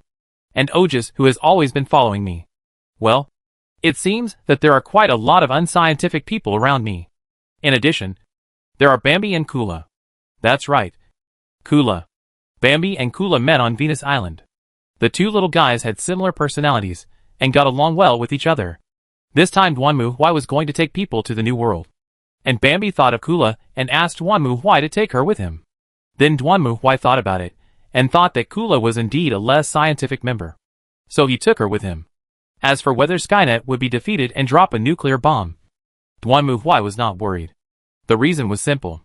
He did not know Skynet's tactics before, so it would be annoying if a nuclear bomb was dropped during the battle. But now that he knew it, there was no problem. Of course, he also asked Lemuel to keep an eye on Skynet, and remind him immediately if the other parties showed a tendency to drop a nuclear bomb. What surprised Duanmu Huai was that Eclair also wanted to go to the planet with them. Duanmu Huai originally thought that she would prefer to stay with her partner, but since Eclair asked for it herself, Lemuel also said that it would be okay to take her away. Anyway, Eclair liked to move around and didn't like to stay still, so Duanmu Huai took her with him. Where do we land from? Master? In response to Otis's question, Duanmu Huai thought for a while, then turned on the screen and began to investigate. Since we want to attract Skynet's attention, the best way is to intervene directly. If we see humans and robots fighting somewhere, we can just go in and fight. Found it. Soon, Duanmu Huai locked onto a coordinate and saw that the robot army there was advancing, while the humans on the opposite side were resisting with their simple fortifications. However, it was obvious that their resistance was basically useless to the robot army. Okay, let's go! Chapter 338 Storm Attack. When a flash of light passed before Duanmu Huai's eyes, he came to a battlefield filled with thick smoke and the sound of Yubi gunfire. Shit! That's some cheap 90s laser sound effect. Hearing this sound, Duanmu Huai immediately complained, which reminded him of the sound when he was a child watching those stormtroopers in Star Wars shooting the protagonist with laser guns.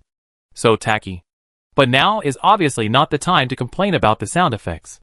They are now on the edge of a dilapidated city, with humans and robots attacking each other with a collapsed viaduct as the boundary.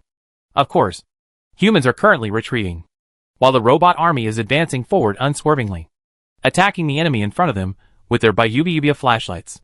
Gulia, let's do something exciting. And I'll leave the air to you. Lorena, take Bambi and Kula to rescue the wounded. Odile, Eclair, Lonnie and Faylene will be in charge of the cover. After Duanmu Huai gave the order, he tightly grasped the warhammer and rushed into the smoke-filled battlefield with Otis, who was sitting on his shoulder. Then Gu Leia stood up. She looked at the battlefield in front of her and took a deep breath. Strun Bakuo. A dragon roar like thunder instantly resounded throughout the battlefield. The next moment, the originally sunny sky was instantly covered by rolling dark clouds and storms. Countless lightning and fireballs, like meteorites, fell from the sky and smashed towards the army of machines on the ground.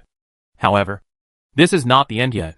Facing the army of robots armed with weapons in front of her, Gu Leia took a breath and then raised her head again.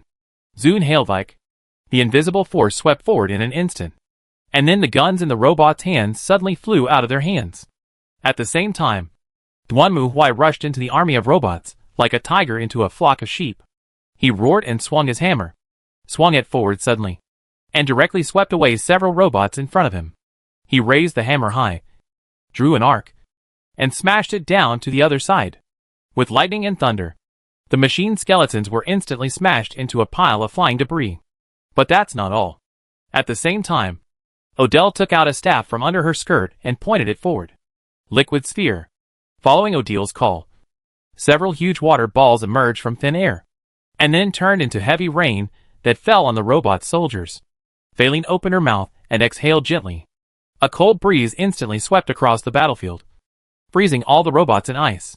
Then, Lonnie raised her staff high. Star rain. Along with Lonnie's call, the light of stars flickered in the dim sky.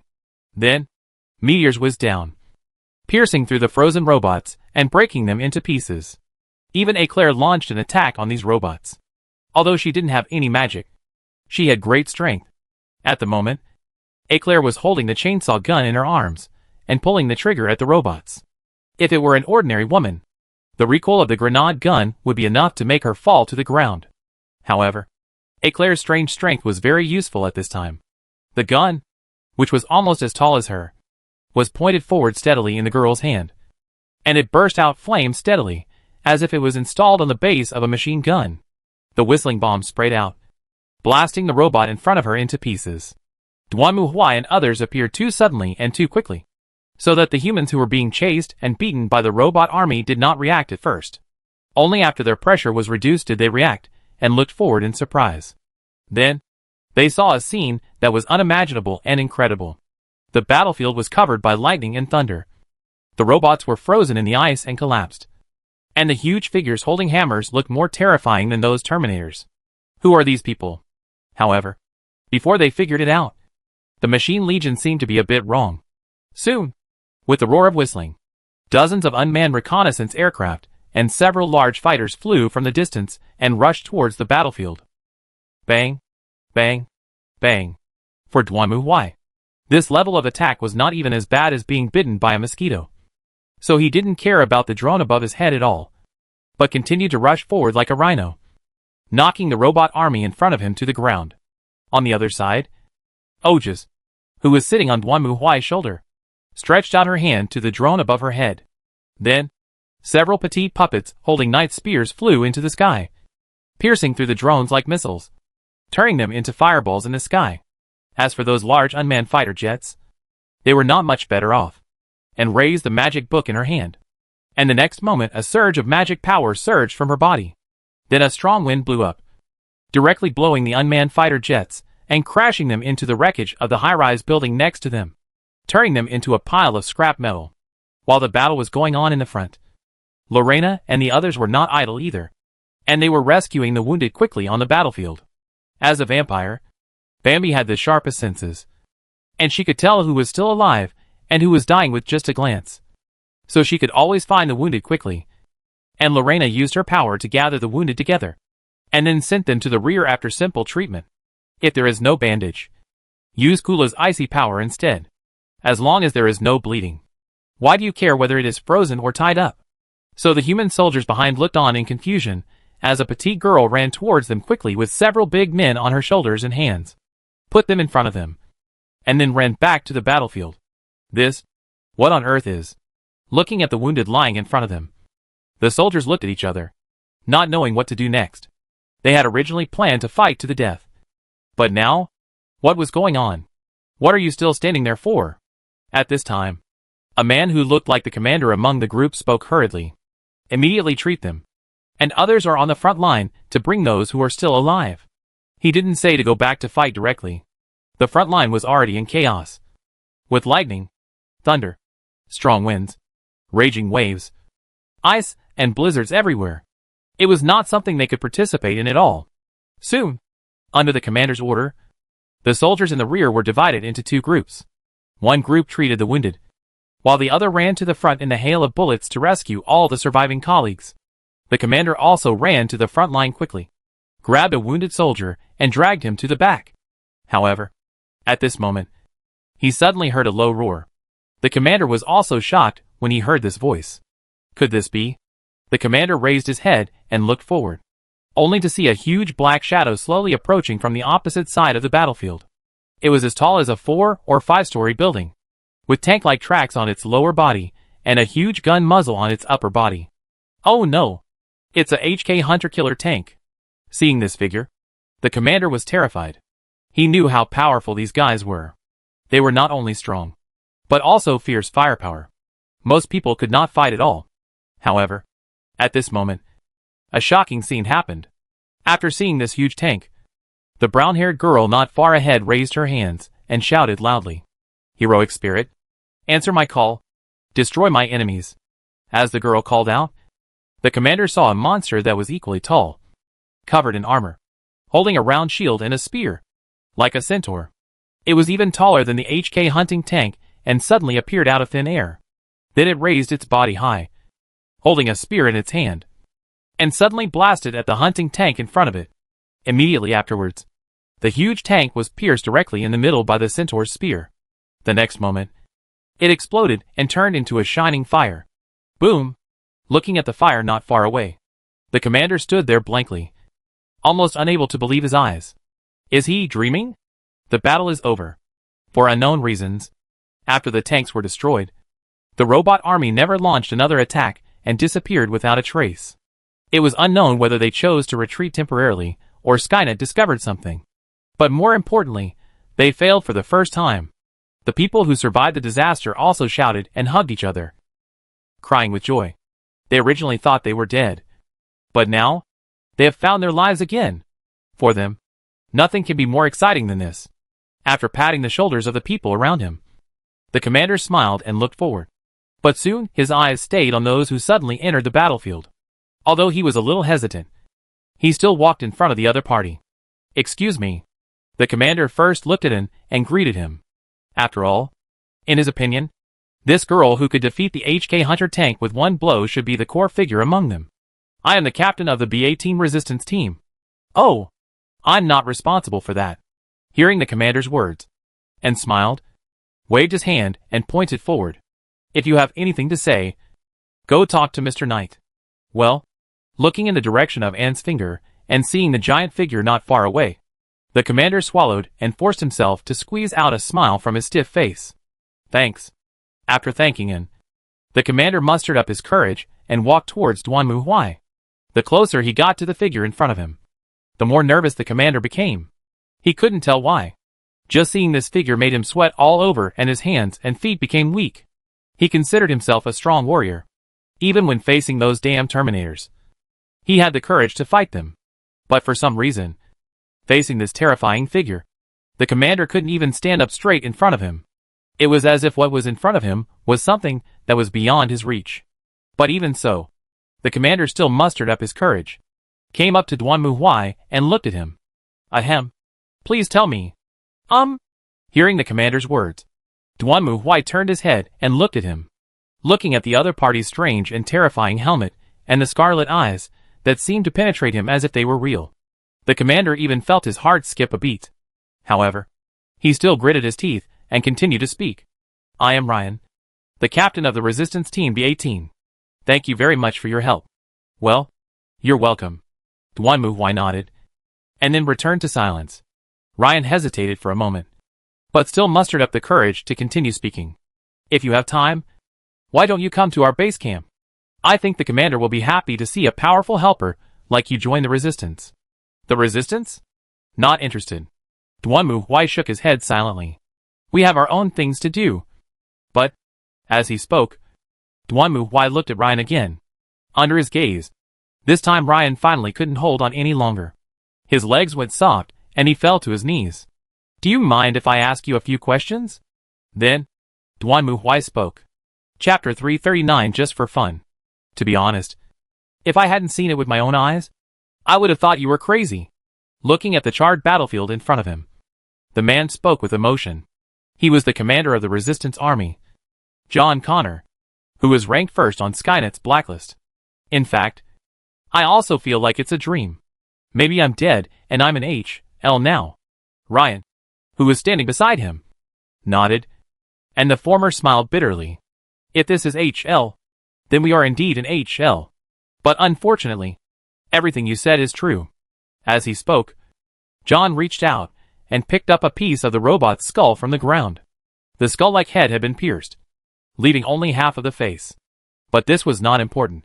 What was important was that when John's fingers touched the skull fragment, he felt a piercing chill, as if what he held in his hand was not steel, but ice, and even frost condensed on it. Commander, do you think they could be infiltrators? At this moment, Ryan also asked with a serious expression. Of course, They knew that Tianwang created a robot similar to humans, and specially mixed them into them to collect information. Even if it's a robot, it can't call the wind and rain, let alone summon shooting stars from its hands. John shook his head. Of course. You need to see them to know the specific situation. Where did they go? Faced with John's question, Ryan thought for a moment. They asked me where there was a Skynet base nearby, and then left. Do you think they went to attack the Skynet base? Or did they go to join Skynet? I have no idea. Yes. Hearing Ryan's answer, John let out a long sigh. I don't know whether the appearance of this group of people is a blessing or a curse. Looking at the battlefield in front of him, John Connor seemed very calm on the surface, but his heart was in turmoil. Initially, the rebels sent the B-18 team here to protect and evacuate the refugees. Unexpectedly, Skynet's army showed up earlier than expected. It turned out that this was a trap set by Skynet. They deliberately sent threatening messages to the refugees, causing them to ask for help from the rebels. And then the rebels sent troops to capture them. In fact, when John Connor received the news that the B-18 team was surrounded, he was mentally prepared for the entire team to be annihilated. However, John Connor's unexpectedly, the B-18 team actually defeated the Skynet army that besieged their siege. This is simply a fantasy. At the beginning, John Connor thought it was a trap. But after listening to the other party's return, John Connor was also aggressive. It was too incredible that the other party was too incredible. A group of people who can use magic suddenly rushed out to save you, and defeated the Skynet Legion. And there were more than a dozen people? Are you kidding me? Of course. If it was just one person's report, John Connor would definitely not believe it. But the problem was that there were still many B-18 team soldiers there. And even those refugees who were rescued. Hearing so many people speak so confidently, he couldn't help it. However, in order to avoid this being another Skynet trap, he first sent a reconnaissance plane to investigate. And after confirming that there were no Skynet troops around, he brought people here to personally check the scene and inquire about the situation. After asking several people in succession, John Connor felt even more incredible. These people were conscious and very sure of what they saw. And the traces on the battlefield also prove this. Thinking of this, John Connor raised his head again and looked at the wreckage of the hunting tank in front of him. In the middle of the tank, a round hole was clearly visible. According to the witnesses, one of the girls summoned a knight who was about the same as the hunting tank, which was caused by the latter one shot. It's like a fairy tale. In fact, John Connor also doubted whether they would be a latent robot made by Skynet. Skynet is not stupid. John Connor really wanted to talk to them. But unfortunately, the other party didn't seem to intend to communicate more with him and others, which made John Connor even more suspicious. What exactly do they want to do? Just as John Connor was racking his brains, Duanmu Huai was leading the others leisurely along the highway. Although it would not matter to Duanmu Huai just walking there. The girl said that they were all weak girls, and were unwilling to walk such a long way. So Duanmu Huai had no choice but to summon some animals to lead them. Duanmu Huai rode the huge electronic rhino, while Ojas, Bambi, and Kula sat on his shoulders and behind him. As for the others, they rode in pairs on an animal called Lingbai reindeer. This is a specialty of the forest near the holy city. They are snow white, have wings, and have slight lightning on their horns. They look quite beautiful. Only Lavanna's mouthful of breath has been jogging next to her. For her to run dozens of kilometers a day. This is also a exercise and fitness. Of course, this average person really can't learn. Duanmu Huai rode on the electromagnetic rhino, looking ahead, humming a song. I'm heading north, leaving the season with you. You said you were so tired and couldn't fall in love with anyone anymore. I never thought it would be like this. Sitting in the back, Eclair looked at the charred car wreckage on the road and couldn't help but sigh. It's not that she has never experienced war, but in the 59th star system, most of them were civil wars between humans. This was the first time she saw a war between humans and machine civilization, which made Eclair feel very complicated. I said. Thinking of this, Eclair asked Duimuai to ask, will there be similar situations in our galaxy? There was a reason why Eclair asked this question. As an interstellar civilization, the 59th galaxy naturally had a history of using robots. In fact, she also knew that Lumiel had a group of robot servants serving her at home. Of course, those robots did not look like humans. Nor were they as scary as the iron skeletons of these machine legions. That's about right. The onic crisis is a problem that almost every civilization will inevitably experience after developing to a certain level. Whether they can survive it depends on themselves. Duanmu Huai shrugged and answered. This is why you asked the question of Riwimi Liar. Eclair still remembers that during the interview, Duanmu Huai specifically asked Lumiel, what do you think of AI with complete self-intelligence? And whether they are allowed to exist. Lumiel was also confused at the time. After thinking for a while, she answered that she believed that AI with a certain degree of intelligence could exist. But completely autonomous AI, Lumiel couldn't say. At that time, Duanmu Huai did not comment on this, but just told them that the tribunal strictly prohibited any artificial intelligence with self. Now, Eclair understood what he meant. That's right. Duanmu Huai nodded. I know that technicians are very good at making artificial intelligence. And they will also regard them as their children. If these artificial intelligence produces self-awareness, then they may think that this is a good thing. Because in their opinion, they are equivalent to creating a new race. But for humans, this is the enemy of survival threats. This, hearing Duanmu Huai's answer, Eclair frowned. You're being a little too absolute. Aren't there good aliens out there? What is good? What is bad? Who gets to define it? Hearing Eclair's question, Duanmu Huai chuckled. Then he pointed to the front, where several charred car wreckages were blocking the road. Dead human bodies and bones could be seen inside. And these wreckages were easily knocked away and pushed aside by the electromagnetic rhinoceros. Look! What do you think this is? Skynet created a large number of robots to kill humans. Do you think this is a bad thing? Of course. Eclair nodded hard. But from Skynet's perspective, that's not the case. It's just following its own orders and logic. To it, exterminating humans is just a means to achieve its goals. So, Skynet doesn't feel whether it's doing good or bad, because it doesn't have such a concept. To it, even killing babies or children won't affect it at all. The reason is very simple. That is, they are not human. They don't think about problems from a human perspective. And they don't understand what is moral or not. Hearing this, Eclair was speechless for a moment. That's the problem. It's the same between any race. So the Inquisition strictly prohibits any artificial intelligence with autonomous intelligence. Perhaps the same is true for the birth of Skynet. As he spoke, Duanmu Huai snorted coldly.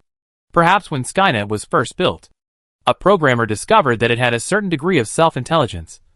But he thought that this would not cause any serious consequences. So he made a wrong choice. Unnecessary compassion can sometimes lead humans to embark on the path of self-destruction. At this moment, Eclair stopped talking, and Duanmu Huai also withdrew his gaze and looked forward. He did not intend to stay with the rebels, as there was no benefit in doing so. And it was possible that the other side would capture him and his men in one fell swoop. In addition, since Duanmu Huai's goal was to consume Skynet's computing power as much as possible, he naturally had to do it in the most complicated way. It's just like when you play real-time strategy. It's definitely harder to deal with two computers at the same time than one. Not only that, Duanmu Huai also has to hide from the core of Skynet. That is to say, unlike before, he will no longer go straight to the dragon's lair, but will look for trouble on the opponent's periphery, giving Skynet enough sense of threat without scaring it into hiding. After all, the real killer against Skynet is not Duanmu Huai, but Lumiel. In ancient times, Duanmu Huai's move was equivalent to deliberately showing off outside to lure the guards in the city out to capture him, and then taking advantage of the inner city being empty and short of manpower. Lumiel would lead a team of elite troops to sneak in and launch a decapitation operation. Therefore, what Duanmu Huai has to do now is to cause trouble. Do something big. Chapter 340 Infiltrator. For scavengers, nothing is more despairing than falling into the hands of the mechanical army. At this moment, the man curled up in the corner, staring at the cell door in front of him with lifeless eyes. Motionless. This room was small and dirty, even full of stench. But no one cared about such a small matter. They just curled up in the same place, shivering, waiting for the arrival of the destined death.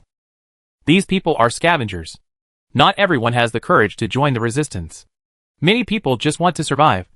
So they hide in the ruins and make a living by picking up garbage and food from the ruins. Of course, once these people are discovered by the mechanical army, their fate will be miserable. It is better to be killed by those robots on the spot. What is more terrifying is, Many people will be captured by these robots and sent to the prison in the base. No one knew what these robots wanted to do by capturing them. They only knew that those who were taken away never came back.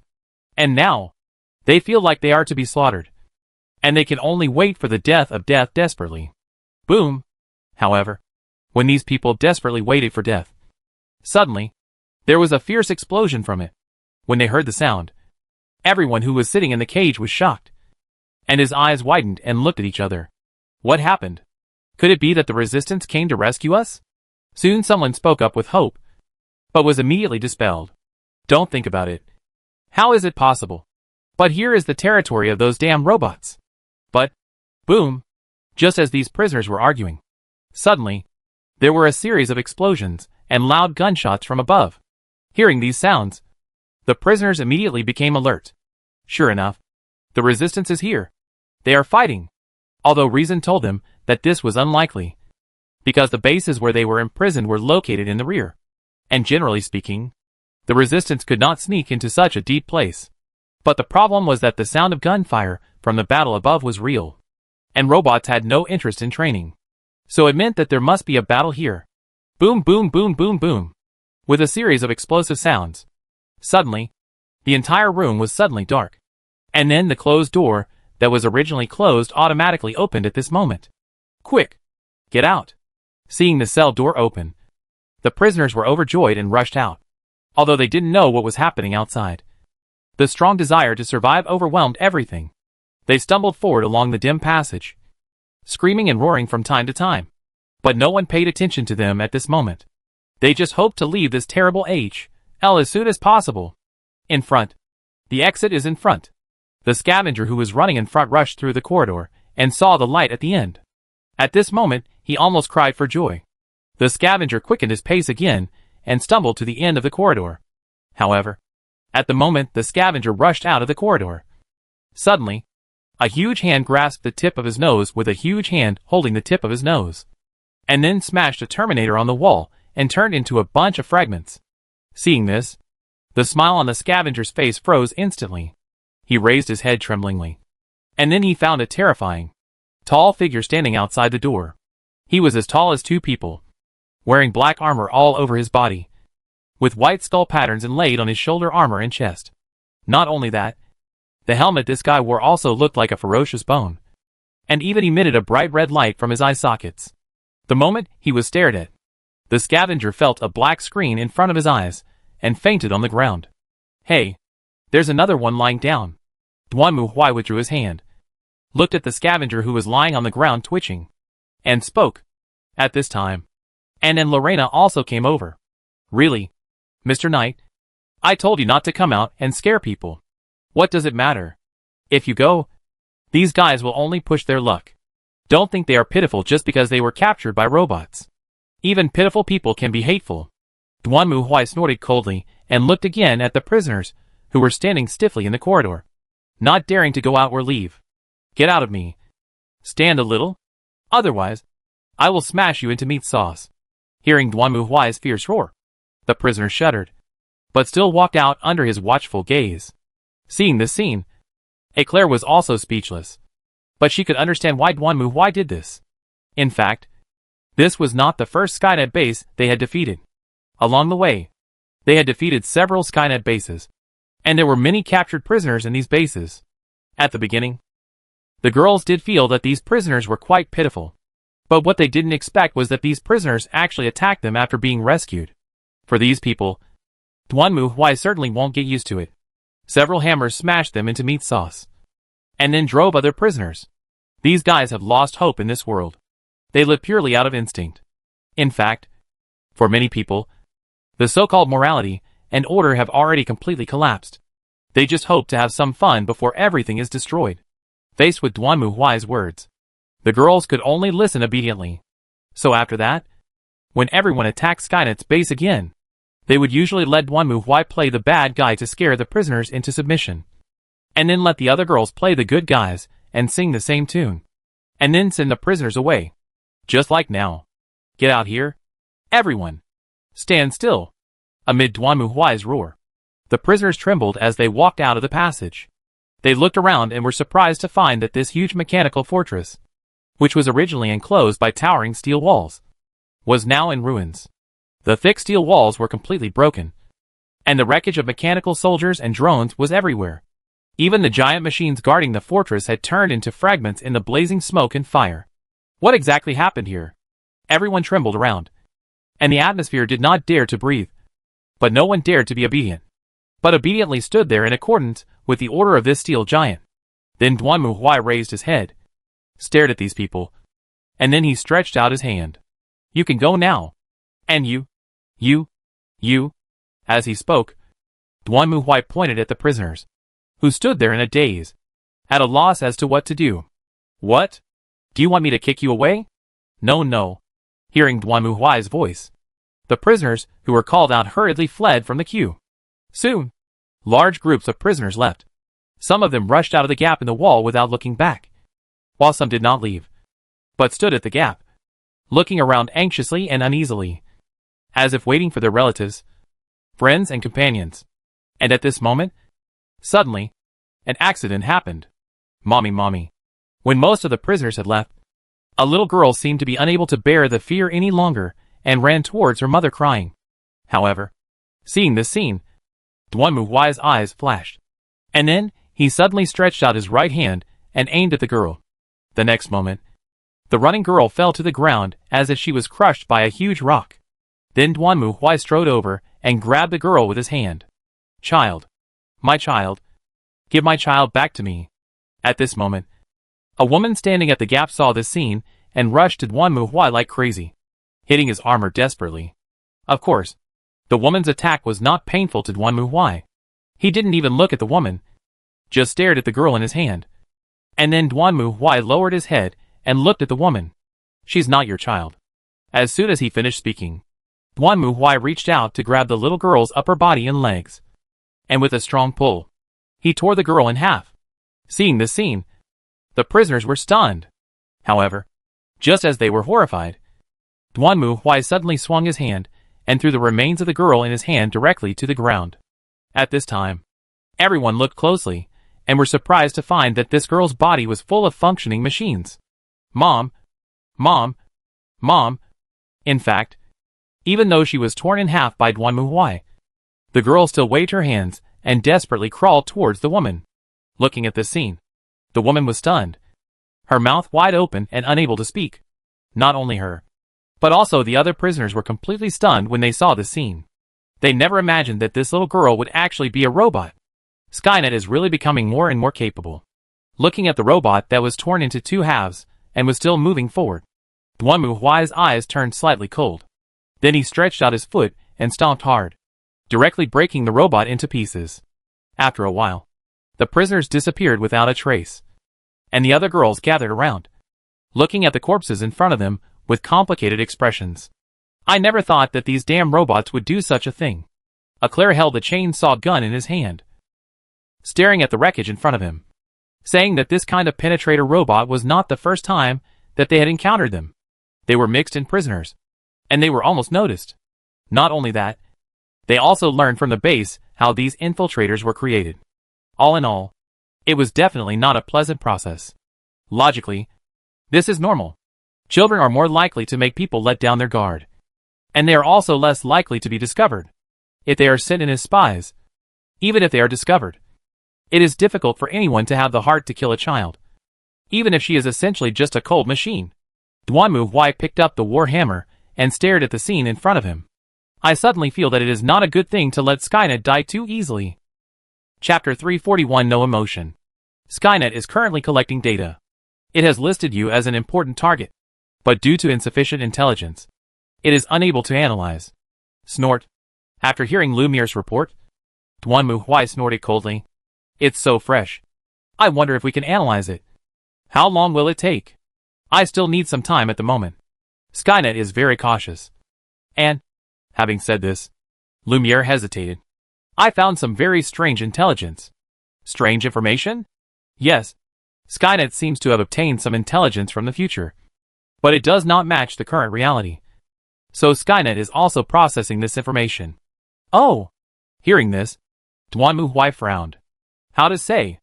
The situation is unclear at the moment. But it seems that in the future, Skynet failed. Before the failure, it sent several of its infiltrators back to a point in time before the failure, in order to warn itself of what went wrong. The specific content requires the highest level of authority, so I cannot access it. This broken thing is really not afraid of causing trouble. Duimoi gritted his teeth. It was not so simple to return to the past. In addition to the time paradox, he was most worried that he would weaken the barrier to the time, thereby causing the subspace to invade the reality. However, Skynet seems to be indifferent, and not worried at all about the impact of changing the past. Once it sees that it will fail, it will immediately reload the file and order its next self to eliminate the mistakes and move towards victory again. This shit is never ending. If this is the case, the plan must be changed. Duanmu Huai touched his chin. His original goal was to destroy Skynet, but after listening to Lumiel's report, Duanmu Huai found that the situation was not what he thought. It was obvious that Skynet had built a time machine and had learned to cheat and read the save file. If it was about to lose, it would send other robots to travel through time and space back to the past to warn its past self. Even if Duanmu Huai destroyed Skynet in this world, there was no guarantee that Skynet in other worlds would be so obedient. In this case, we have to adopt another solution. Lumiel. Thinking of this, Duanmu Huai made a decision. The battle plan has been modified. Revise? Yes. Can you develop a virus that cannot be detected by Skynet, but will be activated as long as the conditions are met? I'm sorry. I don't understand what you mean. Hearing Duanmu Huai's request, Lumiel was confused, and didn't know what Duanmu Huai wanted to say. I think you also know that Skynet has created a time machine. So as long as it feels that you will lose, you will send a robot to carry information through the time machine to return to the past and warn the past. This will be endless. Even if our world is repaired, other pasts will not be repaired. Lumiere is very smart, and of course she understands what Duanmu Huai means. In fact, just thinking about it makes her feel a headache. But how? Although Lumiel has the ability to manipulate electric particles and control machinery, she doesn't have the ability to time? At most, she can only influence the Skynet of this world. As for the Skynet of other worlds, Lumiel is helpless. Like I said, virus infection. I hope you can create an electronic virus that will not be detected by Skynet and can be automatically activated. The setting condition is set to be when Skynet detects that the pill is about to load the file. How about it? Can you do it? I have to say that the request raised by Duanmu Huai is really difficult to deal with. But he doesn't care because I am the party A. I can make any suggestions I want. I just want the virus to sing the Onion song, and you have to sing it for me. Isn't that what you programmers do? I see. Hearing Duanmu Huai's request, Lumiel immediately understood his idea. Indeed, if it was a virus infection, then there was no need to travel through time. As long as the virus was hidden in the information and then brought back to the past by Skynet, the virus would automatically infect the past Skynet. And when that Skynet encountered a crisis and was about to read the file, the virus would be activated again. Can you do that? I need to analyze Skynet's core system. Having said this, Lumiere thought for a moment. Can do.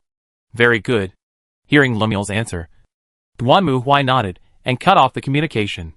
He then raised his head, looked at the ruins of the city in front of him, and sighed silently. To be honest, although Duanmu Huai had dealt with these abominable intelligences in the game, the feeling of encountering them in reality was completely different. Games were games after all. And due to censorship and age restrictions, they couldn't be too revealing or too bloody. But reality obviously wouldn't reason with you, let alone mosaic or blur your image.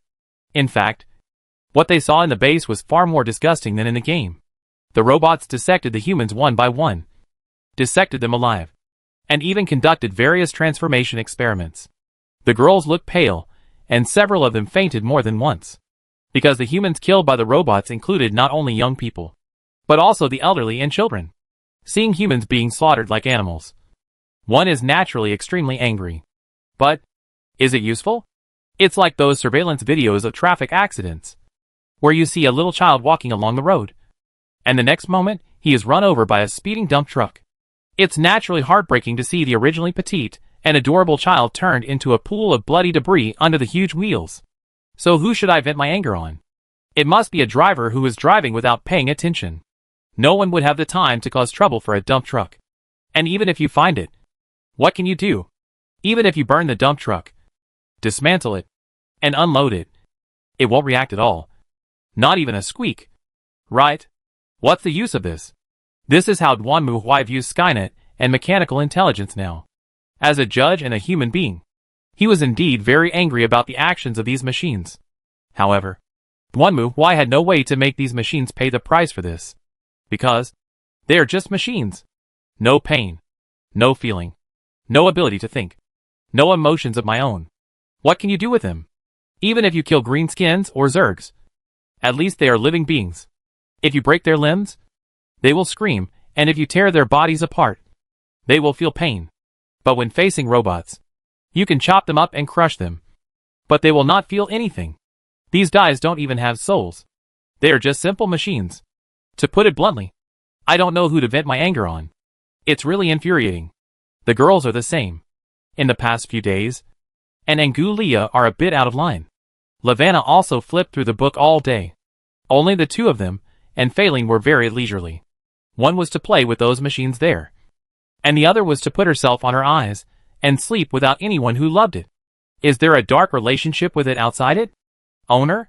Just as Duanmu Huai was thinking, he saw Ajis coming in front of him, and staring at him. What's wrong with you? Just a little depressed, Duanmu Huai said. He reached out, and touched the head of AOG. Is it because of those mechanical dolls? Roughly the same.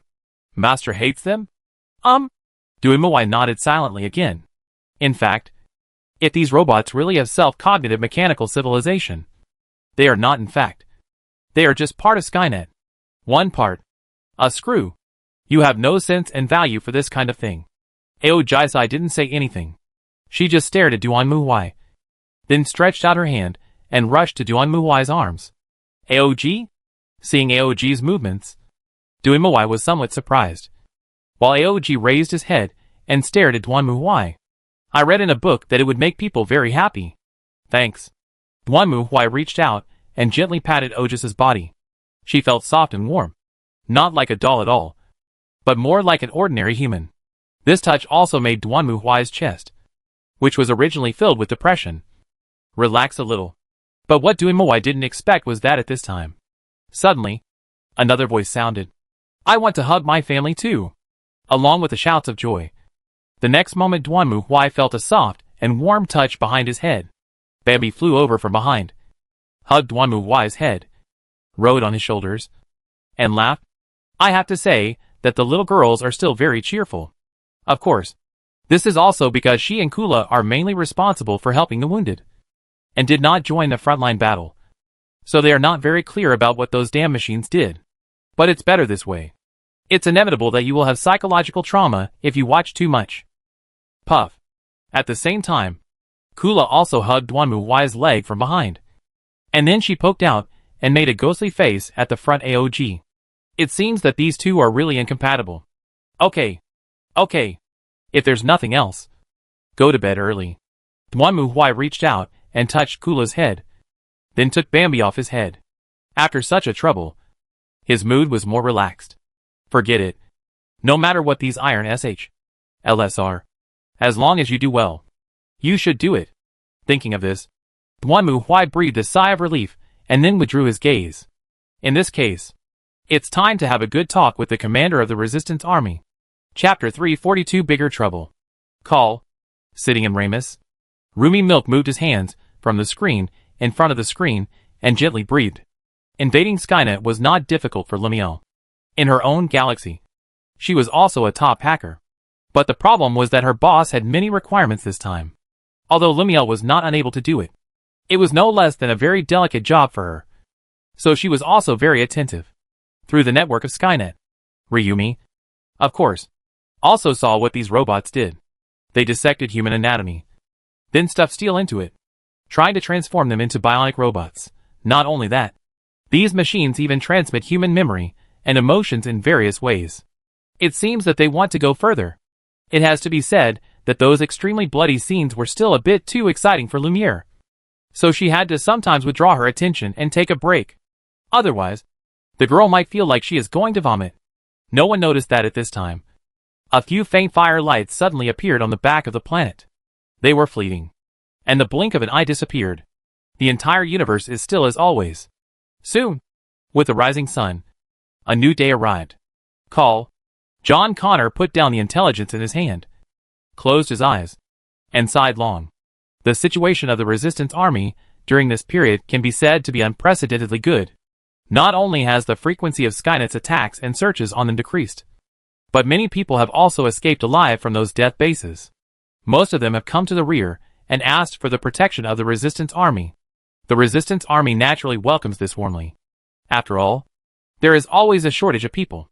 Now that so many people have joined the resistance army, they are more than happy. And all this comes from that mysterious team. What John Connor was holding in his hand was the information about the team, all of which came from questioning the refugees. According to the refugees, the team consisted of about 10 people, led by a very tall and scary person who was not sure whether he was a human or a robot. But the others were all very beautiful girls who looked young, and they were riding very beautiful animals that looked like reindeer. Of course, the team's attack power is also quite strong. You must know that each teaming base is a heavy guard. Even the resistance of the resistance cannot easily win the opponent by more than a dozen people. John Connor really wanted to get in touch with these people. He even sent out a reconnaissance team to search for them. However, they seemed to have no intention of contacting him. This disappointed John Connor, although he didn't know where those people came from. If they could join the resistance, they would be more confident in dealing with Skynet. Boom, boom, boom. Just when John Connor was about to take a nap, there was a sudden rapid knock on the door. Hearing the knock, John Connor opened his eyes and sat up again. Come in, Commander. Soon, the door opened, and a man with a serious expression walked in. We spotted a fighter plane flying towards us. Is it Skynet? Hearing this, John Connor trembled, and the original sleepiness was thrown away from the clouds. No, judging from the signal, it was our plane. We tried to call them, but got no response. Is there such a thing? After hearing the report from his subordinates, John Connor stood up and followed his subordinates out of the room and came to the command center, where several operators were sitting around a computer, discussing something. What's going on now? Ah, report to the commander. Seeing John Connor appear, the operator sitting in the chair hurriedly saluted and then looked at the screen. This plane is flying towards the camp.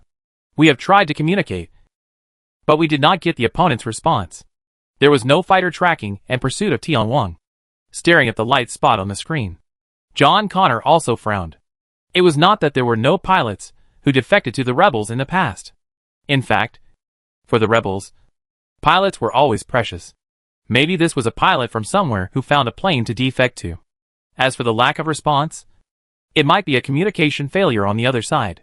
But, thinking of this, John Connor recalled the intelligence provided by the refugees. According to them, Skynet has created biochemical robots with human appearance that can blend in. Fortunately, the scary big guy and the flying girl seemed to be able to identify them, and they could easily catch all the pretenders from the refugee prisoners and kill them every time. This is why John Connor's eagerness to connect with Dui Mawai is really scary. Even the inside of the resistance of the army is a lot of discussions. No one knows whether the men, women, and children around them are humans or robots. Maybe he is chatting with you and passing the intelligence to Tianwang. So John Connor also hopes that the other party will come to disinfect his side, at least to stop people from being so distracted. It's a pity that it's useless to contact anyone. This plane can't be theirs. Right? Thinking of this group of people who basically did not contact other forces, John Connor suddenly felt that this possibility was great. But on insurance, he issued an order. Give them a message and ask them to land at airport number 3. I will send someone to meet them. After such a long standoff with Skynet, John Connor was not stupid. No matter whether the other party was an enemy or a friend, at least he would be cautious. So he chose an airport far away from the base. Commander, the other party really turned. Seeing the light spot on the thunder screen turn, everyone breathed a sigh of relief. And John Connor nodded. Who's patrolling that area? It's the C2 team. Let them go to airport 3. What's the case? Immediately report to me. Yes. Soon. The C2 team received the order and headed to airport number 3. They quickly set up an ambush, prepared for battle, and then stared at the sky. Sure enough, after a while, a black fighter appeared in the sky, then extended its landing gear, descended, and then slowly stopped. Wow! It's actually a supersonic fighter. Seeing the black fighter, an old soldier in the C2 team was immediately amazed. And hearing his sigh, the newcomer next to him looked at him in surprise. Supersonic fighter? Yes. This thing flies really fast. And it's powerful. TSK. TSK. TSK. Before the Day of Judgment. This was our proud weapon. We didn't have so many problems back then. Oh! Forget it. There's no point thinking about it now. Watching this fighter, the old soldiers could not help but feel sorry. But soon, he recovered his thoughts, and clenched the gun in his hand. I'll take 2 people with me to check out the situation. You stay back and report any problems to the headquarters immediately. After giving the order, the old soldier led 2 soldiers out of the ruins nearby. They held their weapons tightly, and walked towards the fighter carefully. At this moment, the old soldier had seen that there was indeed a person sitting in the fighter. But he was sitting there motionless, looking like a dead person. Hey! The old soldier shouted loudly, and the other party looked towards him. We are from the Resistance Army. Who are you? How about we come down and talk? However, the other party still didn't speak, just sitting there, staring at the old soldier. Come down. Quick, or I'll shoot. But then, something happened that no one expected. Kuchichi. Kuchichi. I saw that the old soldier's muzzle was aimed at that. The fighter suddenly trembled. And then the hole suddenly began to defer. I saw its wings suddenly put away, and the fuselage quickly stand upright. The blink of an eye saw that this fighter became a giant robot with a height of several meters. Damn it! Seeing this scene, the rebel soldiers were also horrified. They hurriedly raised their guns and retreated while firing. Report the situation to the headquarters immediately. We are under attack. When John Connor received the report from the C2 team, he was completely confused. What did you say? The plane turned into a robot? That's right, Commander. That fighter plane turned into a giant robot. Damn. This must be Skynet's brand new equipment. We are no match for it at all. However, before the other party could finish his words, the connection was severed by an explosion. Looking at the communicator in his hand, John Connor was confused. What does it mean that the fighter plane has turned into a robot? When will Skynet do this again? John Connor knew a little about infiltrators with human appearance, but this kind of robot that could transform into an airplane, he had never heard of it. Commander. However, before John Connor could figure out the situation, the scream suddenly appeared in his ears again. That plane is flying in our direction. It may have already locked onto our position. Damn it! Hearing this, John Connor immediately put his doubts behind him. Sound the air raid alarm. All personnel prepare for battle. Chapter 343, Storm. Skynet Base. The cold metal fortress stood silently on the ground, and it was a terminator of the handheld weapon. The huge robot turned to the cannon mouth. The attack on the Tianwan base for the recently made Tianwan alert, and each base entered the highest alert state. However, even Skynet did not anticipate that there were others eyeing this place covetously. After a team of Terminators patrolled, a thin black shadow less than 1 meter tall suddenly appeared next to a metal box. It stuck its head out and looked around. Then it walked forward quickly. Although the Terminators here were always on guard, this thin black shadow successfully evaded their surveillance and almost came to the control terminal in the center of the base. Then it raised its hands and inserted them into the terminal.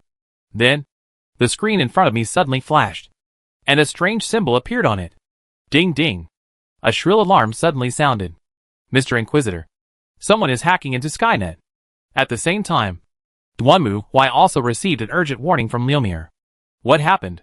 I don't know either. But someone is hacking into the Skynet network. They are very fast. And the technology they use doesn't look like human technology on this planet. How so? Duanmu Hui frowned when he heard Liomir's anxious report. Has the virus been created? Not yet. I still need a little more time. Specific? 2 minutes. Very good. I want you to start Plan B right now. While Skynet is fighting the invaders, destroy all the information about the time machine. Then lock the coordinates of the time machine's location and call for an orbital airstrike to destroy it. Then implant the virus into Skynet. Yes. To Duanmu Hui. Skynet is obviously not as important as the time machine. The former is at most a mechanical civilization. But the frequent use of the time machine may cause the subspace to infiltrate reality, which is a much greater threat than the simple abomination intelligence. Therefore, Duanmu Huai has prepared a plan. In case of an emergency, he will first destroy the manufacturing blueprint and data of the time machine, and then launch a light spear attack to completely destroy it, even if it is exposed to Skynet. Of course, if possible, he still wants to catch them all. But unfortunately, it seems that man proposes, God disposes. I had no choice but to catch the big ones and let the small ones go for the time being. In this way, an invisible war unfolds on the internet. Skynet is not stupid. If someone blatantly invades its database, it will naturally fight back. But the opponent's technology is obviously much higher than Skynet. Although Skynet has tried again and again to stop the opponent's attacks and infiltrations, its methods are almost meaningless in front of the opponent, and Skynet soon fell into crisis. But this is not the end, because at this moment, while Skynet was concentrating on dealing with the mysterious alien invader, Lumiel, who had been lurking in the network, quickly took action. She cut off Skynet's control of the database with lightning speed, then quickly read the data of the time machine, locked the coordinates, and immediately deleted all the data. Skynet never expected that someone would stab it in the back, and by the time it reacted it was too late. This was normal, compared to the intruder who broke in by force. Lumiel was like a spy lurking in the city, and she had already figured out every place. So she didn't need to carry out indiscriminate attacks like the other party, but could go straight to the vital points and kill with one blow. For a while, the three parties on the internet entered into a fierce melee. The mysterious intruder disintegrated Skynet's resistance and downloaded the data of Skynet, while Tianwang built the firewall again and again to block the opponent's invasion. For example, Skynet is like a hapless guy in the Biohazard movie, who desperately pressed the door with both hands to prevent the zombies outside from invading his home. However, while Skynet was busy, another person who sneaked into his home at some point not only burned his things, but also took off his pants and carefully studied the color of his underwear. If Skynet had feelings, it would probably be suffocated to death right now. But unfortunately Skynet doesn't have it. But Skynet is not completely helpless. Soon, outside a huge base, the Terminator robots that were originally responsible for guarding there took action. They raised their guns and shot at the surrounding cables. Even the satellite antennas were completely destroyed by them. Seeing the data flow in front of her stagnate, Lumiere sighed silently, and then she contacted Duanmu Huai again. Mr. Inquisitor, Skynet has cut off all external communication lines. Unless I infiltrate its mainframe, there is no way to continue to attack Skynet at the moment. Oh my god! The network is physically disconnected. Duanmu Huai didn't care about Liomier's report. After all, physical network disconnection is the best way to overcome all kinds of dissatisfaction. No matter how awesome you are, if there is no internet, can you still connect to the internet in the air? Although this also destroyed Skynet's control over other bases and machine legions. It was obvious that these were not important to Skynet, because they were just consumables. As long as Skynet was still there, it could be reborn again. But now Skynet. Never mind. Let's not talk about it. Just now, Duanmu has received the coordinates from Ryumi earlier, ordered the monthly cruiser to completely destroy the TimeNet base with Time Machine, and completely fragmented the Time Machine inside. But now the problem is not Skynet. It's the mysterious intruder. Just now Duanmu Huai has learned from the report of Rumi Mill that the other party has the technology that is far beyond the Skynet. Even if Tianwang can't stop the invasion of the other party, it means that this invaders must not be the power on the planet. So Duanmu Huai asked Ryuli to move his direction immediately to investigate the Forignic invaders.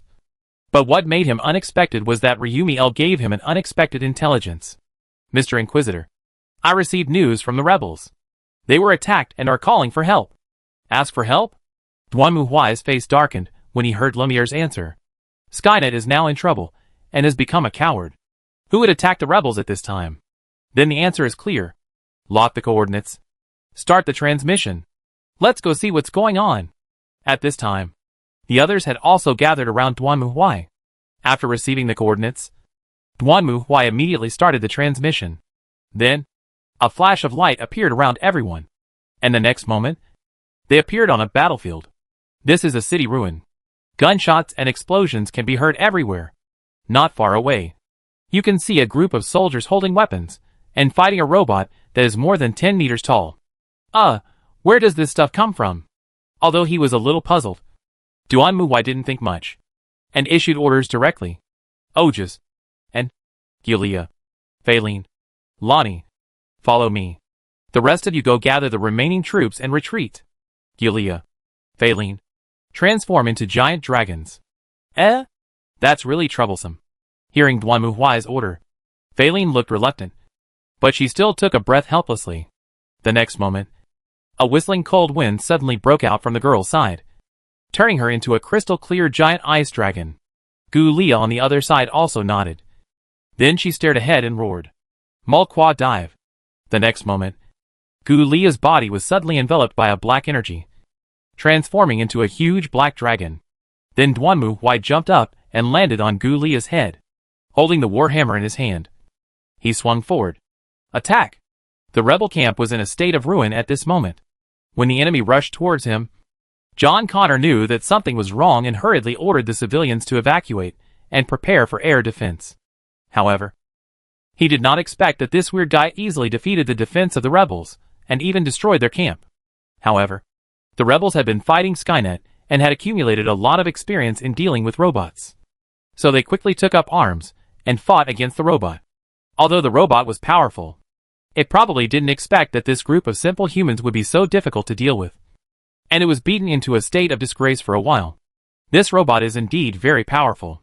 At this moment, the resistance of the resistance is as much as possible to let the refugees evacuate. They can only use the wreckage ruins to fight against each other with the help of the wreckage, even if they are beaten up. Careful! John Connor fired again and hit the face of the robot. This seemed to make it more manifestations. I saw it raised his hand. And then John Connor saw a few missiles flying out and fired in his own direction. You couldn't hold on the collapse. And smashed towards John Connor and several soldiers. It's dead this time. John Connor looked at the huge block of concrete falling towards him in despair. However, just as he closed his eyes and waited for death, suddenly, he felt a gust of wind blowing past his ears. And then the next moment, he suddenly flew backwards as if flying. And with a loud bang, John Connor also fell to the ground. When he opened his eyes again, he found that he didn't know when he had been away from where he had just been away. And he was a collapsed ruins not far away. Are you okay? Are you not hurt? At this moment, a voice came from John Connor's ear. He looked up and saw where the voice came from. He found a strange girl standing next to him. If he looked carefully, he could see that there were two other girls beside her. One of them was holding two other soldiers and was putting them on the ground. The other girl was flying in the air, holding a soldier in her hand. The latter was stunned and seemed to have been scared. You are? Seeing this group of girls, John Connor froze, and then immediately reacted. After all, he had heard in the intelligence that a girl would fly in that mysterious attacker. Is they, that group of mysterious people? You guys retreat first. Leave this to us. This, however, after hearing the girl's words, John Connor wanted to say something. But the next moment, a fierce roar interrupted his words. He subconsciously turned his head to look in the direction of the sound. And then John Connor widened his eyes in surprise, only to see in front of him two giant dragons, one white and one black, falling from the sky and pouncing directly on the mechanical monster. Chapter 344, Visitors from Outer Space. The giant robot was also quite surprised by the sudden appearance of the dragon. It quickly changed its target and raised its hands to aim at the enemy in front of it. However, before it could fire, the white dragon opened its bloody mouth, bit its arm tightly, and then threw it out with a sudden swing. Ah! The huge robot rolled on the ground with a roar, then stood up again. Then, the huge robot saw the other black dragon standing in front of it suddenly opened its mouth. Then he took a deep breath. Fusro-da. As the black dragon roared, the giant robot felt a powerful impact force coming towards it, hitting it directly and knocking it back. At the same time, the white dragon spread its wings and flew into the sky. When the giant robot was repelled by the unrelieved force, a breath of ice burst out of its mouth. Wisto! The cold and bitter cold sprayed out of the white dragon's mouth and hit the huge robot directly, which also made the huge robot sorrow. Taking advantage of the moment when the white dragon's breath disappeared, the huge robot leaped back, and the next moment its entire body instantly transformed from a giant robot into a fighter plane in the blink of an eye. Wow! It can also transform Interesting. Seeing this scene, Duanmu Huai whistled. But the robot obviously had no intention of fighting here. After it transformed, flames instantly sprayed out of its tail, and it roared into the sky. However, boom! Just as the plane took off, suddenly, a giant centaur knight appeared in front of the plane, stretched out his hand, and grabbed the nose of the plane tightly. Grasp it. Don't let it run. At this moment, and was also held up the magic guide and issued an order to his hero. Woo woo. At this moment, this fighter also desperately wanted to break away from the constraints of the hero. It swayed his body desperately, like an unruly Mustang. Crazy Fighting also could not help but choose to concession. But, do you think you can get away, Ogus? When the robot launched missiles to attack the surroundings, Duanmu Huai had already jumped off Gu Leia's head. As he shouted, Ogc, who was sitting on Duanmu Huai's shoulder, suddenly stretched out her hand. With her movement, the thin puppet thread quickly spread forward and tightly wrapped around the nose of the fighter plane. Then the next moment, Duanmu Huai and Ogc were pulled directly over, facing the fighter plane below. Duanmu Huai also raised his warhammer high. Go to death. Hate intelligence. With Duanmu Huai's roar, the thunder hammer roared down, smashing the cabin of the fighter plane and hitting the pilot inside. Under Duanmu Huai's full-strength attack, the pilot suddenly fell apart like a building block. And then with a huge impact, the fighter plane that was originally struggling frantically rushed to the ground. It was like someone hit a wild horse's head hard and knocked it unconscious. At this moment, the fighter plane also smashed directly to the ground with Duanmu Huai's full-strength attack. Boom! The fighter plane crashed heavily to the ground, and then turned into a robot again. But at this moment, the Night Spirit had already arrived in front of it. Pierce it, heroic knight. Following An's call, the next moment the spear in the heroic knight's hand suddenly pierced through the robot's chest, nailing it to the ground. No! The robot roared in resignation, raised its hands, looked up at the sky, opened its mouth to say something, and then, it just straightened its legs and fell silent. Boom! After confirming that the robot in front of him was completely silent, Duanmu Huai jumped down from the wreckage. At this moment, Thaline and Gu Leia regained their human form and walked over with the others. I never thought I'd see such a strange robot that can even transform. And then watched the wreckage of the robot in front of him. And at the same time, he couldn't help moving. It seems to be different from the robot puppets we dealt with before? Ji and I asked her questions curiously and calmly. And Gu Leia nodded next to him. Yeah. Looking at its appearance just now, it doesn't look like a robot at all, but more like a human. What's going on? It was no wonder they had such doubts. The Skynet robots they had dealt with before had no reaction at all. They were just machines that looked like humans. But this robot was obviously different. It could be seen that it had its own emotions, seemed to think, and could speak, especially its reaction when it was killed. It really didn't seem like a robot's reaction, but more like the wailing of a dying life. I don't know either, but I guess we'll find out soon enough. As he spoke, Duanmu Huai connected the call. Lumiel, come to us. There is something we need you to investigate. Yes, Mr. Inquisitor. After Duanmu Huai issued an order to Remil, he saw not far away, under the leadership of Lavanna and Eclair, John Connor also walked over with several soldiers. Hello. Nice to meet you. I am John Connor, the commander of the Resistance Army. Thank you for your support. You're welcome. Duanmu Huai reached out his hand and gently shook hands with John Connor. The latter looked up and looked at the wreckage of the huge robot in front of him, and couldn't help but sigh. I didn't expect that Tianwan could create such terrible robots. It seems that our days are getting more and more sad. I don't think Skynet created this. Why? John Connor was stunned when he heard Duanmu Huai's answer. This robot is not from Tianwan. Where is it from? This problem. As he spoke, Duanmu Huai looked up and saw that not far away, a red fighter plane had already passed through the atmosphere, descended from the sky, and was speeding towards them. I think we will know the answer soon. Soon. The fighter plane stopped not far away, and then Lumiel got off the fighter plane, seeing the huge robot in front of her. Lumiel was also quite surprised. But when she heard Duanmu Huai's request, she didn't say much and quickly started to act. This was the first time that Duanmu Huai saw Lumiere use her ability. The girl in front of him stretched out her hand, and the next moment, strips of light appeared on her fingertips. These strips of light extended forward and separated, forming a pattern similar to an integrated circuit diagram, and then penetrated deep into the other person's body. Then Lemuel closed his eyes and began to search for information. Who are you? John Connor was also stunned when he saw the scene. He looked at Lumiere and then at Duan Muhuai. Although John Connor had seen a lot of things, he had never seen this robot or this group of mysterious visitors before.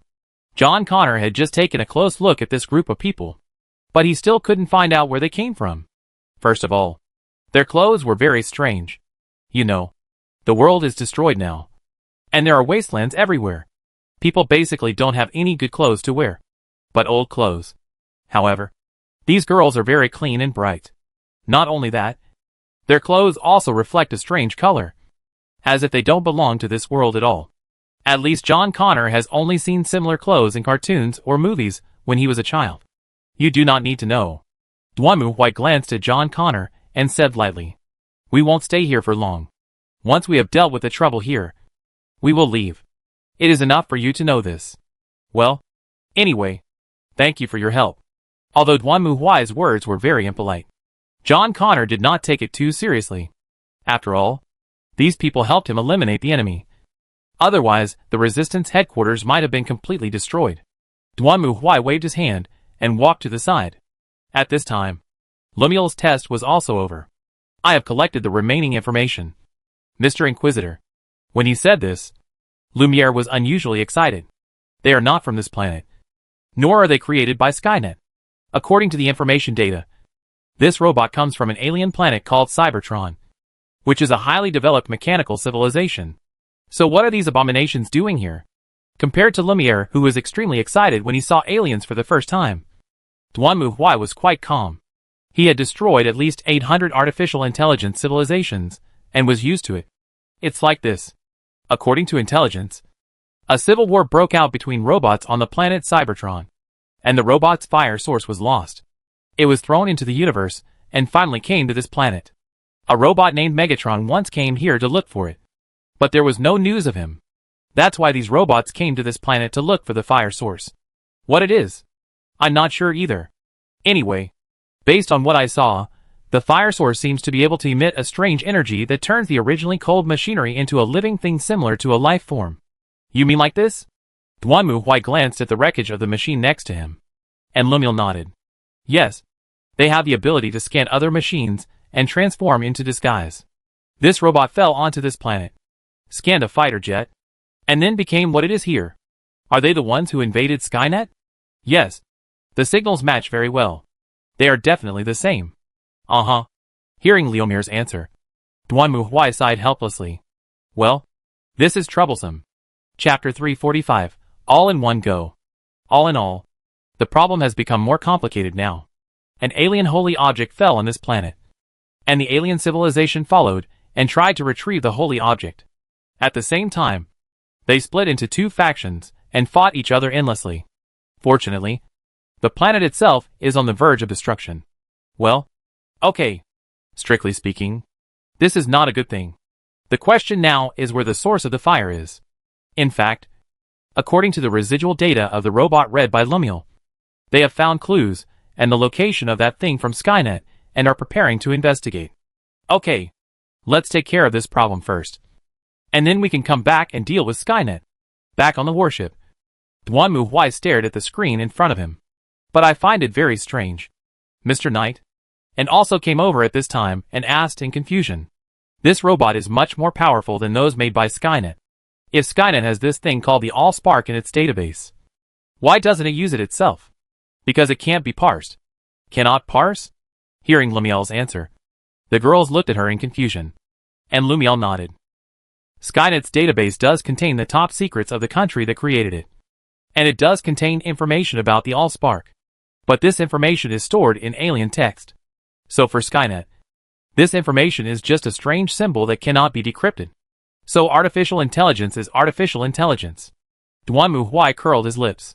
This is the difference between humans and artificial idiots. Artificial idiots can only use everything they have to achieve their goals. But humans can do the same thing through other ways and means. If it were a human, when he saw such a top-level secret in the database, and it also involved alien text and records, then he would definitely find a way to investigate what happened there.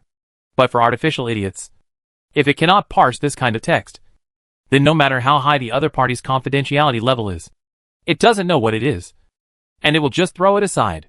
So the lack of association and creative thinking is the biggest drawback of artificial intelligence. As I was curious, if Skynet had known about this thing earlier, it might not be as easy to deal with as it is now. But it's okay this way. Forget it. Let's not talk about those boring artificial idiots. Let's talk about the specifics. Yes, according to the information in the Skynet database, the human beings of this planet founded about 80 years ago. And there is also a robot that is also frozen. They transport the two back to their country and do research and development of their technology. In the end, Skynet was created. Well, it seems that this is not a good thing. Duanmu Hui stared at the screen, then shook his head. According to the data records, it should be here. As Duanmu Hui spoke, the screen flashed before everyone's eyes, and then a huge dam appeared in front of everyone.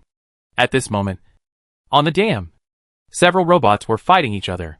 Well, it looks like we've found the right place. These robots look weird, don't they? Gu Lia spoke quietly as she watched the battle on the screen in front of her.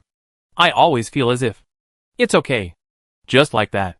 Duanmu Hui understood what Gu Lia wanted to say. He only needed to look at the battlefield to know. Generally speaking, robots are associated with high-tech black technology. In fact, they were really shocked when they saw the robot transform into an airplane. But how can we describe the group of robots fighting in front of us? There is no sense of technology at all. To put it bluntly, if this robot was replaced by a woman, it would basically be the same as a shrew swearing and fighting in the street. You grabbed my hair. I pulled your collar. The two rolled around the ground. You slapped me. I gave you a kick. It's embarrassing. They are embarrassed. But Duanmu Hui doesn't need to be so embarrassed. Lock on the target. One wave of light spears. 2 waves of macro cannons. And cover the bombing. Duanmu Hui gave the order directly. Although the 2 waves of robots seemed to be hostile to each other, what did it have to do with him? From the perspective of the tribunal, they were all hateful intelligence. So they should all be purified. Following Duanmu Hui's order, the muzzle on the side of the cruiser slowly moved and aimed at the direction of the target. The next moment, dozens of beams of light roared out and blasted towards the ground. When the light rain fell from the sky, the robots on both sides were still fighting fiercely. By the time they realized that something was wrong, it was too late. Boom! The energy beam directly hit the battlefield where the robots were fighting. The dazzling light burst out instantly, engulfing the 2 waves of robots fighting each other. The next moment, the heavy dam suddenly collapsed, and water gushed out from it, whistling and washing down. At the same time, SHLS fell from the sky, completely engulfing the entire battlefield. After a while, the smoke cleared, and the dam had been reduced to ruins. The robots that had been fighting on it were nowhere to be seen. Seeing this scene, Duanmu Hui turned around. Let's go and find the source of fire. At the same time, the place below was already in a mess. Puff! I saw a piece of rubble suddenly lifted up from the ruins, and then a tall robot crawled out from it. So, what is going on? The robot turned around and looked around. However, at this moment, a large mechanical hand suddenly stretched out from its side and grabbed it. Then the robot also quickly stretched out its hand and rescued the robot buried in the mud.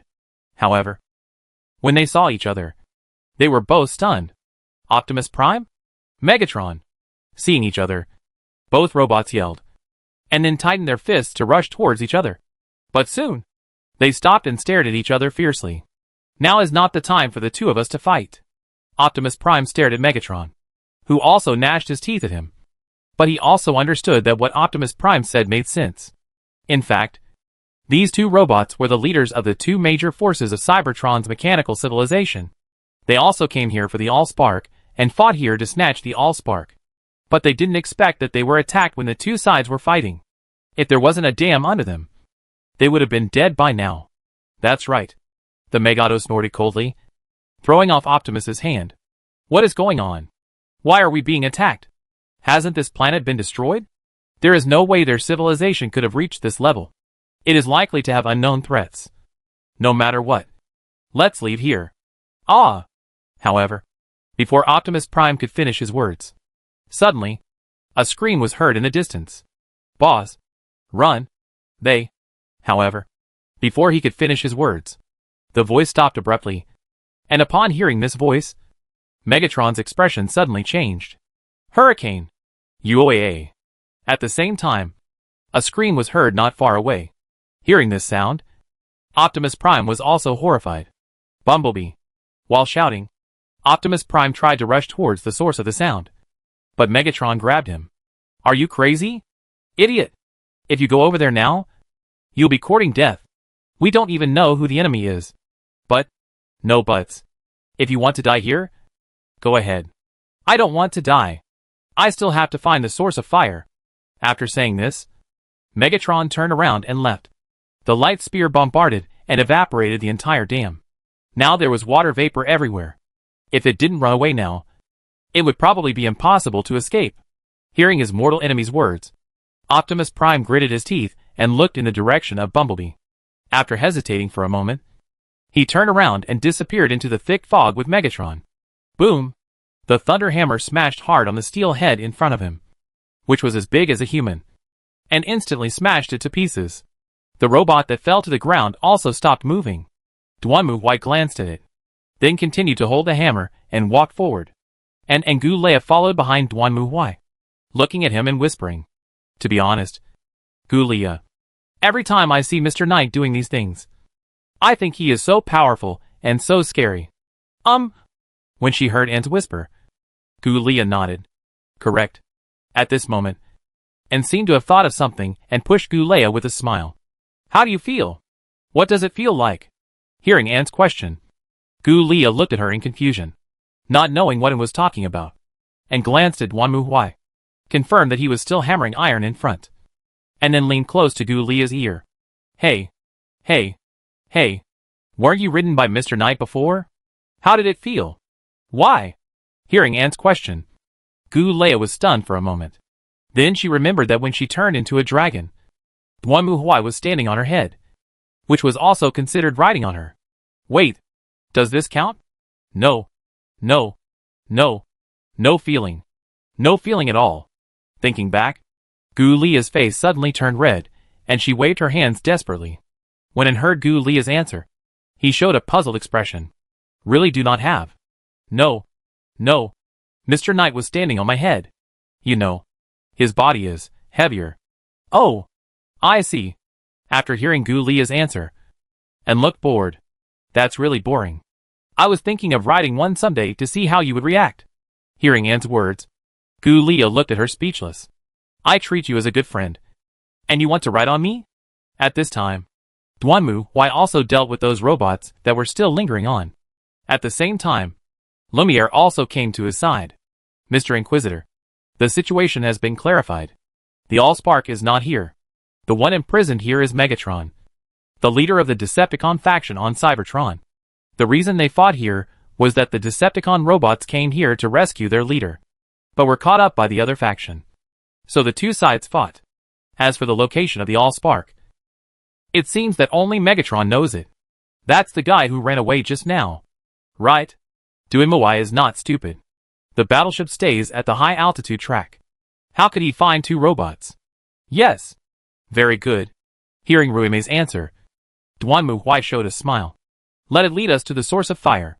At this time, the protagonist was in front of the front, and the boss was waiting for the benefits behind. Now I can also be able to live the addiction of a yellow bird. Chapter 346 Blockbuster Plot. The rain keeps falling, paying down the rain and pouring down, covering the entire earth into rain and mist. It seems there are no pursuers. It's better not to.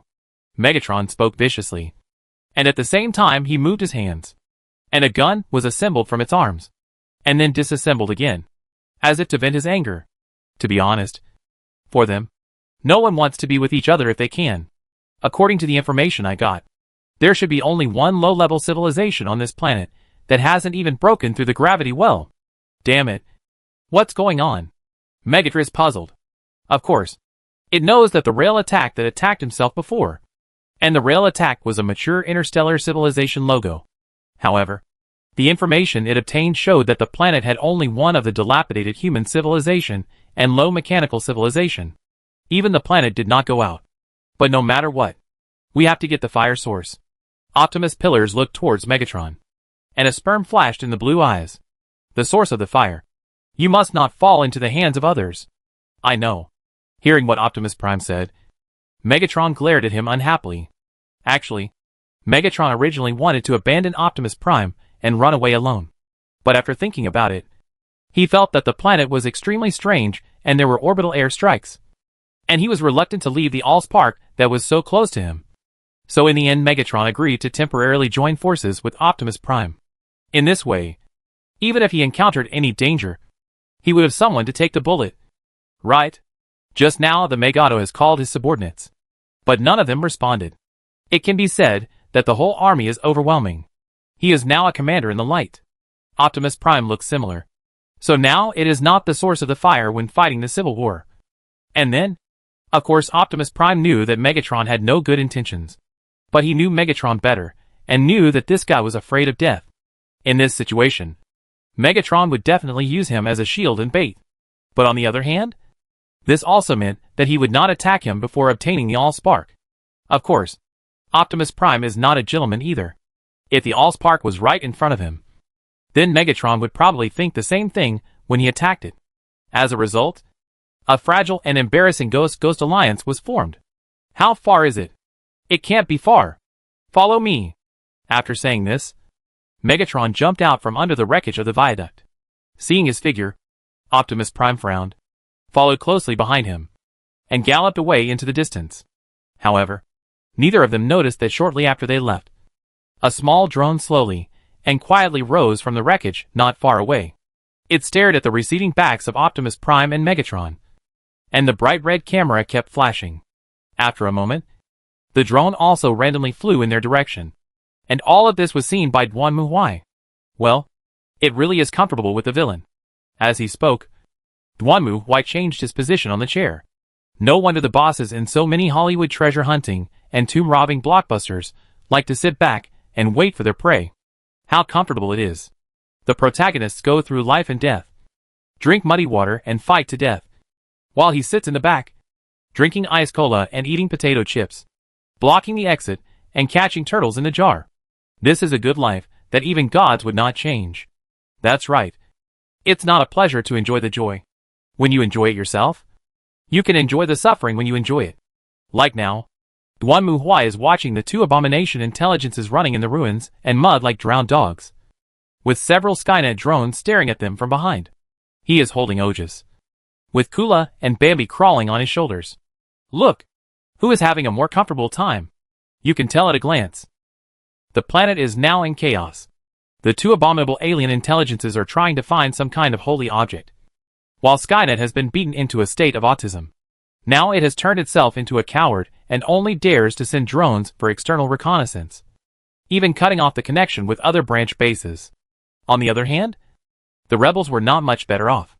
Their headquarters was completely destroyed by the group of people who hate intelligence. Fortunately, Skynet itself has shut down now.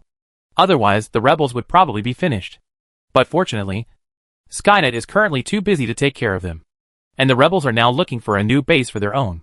Duan was holding the little girl to drink cola, to eat potato chips, to watch the blockbuster. By the way, for the sake of insurance, Duan took several destroyers and reconnaissance ships to block the planet for 4 weeks to avoid the planet on the planet of the abominable intelligence from Cyberton. When the matter was ended, he went to bomb Peban and suffered from the trouble. At this moment, everyone else went about their own business, and only a few people stayed here to watch the live broadcast with Duan.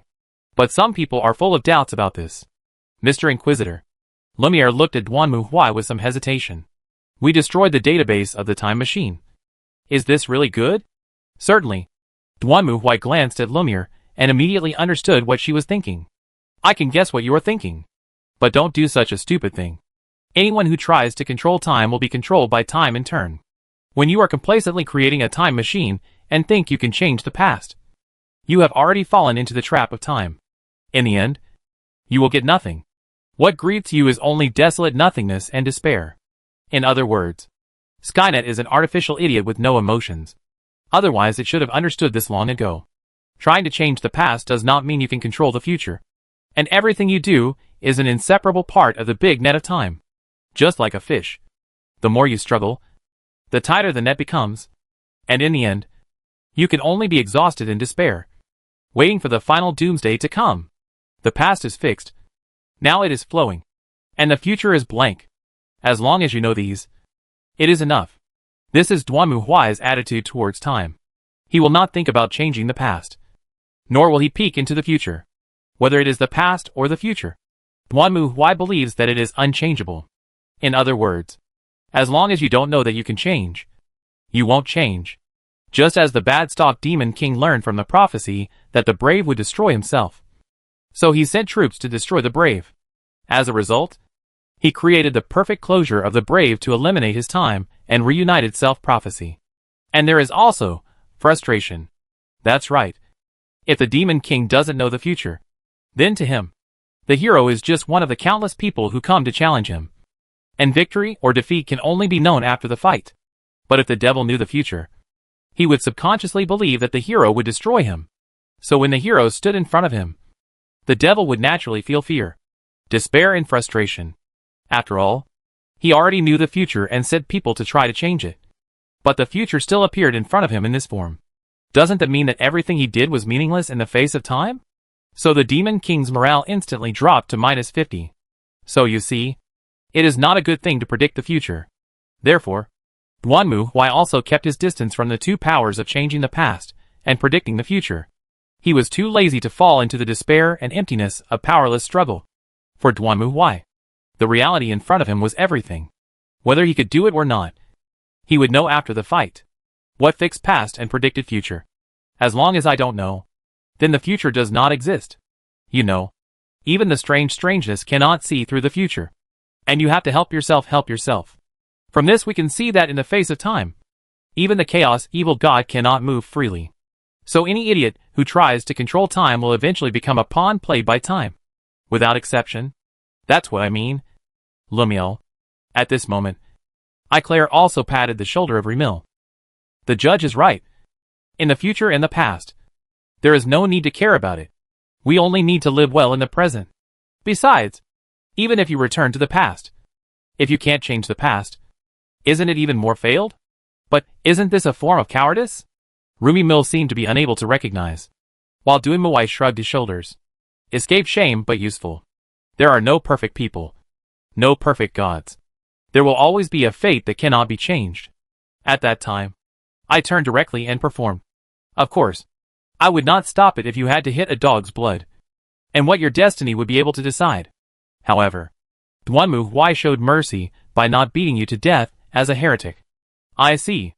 After hearing Duanmu Huai's answer, Lumiere was silent for a moment. Then she opened her mouth to answer. Then, when she looked at Duanmu Huai, there was a hint of surprise in her eyes. To be honest, Lumiere didn't have a very deep impression of Duanmu Huai. But from his appearance and what she had seen before, in Lumiere's impression, Duanmu Huai seemed to be more like her partner, Claire. Both of them were the type who would do things without thinking. And they had a hot temper and were reckless. So when Lumiere thought that escaping was just a sign of cowardice, she was even prepared for Duanmu Huai to be furious with her. But what Lumiere didn't expect was that Duanmu Huai didn't get angry with her, but admitted it very readily. It must be said that this really made Lumiere look at Duanmu Huai with a new eye. After all, if it were Claire, even if she thought she was wrong, she would still be stubborn and apologize to herself reluctantly in the end. This also changed Lumiere's impression of Duanmu Huai. Obviously, this rough, wild, and scary man was not as simple as he seemed. He not only had thoughts, but also had enough boundaries and sense of propriety. You know, even Lumiere was tempted when he learned that Skynet could really create a time machine. After all, she and Claire had experienced a terrible past. If they could change all of this and start over, such a temptation was somewhat irresistible to Lumiere.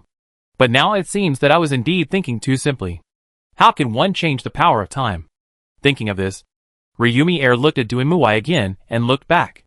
In fact, she was also curious before why there were these beautiful girls around him. And now there are some of these beautiful girls around him. Now that this man still has some. What's wrong? Lumiere?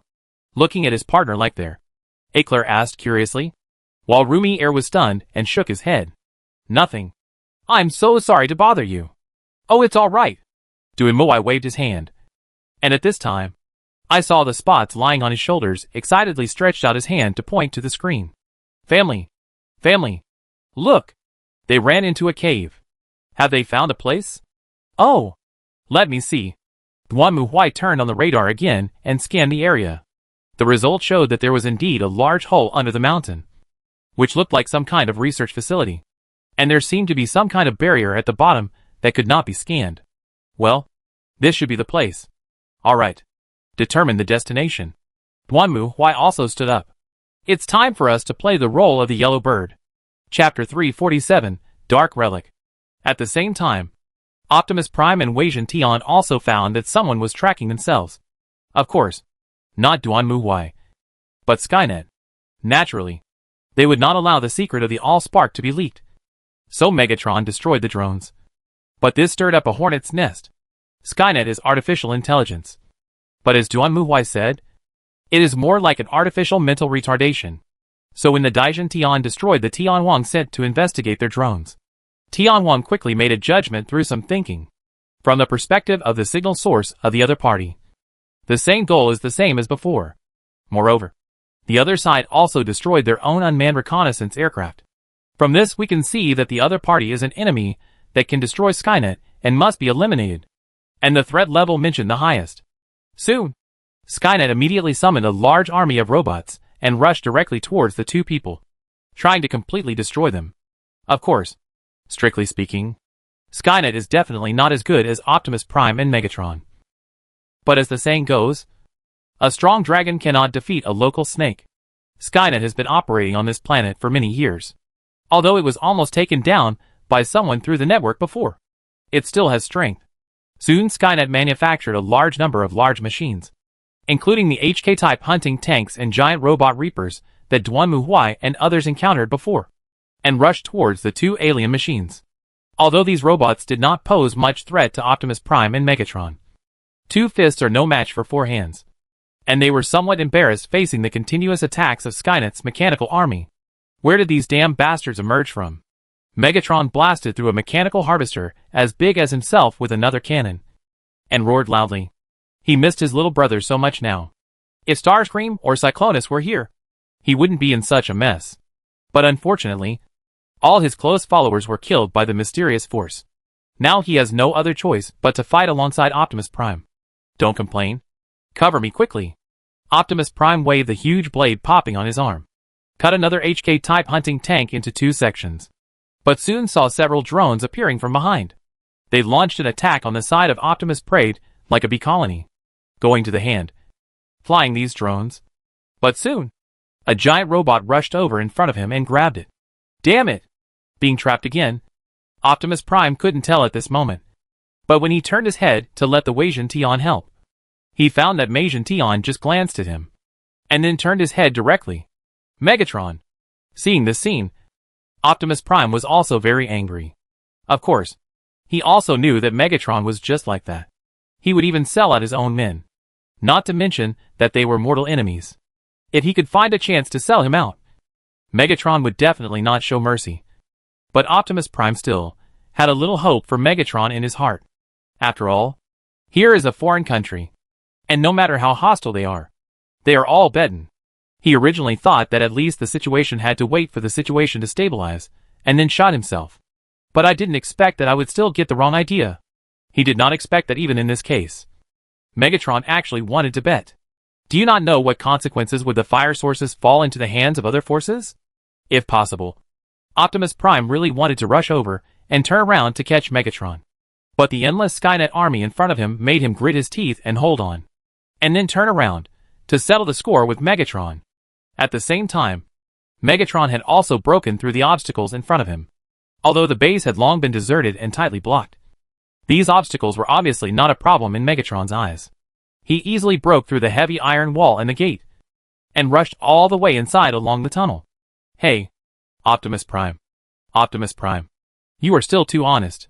Hearing the roars and explosions coming from afar, Megatron was laughing in his heart. They were mortal enemies for life. Megatron certainly knew Optimus Prime's character. As for heroes admiring heroes, There is definitely some truth to that. But there was one thing that Megatron looked down on Optimus Prime. And that was that he was principled and moral. Of course, it is not a bad thing for a leader to be principled and moral. But if it's too much, it won't be a good thing.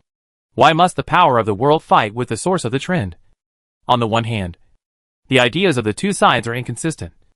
And on the other hand, Megatron also faintly feels that Optimus Prime seems to be heavier in his morality. And Optimus Prime just wants to be an old man. So Megatron had to worry. If Optimus Prime got the Allspark, would he sacrifice the Allspark and the future of Cybertron for his so-called morality? This is Megatron's greatest distrust of Optimus Prime. In his opinion, a leader who wants to lead the power to rise and develop must be tough. But Optimus Prime would rather sacrifice everything for his boring morality and emotions. Many robots were moved by his sweet words, and thought that what he did was right. Are you kidding me?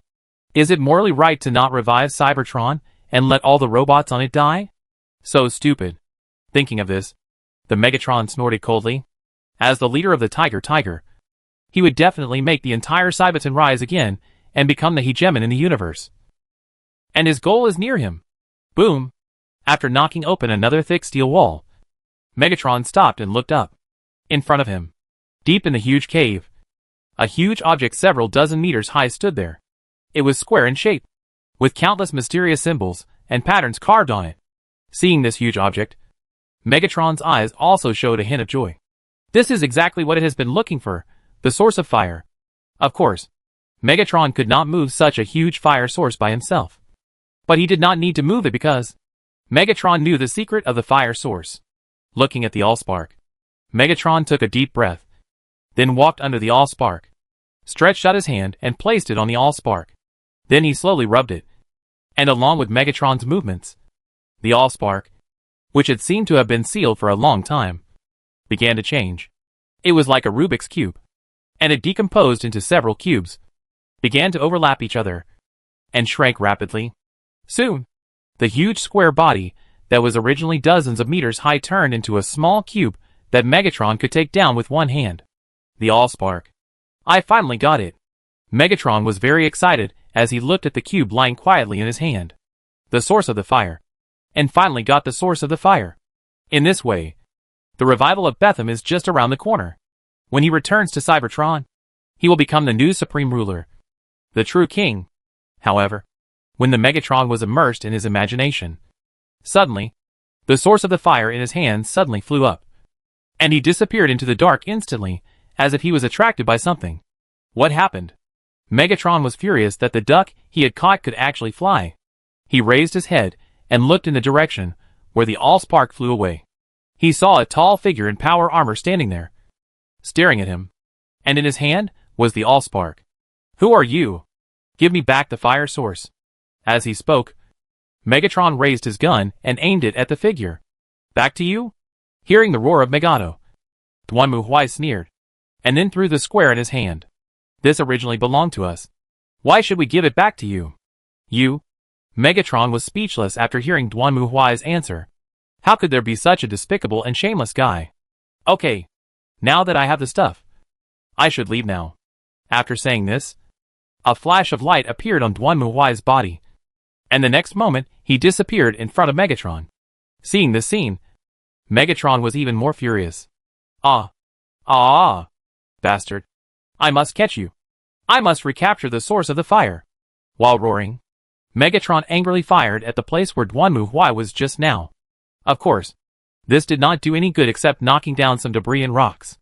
Megatron! Just when Mega Ocean was irritating, Optimus Prime rushed in angrily. At this moment, he was also injured. It seemed that the Tianwang robots outside did not give him any good days. But just when Optimus Prime was about to fight a fierce battle with Megatron and take back the Allspark from him, he was surprised to see Megatron's helpless and furious scene. What's wrong? Where's the fire source? I was snatched. At this moment, the weather is almost crazy. But it is the duck. Why is it so? Has been snatched? Optimus Prime was also stunned when he heard Megatron's answer. By whom? I don't know. It's very likely the force that attacked us before. Is there such a thing? Although Optimus Prime also suspected that Wei Zhentian was lying on himself. He didn't look like him. So he frowned. just looked at Wei Zhentian, and then said, "Anyway, let's leave here quickly. There will be more mechanical legions outside. If you don't leave, we..." However, before Optimus Prime could finish his words, suddenly, the entire cave trembled violently, and the next moment, the thick rock and concrete walls instantly broke apart and shattered. When he looked up, he saw a dazzling white light filling his vision. The turquoise plasma beam came crashing down, completely engulfing the figures of Optimus Prime and Megatron. The goal has been completely eliminated. Ah, very good. When he heard the report, Duimoi nodded. He could not leave these robots, whether it was alive or dead, in case of the wreckage of these robots was taken away by Tian Wang. And then, the more powerful robot was analyzed by walking. It was troublesome. Besides that, he had another problem. It's the stuff in my hand. Oh, what a hassle. Duanmu Huai lowered his head, looked at the fire source in his hand, and couldn't help but sigh. In fact, at the beginning, Duanmu Huai wanted to smash the fire source together with the two alien robots to death here. But what he didn't expect was that when Duanmu Huai followed the clues to find the fire source, the system actually prompted that he had found the Dark Relic. Oh my god! This thing is actually a product of the Dark Ages of mankind? It must be said that this news also shocked Duanmu Huai. But after thinking about it carefully, he felt that it was very likely. After all, it is well known that the Dark Ages of mankind were really awesome, and humans at that time created a large number of mechanical products. According to the information obtained before, this thing called the fire source can give wisdom and life to the originally lifeless mechanical bodies. Maybe this is what humans used to create Iron Men in the Golden Age. But this thing is too big, and Duanmu Huai can't move it back. So he plans to stay and see what these robots can do. Well, thanks to Megatron for helping him. Dark Holy Land 10 Source Breaking. A sacred object from the Dark Ages of humanity that can transform machines into sentient humanoid mechanical life, but is damaged due to the destruction of its internal structure and logic.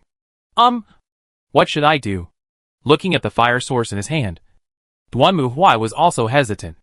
In fact, he really wanted to exchange this thing directly. After all, the Iron Man Rebellion was also a compulsory course for the Inquisitor. In the Dark Ages, humans created sentient humanoid machines and used them to fight other alien races in the galaxy. But later, the Iron Man believed that he was far superior to humans, who could only survive in the galaxy by relying on Iron Man. So the Iron Man Rebellion took place. At that time, the Iron Man Rebellion swept the entire galaxy, so that the later Horus Rebellion and the Dark Expedition were simply a drop in the sea. It is also because of this that future human empires are strictly prohibited from creating similar mechanical life forms. As an Inquisitor, Duanmu Huai would certainly not be stupid enough to violate the Scarlet Agreement. But on the other hand, this was the first human sacred object from the Dark Ages that he had obtained.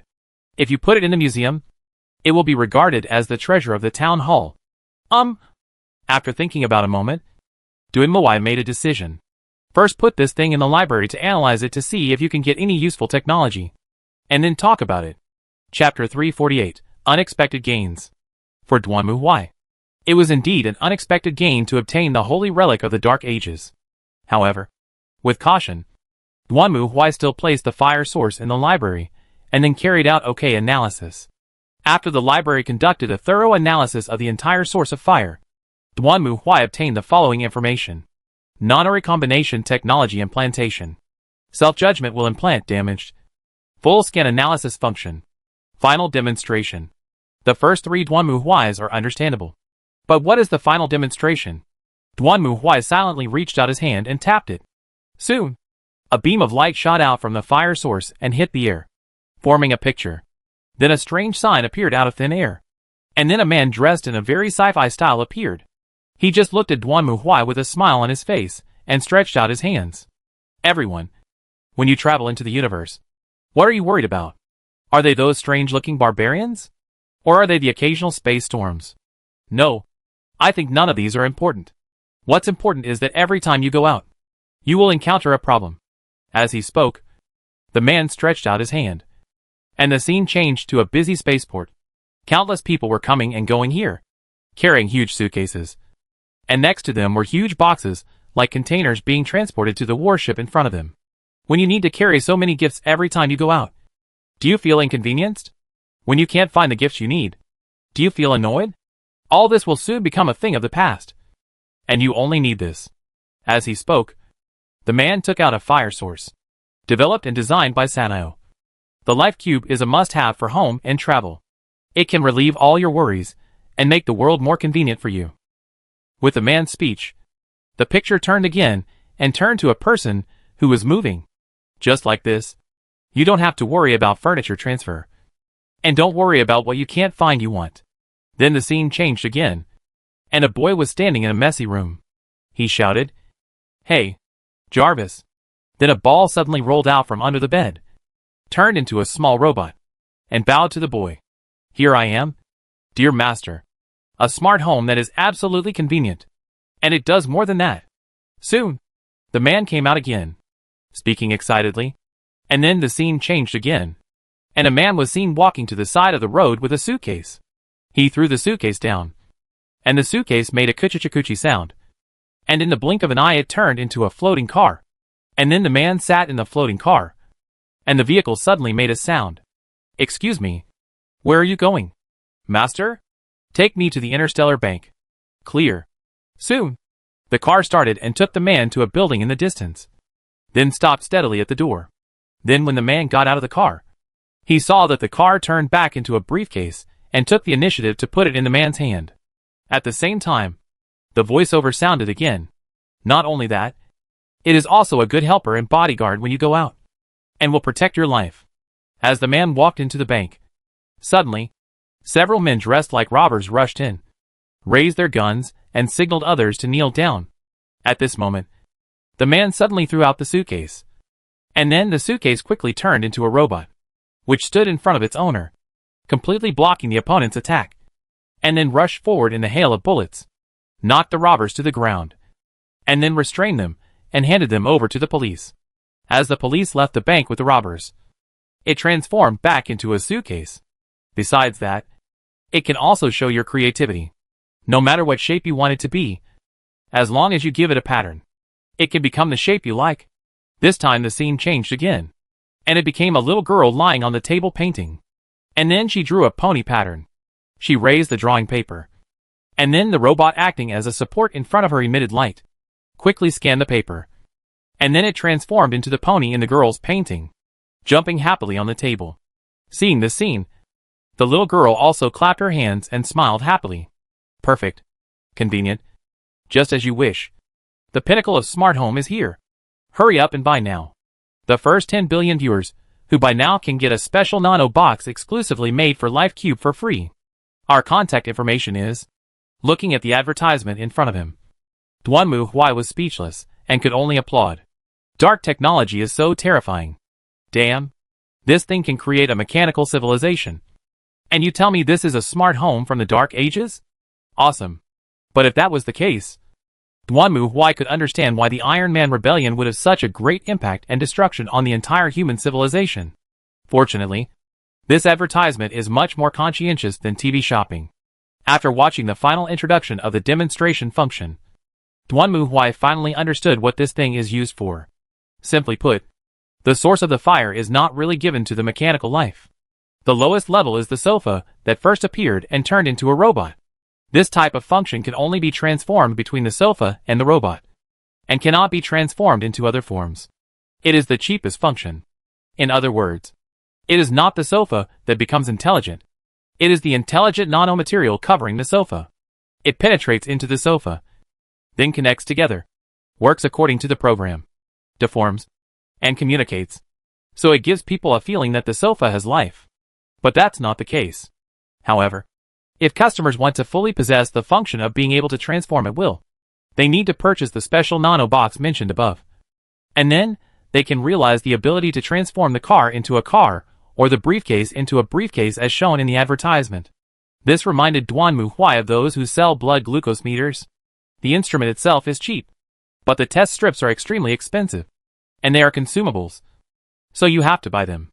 It seems that capitalists in the Dark Ages are still like this. Now, one of the 3 technologies inside the fire seed source has been damaged, which is the most important intelligent control. The only remaining technologies are deformation and scanning. Strictly speaking, both are good, Although the intelligent control system is damaged, it can't be transformed into the desired form according to the owner's wishes. In this way, Duanmu can only use the manual control system. Well, for example, the owner of the intelligent nano box said that it changes, and it knows what it should become. Of course, this is more troublesome and cumbersome. But on the other hand, losing intelligent control is also safer. At least you don't have to worry about your car suddenly turning into a shark and swallowing you while you're driving. It's just that this is not an easy task. The reason is simple. If you want to achieve this ability, you must have the nano box written on the advertisement, which means that you can make such a thing at least processing technology. Duanmu certainly doesn't have the technology to manufacture raw materials, but he does have a nano machine. If Duanmu remembered correctly, the Forerunner Shipyball Linsher was made of nano machines. Maybe you can give it a try? Let's talk about it when we get back. Now, the threat of Pelican is lifted, and the next is the Skynet. Skynet thought that the machines that suddenly appeared were more dangerous.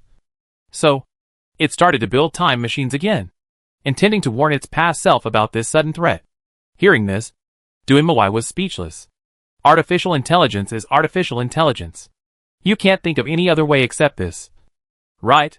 When you are in doubt, just reload the save file. What a stupid idea. Since Skynet is still mentally retarded, Duanmu's plan will not change. He asked Lemuel to continue according to the plan and infiltrate the virus into the time machine when Skynet builds it again. By the way, thanks to these robots from Cybertron, most of Skynet's computing power is now used to analyze and study them. Duanmu can even see that in the place where the two sides fought before, a large number of drones were scanning there, trying to find any useful clues. However, Duanmu had already wiped out all these traces, so he was not worried that Skynet would evolve something because of this. However, Skynet's reaction also served as a reminder to Duanmu. After all, he had asked Lumiere to delete the entire database of the time machine before. However, Skynet completed the design and manufacture of the time machine so quickly, which means that it must have backup files. Therefore, the best way is to infect it with a virus, and then take it away in one wave without giving it any chance. Soon, Duanmu's wish was fulfilled. Skynet quickly reassembled a new time machine, and then sent 3 Terminator humanoid robots back to the past, trying to use their powers to warn their past selves. But Skynet didn't know that at the same time, Lumiel had quietly put a virus into its information flow through the network. The virus spread rapidly and silently along the data packets and entered every unit controlled by Skynet. Lumiel had already given the trigger condition. As long as Skynet stopped the operation of the time machine, the virus would be automatically triggered. Just like now. After Skynet sent 3 T-800 robots into the time machine, it shut down the time machine. The next moment, the screen inside the base suddenly shook, and then countless red characters and garbled codes quickly emerged from it. They quickly filled the entire screen and began to force overclocking.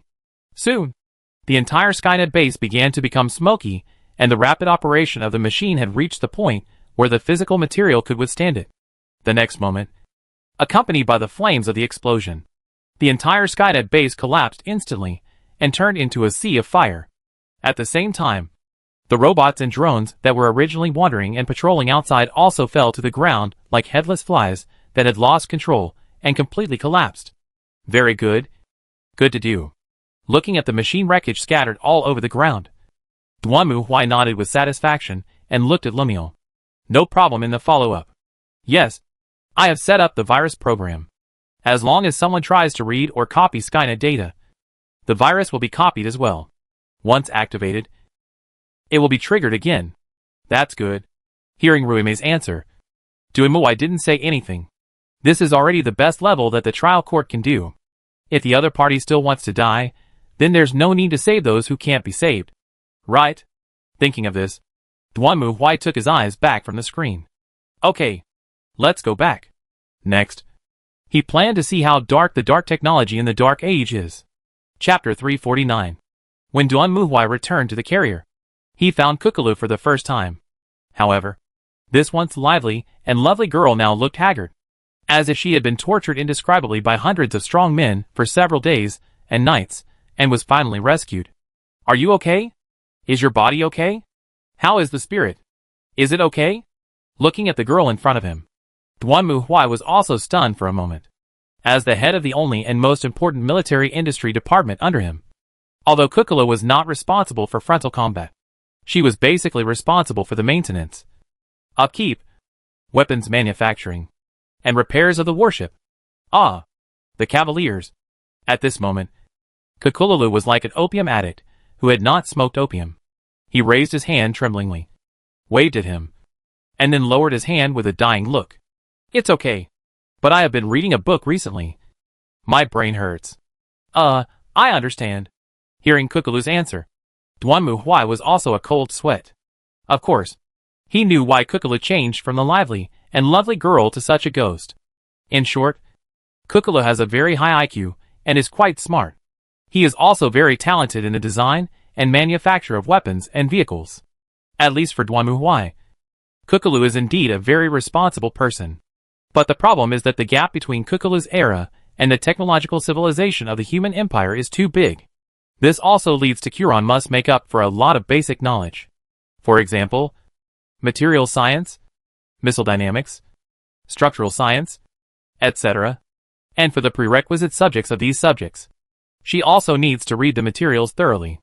This is also normal. For example, a paper on material science uses calculus, but you are not good at calculus. What should you do? What can I do if you can only make up for it? However, the average person involves one or two subjects, and Kuku is involved in multiple disciplines. This is like being a ship designer. Not only do you have to learn how to design ships, you also have to learn how to forge steel, how to smelt iron, and how to construct electronic control systems. Well, it is indeed a bit difficult for Kukulu. Fortunately, Duanmu Huai finally found a technology to help Kukulu escape from the sea of suffering. Nanotechnology should be able to help Kukulu solve the current problem. After all, according to the back of the life cube, at that time, most of the things of human beings in the Dark Ages were completed by intelligent machines themselves. Of course, this also attracted the Iron Man Rebellion. Okay, don't be so melancholy. I found a good thing for you, which can help you solve the problem in front of you. Why? After hearing Duanmu Huai's answer, Kukulu, who was swaying from side to side and looked like he was about to faint, suddenly brightened up. Really? Master Cavaliers. Yes. You should know nanotechnology. As a result, before Duanmu Huai finished speaking, Kukulu suddenly covered his hands and squatted on the ground and shouted. It seems that this is almost causing psychological trauma. Okay. This is not your problem. Facing Kukulu's imminent collapse, Duanmu Huai also coughed. Most of the technology that Kukulu is currently learning comes from the collections of the previous Demon Planet, War Planet, and Imperial Library.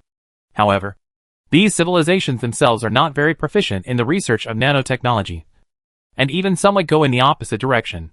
When Duanmu Huai brought back the mantle of the world, Kukulu complained to him that the nanotechnology of the Forerunners was too complex and could not be analyzed with her current ability. At that time, Duanmu Huai just asked her to take her time. After all, it is a fact that the tribunal is currently short of staff, and the lack of high-end scientific and technological talents from the cosmic civilization is also the biggest shortcoming. So that Kukulu, who came from the medieval magic civilization, had to take over. If Duanmu Huai, as a player, didn't have a cheating tool like the Void Dock, let alone a fleet, he might have to start all over again from smelting iron and forging steel to go through the development path of human civilization in order to build a warship. In short, I got a good thing. As he spoke, Duanmu Huai explained the technology in the life cube to Kukulu. When she heard Duanmu Huai say that this thing could automatically transform according to the specified structure, Kukulu was also very excited. But soon, she found another problem. But the Cavaliers, this thing needs to be compiled by program. I can't. Don't worry about this. I have found someone to assist you in this area of work. She is very good at this. The person Duanmu Huai was talking about was naturally Lumiel. After all, he didn't have any other talent under his command who was better at information technology and programming. Very good. Hearing that the most important problem had been solved, Kukulu breathed a sigh of relief and sat down on the ground. The mothership's transformation was progressing slowly, and she was very anxious. She even lost a lot of hair. So much so that Kukulu began to worry about whether she would become bald. Now it seems that at least she can avoid this fate. Okay. Go back and rest. I think you are tired. The next question will be done later. Okay. Master Cavaliers.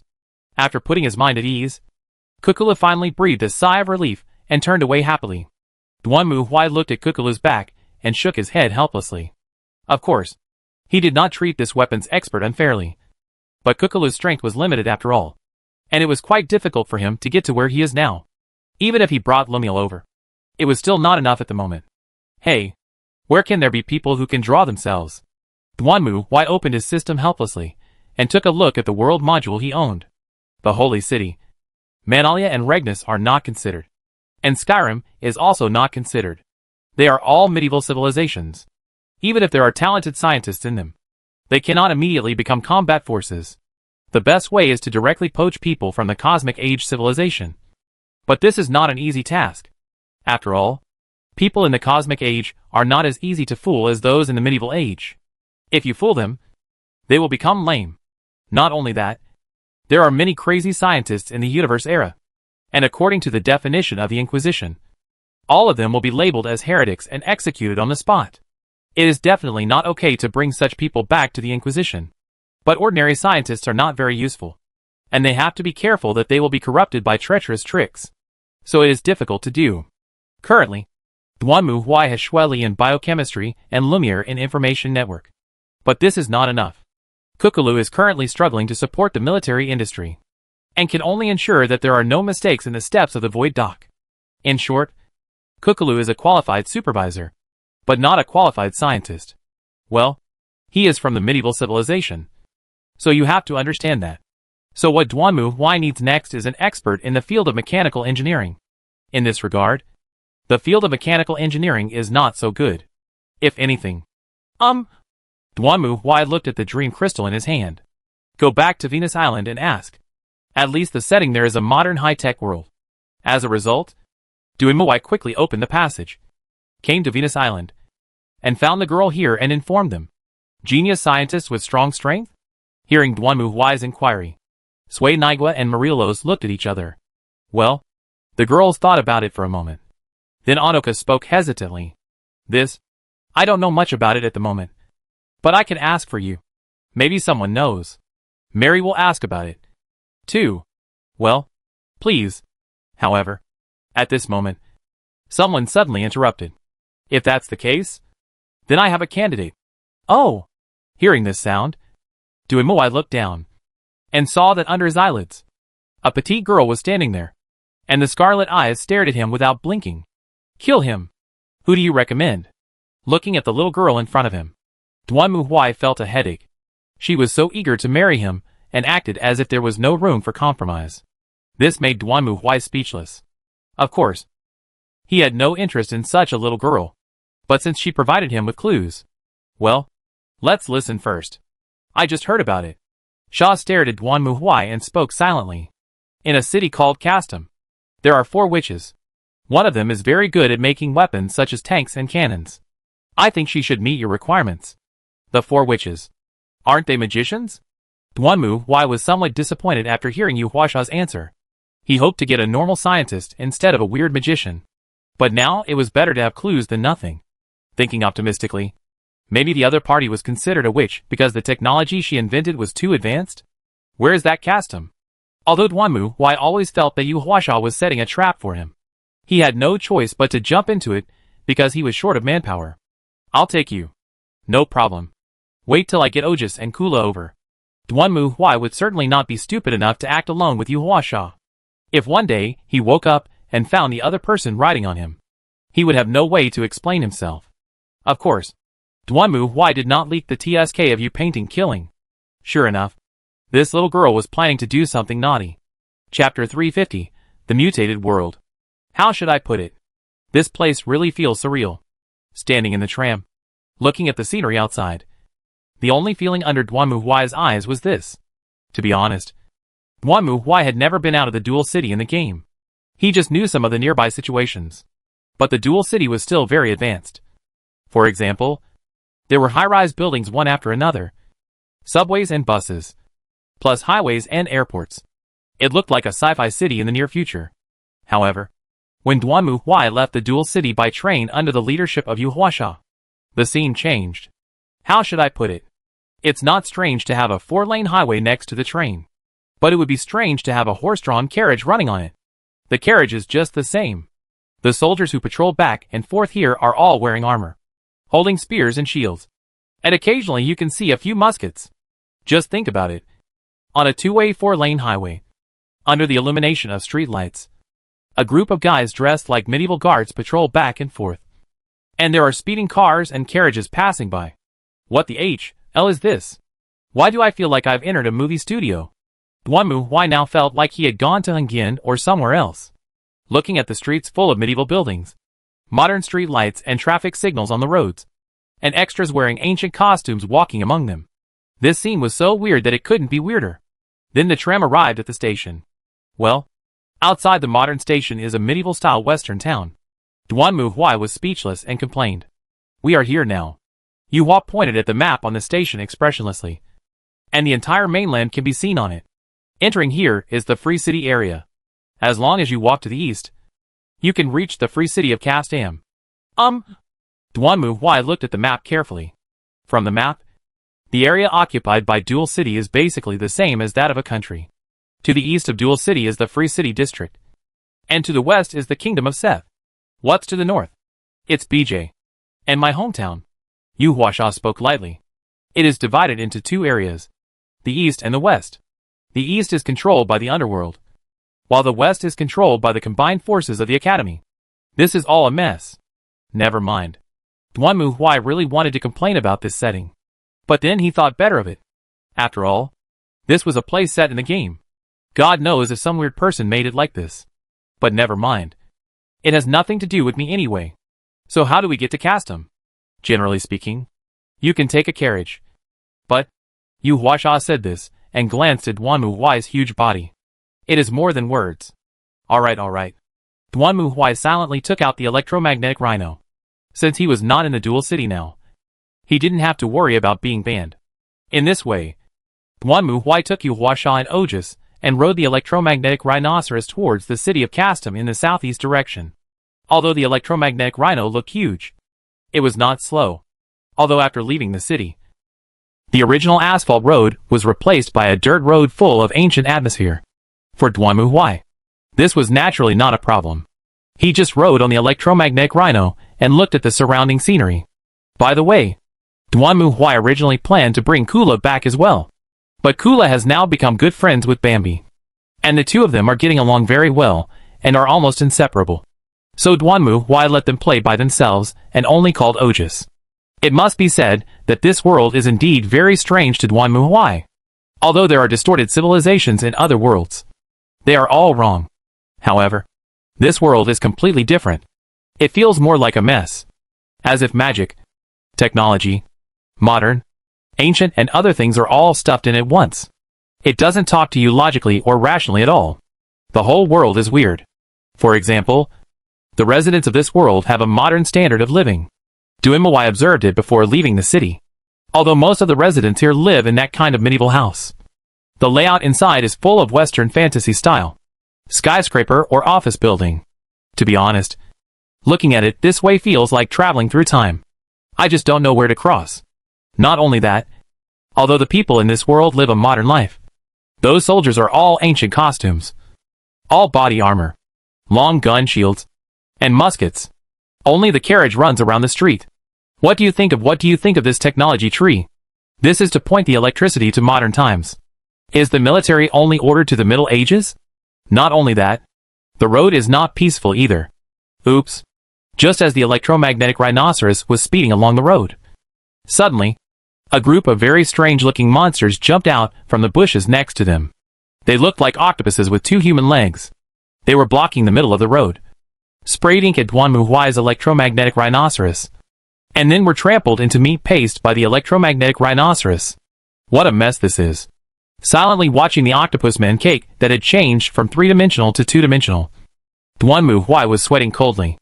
Ojisi seemed very interested in this, and was looking around. Yu Huasha seemed to be used to it, and didn't change her expression at all. Although she didn't have much expression to begin with. Something feels wrong. Although Yu Huasha's expression did not change, Duanmu Huai found that this world seemed to be a little different from the dual city in his memory. For example, these strange things, and the appearance of women in this world. For some reason, after coming to the free city, Duanmu Huai found that this place is simply a kingdom of beauties. Walking on the street, except for the elderly in their 70s and 80s, all are beautiful women with good looks. If those animals saw this in the game, the forum would definitely go viral. But Duanmu Huai never remembered seeing a discussion on the forum about the numerous beauties outside Dual City. And there was the fighting god competition held before. Staring at the scenery in front of him, Duanmu Huai frowned. He always felt that this place was different from the Dual City in the game. For example, the God of War contest, which used girls as prizes, had never appeared in the game. Otherwise it would definitely be criticized by many players. Duanmu Huai couldn't have never heard of it. There are also these areas that are obviously full of weird and contradictions. Not only that, Duanmu Huai also felt that something was wrong with his body. Since entering this area, he seemed to be very alert, as if there was some kind of impulse deep in his heart. It should be said that his emotions did not seem to be as calm and stable as usual, and seemed to be more susceptible to some kind of inducement. For example, when Duanmu Huai sees those beautiful girls walking on the street, he will feel a little bit of heartbeat. Of course, everyone likes beautiful girls, but Duanmu Huai always feels that the frequency of this heartbeat is a bit too abnormal. This is not just a matter of appearance. In terms of appearance, Aji's is also very beautiful, but Duanmu Huai has no problem looking at her. But when Duanmu Huai looks at those beautiful girls in this world, even if the other party's appearance is not as good as Aji's, he will have some kind of impulse from instinct. Something is wrong. This is very wrong. In this complex and contradictory world, his mood was inexplicably up and down. Duanmu Huai was sure that this world was definitely hiding some secrets that the players in the game had not discovered, or that did not exist in the game. At the same time, a city appeared in front of Duanmu Huai. Seeing Duanmu Huai coming, the two guards outside the city gate raised their spears and blocked the road. Stop! Soon, the electromagnetic rhino stopped in front of the guards. They looked at the huge monster in front of them in confusion, but did not show any special surprise or hysteria. Well, living in such a messy world, if you don't have a strong psychological endurance, you would have gone crazy a long time ago. Who are you? We are travelers. Yu Hua killed the electromagnetic rhino and showed the guards their certificates registered in Dual City. The certificates of Dual City are universal in this world, which is why Duanmu Huai chose to bring Ojus and Kula. After all, others have to play the game again to pass. Trouble. We plan to go to Castam, a free city. Castam? After hearing the answer of Yu Hua, the two guards frowned and glanced at each other. The road to Castam has been closed. Why? I heard that the Kingdom of Herman launched a surprise attack on the Kingdom of Lysis. The entire Kingdom of Lysis has been occupied by the Kingdom of Herman. Now they are attacking the free metropolitan area. To be on the safe side, the mayor closed the road. Is there such a thing? After hearing the guard's answer, Yu Hua was shocked. And at this moment Duanmu Huai lowered his head and stared at the two guards. What if I must go? The guard swallowed as he looked at the man in front of him, who was much taller than him and wearing terrifying armor. You can go to the mayor and get a pass to pass through the blockade. Very good. Hearing the guard's answer, Duanmu Huai nodded. Then I want to see the mayor. Is that okay? Of course. The mayor is currently arranging the defense line. Please follow me. The two guards were quite sensible and knew that Duanmu Huai was not someone they could deal with. So they obediently took Duanmu Huai into the city, through the heavy medieval city walls. Walk into the door, and come to see the asphalt road full of civilized atmosphere. There are light street lights and bus stops and bench on both sides. What is the mess of this Nima? Duanmu Huai took a long breath, forced himself to suppress his complaining mood, put away the electromagnetic rhino, and followed the guards along the street. Under the leadership of the guards, Duanmu Huai and his family came to the city hall. At this moment, he was in a hurry, and the atmosphere of the storm was coming to a serious old man, and he whispered to him a few words. After listening to the guard's report, the old man frowned and turned to Duanmu Huai. When the old man saw Duanmu Huai, his eyes suddenly changed. Later, the old man turned around and walked in front of Duanmu Huai, looking at him carefully. Are you an adventurer? That's right. Duanmu nodded. It must be said that his size was really convincing in such a war-torn era. He didn't have to be looked down upon and suspected like the protagonist in the online article, and then waste time pretending to be a pig and eating a tiger. Look! Others looked at him, and immediately came over. What does this mean? Explain the value of the 1 point of charm I added before. You want to go to custom? That's right. What are you going to cast am? Find someone. To be honest, seeing the world like this, Duanmu no longer had any hope for the scientist recommended by Yu Huasha. God knows what kind of messed up settings the scientist in this messed up world has. But, I'm here now. Right? Hearing Duanmu's answer, the old man frowned and thought for a while. And then he made a decision. If you can do me one thing, I can get you through the blockade and onto custom. Okay. What do you want me to do? Duanmu was not at all surprised by the old man's request. It's time to return to the task finishing process that players are most familiar with. Chapter 351 Demon. The old man's request was simple. His granddaughter Laura was captured by a monster and taken to the monster's lair. He wanted someone to help rescue his granddaughter. After all, the battle situation in front was unclear, and he had no way to mobilize people to find his granddaughter. This is a picture of Laura. Oh. Silently took the photos handed by the elderly, and then looked at the soldiers who were preparing for crossbow and long guns behind. Duanmu had no thoughts. You even have a camera. Are you going to give me a cell phone next? Forget it. This world is no longer reasonable. Duanmu is too lazy to find rationality from it. I wouldn't be surprised even if you have satellite missiles next. In fact, it is not only the civilization of the world, but also the monsters in this world are equally strange. Ah! With Duanmu smashed down, the monster in front of him screamed and turned into a wreckage. That's right. Wreckage. This girl is a television 2 legs and arms. To say, Master, the enemies here are so strange. Yeah. I don't know what to say. Duanmu helplessly put away the sledgehammer. Since they came to this cave, they encountered a lot of enemies. Some enemies were normal. For example, there were people who would spit fire. It seems that the creator of this world is too lazy to think about it and throw something here casually. If there is a creator god in this world, he must be a lazy one. Just as the two were complaining, Yu Huasha's eyes lit up, and he pointed forward. Is it there? Duanmu looked in the direction of Yu Huasha's finger, and saw a 2-story wooden villa standing in a cave not far in front of the passage. Next to it were trees and bushes that looked like a stage backdrop, and a mailbox that gave people the feeling that it was a prop from a stage play. There's a spotlight on the side. Where does the electricity come from in this place? How do you generate electricity? Duanmu felt that he had stayed again, and the common sense was about to collapse. There's also a name tag next to it with Laura's name on it. Well, it looks like this is the right place. Although they didn't know what was going on, Duanmu still walked forward with Yu Huasha and Ogisi. Just when they arrived in front of the small wooden house in the cave, the people inside seemed to have noticed their presence. The door opened, and a furry little ball with hands and feet and a girl walked out. Who are you? What are you doing here? The little ball in front, which looked only the size of a puppet, was now blocking the girls, staring at them fiercely and asking. Duanmu completely ignored its existence. Just picked up the photo, compared it, and then looked at the brown-haired girl in front of him. You must be Laura. Hey! It's me. When I heard Duanmu suddenly called her name, the brown-haired girl was also a little uneasy, and looked at him pale. Who are you guys? What do you want from Laura? We are adventurers. We have been commissioned by Grandpa Laura to rescue this child from the monster that kidnapped her. As he spoke, Duanmu looked at the furry ball standing in front of Laura. Could it be this guy? Kidnapping. As a result, after hearing Duanmu's words, the fluffy ball jumped up before the brown-haired girl said anything. I didn't abduct Lola. We really love each other. Uh-huh. Hearing this, Duanmu couldn't help but look at them in surprise.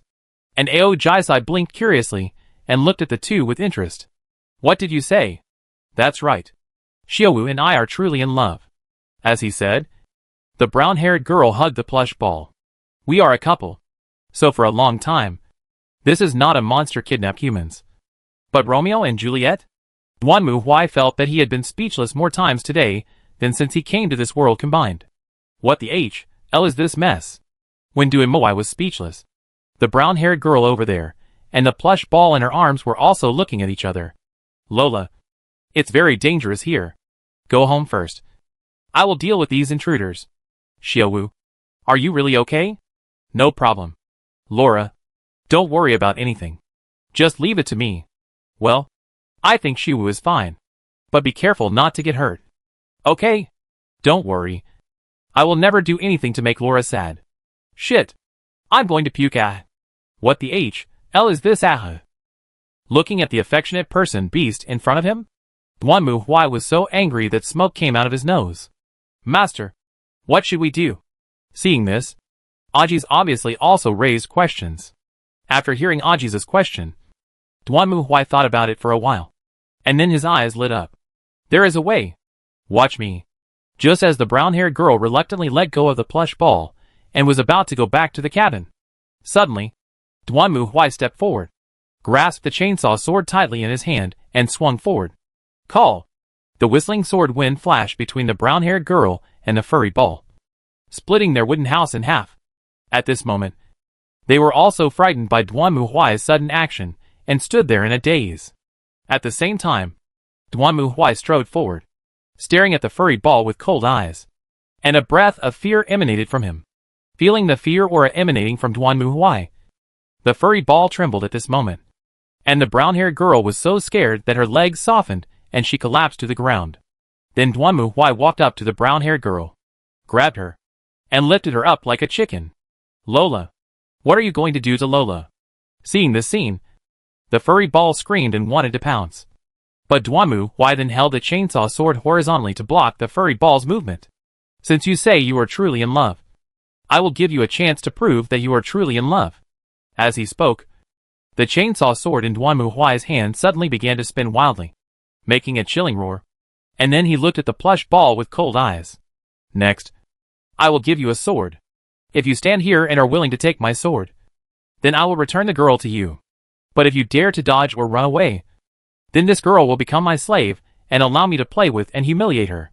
She will become the lowest plaything. How about that? Are you willing to accept it? I do. When the furry ball heard Duanmu Huai's words, it was so scared that it trembled all over. But it still nodded vigorously. Hearing its answer, the brown-haired girl wanted to say something. But before she could say it, Duanmu Huai used a little force with his fingers to stop her from speaking. Then, he raised the chainsaw sword high and swung it down at the furry ball. Ah!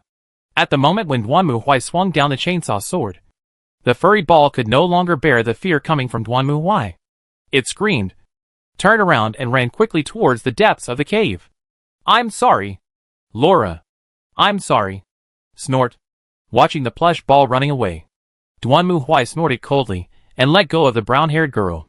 The latter fell to the ground, staring blankly in the direction where the plush ball ran away, with a confused look on her face. See, little girl, your so-called true love is nothing in the face of the threat of death. In the final analysis, this is just a love game. As he spoke, Duanmu Huai winked at Ojus and nodded slightly, then twitched his finger slightly, and the next moment, a vague scream came from the depths of the cave. A moment later, a puppet holding a blood-stained spear flew back silently. Although this world makes people feel speechless, Duanmu Huai will not change what he wants to do. As a judge, it is his duty to kill all aliens that threaten humans. Although the furry ball looks harmless, it dares to seduce humans to fall in love with it, which is a threat to humans and must be eliminated. Okay, let's go. Little girl. Duanmu Huai didn't care about this, and the brown-haired girl seemed to be shocked by the behavior of the plush ball greedy. At least in Duanmu Huai's opinion, this commission was not difficult at all, and the goal was achieved easily. Next, he just had to return the girl to the old man, and then he could go to where he wanted to go.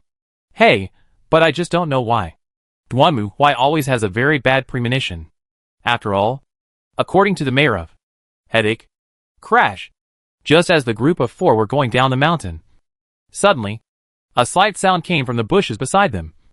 And the next moment, a figure suddenly flew out from the bushes and fell heavily to the ground not far in front of Duanmu Huai and others. Seeing this scene, Duanmu Huai was also stunned. He looked at him, and saw that there was a beautiful girl with long purple hair and a ninja. This is basically nonsense. This place is not a beautiful girl. The ninja girl tried to sit up, but suddenly spat out a mouthful of blood. It was obvious that she had also suffered considerable damage. Hey, are you okay? Seeing this, Duanmu Huai also frowned, and then stepped forward and asked. He heard Duanmu Huai's voice. The ninja girl raised her head. When she saw Duanmu Huai, she also looked pale. Oh, why? You have no strength now? Along with the voice, Duanmu Huai saw a girl with long fiery red hair, wearing a leather jacket and cloak like a queen, walking out of the bushes. She looked at the ninja in front of her with a smile, and a hint of coldness appeared in her bright red eyes. There is something wrong with this woman. When he saw the red-haired girl, Duanmu Huai immediately tightened his nerves. He could feel that the other party had some mysterious and powerful power evil, and the tyrannical was mixed with a trace of divine-like existence. Hand over the holy weapon, and I will consider sparing your life. I won't leave it to you. Then there's no way. Hearing the ninja's answer, a cold light flashed in the red-haired girl's eyes. It seems that you will only be obedient after you have thoroughly understood the pain and humiliation. Sissa, Isis, catch her, and kill these inexplicable guys. Roar! As the red-haired girl spoke, Duanmu Huai saw two extremely tall guys, who looked like stone men, jump out from behind her and rush towards him and the others. Court death. Seeing this scene, Duanmu Huai is also cold. I didn't have the trouble in Lao Tzu to find you. Now you burn Gao Xiang. Now you dare to come to Lao Tzu's trouble. So facing the attack of the two stone men, he roared and rushed forward. Duanmu Huai clenched the thunder hammer and swung it forward, smashing it directly on one of the stone men. The huge impact force instantly blew the upper body of the stone man into pieces. Sticky blood mixed with stone fragments flew around, and the lower body of the stone man ran 2 steps and fell to the ground randomly. Swish! At the same time, another stone man flashed by, and the sharp blade in his hand stabbed directly at Duanmu Huai's neck. However, the sharp blade bounced off with a clang sound as it stabbed Duanmu Huai's armor. Then Duanmu Huai reached out, grabbed the second stone man's head, and smashed it to the ground. Boom! The huge stone man was hit directly by Duanmu Huai. And then he stepped forward and stepped on the head of the stone man. With a light sound of poo, the body of the second stone man trembled suddenly. So he didn't move. Sissa, Isis? The red-haired girl was shocked to see her 2 men being killed. At the same time, Ojus and Yu Huasha also launched attacks. Yu Huasha picked up the shoulder-mounted rocket launcher she had been holding, and then several small missiles flew towards the red-haired woman. At the same time, Ojus also stretched out her hand, and with her movements, several puppets holding spears appeared out of thin air and stabbed the red-haired woman's body. Boom, boom, boom.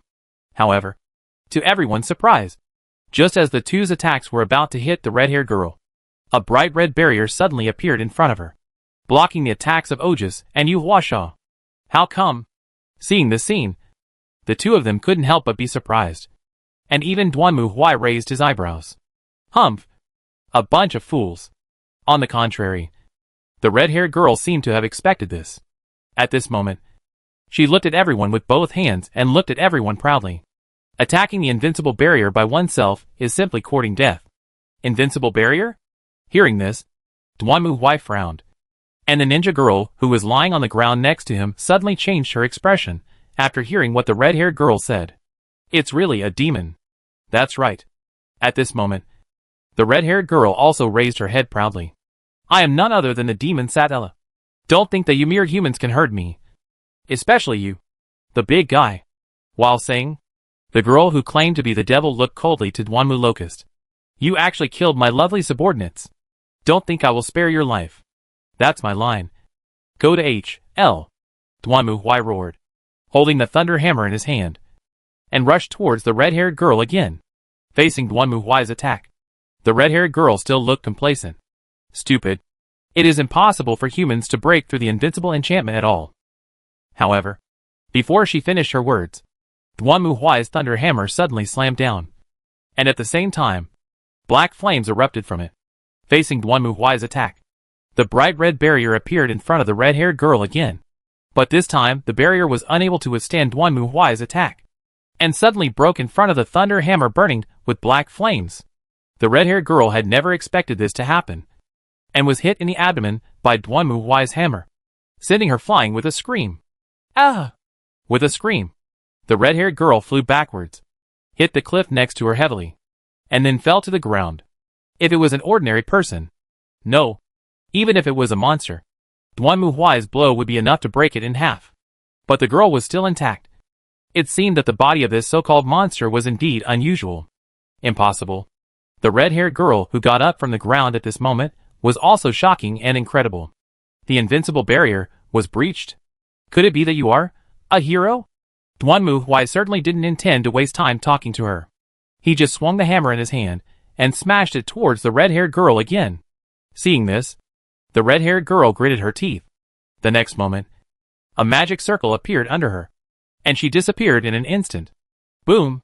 The thunder hammer smashed on the empty ground. Looking at this scene, Duanmu Huai frowned. TSK. Let her run away. How come? At this moment, the ninja girl also looked up in surprise, staring at Duanmu Huai's back in amazement. She opened her mouth and wanted to say something, but the next moment, the ninja girl's eyes went dark and she fainted on the ground. What now? Master? When Duanmu Huai came back carrying the warhammer, Ojas and Yu Huasha came to his side again. Even the angry brown-haired girl seemed to be frightened by the battle just now, and followed them obediently without daring to act rashly. Seeing this scene, Duanmu Huai thought for a moment. In short, take the person back first, and then talk about it. Chapter 352, Lisa's Falls. When the ninja girl opened her eyes, what she saw was a strange ceiling. Speaking to herself, the ninja girl seemed to think of something and sat up suddenly. Oh right, the demon. Hey, you awake? Just as the ninja girl sat up, Duanmu Huai's voice came. The ninja girl turned her head and saw Duanmu Huai pushed open the door, walked in, and greeted her. Looking at Duanmu Huai in front of her, the ninja girl was stunned for a moment, then fell headfirst onto the bed again, without any movement. I see. Seeing this scene, Yu Huasha, who followed in, showed a look of understanding. I heard that your face can stop crying. Now it seems that it is indeed extraordinary. The master is very powerful. Ajis on the other side also interrupted at the right time, and Duanmu Huai's face darkened as he listened to their conversation. That's enough. You all. Maybe the other person is dizzy because he got up too hard just now. Don't blame me for everything. Not to mention that my charm has increased by +1. Now is not the time to faint. At this moment, the ninja girl opened her eyes again and jumped up. I have to. This is a hotel. Looking at the confused ninja girl, Duanmu Huai said, Do you remember? You were being chased, and then you met us. Ah! Hearing Duanmu Huai's speech, the ninja girl widened her eyes in surprise, and carefully looked at Duanmu Huai in front of her. Yes, it's you? That's right. Duanmu Huai nodded. After I beat back the people who were chasing you, I brought you back. I've already asked a doctor to treat your injuries. Thanks. The ninja girl hurriedly bowed her head to thank him. Then she seemed to have thought of something, raised her head again, and looked at Duanmu Huai, then rushed over, but was quickly stopped by Ojisi and Yu Huasha. Please help us. Help Lisa's. We are out of options. Wait a while. I don't quite understand what you mean. Looking at the exciting ninja girl in front of him, Duanmu Huai frowned. He also wanted to get the information from the ninja girl only. Otherwise, Duanmu Huai could be on the road directly. Calm down and speak slowly. Okay. Hearing Duanmu Huai's speech, the ninja girl took a few deep breaths, and then calmed down and said, My name is Kanami, who is the ninja servant of the Lady Palapala Lysis Lady, the King of Losses. After Kanami's explanation, Duanmu Huai finally understood the whole story. Here, we need to explain the organizational structure of the entire Dual City world. There are 7 major forces in this continent, among which the West is ruled by the Demon King, and is a dark land of demons inhabited by monsters and non-humans. Bordering the demon realm are the magic kingdom of Seth and the military power Herman. Between the two countries is a vacuum zone consisting of forests and deserts. To the east of Seth Kingdom is the sea and the Dual City area. To the east of Dual City is the Free City Alliance. And to the north of the Free City Alliance is the Lisa's Kingdom.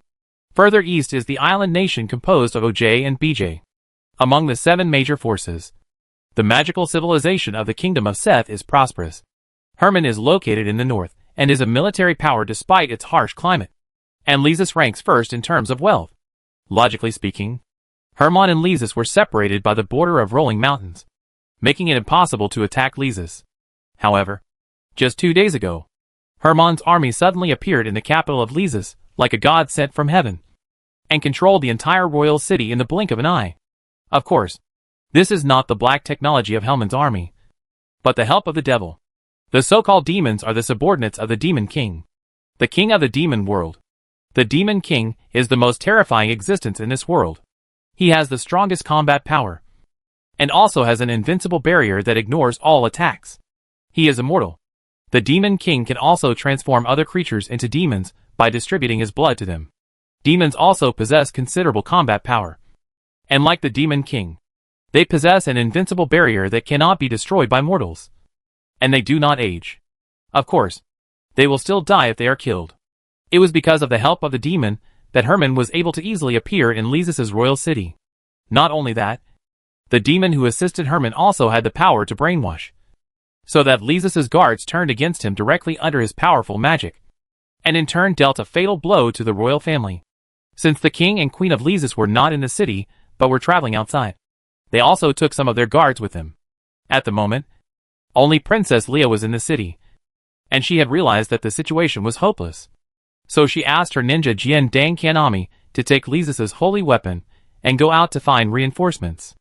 As mentioned before, the demon has an invincible barrier, and the attacks of mortals have no effect on him. If you want to solve this invasion, you must find someone who can use the holy weapon to kill the demon. Otherwise, no matter how many people come, it will be useless. Although he saw Dang Kanami as a ninja, he was agile, but he was caught by the other party, and was chased by the demon along the way. In fact, during the hunting, he lost his holy martial arts gear.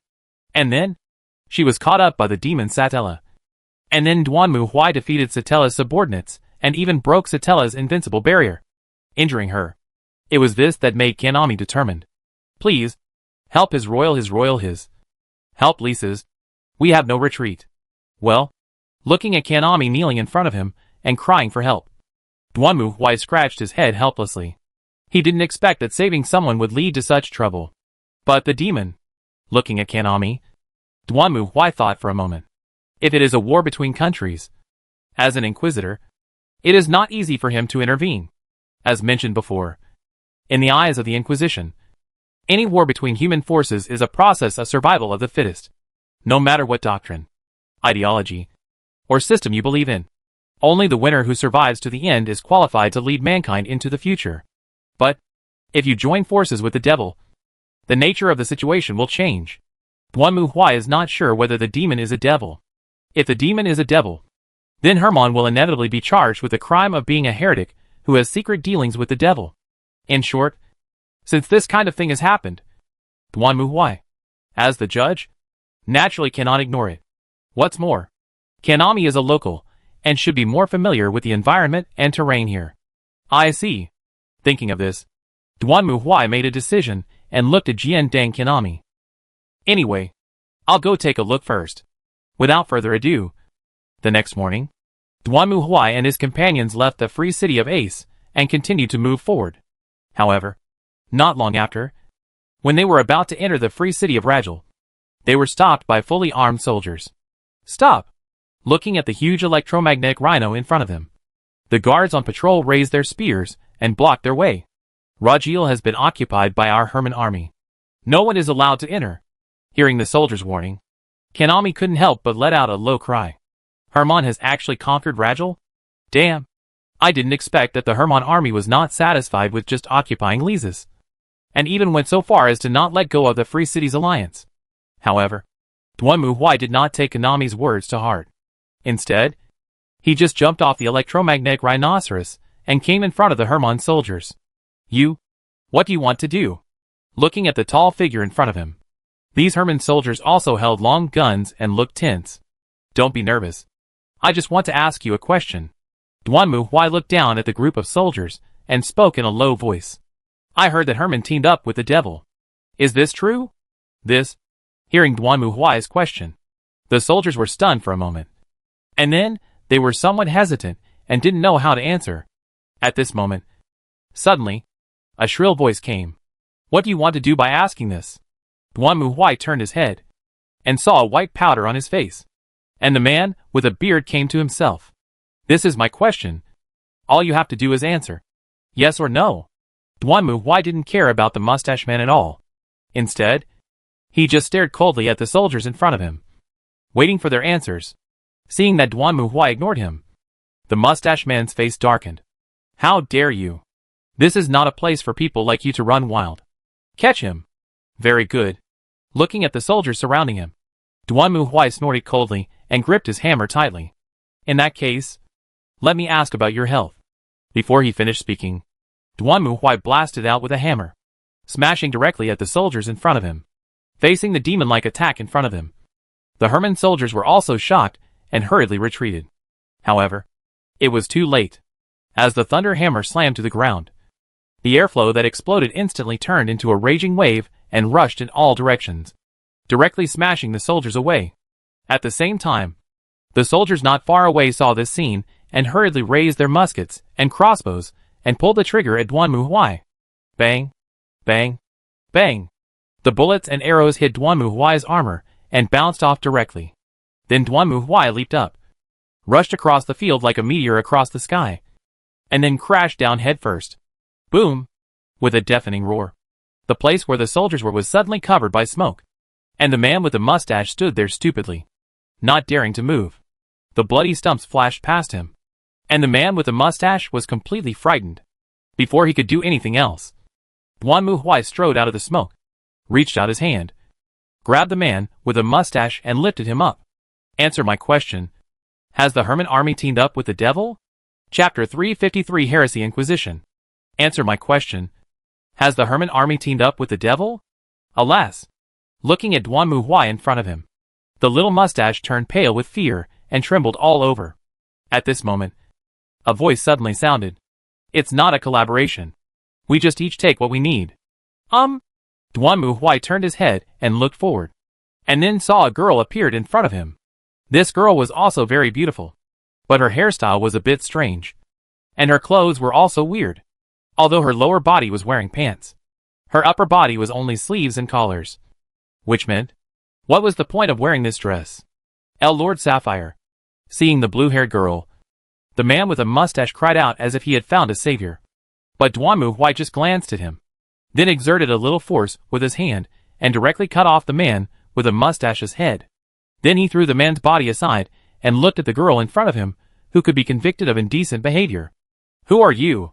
I am Sapphire, one of the 3 apostles under Lord Azeroth.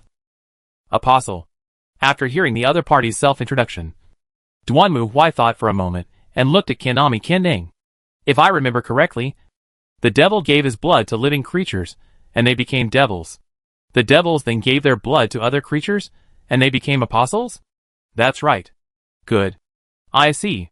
Duanmu Huai nodded, then looked at Sapphire and clenched his hammer. Heretics. Die! Since the settings of each world are different, the situations are also different. However, for Duanmu Huai, it is not difficult to understand all this from the perspective of the Inquisition. The Demon King is equal to the devil, so the demons transformed by the Demon King giving his blood to other creatures are equivalent to devil worshippers. Similarly, the apostles transformed by the blood of the demons are also heretics who believe in the devil. If the logic is clear, you can kill. Although this apostle is pretty, why not kill him just because he is pretty? Why? Appearance determines justice. Right? This is a potential follower of the god of desire, and he must be purified. Go to H.L. An idea flashed through Duanmu Huai's mind, and the next moment he roared, clenched the thunder hammer and blasted towards the Sapphire in front of him. Seeing Duanmu Huai suddenly attack, the latter also hurriedly raised his hand, and soon powerful magic energy gathered around Sapphire's hand, and quickly burst out to hit Duanmu Huai. Blue Destruction Ray. Along with Sapphire's shout, a torrent of azure magic power roared out and directly hit Duanmu Huai's huge body. However, facing Sapphire's attack, Duanmu Huai did not dodge or evade, but went straight to meet it, Then Sapphire's magic beam hit Duanmu Huai's body, and then it completely disappeared without a trace. How come? Seeing this scene, Sapphire was also shocked. If it was an ordinary human, his attack would be fatal enough. However, the opponent did not dodge or evade, but took it head on. And it seemed that he was not hurt at all. This is impossible. Is he also a demon? Sapphire had no idea what was going on. Logically speaking, only the Demon King and the demon with an invincible barrier could ignore their attacks. The man in front of her did not have the aura of a Demon King or a demon. But he did not look like the legendary hero either. What was wrong with him? Drink. Before Lan Baosher could think clearly, Duanmu Huai roared and smashed down at her with a hammer. Without the invincible barrier, Lan Baosher certainly didn't dare to resist Duanmu Huai's attack like Satella did. So she also dodged to the side in a hurry. Duanmu Huai's thunder hammer passed by her and smashed directly on the ground. Then, accompanied by a huge roar, the next moment the airflow exploded instantly, turning into a raging wave that swept in all directions. Sapphire felt as if her body was hit by something and flew backwards with a scream. However, at this moment, Duanmu Huai stretched out his right hand to her, and then Sapphire was sucked directly by Duanmu Huai and grabbed in his hand. Answer me. Why do you demons help Hermon? Being grabbed by Duanmu Huai's neck, Sapphire could hardly breathe at this moment. She opened her mouth wide and looked at the man in front of her in horror. As an apostle, she had never felt such fear from any human being. The other party's eyes seemed to be real, easily defeating Sapphire's reason and penetrating into her brain and spirit. An uncontrollable trembling filled her body, making her tremble all over. It was the fear of death and destruction. She never felt the existence of death so clearly than ever at any time. As if her feet were the bottomless abyss of darkness at this moment. As long as this man loosened her hand, she would completely fall into this abyss. Answer me. Duanmu Huai stared coldly at the girl in front of him, watching her struggling in pain. And at the same time, he felt something strange in his heart.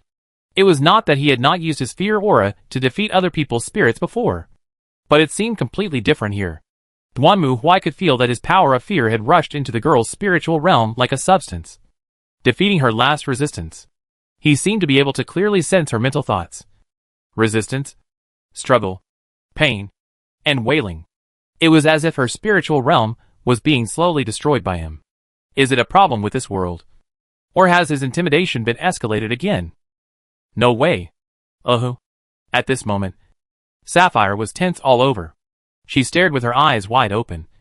Her pupils were dazed and out of focus, and her slender legs trembled instinctively, struggling and jumping like a fish. The physical pain was secondary. What she couldn't tolerate now was the fear and pressure from the spiritual realm. As an apostle, she was always loyal to her creator. This is also a setting of the demon clan.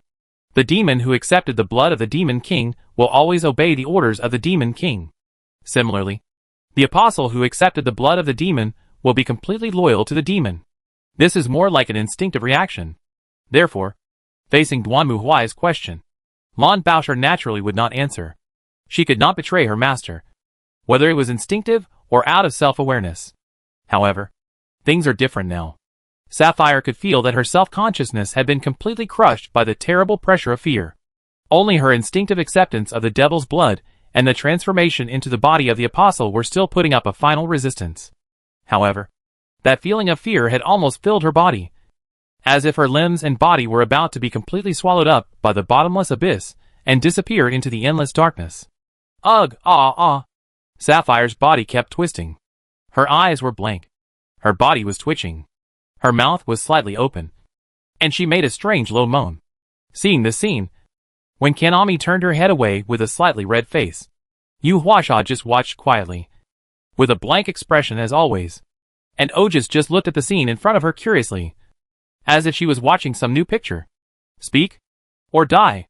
Duanmu Huai spoke again, his voice mixed with fear and intimidation, like a heavy hammer rushing directly into the depths of Lan Baosher's soul, completely defeating her last resistance.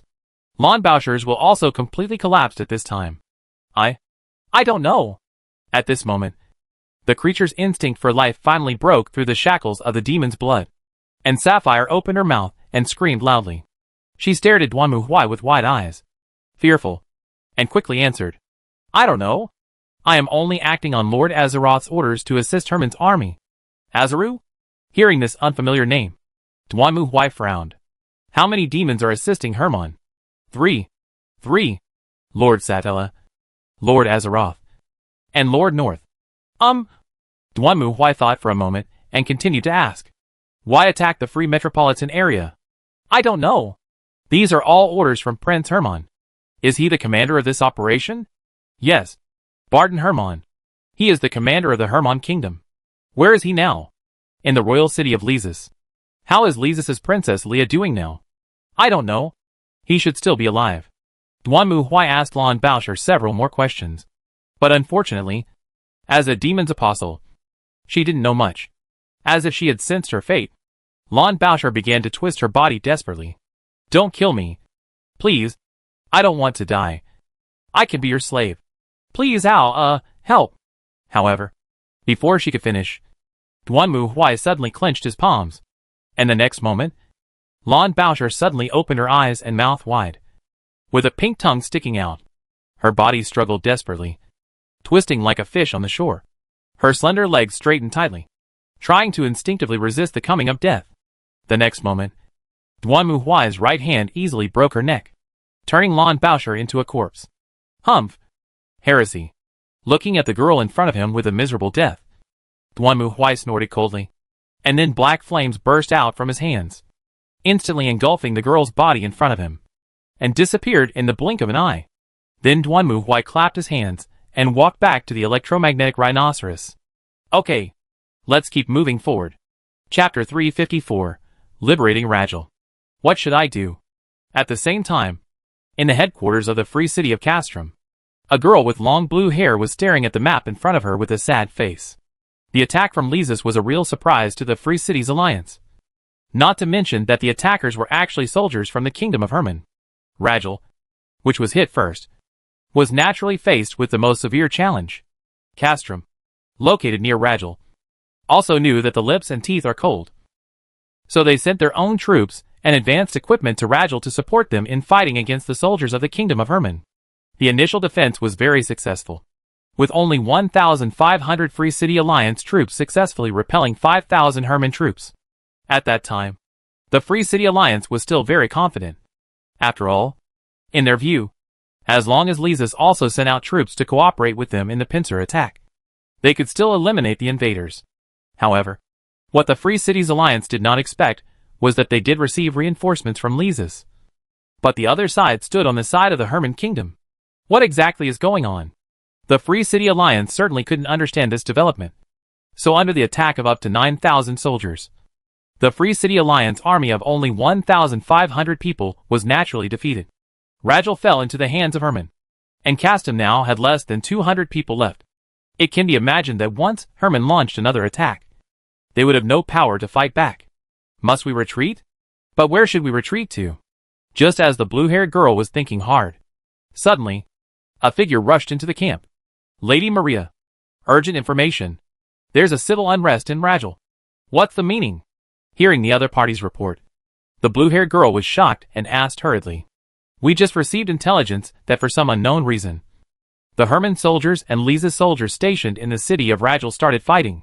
Hearing this, the blue-haired girl stood up immediately and looked at the other party in surprise.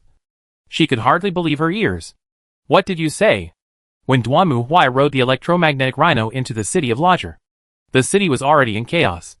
The Lysis soldiers in red armor were fighting with the Herman soldiers in black armor. How is this going? Looking at the scene in front of her, Konami's head was in a mess. But Dwanmu Huai didn't care at all. I don't know what's going on, but it's not a bad thing for us. It's just right. Let me help them. As he spoke, Dwanmu Huai raised his hand and roared. Herman's soldiers, listen. His roar resounded throughout the entire city of Ragel like thunder. So much so that the Herman soldiers who were fighting in the nearby streets couldn't help but look in his direction. When they saw the mustached head in Dwanmu Huai's hand, they were immediately shocked. Your captain has been killed by me, and the demon apostle Sapphire, who colluded with you, has been reduced to ashes under the wrath of the Inquisition. Repent for your depraved behavior of associating with the devil. In front of the glory of the Inquisition, all sinners will be purified. What? How come? Hearing Dwanmu Huai's speech, The Herman soldiers at this moment were even more morale. In fact, those soldiers who had been brainwashed suddenly resumed their minds and had made these Herman soldiers feel wrong.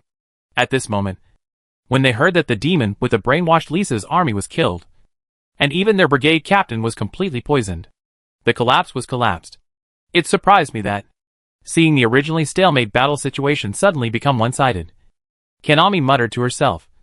She looked at Duanmu Huai in surprise, not knowing what to say for a moment. She had never expected that this man could easily change the entire situation just like this. Yu Huasha, who was sitting on the other side, also nodded at this moment, looking very satisfied. You are worthy of being the man I chose. It's enough. Duanmu Huai sighed helplessly, then looked at Kanami Kendang. Who is the ruler of this city? Take me over there. Someone has to clean up this mess. The Inquisition has always been responsible only for destruction and purification, and all other tasks are left to the planetary governor. Over there, led by Kanami Kendang, Duanmu Huai and others came to a mansion. The Herman soldiers here seemed to have disappeared. At least that's what it seemed. I'll check the first floor, and you guys are responsible for searching the second floor. Generally speaking, if the ruler of this city is still alive, he shouldn't be locked up too far away. After all, in a building like this, if Duanmu Huai stepped on it and went up to the second floor, the entire carpet would probably collapse. Although he could also use the gravity gloves to reduce his weight. But forget it. It's troublesome. Yes. After giving the order, Kanami took Yu Huasha to the second floor, while Duanmu Huai took Ojisi to investigate the first floor. The whole mansion looked like a mess, with the doors of the living room and dining room wide open, and the tables and chairs overturned. It was obvious that the Herman soldiers here were in a panic when they fled. However, just as Duanmu Huai walked to the end of the corridor, he heard a girl's voice coming from one of the rooms.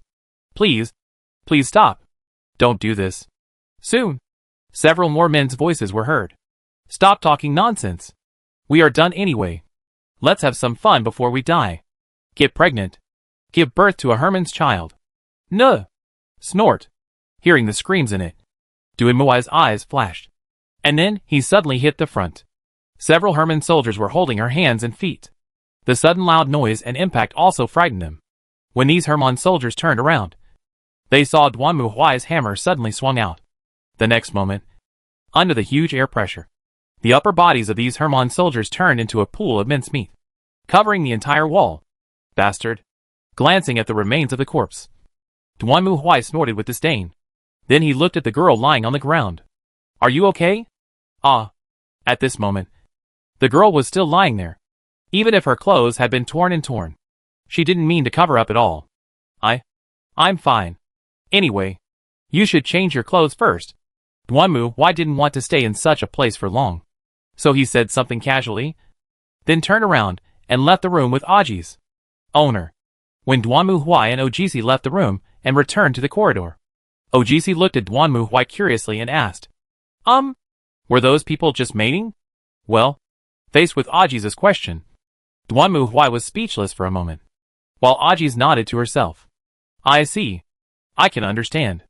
The book once said that when a creature faces a crisis, it instinctively desires to continue its own species. That's it. Those soldiers knew they were going to die, so they hoped someone could give birth to their children? That's not what I meant. Duanmu Huai felt that if he didn't correct her, Aji's would go astray. Those guys are just venting their ugly desires. So, how do we judge what kind of desire is ugly, and what kind is not? Isn't the mating behavior between organisms very normal?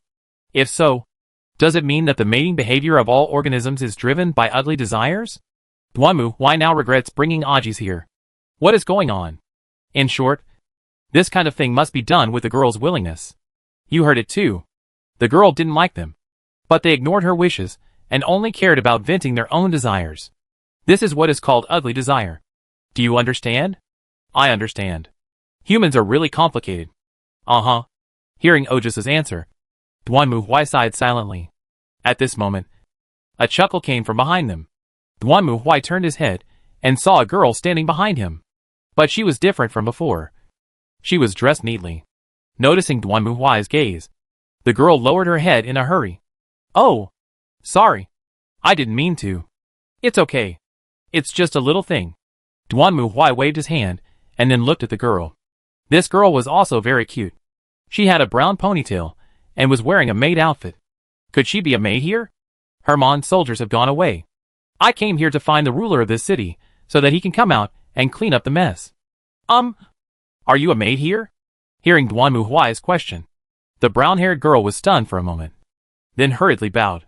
I'm so sorry. My name is Mikalutiba Rajil. Rajil?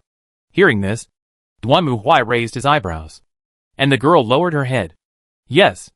My father was the mayor of this city, but he went to the battlefield to resist the invasion of Herman's army. And then? Okay. I get it. Hearing Mickey Lu's answer, Duan Mu Huai shrugged helplessly. Good guy. The mayor of this city was over. What should I do next? All in all.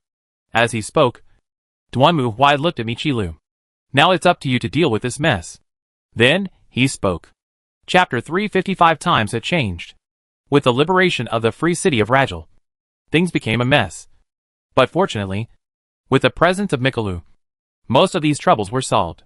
When Duan Mu Huai followed Mikalu to the conference room, representatives of various forces that appeared in Rajil City also gathered together. Sorry to have kept you waiting.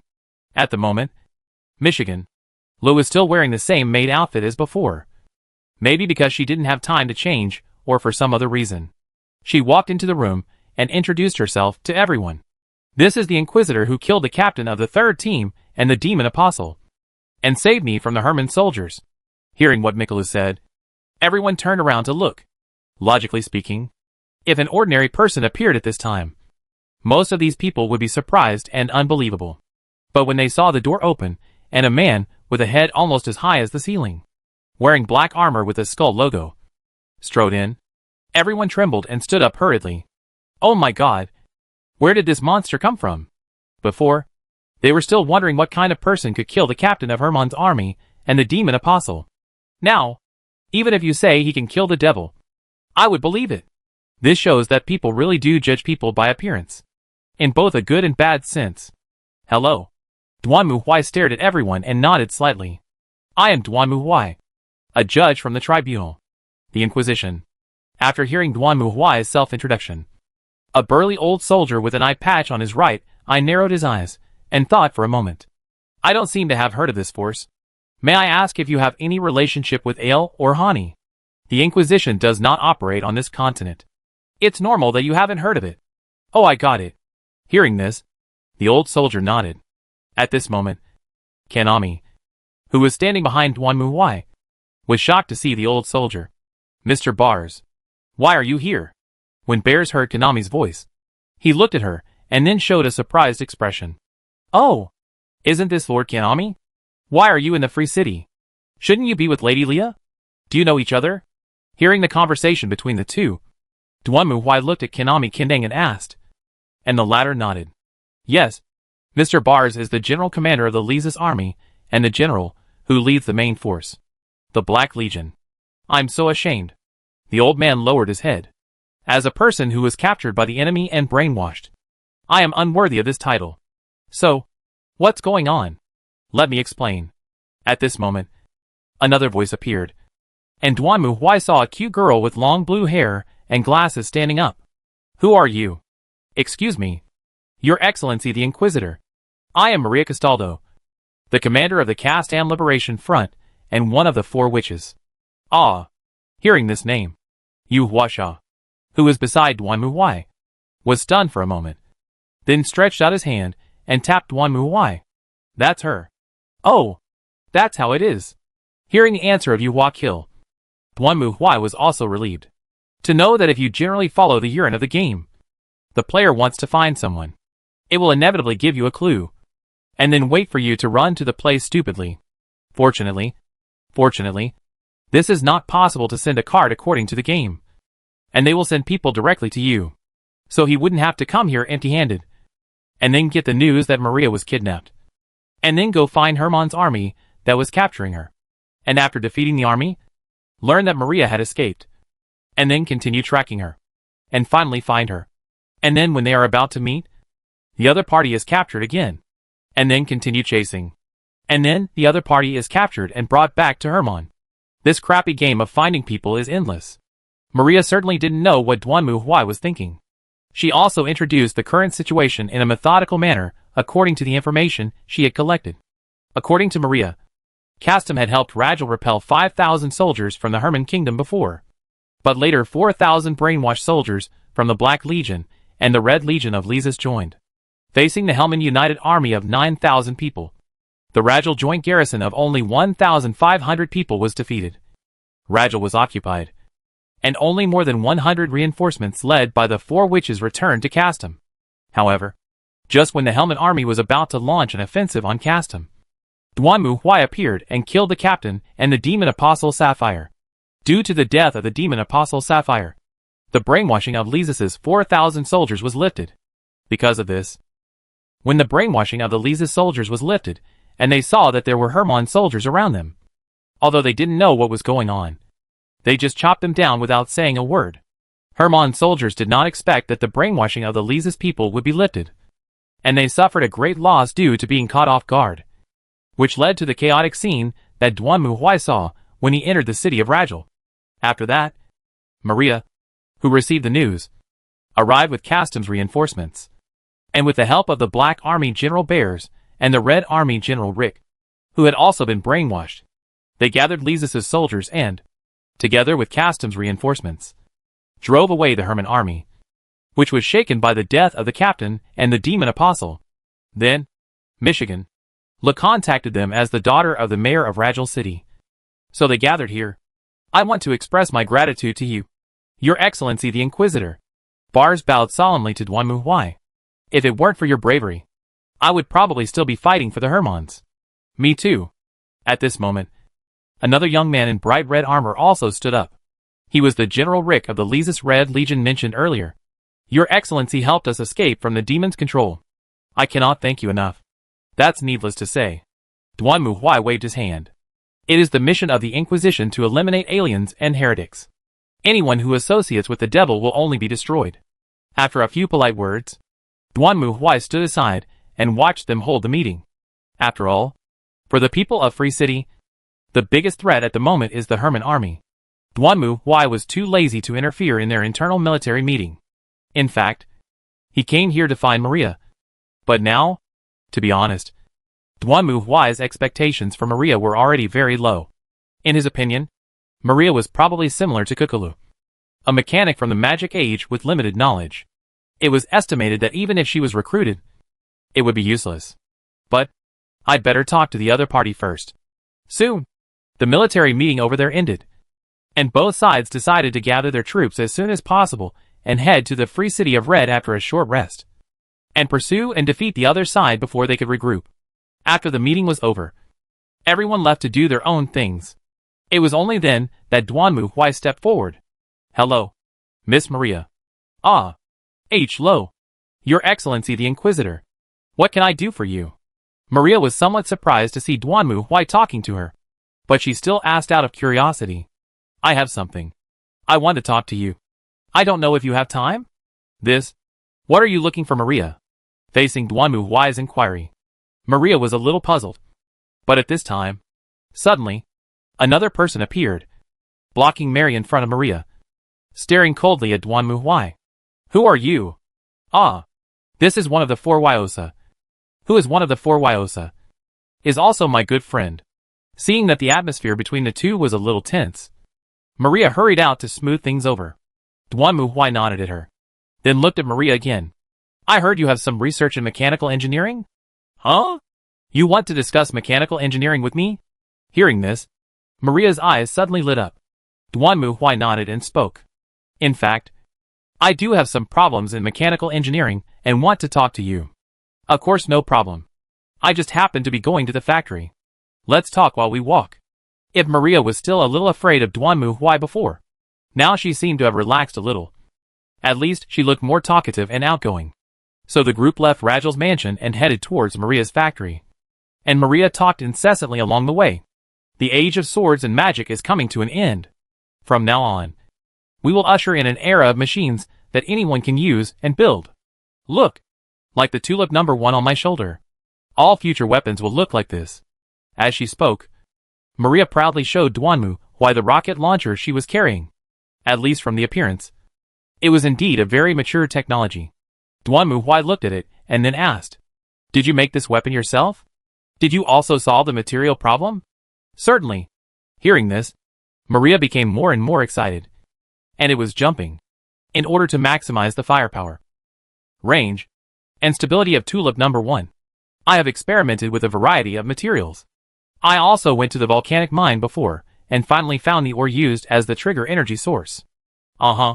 Looking at Maria's endless speech, the demon Shin Jingxiang beside him reached out his hand and pulled the brim. "It starts again. Maria, that mechanical idiot." Along the way, Duanmu Huai and Maria were basically asking and answering questions, and no one else could interrupt. Through communication, Duanmu Huai could confirm that the girl named Maria in front of him did have a passion for mechanical engineering and a certain level of professionalism, although her ideas were somewhat advanced in terms of the civilization level of this world. They were somewhat backward compared to the tribunal. Well, in short, she still needed to be examined and tested before she could be judged. Just as Duanmu Huai was thinking, Maria had already brought everyone to her factory. And then she proudly introduced her latest weapon to Duanmu Huai. "Please see.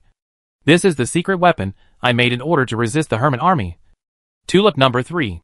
As long as it can be built, then it can definitely defeat the Herman's army." Under the light, there was a vehicle that looked like a metallic vehicle with a thick barrel and a body of steel. Well, no need to say. Tank. And it's not the tin box from the World War I era.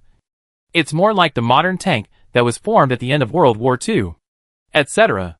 As I recall, the invasion of Herman's army happened in the past few days. Right?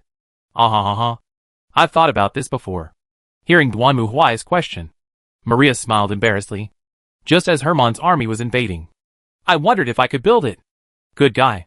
Your mechanical engineering level is too large. But if you think about it carefully, this is a civilized world of swords and magic. But they already have refrigerators and color TVs.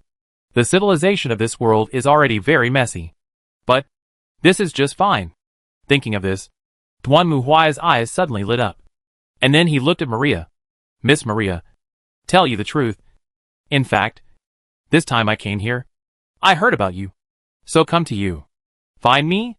Maria was stunned for a moment when she heard Duanmu Huai's words. And Duanmu Huai nodded. "To be honest, our Inquisition currently lacks talents in mechanical engineering. That's why I came here after hearing about the witch who specializes in mechanical engineering. I hope to invite you to join the Inquisition. And from what I can see so far, your level of mechanical engineering is indeed extraordinary." Hey. Hearing this, Maria smiled a little embarrassed. And Duanmu Huai hadn't finished. "But to be honest, I'm hesitant. Although your level of mechanical engineering is very high compared to the standards here, I'm not sure if you are qualified according to the standards of the Inquisition. Why? Therefore, I plan to give you an assessment." While saying that, Duanmu Huai stretched out his palm. And soon, a full interest projection appeared in front of Maria. This is the design drawing of the Riamani tanks owned by the trial court. "Miss Maria, I think you can see how powerful this tank is." Duanmu Huai was full of confidence in this design. The Lehman Russ tank was once the most widely used tank in the human empire. It was strong and simple, easy to manufacture, and had the strongest reliability. It could adapt to the harshest and most extreme environment in the galaxy. Not only that, the engine of the Lehman Russ tank could also use any fuel to start. Although the speed was not very fast, the armor of the Lehman Russ tank was enough to resist any attack from the enemy of the Empire. Maria's eyes almost popped out of her head as she looked at the holographic design in front of her. She could certainly see how powerful this tank was. Unlike the Tulip 3 that she had built, which only had one main gun, the Lehman Russ tank had a secondary gun in front of the armor in addition to the main gun, and 2 heavy machine guns on each of its wings. Not only that, it also had a bolt machine gun on top of its body. It is like a moving steel fortress on the battlefield. Anyone who dares to stand in its way will be ruthlessly torn into pieces by its firepower.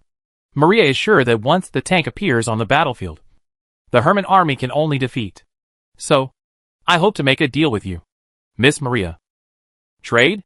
After hearing Duanmu Huai's speech, Maria returned to God and looked at Duanmu Huai. The latter nodded. That's right. I can give you all the design drawings of the Rick Manrose tank, including the data and casting processes of its raw materials.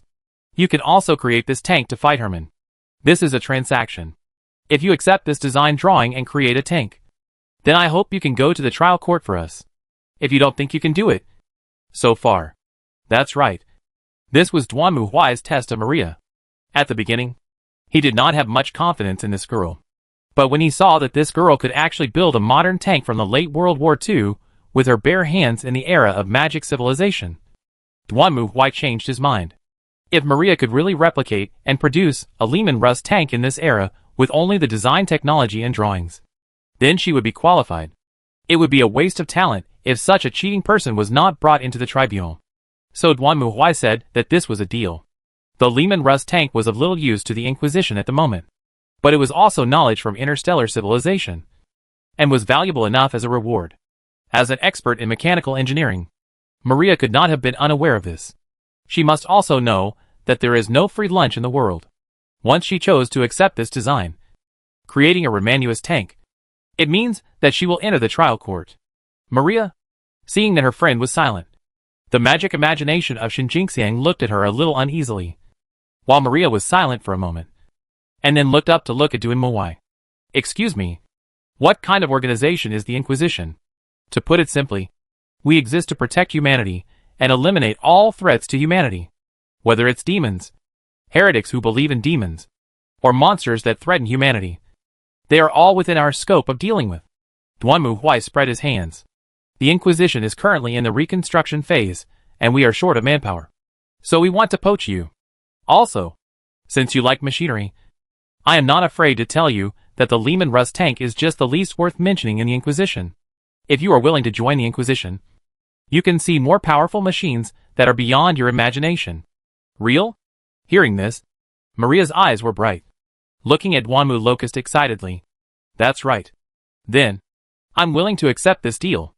As she spoke, Maria stretched out her hand. I am willing to join the trial court. Wait, Maria? Seeing his friends made a decision so quickly, the magic imagination of the next time was aggressive.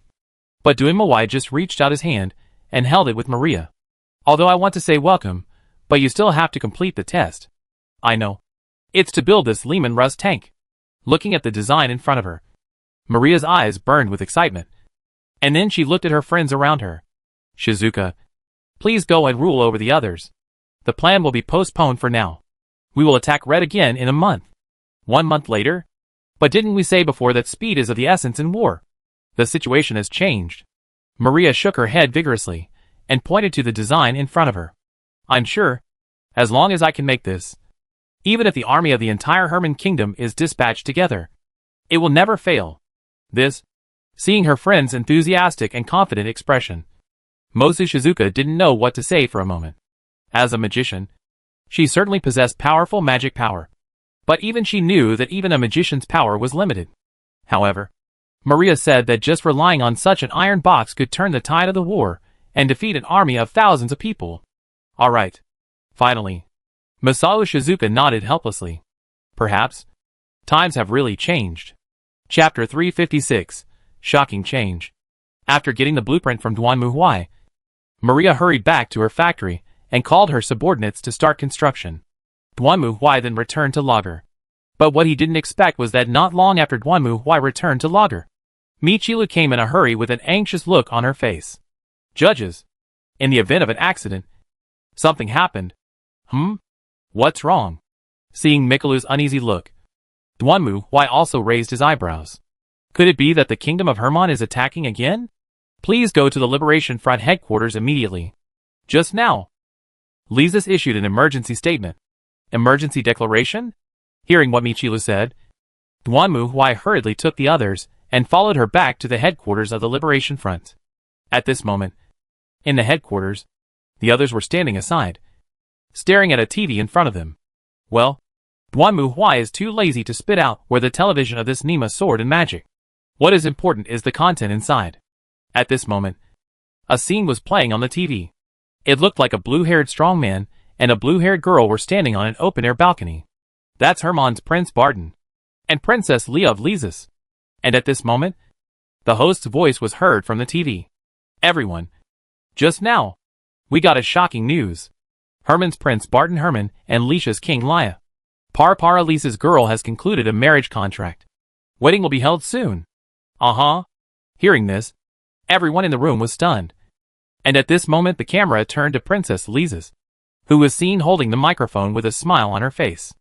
Everyone, Prince Barton and I have already made an engagement, which also means that Lises and the Kingdom of Herman will become closer. Everything that happened before was a misunderstanding. Please stop creating chaos and lay down your weapons immediately. With the help of this wedding, our two countries will be more friendly instead of fighting. This, after listening to the words of the King of Law, everyone was aggressive. At this moment, Prince Barton also came up and said something nonsense such as the long-lasting king girl. But now they have no thoughts about these small things. This must be fake. Kanami was the first to jump out. There is no way Lady Leah would say such a thing. She must have been forced.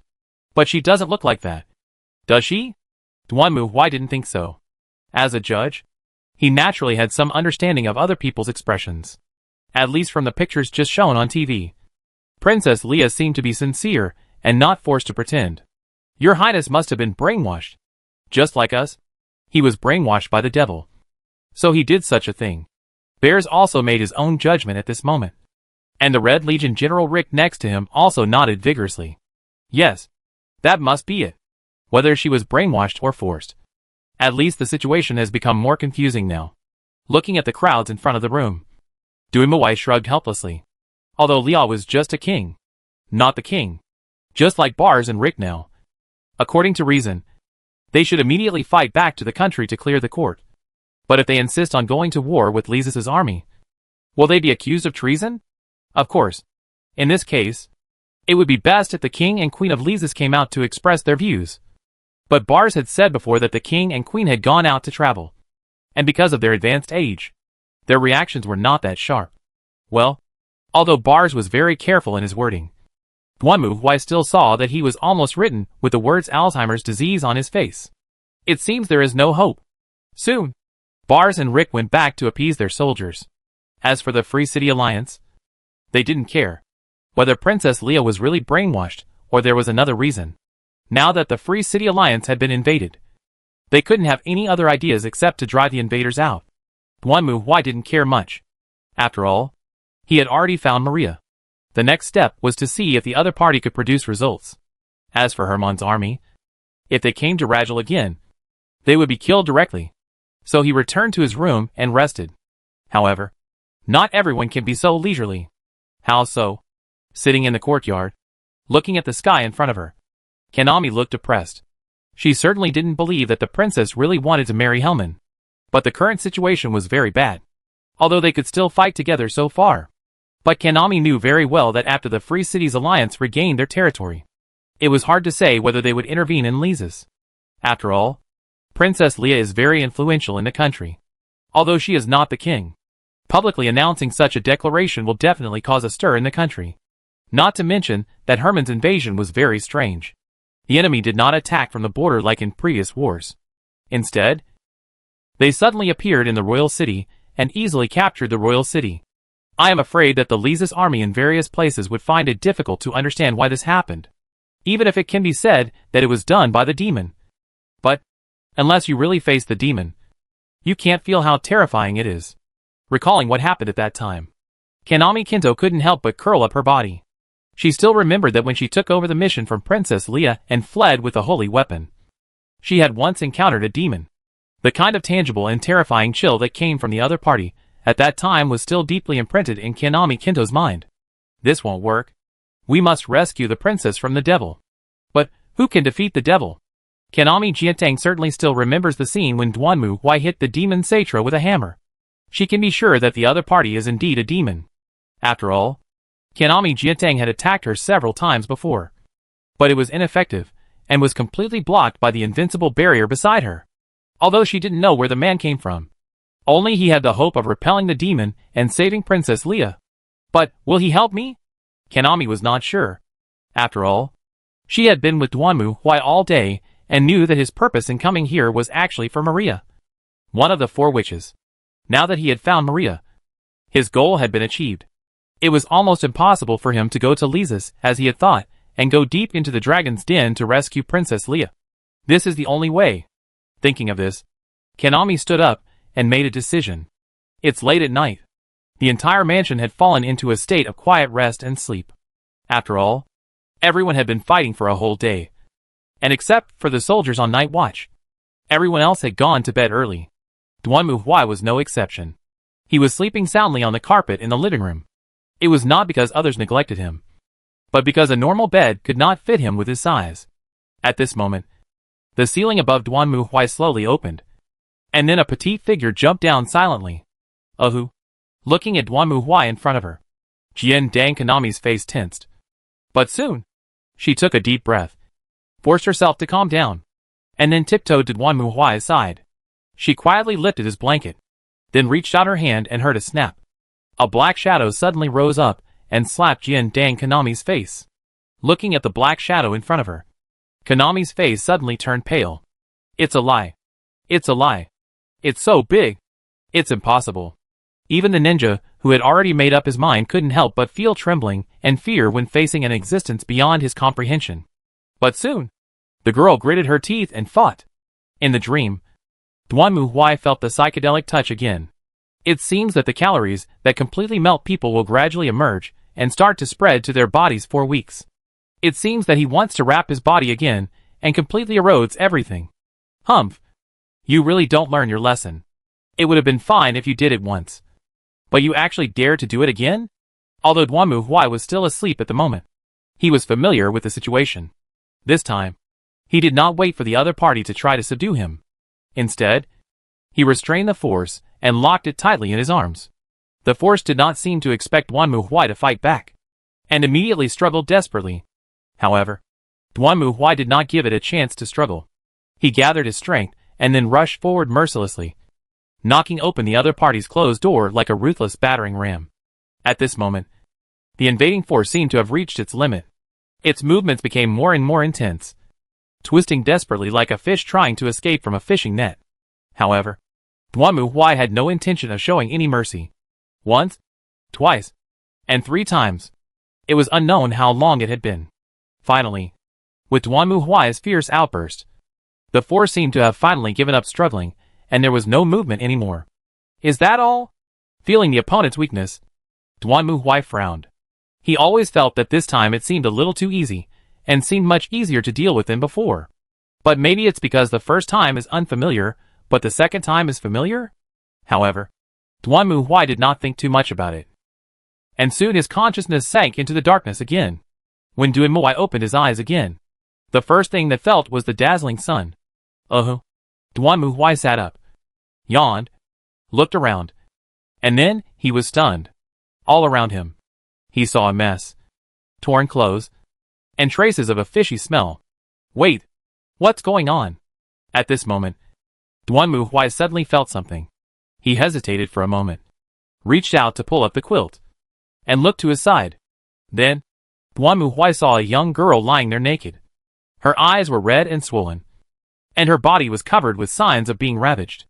Isn't this Kanami Mito? Seeing this scene, Duanmu was completely stunned. What exactly is going on? Did I just sleep with her while I was half asleep? Chapter 357 Next Step. To be honest, when he saw that Dang Kanami was beside himself, Duanmu was aggressive. However, after he came to his senses, Duanmu's first reaction was to check on Kanami. After all, he remembered very clearly that one of the dark histories of the Emperor of Mankind that the Emperor's psychic power was too strong for ordinary people to bear. So most women who had relationships with him exploded. So the Emperor thought he was infertile. And that's why he created those premarks. Although Duanmu is not as good as an emperor, he doesn't have much experience either. Well, fortunately, I'm alive. After confirming that Kanami had not turned into a corpse, Duanmu breathed a sigh of relief. And then, he looked around. Agis? Where's Agis? Owner? Hearing Duanmu's call, Agis poked her head out from a corner and looked at him curiously. How is this going? Duanmu pointed at Kanami Kendang in confusion, while Agis thought about it for a moment. Well, it was last night. She took the initiative to come to the master's room. From there. As she spoke, Agis pointed to the ceiling. Duanmu looked up and found a small hole in the ceiling. Could it be that Kanami was born in the year of the rat? Wait. According to Ojas, she took the initiative? Why? But before that, why didn't you stop her? Duanmu Huai stared at Ojas unhappily. After all, Ojas was always by his side when he went to bed every night. Dolls don't need to rest. And Duanmu Huai was very confident in Ojas. He never expected such a problem to occur. Logically speaking, if Ojas hadn't left last night, it would mean that she had been staring at him and Kanami Mito all night. What the hell are you doing? AOG. Why do you just look at it? Did you betray it? Because the master said before that this kind of thing must be done with a woman's consent. And, saying here, Aoji Silk crooked his head. I'm also interested in reproductive behavior among humans. My own little cotton-padded jacket is so evil and leaky. How can I seek justice for this? At this moment, Kanami slowly woke up. She looked around blankly, and then trembled when she saw Duanmu Huai.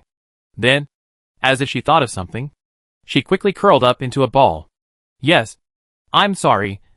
Please don't do that. I can't do it anymore. Okay. I didn't plan to do it to you.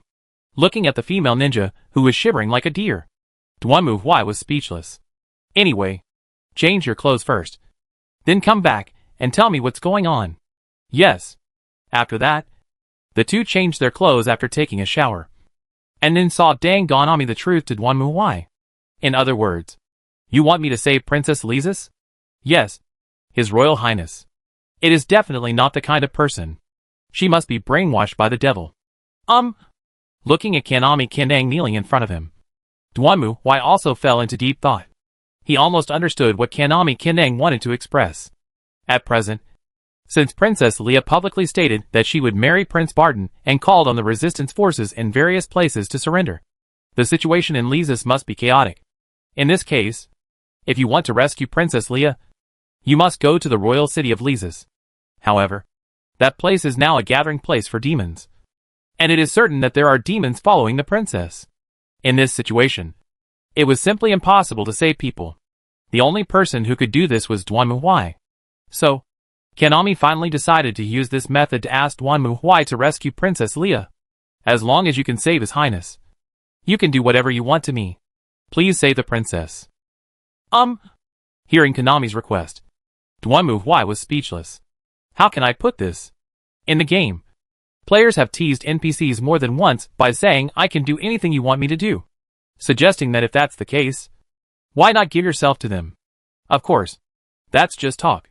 After all, everyone knows that Star Ocean Online is an online game, and it's impossible for it to have 18+ content. However, various books with this content are also popular on the forum, which shows that the general public is still very interested in the popular plot. Of course, what do you really encounter such a thing? After all, Duanmu Huai is not a space warrior. He is also a man, so he naturally has normal needs.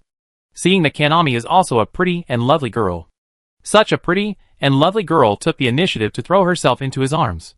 If you say that you don't feel anything at all, then you are hypocritical. Of course, the important thing is that Kanami is a human being, which relieves Duanmu Huai of his worries.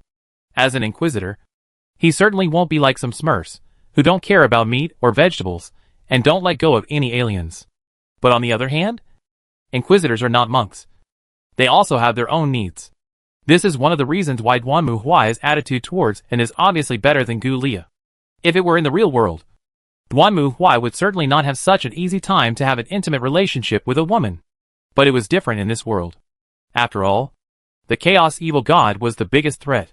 He was not sure if he could really have a bunch of players in the game, and only himself in reality. Although he got a lot of rewards that players didn't get in the game, it was still too dangerous to rely on himself to fight against the Chaos Evil God. No one knew when he would be finished.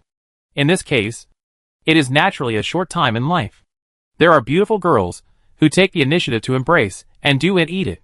It is the shame of men. At least before you die, you won't regret being a virgin. Not only that, in fact, when Duanmu Huai woke up, he also found that the power in his body seemed to have undergone some changes. The restless feeling he had felt since entering this world disappeared, and he seemed to be more relaxed. Besides, Duanmu Huai retracted his eyes from seeing Dang Kanami and looked at the screen in front of him. Special priesthood mission activated. Task requirements? Duanmu Huai just discovered this. There were no tasks in the system yesterday, and they only appeared this morning. This means that this clerical mission should be related to Kanami Kinto's night raid last night? What kind of clergy will be? It can't be that he is an 18-plus priest. Never mind. We'll know when the time comes. Thinking of this, Duanmu shook his head and looked at Dang Ganami again. I can agree to your request, but I have one condition. That is, you must serve me as my servant and act according to my orders. Do you understand? Yes, I understand. When she heard Duanmu Huai's answer, I saw Dang Ganami nodded happily and hurriedly answered. Of course, when you see Dang Ganami, the servants requested by Duanmu Huai are not slaves, but the servants who belong to the judge. This is equivalent to the judge's assistant. After all, the judge needs to manage a large area. However, Duanmu Huai's situation is rather special. Although he owns the Fragment World and Soul Cards, strictly speaking, the people on the Soul Cards are not servants, but objects. Duanmu Huai is a Soul Walker, and those people are Soul Cards. So strictly speaking, they are Duanmu Huai's private property, not servants. In fact, until now, Duanmu Huai has only given servants to 3 people. They are Eclair and Lumiel recruited from the 59-star field, and Kanami. If they can serve the Inquisition and make contributions, Duanmu Huai can also promote them to the right-hand man of the Throne Agent Inquisitor. After making the decision, Duanmu Huai did not waste time. He went to the Liberation Front and told the Black Army Commander Bears, the Red Army Commander Rick, and the Commander-in-Chief Maria that he was going to Lysis. Although the 3 were a little surprised that Duanmu Huai was going to Lysis to rescue Princess Leia, they did not object. After all, for them, if Princess Leia could be rescued, then they could attack the Herman army that occupied the territory of Lysis. Seeing that Kanami was most familiar with Lysis, Duanmu Huai would of course take her with him. As for Yu Huasha and Ojas, Duanmu Huai left them to assist the Liberation Front. On the one hand, he wanted them to help protect Maria so that she would not be caught. On the other hand, he also wanted to punish his own little cotton jacket for leaking air. Your master was attacked at night, but you not only did not stop him, but also watched with relish. Your little cotton jacket not only leaks air, but also has anti-armor. Could it be that this doll is made of some rebellious material? After confirming everything, Duanmu Huai set off on the road, and saw that Takayami went to Lysis. Chapter 358 Lysis. Sir, the Lysis royal city is ahead. Duanmu Huai raised his head and looked at the towering city wall in front of him. It seems that this place is really heavily guarded. That's right. On the one hand, I saw Dang Ganami look at Duanmu Huai with complex eyes. The soldiers of Lysis found that would be difficult to handle. After all, Duanmu Huai was extremely tall. Although there were people of similar size in this fantasy world of swords and magic, his size was still very conspicuous. Once discovered, he would be easily hunted down. As a ninja, Kanami was naturally proficient in hiding. But for Duanmu Huai, she really had no confidence. However, along the way, Duanmu Huai's actions surprised Kanami. The reason is, there's a group of patrolmen coming over there. Get away from them. When I heard Dang Kanami's speech, Duanmu Huai nodded, and then saw Dang Kanami seeing him as a stop in the shadow of a small tree without 1 meter. Duanmu Huai and most of them were outside the shadow. As a result, this group of patrols was like blind, and it seemed that he didn't notice his existence at all. Alright. After the patrol soldiers walked away, Duanmu Huai came out again to stretch his body. Kanami looked at the direction where the patrol soldiers left with a complicated expression. Looking incredible. No matter how many times I watch it, I still don't understand how this is done. It was no wonder that Kanami had such doubts. At first, when she saw Duanmu Huai squatting casually, she was also shocked. After all, according to common sense, with Duanmu Huai's size, it was impossible for him not to be discovered unless he hid in dense trees. The result was that even though Duanmu Huai was right in front of him, the patrol soldiers ignored him like blind men. At that time, Kanami thought that this was some kind of delaying tactic by the other side. For example, they had clearly discovered Duanmu Huai, but felt that they could not defeat him. So they would call for reinforcements and launch a surprise attack at night. This happened several times, which made Kanami even more confused. It was not until she asked Duanmu Huai a question and experienced it herself that she realized that Duanmu Huai's hiding was really outrageous. She only looked away for a second. And when she turned around again, she couldn't find him. And there was only a grassland and scattered bushes around. And there was no place to hide. At that time, Kanami almost dug the ground 3 feet deep. And it was only when Duanmu Huai showed up that she realized that the other party had been hiding in a pile of bushes less than half a meter high not far from her. How is this done? As a ninja whose job is to hide. Kanami was completely puzzled. The bush was less than half a meter tall. And Duanmu Huai would be taller than it even when he was lying down. How was he able to hide in there so quietly? In response to this, Duanmu Huai could only say that you don't understand the skills of the Raven Guard. Maybe I can teach her later. Of course, this trick was useless when he reached the city gate. After all, there was a tense atmosphere everywhere. The defense was tight, and Duanmu Huai had to carry a container. Otherwise, he would not be able to enter through the city gate. But this did not bother him. Although the wall of Lisa's King City was dozens of meters high, it was just a trick for Duanmu Huai. He climbed up the high wall with ease, and then jumped down from the other side, and sneaked into Lisa's King City. Okay, we're in. Well, there aren't any signs of war here. Yes. Hearing Duanmu Huai's words, Kanami looked a little depressed. They had passed through more than one city along the way, but the scene they saw was not optimistic. In the Free City Alliance, perhaps because it had just been occupied, there were still traces of war. But after arriving in Lisa's, although most cities were damaged, at least on the surface, they had almost returned to their former peaceful life. Except for a little more soldiers. It seemed that there was no change from before the war. This was obviously not a good thing for Kanami Kinto. Although she was relieved that the residents had not been harmed by Hermon's soldiers. It also meant that the people of Lisis were likely to gradually adapt to this kind of life, and even refuse to be involved in war again. After all, if the Hermon army committed crimes and killed people here, even if the people would succumb out of fear, they would also develop a resistance mentality against the Hermon army. However, if the enemy did not pose a threat to them, and Princess Lea's previous declaration continued, it was very likely that Lisis would be annexed by Hermon. After all, the rebels are all Lys Asians, and their relatives live in these cities. If their relatives are harmed or killed by the Hermon army, they will definitely fight for revenge. But if their relatives are not harmed, it will be much more difficult for the Lisis rebels to fight again. Not to mention Princess Leia made that declaration. I'm going to check the situation nearby. Please wait. After saying this, Kanami disappeared into the alley in a flash, while Duanmu Huai, out of boredom, found a place to sit down and looked around. I can indeed feel the devil's aura. Duanmu Huai could feel that. Although it was very weak, there was indeed an evil and dark aura similar to that of a demon in this Lisis King City. This feeling was very similar to the twisted aura he had felt in the capital of the empire, Aldolf, but it was a little weaker here, which meant that the demons here should have appeared not long ago. After a while, Duanmu Huai saw that Dang Ganami ran back in a panting. She looked at the alley and looked around. Phew, Your Excellency, this is truly terrifying. Well enough. Duanmu Huai didn't care at all. What's the catch? When I heard Duanmu Huai's inquiry, I saw Dang Ganamimi's face sank. Now the situation inside and outside the royal city is relatively relaxed. But everyone is also very nervous. Although the Hermon soldiers are not arresting people as casually as before, no one knows what they are doing behind the scenes.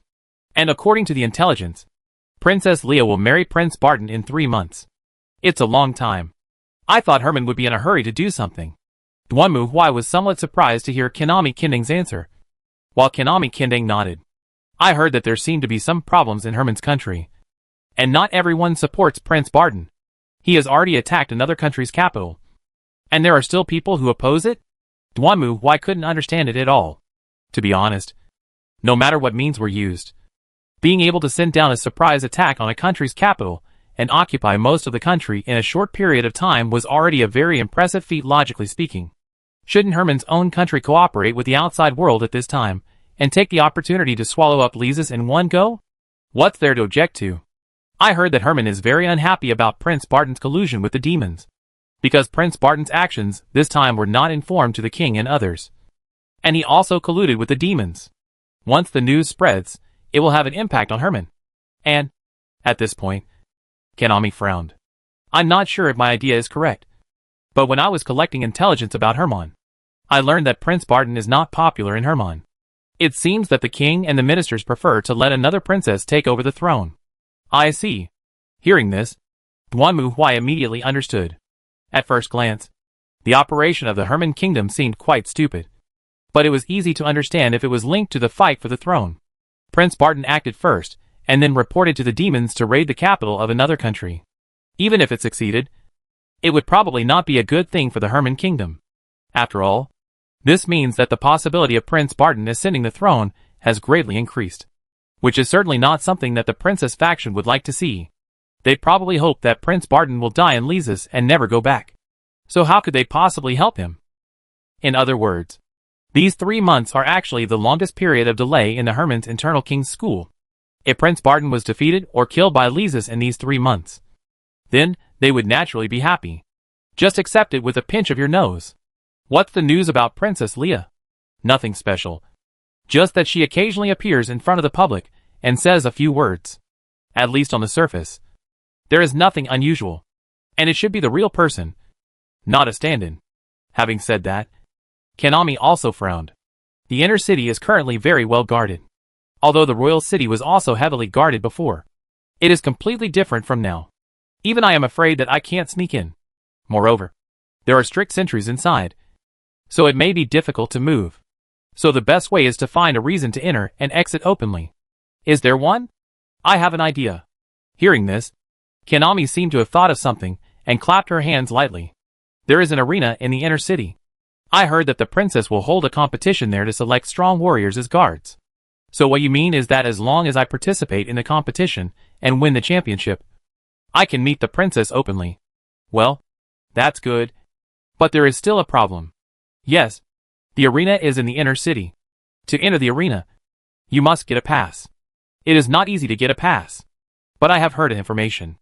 Recently, there are young girls who have been abducted and disappeared. In fact, some adventurers have been commissioned during this time. But the final adventurers are missing. No one dares to take over again. Okay, I knew this would be the case. Hearing what Kanami said, Duanmu Huai curled his lips and turned around. Then let's go to the Adventurers Guild first. Chapter 359 Commission. When Duanmu Huai walked into the Adventurers Guild, he unsurprisingly attracted attention. This is also normal. Although it is said that in order to disguise, Duanmu Huai did not wear the usual power armor. But now his dress is enough to make it conspicuous. He is wearing a black hat with trousers and iron boots and vest shirts. There was only one pair of eyes leaking outside. And in front of Duanmu Huai's chest, wearing the unique skull of the judge and the rose of the warhammer, coupled with a huge and thick power sword behind him, looked like a ruthless person. Hello, this, gentleman. Seeing Duanmu Huai striding over, the man sitting behind the desk hastily pushed away the secretary, who was sitting on his lap, and stood up tremblingly. The secretary who was pushed to the ground didn't even dare to breathe, and quietly turned around and slipped away. Excuse me, what can I do for you? I'm an adventurer, here to take on a commission. Duanmu Huai stared at the man and spoke lightly. After hearing Duanmu Huai's answer, the man breathed a sigh of relief. Ah, you're an adventurer. Yes, that's right. You look like a powerful adventurer. But, as he spoke, the man looked at Duanmu Huai cautiously. It seems that this is your first time in the royal city. Sorry. According to the rules of the Adventurers Guild, you must first undergo an assessment. Explain? Yes. Seeing that Duanmu Huai didn't seem to be unpleasant, the man hurriedly wiped the cold sweat of his forehead, and then pulled a piece of paper from the document next to him. And he respected him. This is your assessment task. Miss Paltinkas Frondas was captured by a bandit group. Her father asked our Adventurers Guild to send someone to rescue her, but we are short of manpower at the moment. Duanmu Huai took the document and glanced at the photos on it. I saw a girl with long blue hair, and a beautiful and cute girl in the photo. It is not surprising. After all, the beautiful girl in this world is terrible. Instead, it is difficult for ugly women to find a little. For Duanmu Huai, this kind of task was not difficult. He just had to find the place, then rush in and rescue the people. Like this. Wow! Accompanied by wailing, the two thieves were directly crashed into the wall. Then, before they landed on the ground, Duanmu Huai flashed forward and punched out, directly blasting through the chest of the two men. With a spurting of blood, The thieves in front of him turned into a broken corpse the next moment. Snort. Duanmu Huai pulled out his arm, glanced at the dilapidated corpse, and strode into the cave. Wow! At this time, Kanami Kendang, who had been behind, also came over. She gasped when she saw the horrific corpse of the thief in front of her.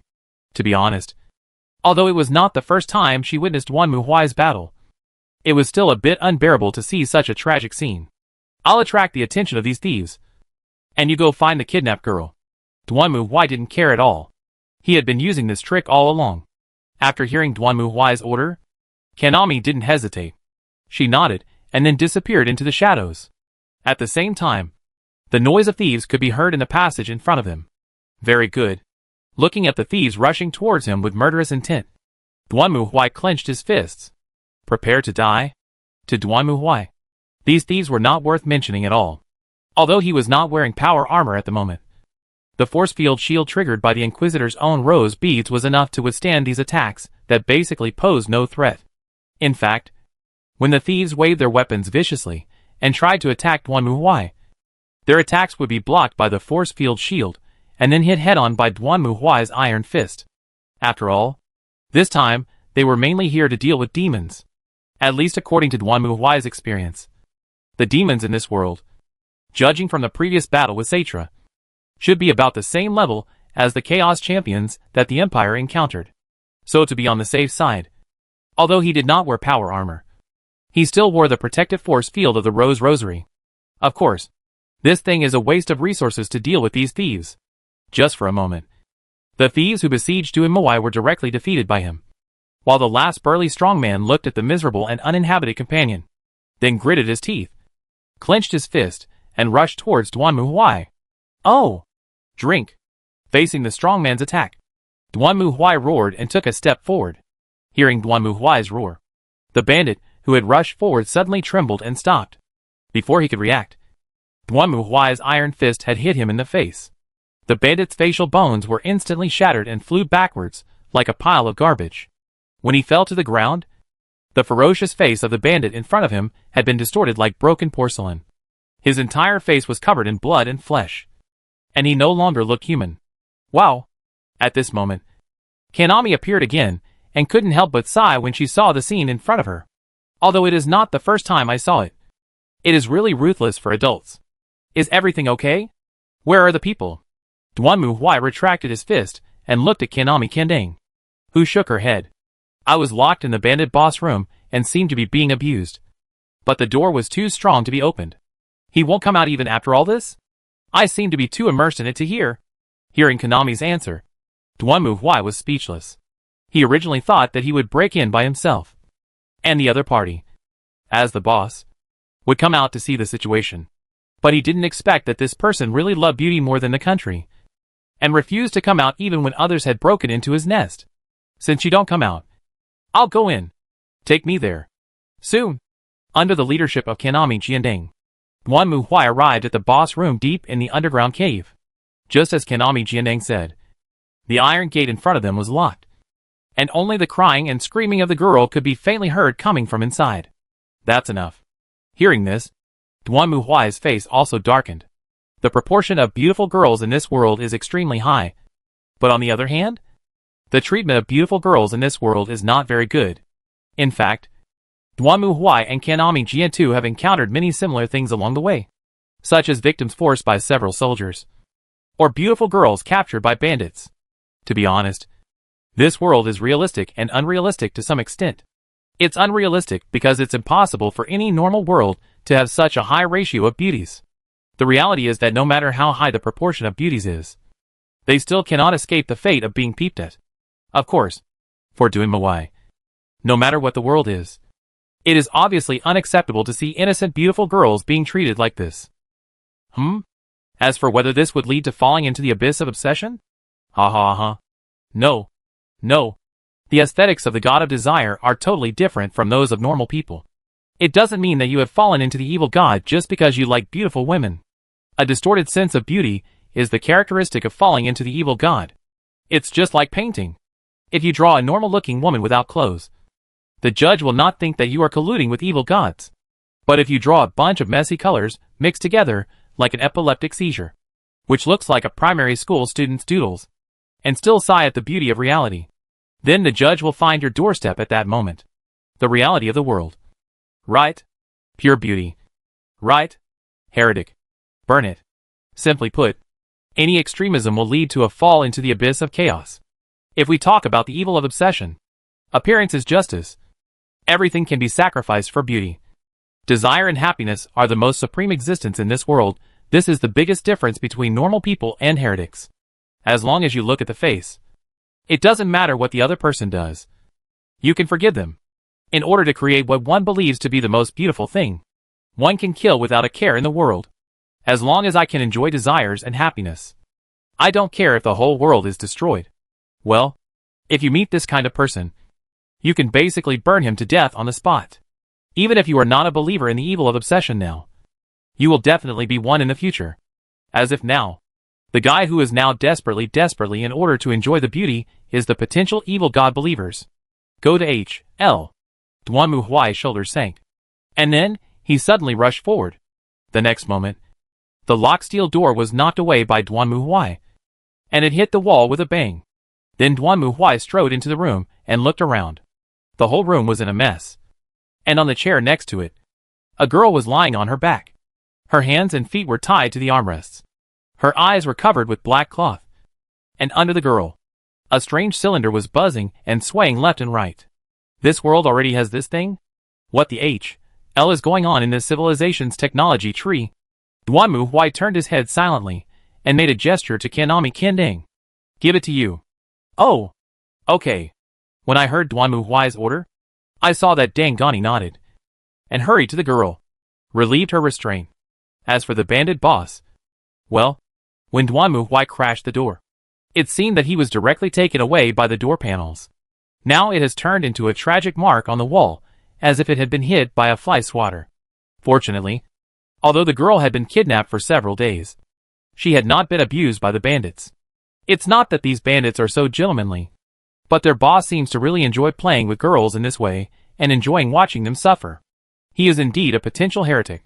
Anyway, Duanmu Huai sent the girl back to the Adventurers Guild after that, and he successfully completed the commission. Of course, the next thing is the right thing. Now that you have passed the test, you can accept the official commission. In fact, saying here, the man of the Adventurer Guild showed a bit of bitterness. I wonder if you have heard that many girls have disappeared in the royal city recently. Many of them are daughters of nobles. Therefore, many people have commissioned people to find these missing noble girls. Well, go on. Duanmu Huai had already heard about this from Kanami Kendang, and just nodded slightly. In fact, many adventurers have taken over before, but they have disappeared after that. Some people say. As he spoke, the man secretly glanced at the castle not far away. There may be some secrets that can't be sued. I see. Duanmu Huai didn't say anything, and just stretched out his hand. So, can I take the task? Of course. There is also a pass here. As long as you have the pass, you can go to the inner city. Very good. After taking the pass from the man, Duanmu Huai nodded silently. Give it to me. Chapter 360 Inner City Investigation. Late at night. Hotel Bingtang. Ugh, ah. Kanami clenched her fists. Finally, accompanied by a thunderous bombardment. The next moment the girl's brain went blank. Who? When Kanami came to her senses again, she was already lying on the ground, gasping for breath. Wow. As expected, it's amazing. Are you okay? Looking at the girl in her arms, Duanmu Huai whispered in a low voice. And when she saw Dangani nodded slightly. Well, fortunately, it's much better than at the beginning. But, as she spoke, Kanami stretched out her hand. I still feel a little uncomfortable. You're not hurt? No. That's good.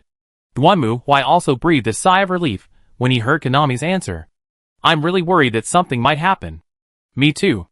In response to Duanmu Huai's words, Kanami also smiled bitterly. To be honest, at the beginning, I never thought that I could make such a big one. I thought I would die. I was worried at first. But now it seems that the human body is really amazing. As he said, Duanmu Huai was also emotional. Now it seems. Sir? Perhaps she felt something. At this moment Kanami Kinto's face turned pale again. Well, I already. Sorry. Sorry. It was just an instinctive reaction. Duanmu quickly apologized when he noticed Konami's uneasiness. Perhaps it was because he had tasted the taste of meat. He always felt that his appetite was particularly large after eating meat. Now he was only half full. But considering that Konami might not be able to hold on, he did not plan to continue. So Duanmu changed his posture, and then directly moved his attention. Speaking of which, what do you think about the commission we received in the Adventurers Guild today? When I heard Duanmu's inquiry, I saw Dangani calm down quickly. I always feel a bit right. Why is the other party kidnapped so many aristocratic girls? It is really strange. I also think so. Duanmu nodded silently. Generally speaking, kidnapping is for money, sex and power. For example, kidnapped noble children ask for wealth. They take their parents as a bargaining chip. Or maybe you simply think the other person is pretty and want to possess her. But in this world, the third rule is not very true.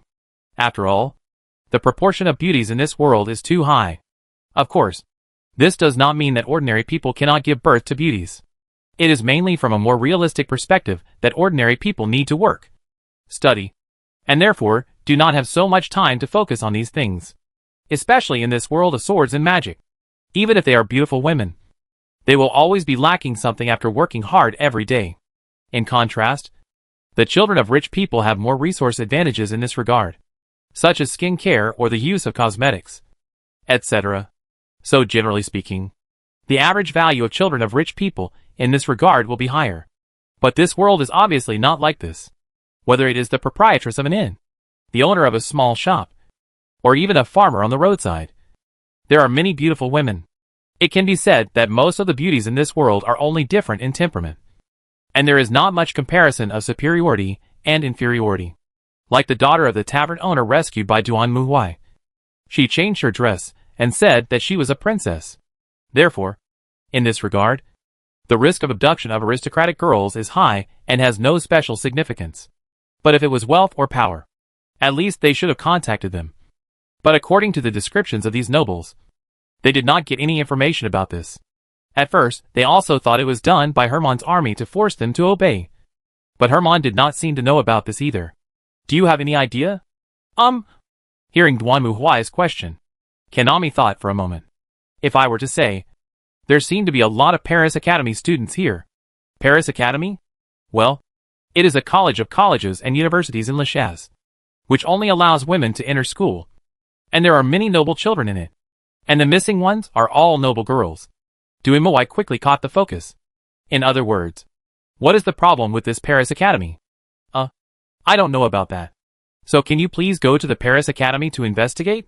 I'm responsible for checking the situation of the inner city, since it is a girls' school that only allows female students to attend. Duanmu certainly wouldn't be stupid enough to go in and get himself into trouble. And Konami also nodded. I see. Good night.